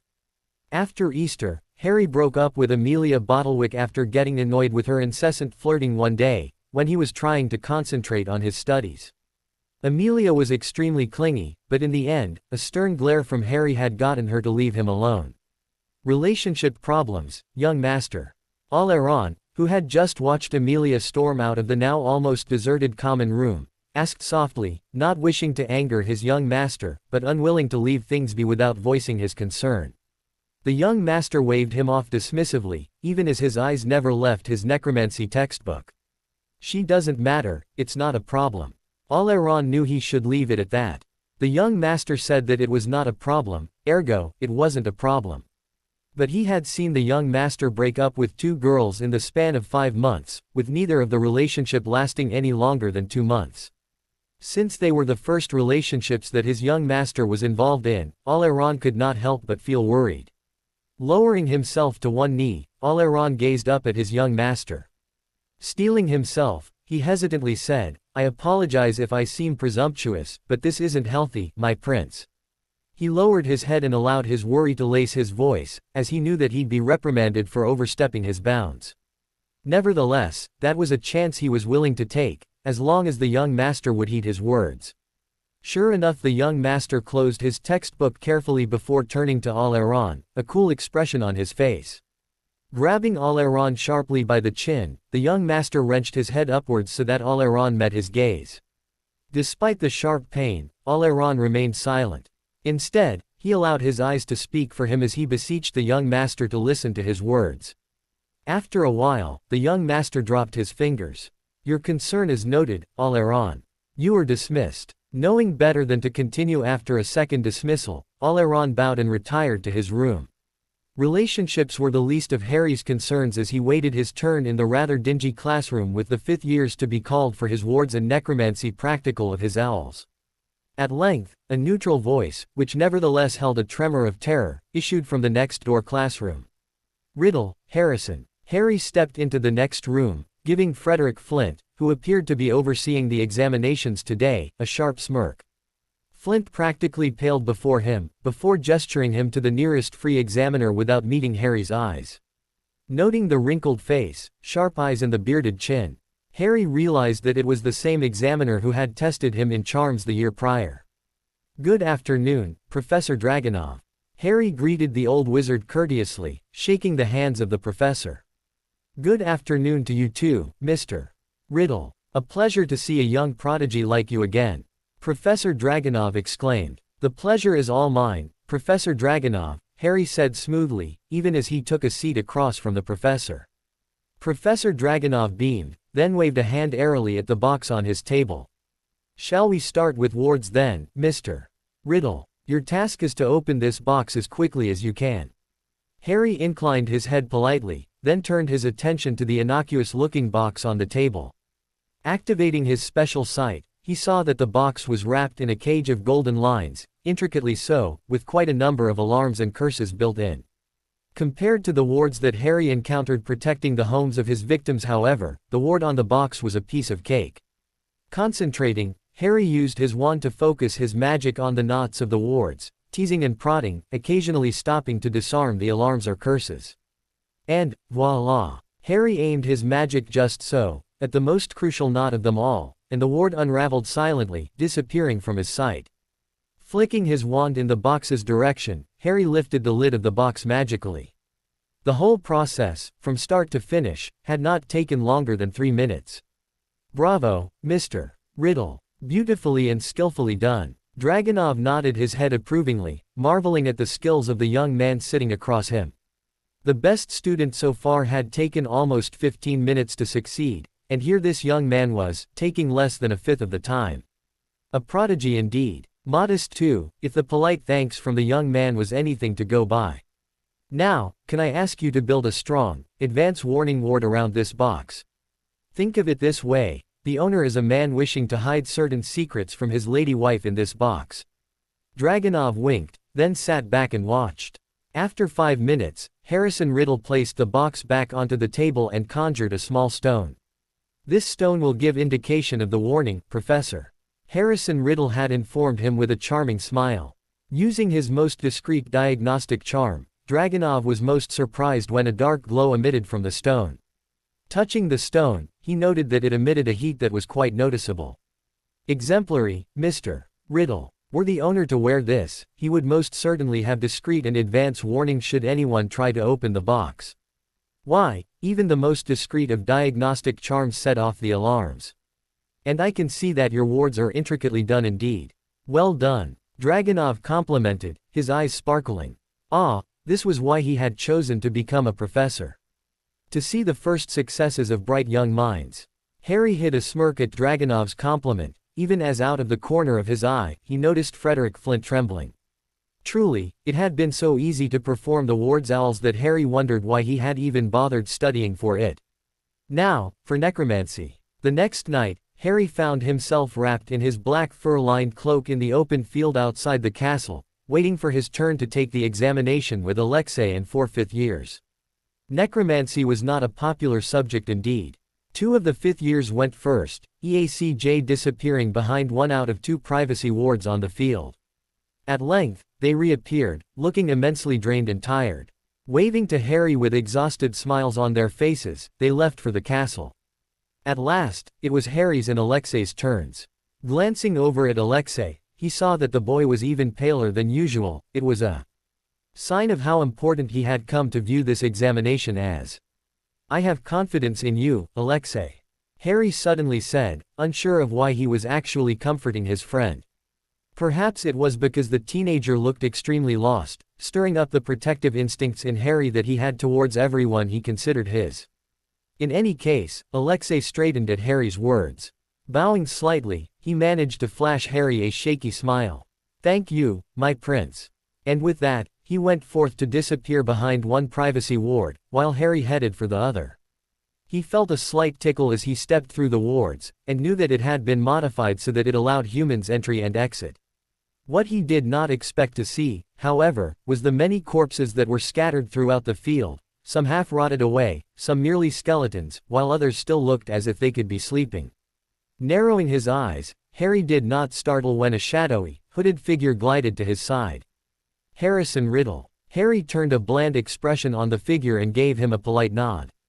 "Good evening, Professor." A small chuckle issued from the figure, even as the man lowered his hood to reveal the visage of one of the examiners, Alekaios Milos, who had examined Harry in dark arts the previous year. "Not easily frightened, I see. It is an advantage for a necromancer not to be afraid of the dark." "Why should I be afraid of the dark when I am one of the dark myself? I am the son of the Dark Lord," Harry thought with amusement, even as he lifted a shoulder in an elegant shrug. "The dark holds nothing that I fear, Professor." Alekaios Milos turned an intense gaze on the student, then gestured to the corpses, eerily bathed in the glow of the moonlight. "Indeed. In that case, Mr. Riddle, please summon at least 3 zombies from these corpses." Harry nodded once, then made his way through the corpses, using the techniques that Professor Selrao had taught them to identify the corpses that were most easily animated as zombies. Fresh wizarding corpses which were tainted with dark magic, no matter if the person had practiced dark magic in life, or had been killed with dark magic, reaching out with his own magic. Harry easily identified 4, no 5 of them, which he would have the least difficulty animating. Then, using a summoning spell, Harry laid the 5 corpses side by side in a small clearing. Ignoring the presence of Milos, Harry conjured a small silver knife from thin air, then used it to cut open his left wrist. Ensuring that all the blood trickled into another small silver bowl that he had conjured, Harry then used his wand to trace bloody runes on the foreheads of said corpses. Behind him, he heard Milos' K in a breath. Usually, this stage was done by a mere flicking of blood onto the corpses, but Harry knew that tracing the blood into runes of binding would work even better. Then, the binding done, Harry looked up into the sky and did some swift calculations. Just when a cloud drifted over the moon, Harry raised his wand and begun the summoning of enough dark magic to animate the corpses. Whispering the words beneath his breath, he waved his wand in an intricate pattern, a modification of the wand gestures that Professor Selrao had taught them. Ut er diatrum senior, ego voco vox diatrum. Vox di obscurum, temerarius meus dico. As Harry ended his words, the moon broke out from the cloud cover. A dark rush of power filled him as dark magic obeyed and flowed into him, causing Harry to gasp for breath. Merlin, but it was pure euphoria. Harry could not think of any other word to describe the buzz that he got from summoning dark magic. Were it any other time, he would have taken the time to savor the rush, but now, he merely waved his wand. Again, as carefully as he could, Harry pushed the dark magic into the corpses. For him, this had always been the hardest part. He was powerful, true, much more powerful with dark magic than Alexei could ever be. But he lacked the affinity for the dead that only came with talent and a lack of emotions. And so it was, that out of all the dark magic filling him, only a very small fraction trickled into the corpses. Thankfully, it was enough to animate them. As the 5 newly created zombies sat up suddenly, Harry waved his wand again in the pattern that would close the summoning. There. It was done. Now, a command to show that he had the zombies under control: kneel. Harry's voice rang clearly in the dead silence of the night. The zombies obeyed as one, shifting to rest on one knee. Glancing at Milos, he noted that the man had a gleam in his eyes. Very impressive, Mr. Riddle. The modification of the textbook summoning ritual was extremely fascinating. Harry mentally scorned the professor for his naivete. The only reason why he had modified the summoning was so that he could manage to raise 5 zombies. If he had had a greater affinity for the dead, Harry knew that he would not have even needed to use the summoning, a mere call would do the same work. Milos probably thought Harry wanted to show off his prowess at necromancy. Well, in the end, it did not matter one whit to Harry what Milos thought, as long as he got his outstanding. The year ended with Harry giving a speech at the leaving feast as head boy of Durmstrang. When his eyes roved through the crowd, many of the 6th and 7th years inclined their heads to him in respect, the new recruits that he had gained for the Dark Lord his father. And when he finished his speech, everyone applauded loudly, before someone in the crowd raised his glass and murmured, "Dark Prince." And soon, everyone echoed the person in a toast to Harry. Accepting their homage with a small nod, Harry could not help but feel a deep satisfaction with himself. Here was the fruit of 4 years of Harry's labor, finally ready for the reaping. And thus did Harry's 4th year at Durmstrang end. Mars is bright tonight. The winds of change are upon us. Standing silently in the dark clearing, a grave and solemn Aeolus seemed to resemble a marble statue. Beside him, Cosmos shook his head ferociously, his dark mane flying wild with the resulting movement. At length, he calmed down slightly, even as his eyes expressed his anguish. "Are we doing the right thing, Aeolus? Perhaps we should have opposed the dark." Sighing softly, Aeolus started up at the night skies once more. Dark as night he is, his nature cannot be denied. And with his presence, Saturn has shifted its position, the dark is rising, young one. We must look to our herd. And as much as Cosmos disliked the idea of aligning the herd with the dark, he had nothing to say in the face of his leader's pragmatism. A good distance away from the forests where the centaurs lived, in a majestic and lofty mansion that exuded dark elegance, one Harrison Maximus Riddle was waiting in the shadows of one white marble pillar of atrium. Disillusioned, Harry waited patiently as the last of the Death Eaters entered the throne room, before removing the disillusionment charm he had cast on himself. Conjuring a mirror, Harry glanced at his image critically. His jet black hair was as stylishly messy as ever, his face half hidden behind a silver mask, leaving only his bright emerald green eyes, his full lips and delicate chin in sight. He had left his silver-buttoned black-collared dress shirt semi-untucked, so that one tail was left hanging haphazardly over his black slacks. The sleeves of his dress shirt were folded up, so that his forearms were bare. Grinning to himself, Harry wondered if his father would be able to resist scolding him for the casualness he had managed to instill in his formal wear in front of an audience. The Dark Lord was rather insistent when it came to neatness. Currently, the Dark Lord was in the darkly decorated throne room, dealing with last of the mundane matters that he attended to at every meeting, before he moved on to the most important matter on his agenda today.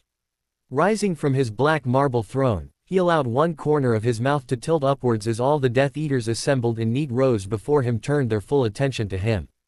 The tension in the air was palpable. Lord Voldemort rarely rose from his throne unless there was some serious matter to address, usually the torture of some hapless Death Eater. But not today. No, Voldemort's purpose today was far more benign. "My friends," Voldemort begun in his cold, smooth voice, addressing his followers with an almost amiable tone, a tone which he had not used in ages. "For the past couple of years, the more observant of you should have noticed the presence of one additional person in our ranks. In fact, the more fortunate of you would have had the opportunity to join him on raids. He was the one who secured the alliances of Greyback and the Centaurs and also the one who led the raid against the Hopkirks, the Jones and the Vances. Not all of which was the absolute truth, but what was the point of being a Dark Lord if he could not stretch the truth?" Voldemort watched as some Death Eaters stiffened at that. No doubt they were surprised that he was finally addressing this enigma that had plagued them for years. Before today, he had never before addressed the subject. The few foolish Death Eaters not already in the know who had dared to question him about it found themselves facing the full brunt of his wrath. Voldemort smirked cruelly, drawing out the moment, before he finally continued, "My friends, he will be officially joining our ranks as my heir, the Dark Prince." It was a name he had selected because of its familiarity to his son, easily explained as a schoolyard nickname were any of his followers less discreet than they were supposed to be. With a small gesture and a brush of his magic, Voldemort opened the double doors at the opposite end of the throne room, to reveal a slender figure clad in black, a silver mask and an arrogant smirk on his face. Voldemort had to control a slight twitch of irritation as he took in his son's attire. The brat, he did that on purpose. Voldemort knew that from the mischievous gleam in Harry's eyes, apparent only to those who knew him well.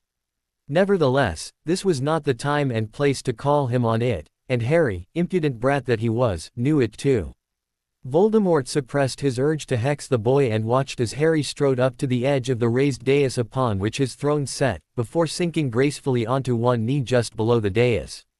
"My lord," Harry murmured, bowing his head slightly. He did not, however, key Voldemort's robes. It was one part of the greeting Voldemort had decided he could do without from his son.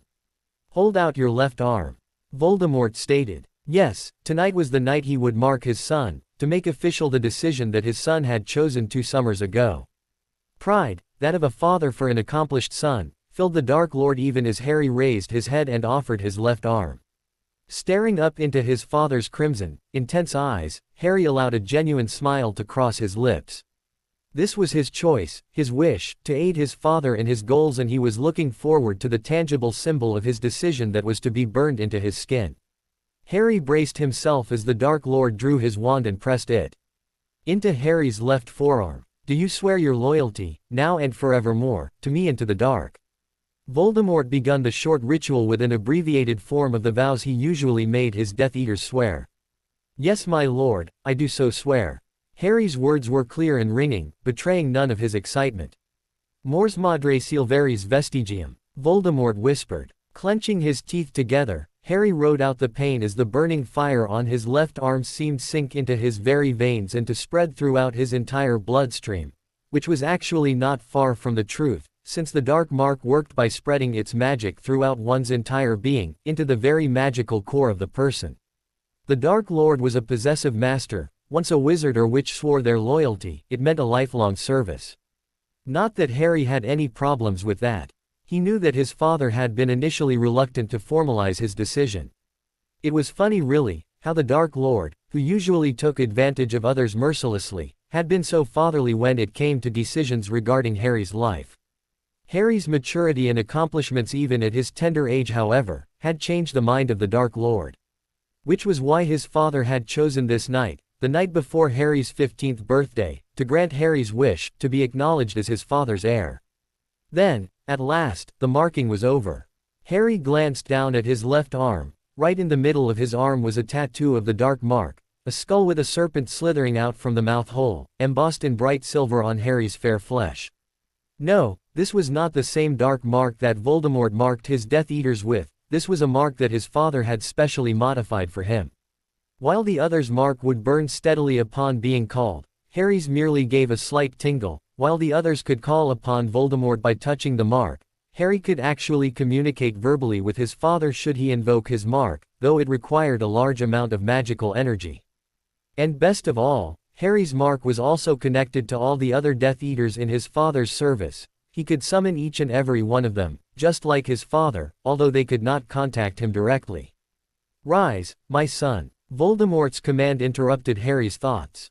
Harry rose with a casual elegance that stood testament to all the hours that Uncle Lucius had spent teaching him pureblood etiquette over the years.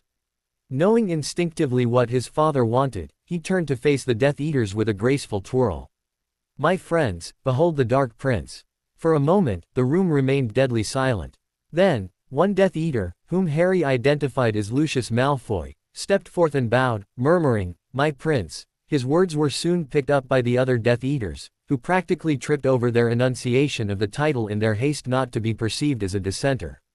"My prince," their murmurs echoed in the throne room, like melodious waves cascading up and down. Music, it was, to Harry's ears. Raised by the Dark Lord, he had been taught to appreciate power from a young age, and this, the power he held over his father's followers, was a heady vintage indeed. His name and identity shall remain a secret for now. The only thing that you need to know is that he is my son and heir and shall be treated with the same respect you give to me." Voldemort continued speaking, even as Harry smirked at the Death Eaters who had looked up at the last sentence. Severus Snape had barely managed to school his face into a neutral expression when the Dark Lord, after a long meeting, had introduced his bloody heir. An heir. The Dark Lord had an heir. It was a fact, which, no matter how many times Severus repeated it mentally, did not seem to fully sink into his mind. And to top it off, said heir was the boy with the silver mask. There had been rumors, amongst the Death Eaters a couple of years back, of there being a teenager with a silver mask, dangerous, lethal and well-versed in the dark arts, who had participated in raids. Some said he was the harbinger of death, that the raids the boy with the silver mask went on tended to be the most bloody with the most fatalities. Others thought he was a dark creature of sorts, while still others thought he was a high-ranking Death Eater even above those in the inner circle. The rumors had surged, ebbed then resurfaced, many times, yet no matter how Severus had tried to verify the veracity of the rumors, he had often met with blank refusals to answer, or far-fetched tales of a very powerful dark wizard that were obviously exaggerated. It had prompted him to dismiss the rumors as just that, rumors. Yet here he was, right in front of his very own eyes, the boy with the silver mask. Slender figure, leanly muscled, from what Severus could see of his physique, his observant eyes taking in details he was sure Dumbledore would want to know. Slight above average height, just below 6 feet, with raven black hair, though of course, hair color was something easily changed. Everything about the boy's physical appearance hinted at his youth. And yet, the way he held himself, it proved that he was no mere boy. His words had been controlled, confident and clear, though Severus could not make out much of his voice, considering that the Dark Prince had only spoken one sentence so far. And when the Dark Lord practically ordered that the Dark Prince's identity was to remain a secret, Severus was intrigued. His Slytherin side sniffed a very powerful secret, and he was loath to have to leave it hidden. However, his self-preservation instincts were nevertheless stronger than his curiosity, so he resigned himself to silently watching events unfold. Later that night, the Dark Prince led the Death Eaters on his first official mission, a mission which the Dark Lord had kept under wraps prior to that night. Bellatrix Lestrange watched fondly from her position in the alley as Harrison stalked silently towards her hiding place, down the streets of Hogsmeade, amidst the thatched cottages and shops that somehow still managed to look cheery despite the deep cover of the night. Instead of jealousy, she had felt a strange stirring of pride when the Dark Lord had introduced Harrison as his heir, the Dark Prince. Maybe what Rodolphus had said was true, perhaps she had truly come to regard the heir of her lord as a son of her own, or at least, a favorite nephew. Over the years, it had been a great pleasure for Bellatrix to watch Harrison grow into his powers, even when his powers had surpassed hers sometime between his 13th and 14th birthday. The boy had such a natural affinity for the dark arts that Bellatrix sometimes thought privately that even if he was adopted, he even more of a son to the Dark Lord as any biological child of her master could be. And the Dark Lord knew it too. Which was why Harrison had been entrusted with this mission, a mission meant to put pressure on the Ministry, to strike fear in the hearts of the wizarding population, a mission meant to remind them of the Dark Lord's second rise. The Dark had been quiescent since his Christmas attack on Azkaban. It would not do for the populace to forget that he was still active amongst them. Hence the planned mission. Bellatrix knew that her husband had been ordered to anonymously tip off a few reporters, a tip couched in such a way as to stir no alarm, but to draw the reporters to the village like flies to a garbage dump. The Dark Lord intended for the raid on Hogsmeade to be well publicized. Put up the two-way anti-apparition and portkeying wards. Such was Harrison's authoritative and commanding tone that even the Death Eaters who had privately expressed their concern at Harrison's new position as the Dark Prince did not dawdle and immediately set to work. The wards would be keyed into Harrison's magical signature, Bellatrix knew, so that he was the only one who would be able to collapse it. It wasn't solely due to paranoia or distrust of the other Death Eaters that prompted such an action, it was the fact that Harrison was the only one capable of being magically attuned to the wards at the level required. And then, as Harrison left her hiding place, one of the many hiding places that Death Eaters occupied in the entire street, Bellatrix felt the slight increase in air pressure that accompanied the raising of the wards. The few alert wizards or witches strolling along High Street of Hogsmeade felt it too, for they immediately held their wands out at the ready, even as the more cowardly of them started scurrying for cover. Without a single word, Harrison pointed his wand upwards and shot silver sparks high into the night sky. Clad in an open, flowing black robe over a black shirt and black leather pants, a silver half-mask on his face, Bellatrix thought that her protégé had an aura of command. A few seconds later, at that signal, Death Eaters burst out of their hiding places and headed straight for their targets. Some rounded up the witches and wizards on the streets that had been too slow or just plain ignorant of the impending attack, some broke into the shops and started smashing up the wares, while others attacked the shop owners in the shops. All in all, it was a scene of mayhem and destruction, something Bellatrix reveled in. Cackling maniacally, she sent a curse at a hapless passerby who stared wide-eyed at the appearance of the white-masked black-robed, hooded Death Eaters, before falling to the ground screaming in agony. Yes, it was exhilarating indeed. Using her favorite curse on innocent bystanders, Bellatrix had to remind herself that she was not here to indulge. No indeed, she was here to be a backup for her sweet Harrison, her sweet boy who had already killed 5 passerbys as he strode up the street. Giggling, Bellatrix hurried after Harrison with Severus Snape and a group of other less experienced Death Eaters, as the Dark Prince headed straight to a ramshackle, decrepit-looking building that looked as if it would fall over at any moment. Aha, the Hog's Head. Ickle Harrikins has grown up to become such an intelligent boy. Bellatrix caressed her wand fondly even as she stopped outside the grainy wooden entrance, just off to the side of Harrison, who appeared to be contemplating something only he could see with narrowed eyes. Then, a smirk flashed across his lips and he waved his wand casually. Bellatrix knew that Harrison had disabled whatever wards there were on the entrance when he casually vanished the door with another wave of his wand. Then, she followed him into the room even as he gestured for one Death Eater to guard the door, in the unlikely event that the owner of the Hog's Head attempted to escape. Inside the dingy darkness of the Hog's Head, Harry took in the dirty windows, the rough wooden tables and the concrete floor so covered with dirt that little of the original concrete could be seen. 3 occupants occupied various tables in the room, though at this time of the night, the lack of customers was not surprising. Behind the rough wooden bar, an old barman with a high forehead, tufts of white hair, a long straggly beard and an appearance resembling a goat dropped the dirty rag with which he had been polishing glasses. Suppressing a sneer, Harry coolly ordered, "Surround the room." Immediately, the Death Eaters spread out and stationed themselves at the various windows and the fireplace. Snape placed himself at the door leading to the kitchen while Bellatrix eagerly made a beeline for the other occupants in the room. Harry resolved to keep an eye out for the potion's master, a man of whom his father was still suspicious. Sparing the other occupants a cursory glance, Harry noted that they seemed to be shady characters of various degrees of disrepute. Throwing a smirk his aunt's way, Harry waved carelessly to the bystanders. "Aunt Bella, go ahead and indulge. I shall deal with Aberforth Dumbledore alone." He headed straight to the bar and directed a predatory smirk at the barman. "Will you die quietly? Or do you intend to put up a futile resistance?"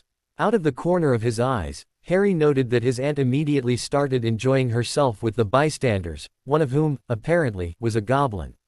If there was one thing Bellatrix despised even more than muggles, it was creatures.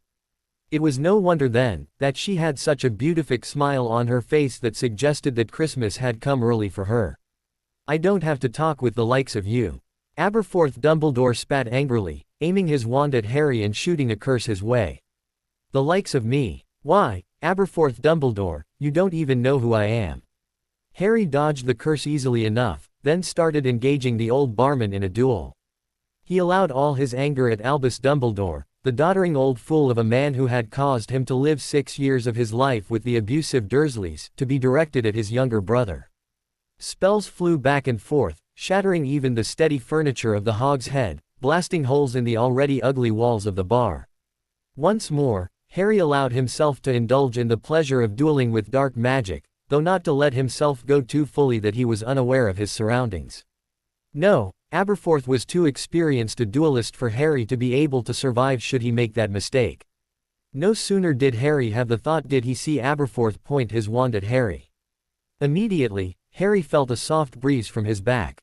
Throwing himself sideways, Harry managed to keep an eye on Aberforth while transfiguring the floating heavy table, which would have hit him had he not reacted in time, into a flock of ravens, which Harry directed to attack Aberforth. Scratch marks littered Aberforth's face and arms by the time he managed to get rid of the birds, which Harry used as a distraction to send 3 dark curses in succession at Aberforth. 1. A spell meant to drain the stamina of the wizard, hit. Severus Snape watched in disbelief as the boy, no, the Dark Prince, dueled Aberforth Dumbledore in a one-on-one battle as an equal. He knew the boy would be powerful, yes, it was only to be expected, given that he was the heir of the Dark Lord, but by Merlin's beard, he had never expected the Dark Prince, as young as he appeared to be able to stand against Aberforth Dumbledore in a duel. While Aberforth might not be as skilled a duelist as his older brother, or even Phileas Flitwick, he more than made up for it in terms of experience and aggressive fighting style. Yet the Dark Prince countered his experience and aggressiveness with new, creative dark curses and dueling techniques, many of which Severus, even with his experience, had never seen before. In speed, the Dark Prince was fast, extremely so. And he had instincts which seemed to be perfectly honed. Every time Aberforth threw something at him, even if he could not possibly have seen it, the boy managed to dodge it. Things did not look well for the brother of the leader of the light at all. For a moment, Severus wondered if he should step in, if he should take a chance and sneak in an attack to aid Aberforth. But no, even if he were to blow his cover, there was no chance of them getting away. Not when the streets were crawling with Death Eaters, not when there was an anti-apparition and Portkeying ward over the entire village. There was nothing Severus could do for Aberforth. Squashing the feelings of helplessness, guilt and regret as that thought crossed his mind, Severus reminded himself that it was for the sake of the cause. The very cause he had pledged himself to, for the sake of making amends for his mistakes. For that cause, he had to keep his position as a double agent secret. And it wasn't as if he even liked Aberforth. So it was with a blank, neutral expression on his face that Severus Snape watched as the Dark Prince, after a half-hour of intense battle with Aberforth, shot the killing curse at the exhausted older man.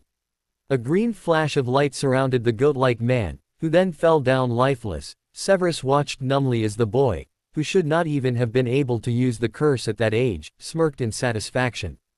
Then casually, without any hint of being disturbed by the death, the Dark Prince turned and shot a jet of purple light at the goblin, who was the last living bystander who had been suffering under Bellatrix's wand. At the pout Bellatrix gave him, the Dark Prince tilted his head slightly. "Aunt Bella, I promise I'll get you a goblin to play with for Christmas this year. This one, alas, will have to die from a slow suffocation."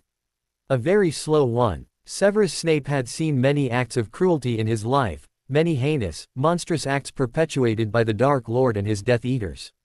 He felt it safe therefore, to come to one conclusion: the boy was a monster.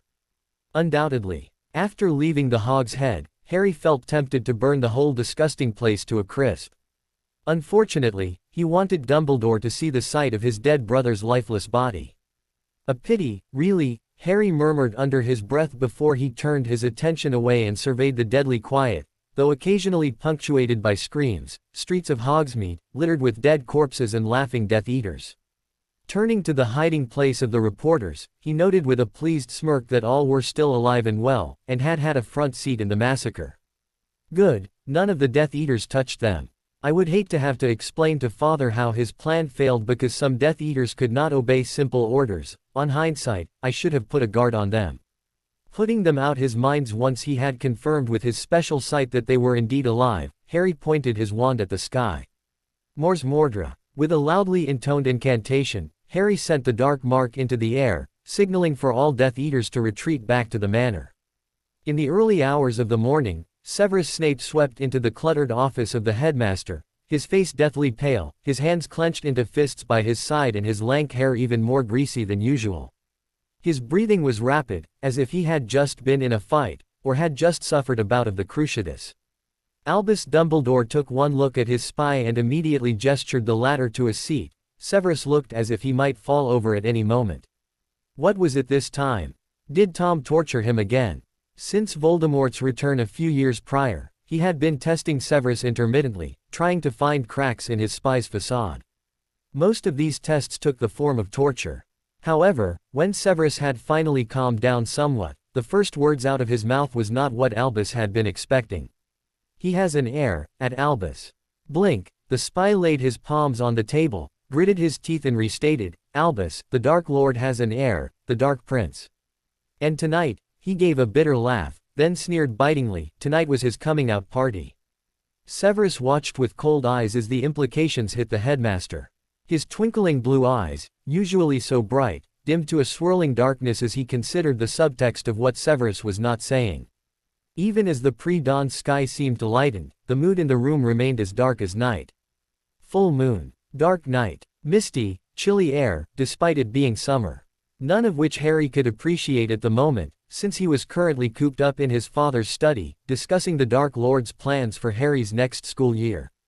Feet shoulder-width apart, hands relaxed by his side, Harry stood in front of his father's ornately carved wooden desk, absently aware of the merry crackle of the fire in the dark marble fireplace. At length, Harry tilted his head slightly to one side and voiced the question he had been contemplating since the start of the discussion. "Father, I have been thinking about this, why can't I participate in the Triwizard Tournament? It would further our goals. In fact, as a participant, I'd have fame on my side, which would make it much easier to approach students from the other schools. Even if they are reluctant to consort with another school's champion, there are ways around that." Voldemort narrowed his crimson eyes as he stared at his heir, standing tall, proud and confident in front of him. His son was intelligent, perhaps too intelligent. How could Voldemort explain that he had the urge to make sure Harry stayed under the radar as much as possible under the crooked nose of the old fool? The second war between the light, the dark and the Ministry of Magic was going on as strong as ever. Once Voldemort had revealed himself to the public, the previous Minister of Magic who was under Voldemort's manipulation had been sacked. The new minister, Rufus Scrimgeour, had been selected despite hard campaigning on Lucius' part.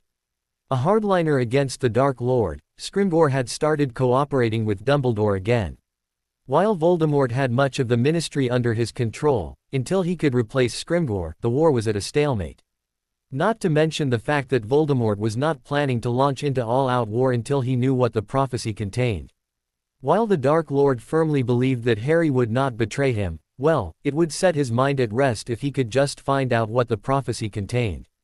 While Voldemort was not longer operating in secret, it did not mean that he should just waltz into the ministry to pick up the prophecy. No, that would be admitting to his enemies that the prophecy had a certain hold over him. It was an advantage that Voldemort was not yet ready to concede. No, the Dark Lord would have to find a way to retrieve the prophecy secretly, without alerting anyone as to the prophecy's absence. And so Voldemort could afford to indulge in his son's wish to study at Hogwarts, even if it was only for a year. He had pushed Lucius to revive negotiations for the Triwizard, negotiations that had been put on hold after the fiasco for the Ministry at the World Cup last summer. He had even ordered Barty, who had influence over the negotiations, to turn it into more of an exchange program and not only a mere competition. But although the Triwizard Tournament was a great opportunity for his son to establish a foothold amongst the younger generation of Wizarding Britain, and perhaps even find a way for Voldemort to circumvent the wards of Hogwarts, it was also a huge risk, having his heir and Horcrux attending a school filled with members of the Order of the Phoenix led by the old coot. And Voldemort's possessive nature simply refused to allow Harry to be in more danger than he already was. Perhaps it was a good thing that he had ordered Barty to allow Dumbledore to impose an age restriction on the competition. "No. Your identity as both my heir and Harry James Potter must not be discovered." "Not yet." Voldemort's reply was curt, even as he watched for Harry's reaction.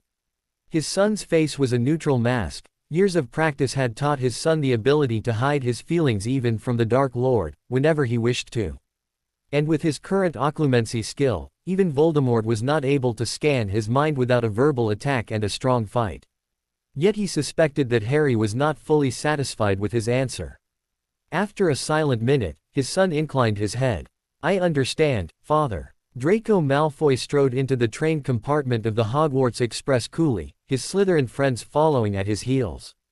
Seating himself elegantly onto the leather seat nearest the window, he suppressed a smirk as Pansy Parkinson immediately sat next to him, latching herself onto his arm.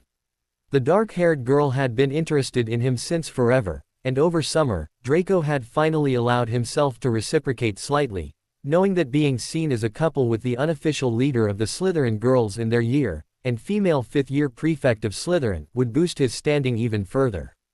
He supposed he liked her well enough as a friend, though he was as yet uncertain whether he did like her romantically. He blinked to clear his head of inane thoughts and focused his attention on his friends. "It's going to be an interesting year, isn't it?" Draco drawled slightly, smirking at the two males opposite him, Theodore Nott and Blaise Zabini, both sitting perfectly straight with proper pure-blood etiquette. Vincent Crabbe and Gregory Goyle had been left outside the door, guarding their compartment, so that no one could enter.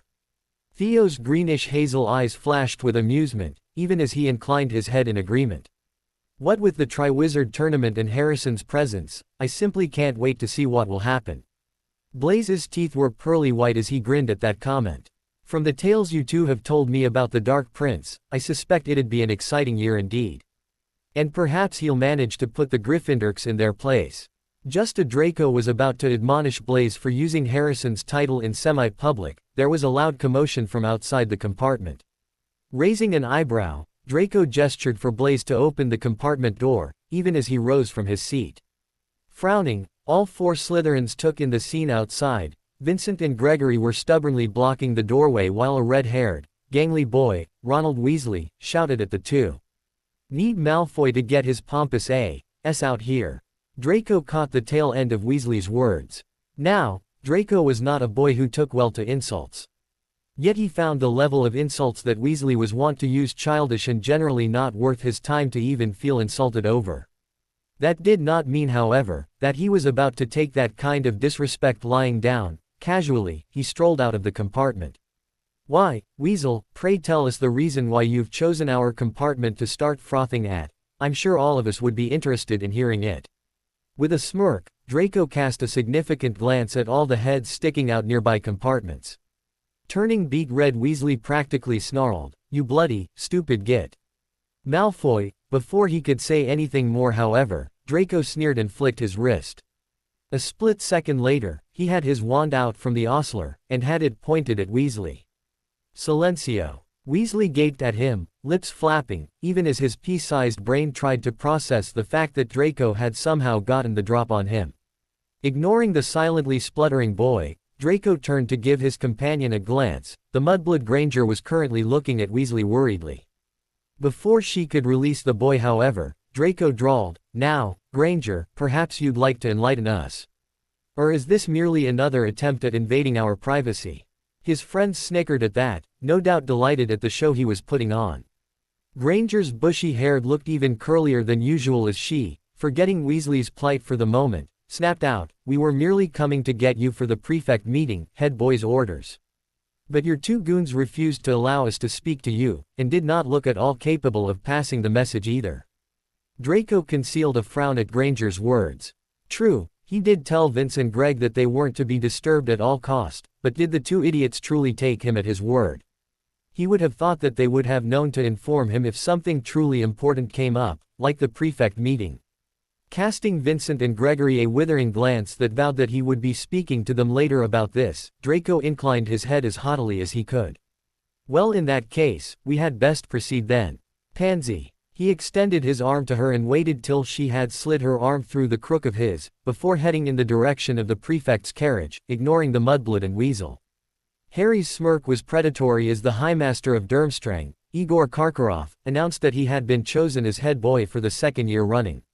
While not unheard of, it was a feat that only a few head boys had achieved. Of course, what with Frederick Flint long taken care of, and all of the other professors' favor of him and the subservience of the High Master to him, it was not a surprise.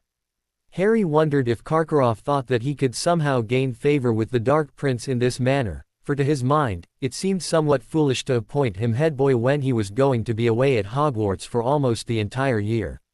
And in the absence of the head boy at the upcoming Triwizard Tournament, the head boy shall appoint an acting head boy in his stead. Perhaps Karkaroff ain't as foolish as he looked after all, Harry mused. He narrowed his eyes as the High Master went on to announce that Durmstrang would be sending over 20 exchange students to Hogwarts, from which the champion would be chosen, and that the list would be out by the end of the week, with input from the head boy and the head girl. Harry knew that the latter was a mere figurehead, without much power. Whomever he chose as his replacement would be the one who held the reins of power in Durmstrang, and the Highmaster had, with his last statement, ensured that the students knew just who had the power to influence his decisions. Harry looked forward to a week of flattery, buttering up and bribery. Perhaps he'd be able to add a few rare books to his father's library, or even some useful favors from the children of rich, influential families in Europe. Late one night, Harry lounged in the soft leather armchair by the fireplace in the common room, watching his second-in-command who was kneeling by his feet.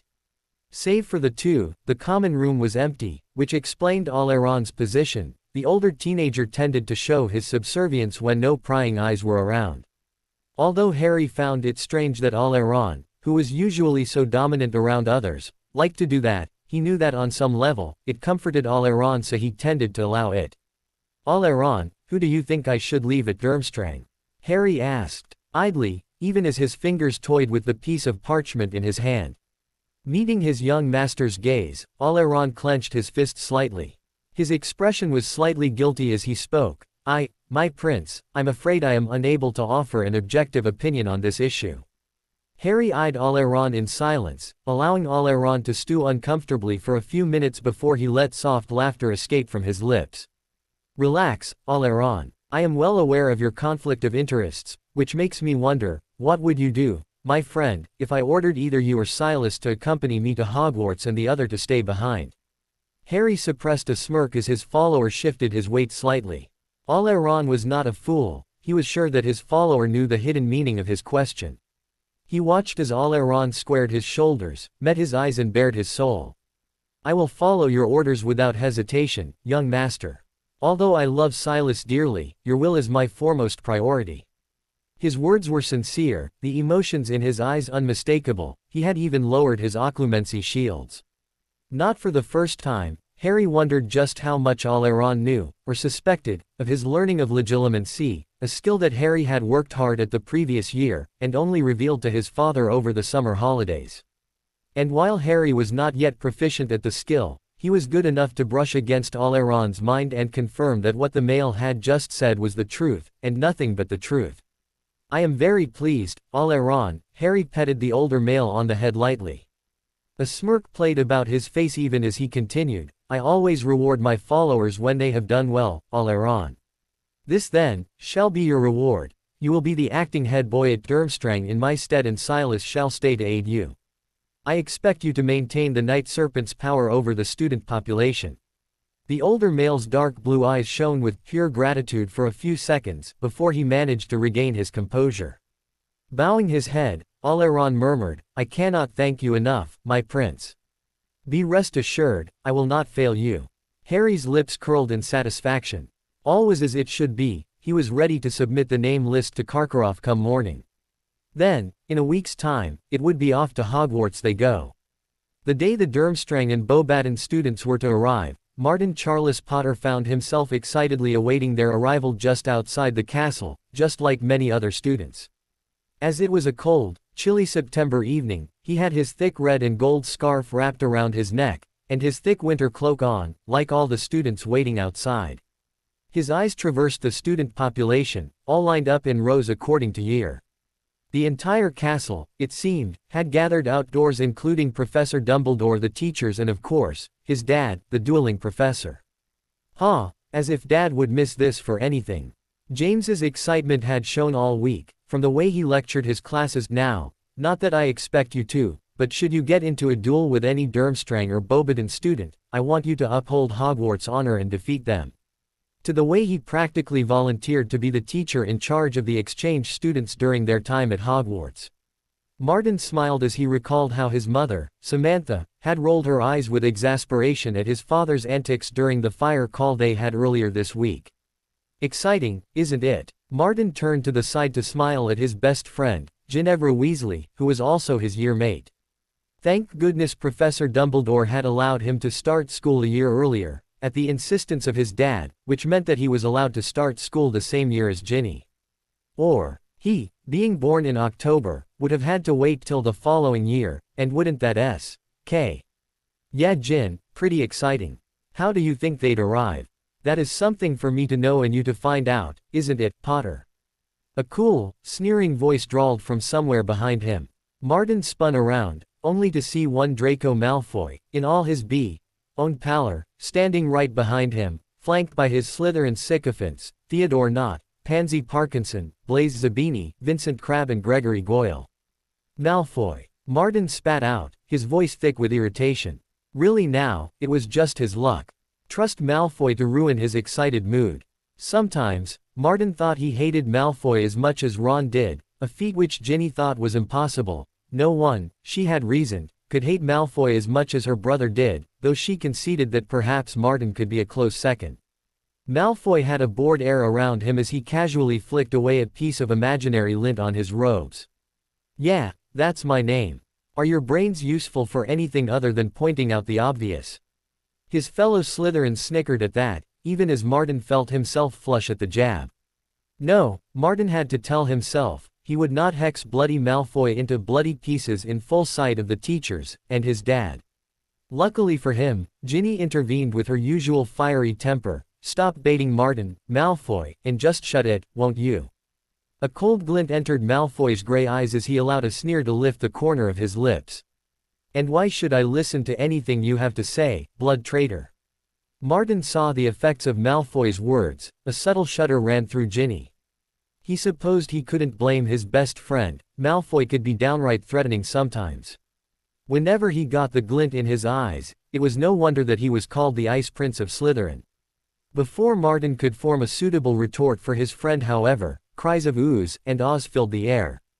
And then Dumbledore called out from the back row, where he stood with the other teachers, aha.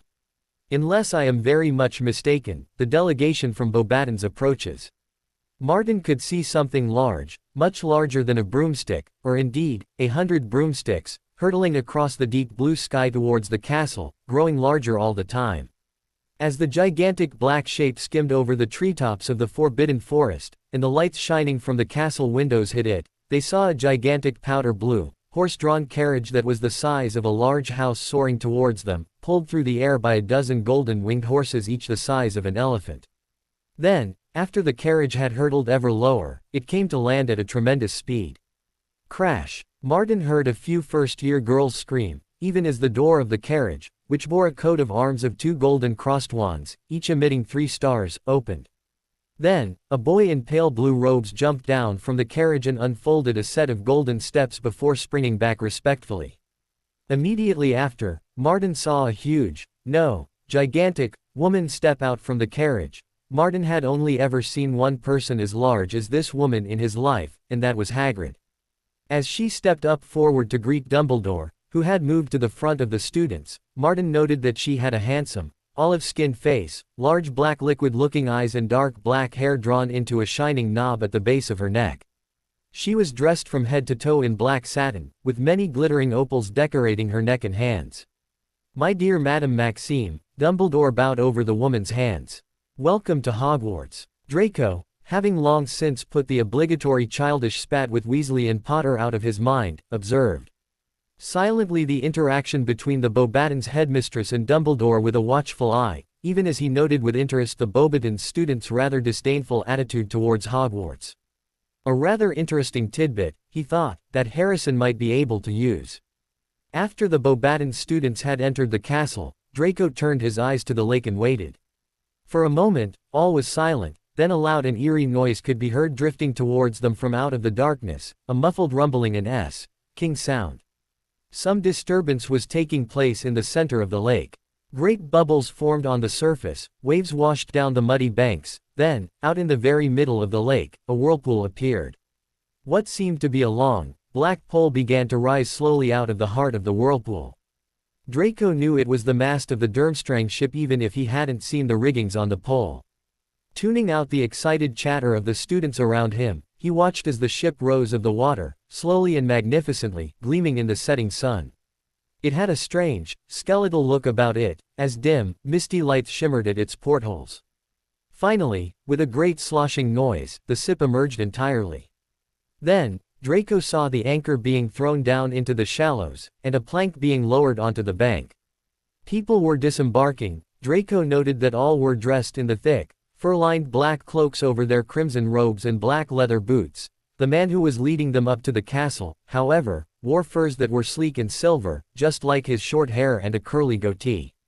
Ah, that was the Highmaster Karkaroff. Then, Draco listened with half an ear open as Karkaroff greeted Dumbledore. His eyes were drawn to the slender figure with jet black hair and brilliant emerald green eyes beside the Highmaster, who was flanked by two blonde-haired twins. Draco took a deep breath, then let it out. They had planned this, the first greeting, out carefully. Breaking ranks, Draco and his friends moved forward through the student population even as the slender figure strode towards him. When they met just in front of the students, just behind Dumbledore and Karkaroff, Draco offered his hand, a polite smile and a small nod. "Harrison, it's a great pleasure to have you here. Welcome to Hogwarts." Harrison Maximus Riddle's eyes gleamed in amusement even as he allowed a neutral smile to blossom on his face. Taking Draco's hands to shake, his voice was clear and smooth as he replied, "Thank you, Draco. It is indeed a pleasure for us to be at Hogwarts." Behind him, Septimus and Octavius Withers offered Draco a polite nod, as did all the other Durmstrang students that Draco knew.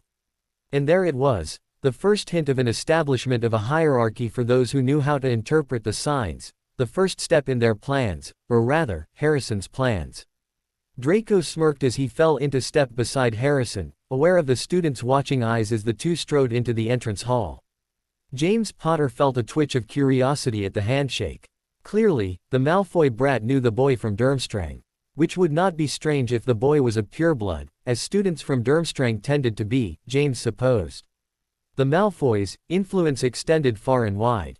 Even the Potters and Blacks, whose lines were far more ancient than the Malfoys, did not have as much influence in pureblood circles, though James supposed that was the fault of him and Sirius, considering that they had pretty much allowed the influence of their houses to lapse once they had taken over the mantle of lordship from their fathers.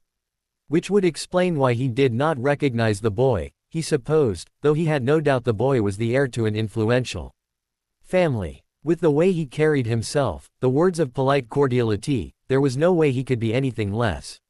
Though there was something familiar about his eyes, that shade of green, now where had he seen it before? Just as James was about to pursue that line of thought however, he suddenly thought of something else. Oh no, wasn't he supposed to lead the exchange students to line up in front of the Great Hall? But it was too late, the boy and Malfoy had entered the castle, leading the rest of the students with them. James gave a mental sigh. Being a teacher was just so much work. Being a Dark Lord was no easy task, Voldemort mused as he contemplated his next move. The prophecy. It had been weighing heavily on the Dark Lord's mind since he had named his son the Dark Prince. Now, more than ever, he could not afford for Harry to betray him. And so, he had to know the full content of the prophecy, for the part which he did know of was not at all concrete on that point. The one with the power to vanquish the Dark Lord approaches. There was a knock on door of his study, to which Voldemort twitched his fingers once. The door swung open silently, only to reveal the straw-colored hair and rugged face of Barty Crouch. Voldemort watched as Barty stepped into the room and kneeled at a couple of feet away from where Voldemort was currently standing in the center of the room. "Master," Barty murmured as he clasped his hands behind his back and bowed his head. "Barty, you will use your disguise in the Ministry to find out everything you can about the Hall of Prophecy and the Department of Mysteries. You are to keep this an absolute secret. Tell no one, not even Harry. Do you understand?" Voldemort ordered in his cold, cruel voice. He waited for Barty to look up, noting the flash of surprise that crossed his Death Eater's face. It was rare for Voldemort to exclude his son from his plans. Barty, however, was well trained, so he merely said, in a clear, eager voice, "Yes, Master." Satisfied, Voldemort nodded once. Then, he changed the subject. "Now, Barty, how goes your infiltration into the Ministry?" This was a small indulgence Voldemort granted only to those Death Eaters he favored, a period of time for them to extol upon the process of their labor. In reality, the Dark Lord cared nothing about the process, merely the end result. But it was a good way to reward his followers, especially the ones as eager to please as Barty Crouch. An ocean and many countries away, Alaron Fidel Mulciber peered up into the night sky from the window of his dorm room Sirthur wistfully. The young master had left but earlier that day, and Alaron was already feeling the ache of his absence.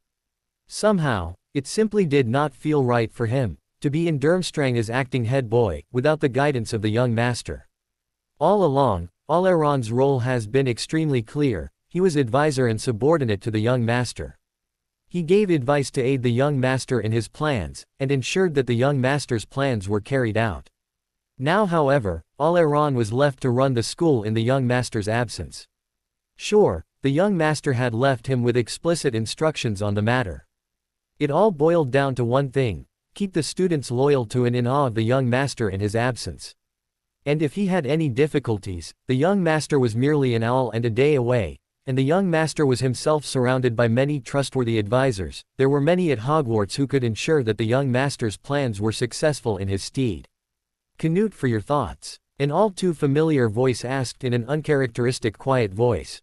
Oleron turned to take in the visage of his lover, Silas Curtis McNair. As always, he was struck by that special brand of fierce beauty that his lover possessed, the high cheekbones, sharp, hawk-like features and intense brown eyes. Reaching out, he threaded his fingers through Silas's walnut-brown hair before allowing his hand to drop. I was just thinking about the young master. There was such a tone of longing in that sentence that Oleron was sure that if his lover had been any other guy, he would have been in trouble for speaking about another male in that manner. As it was, Silas merely regarded Oleron with wry amusement.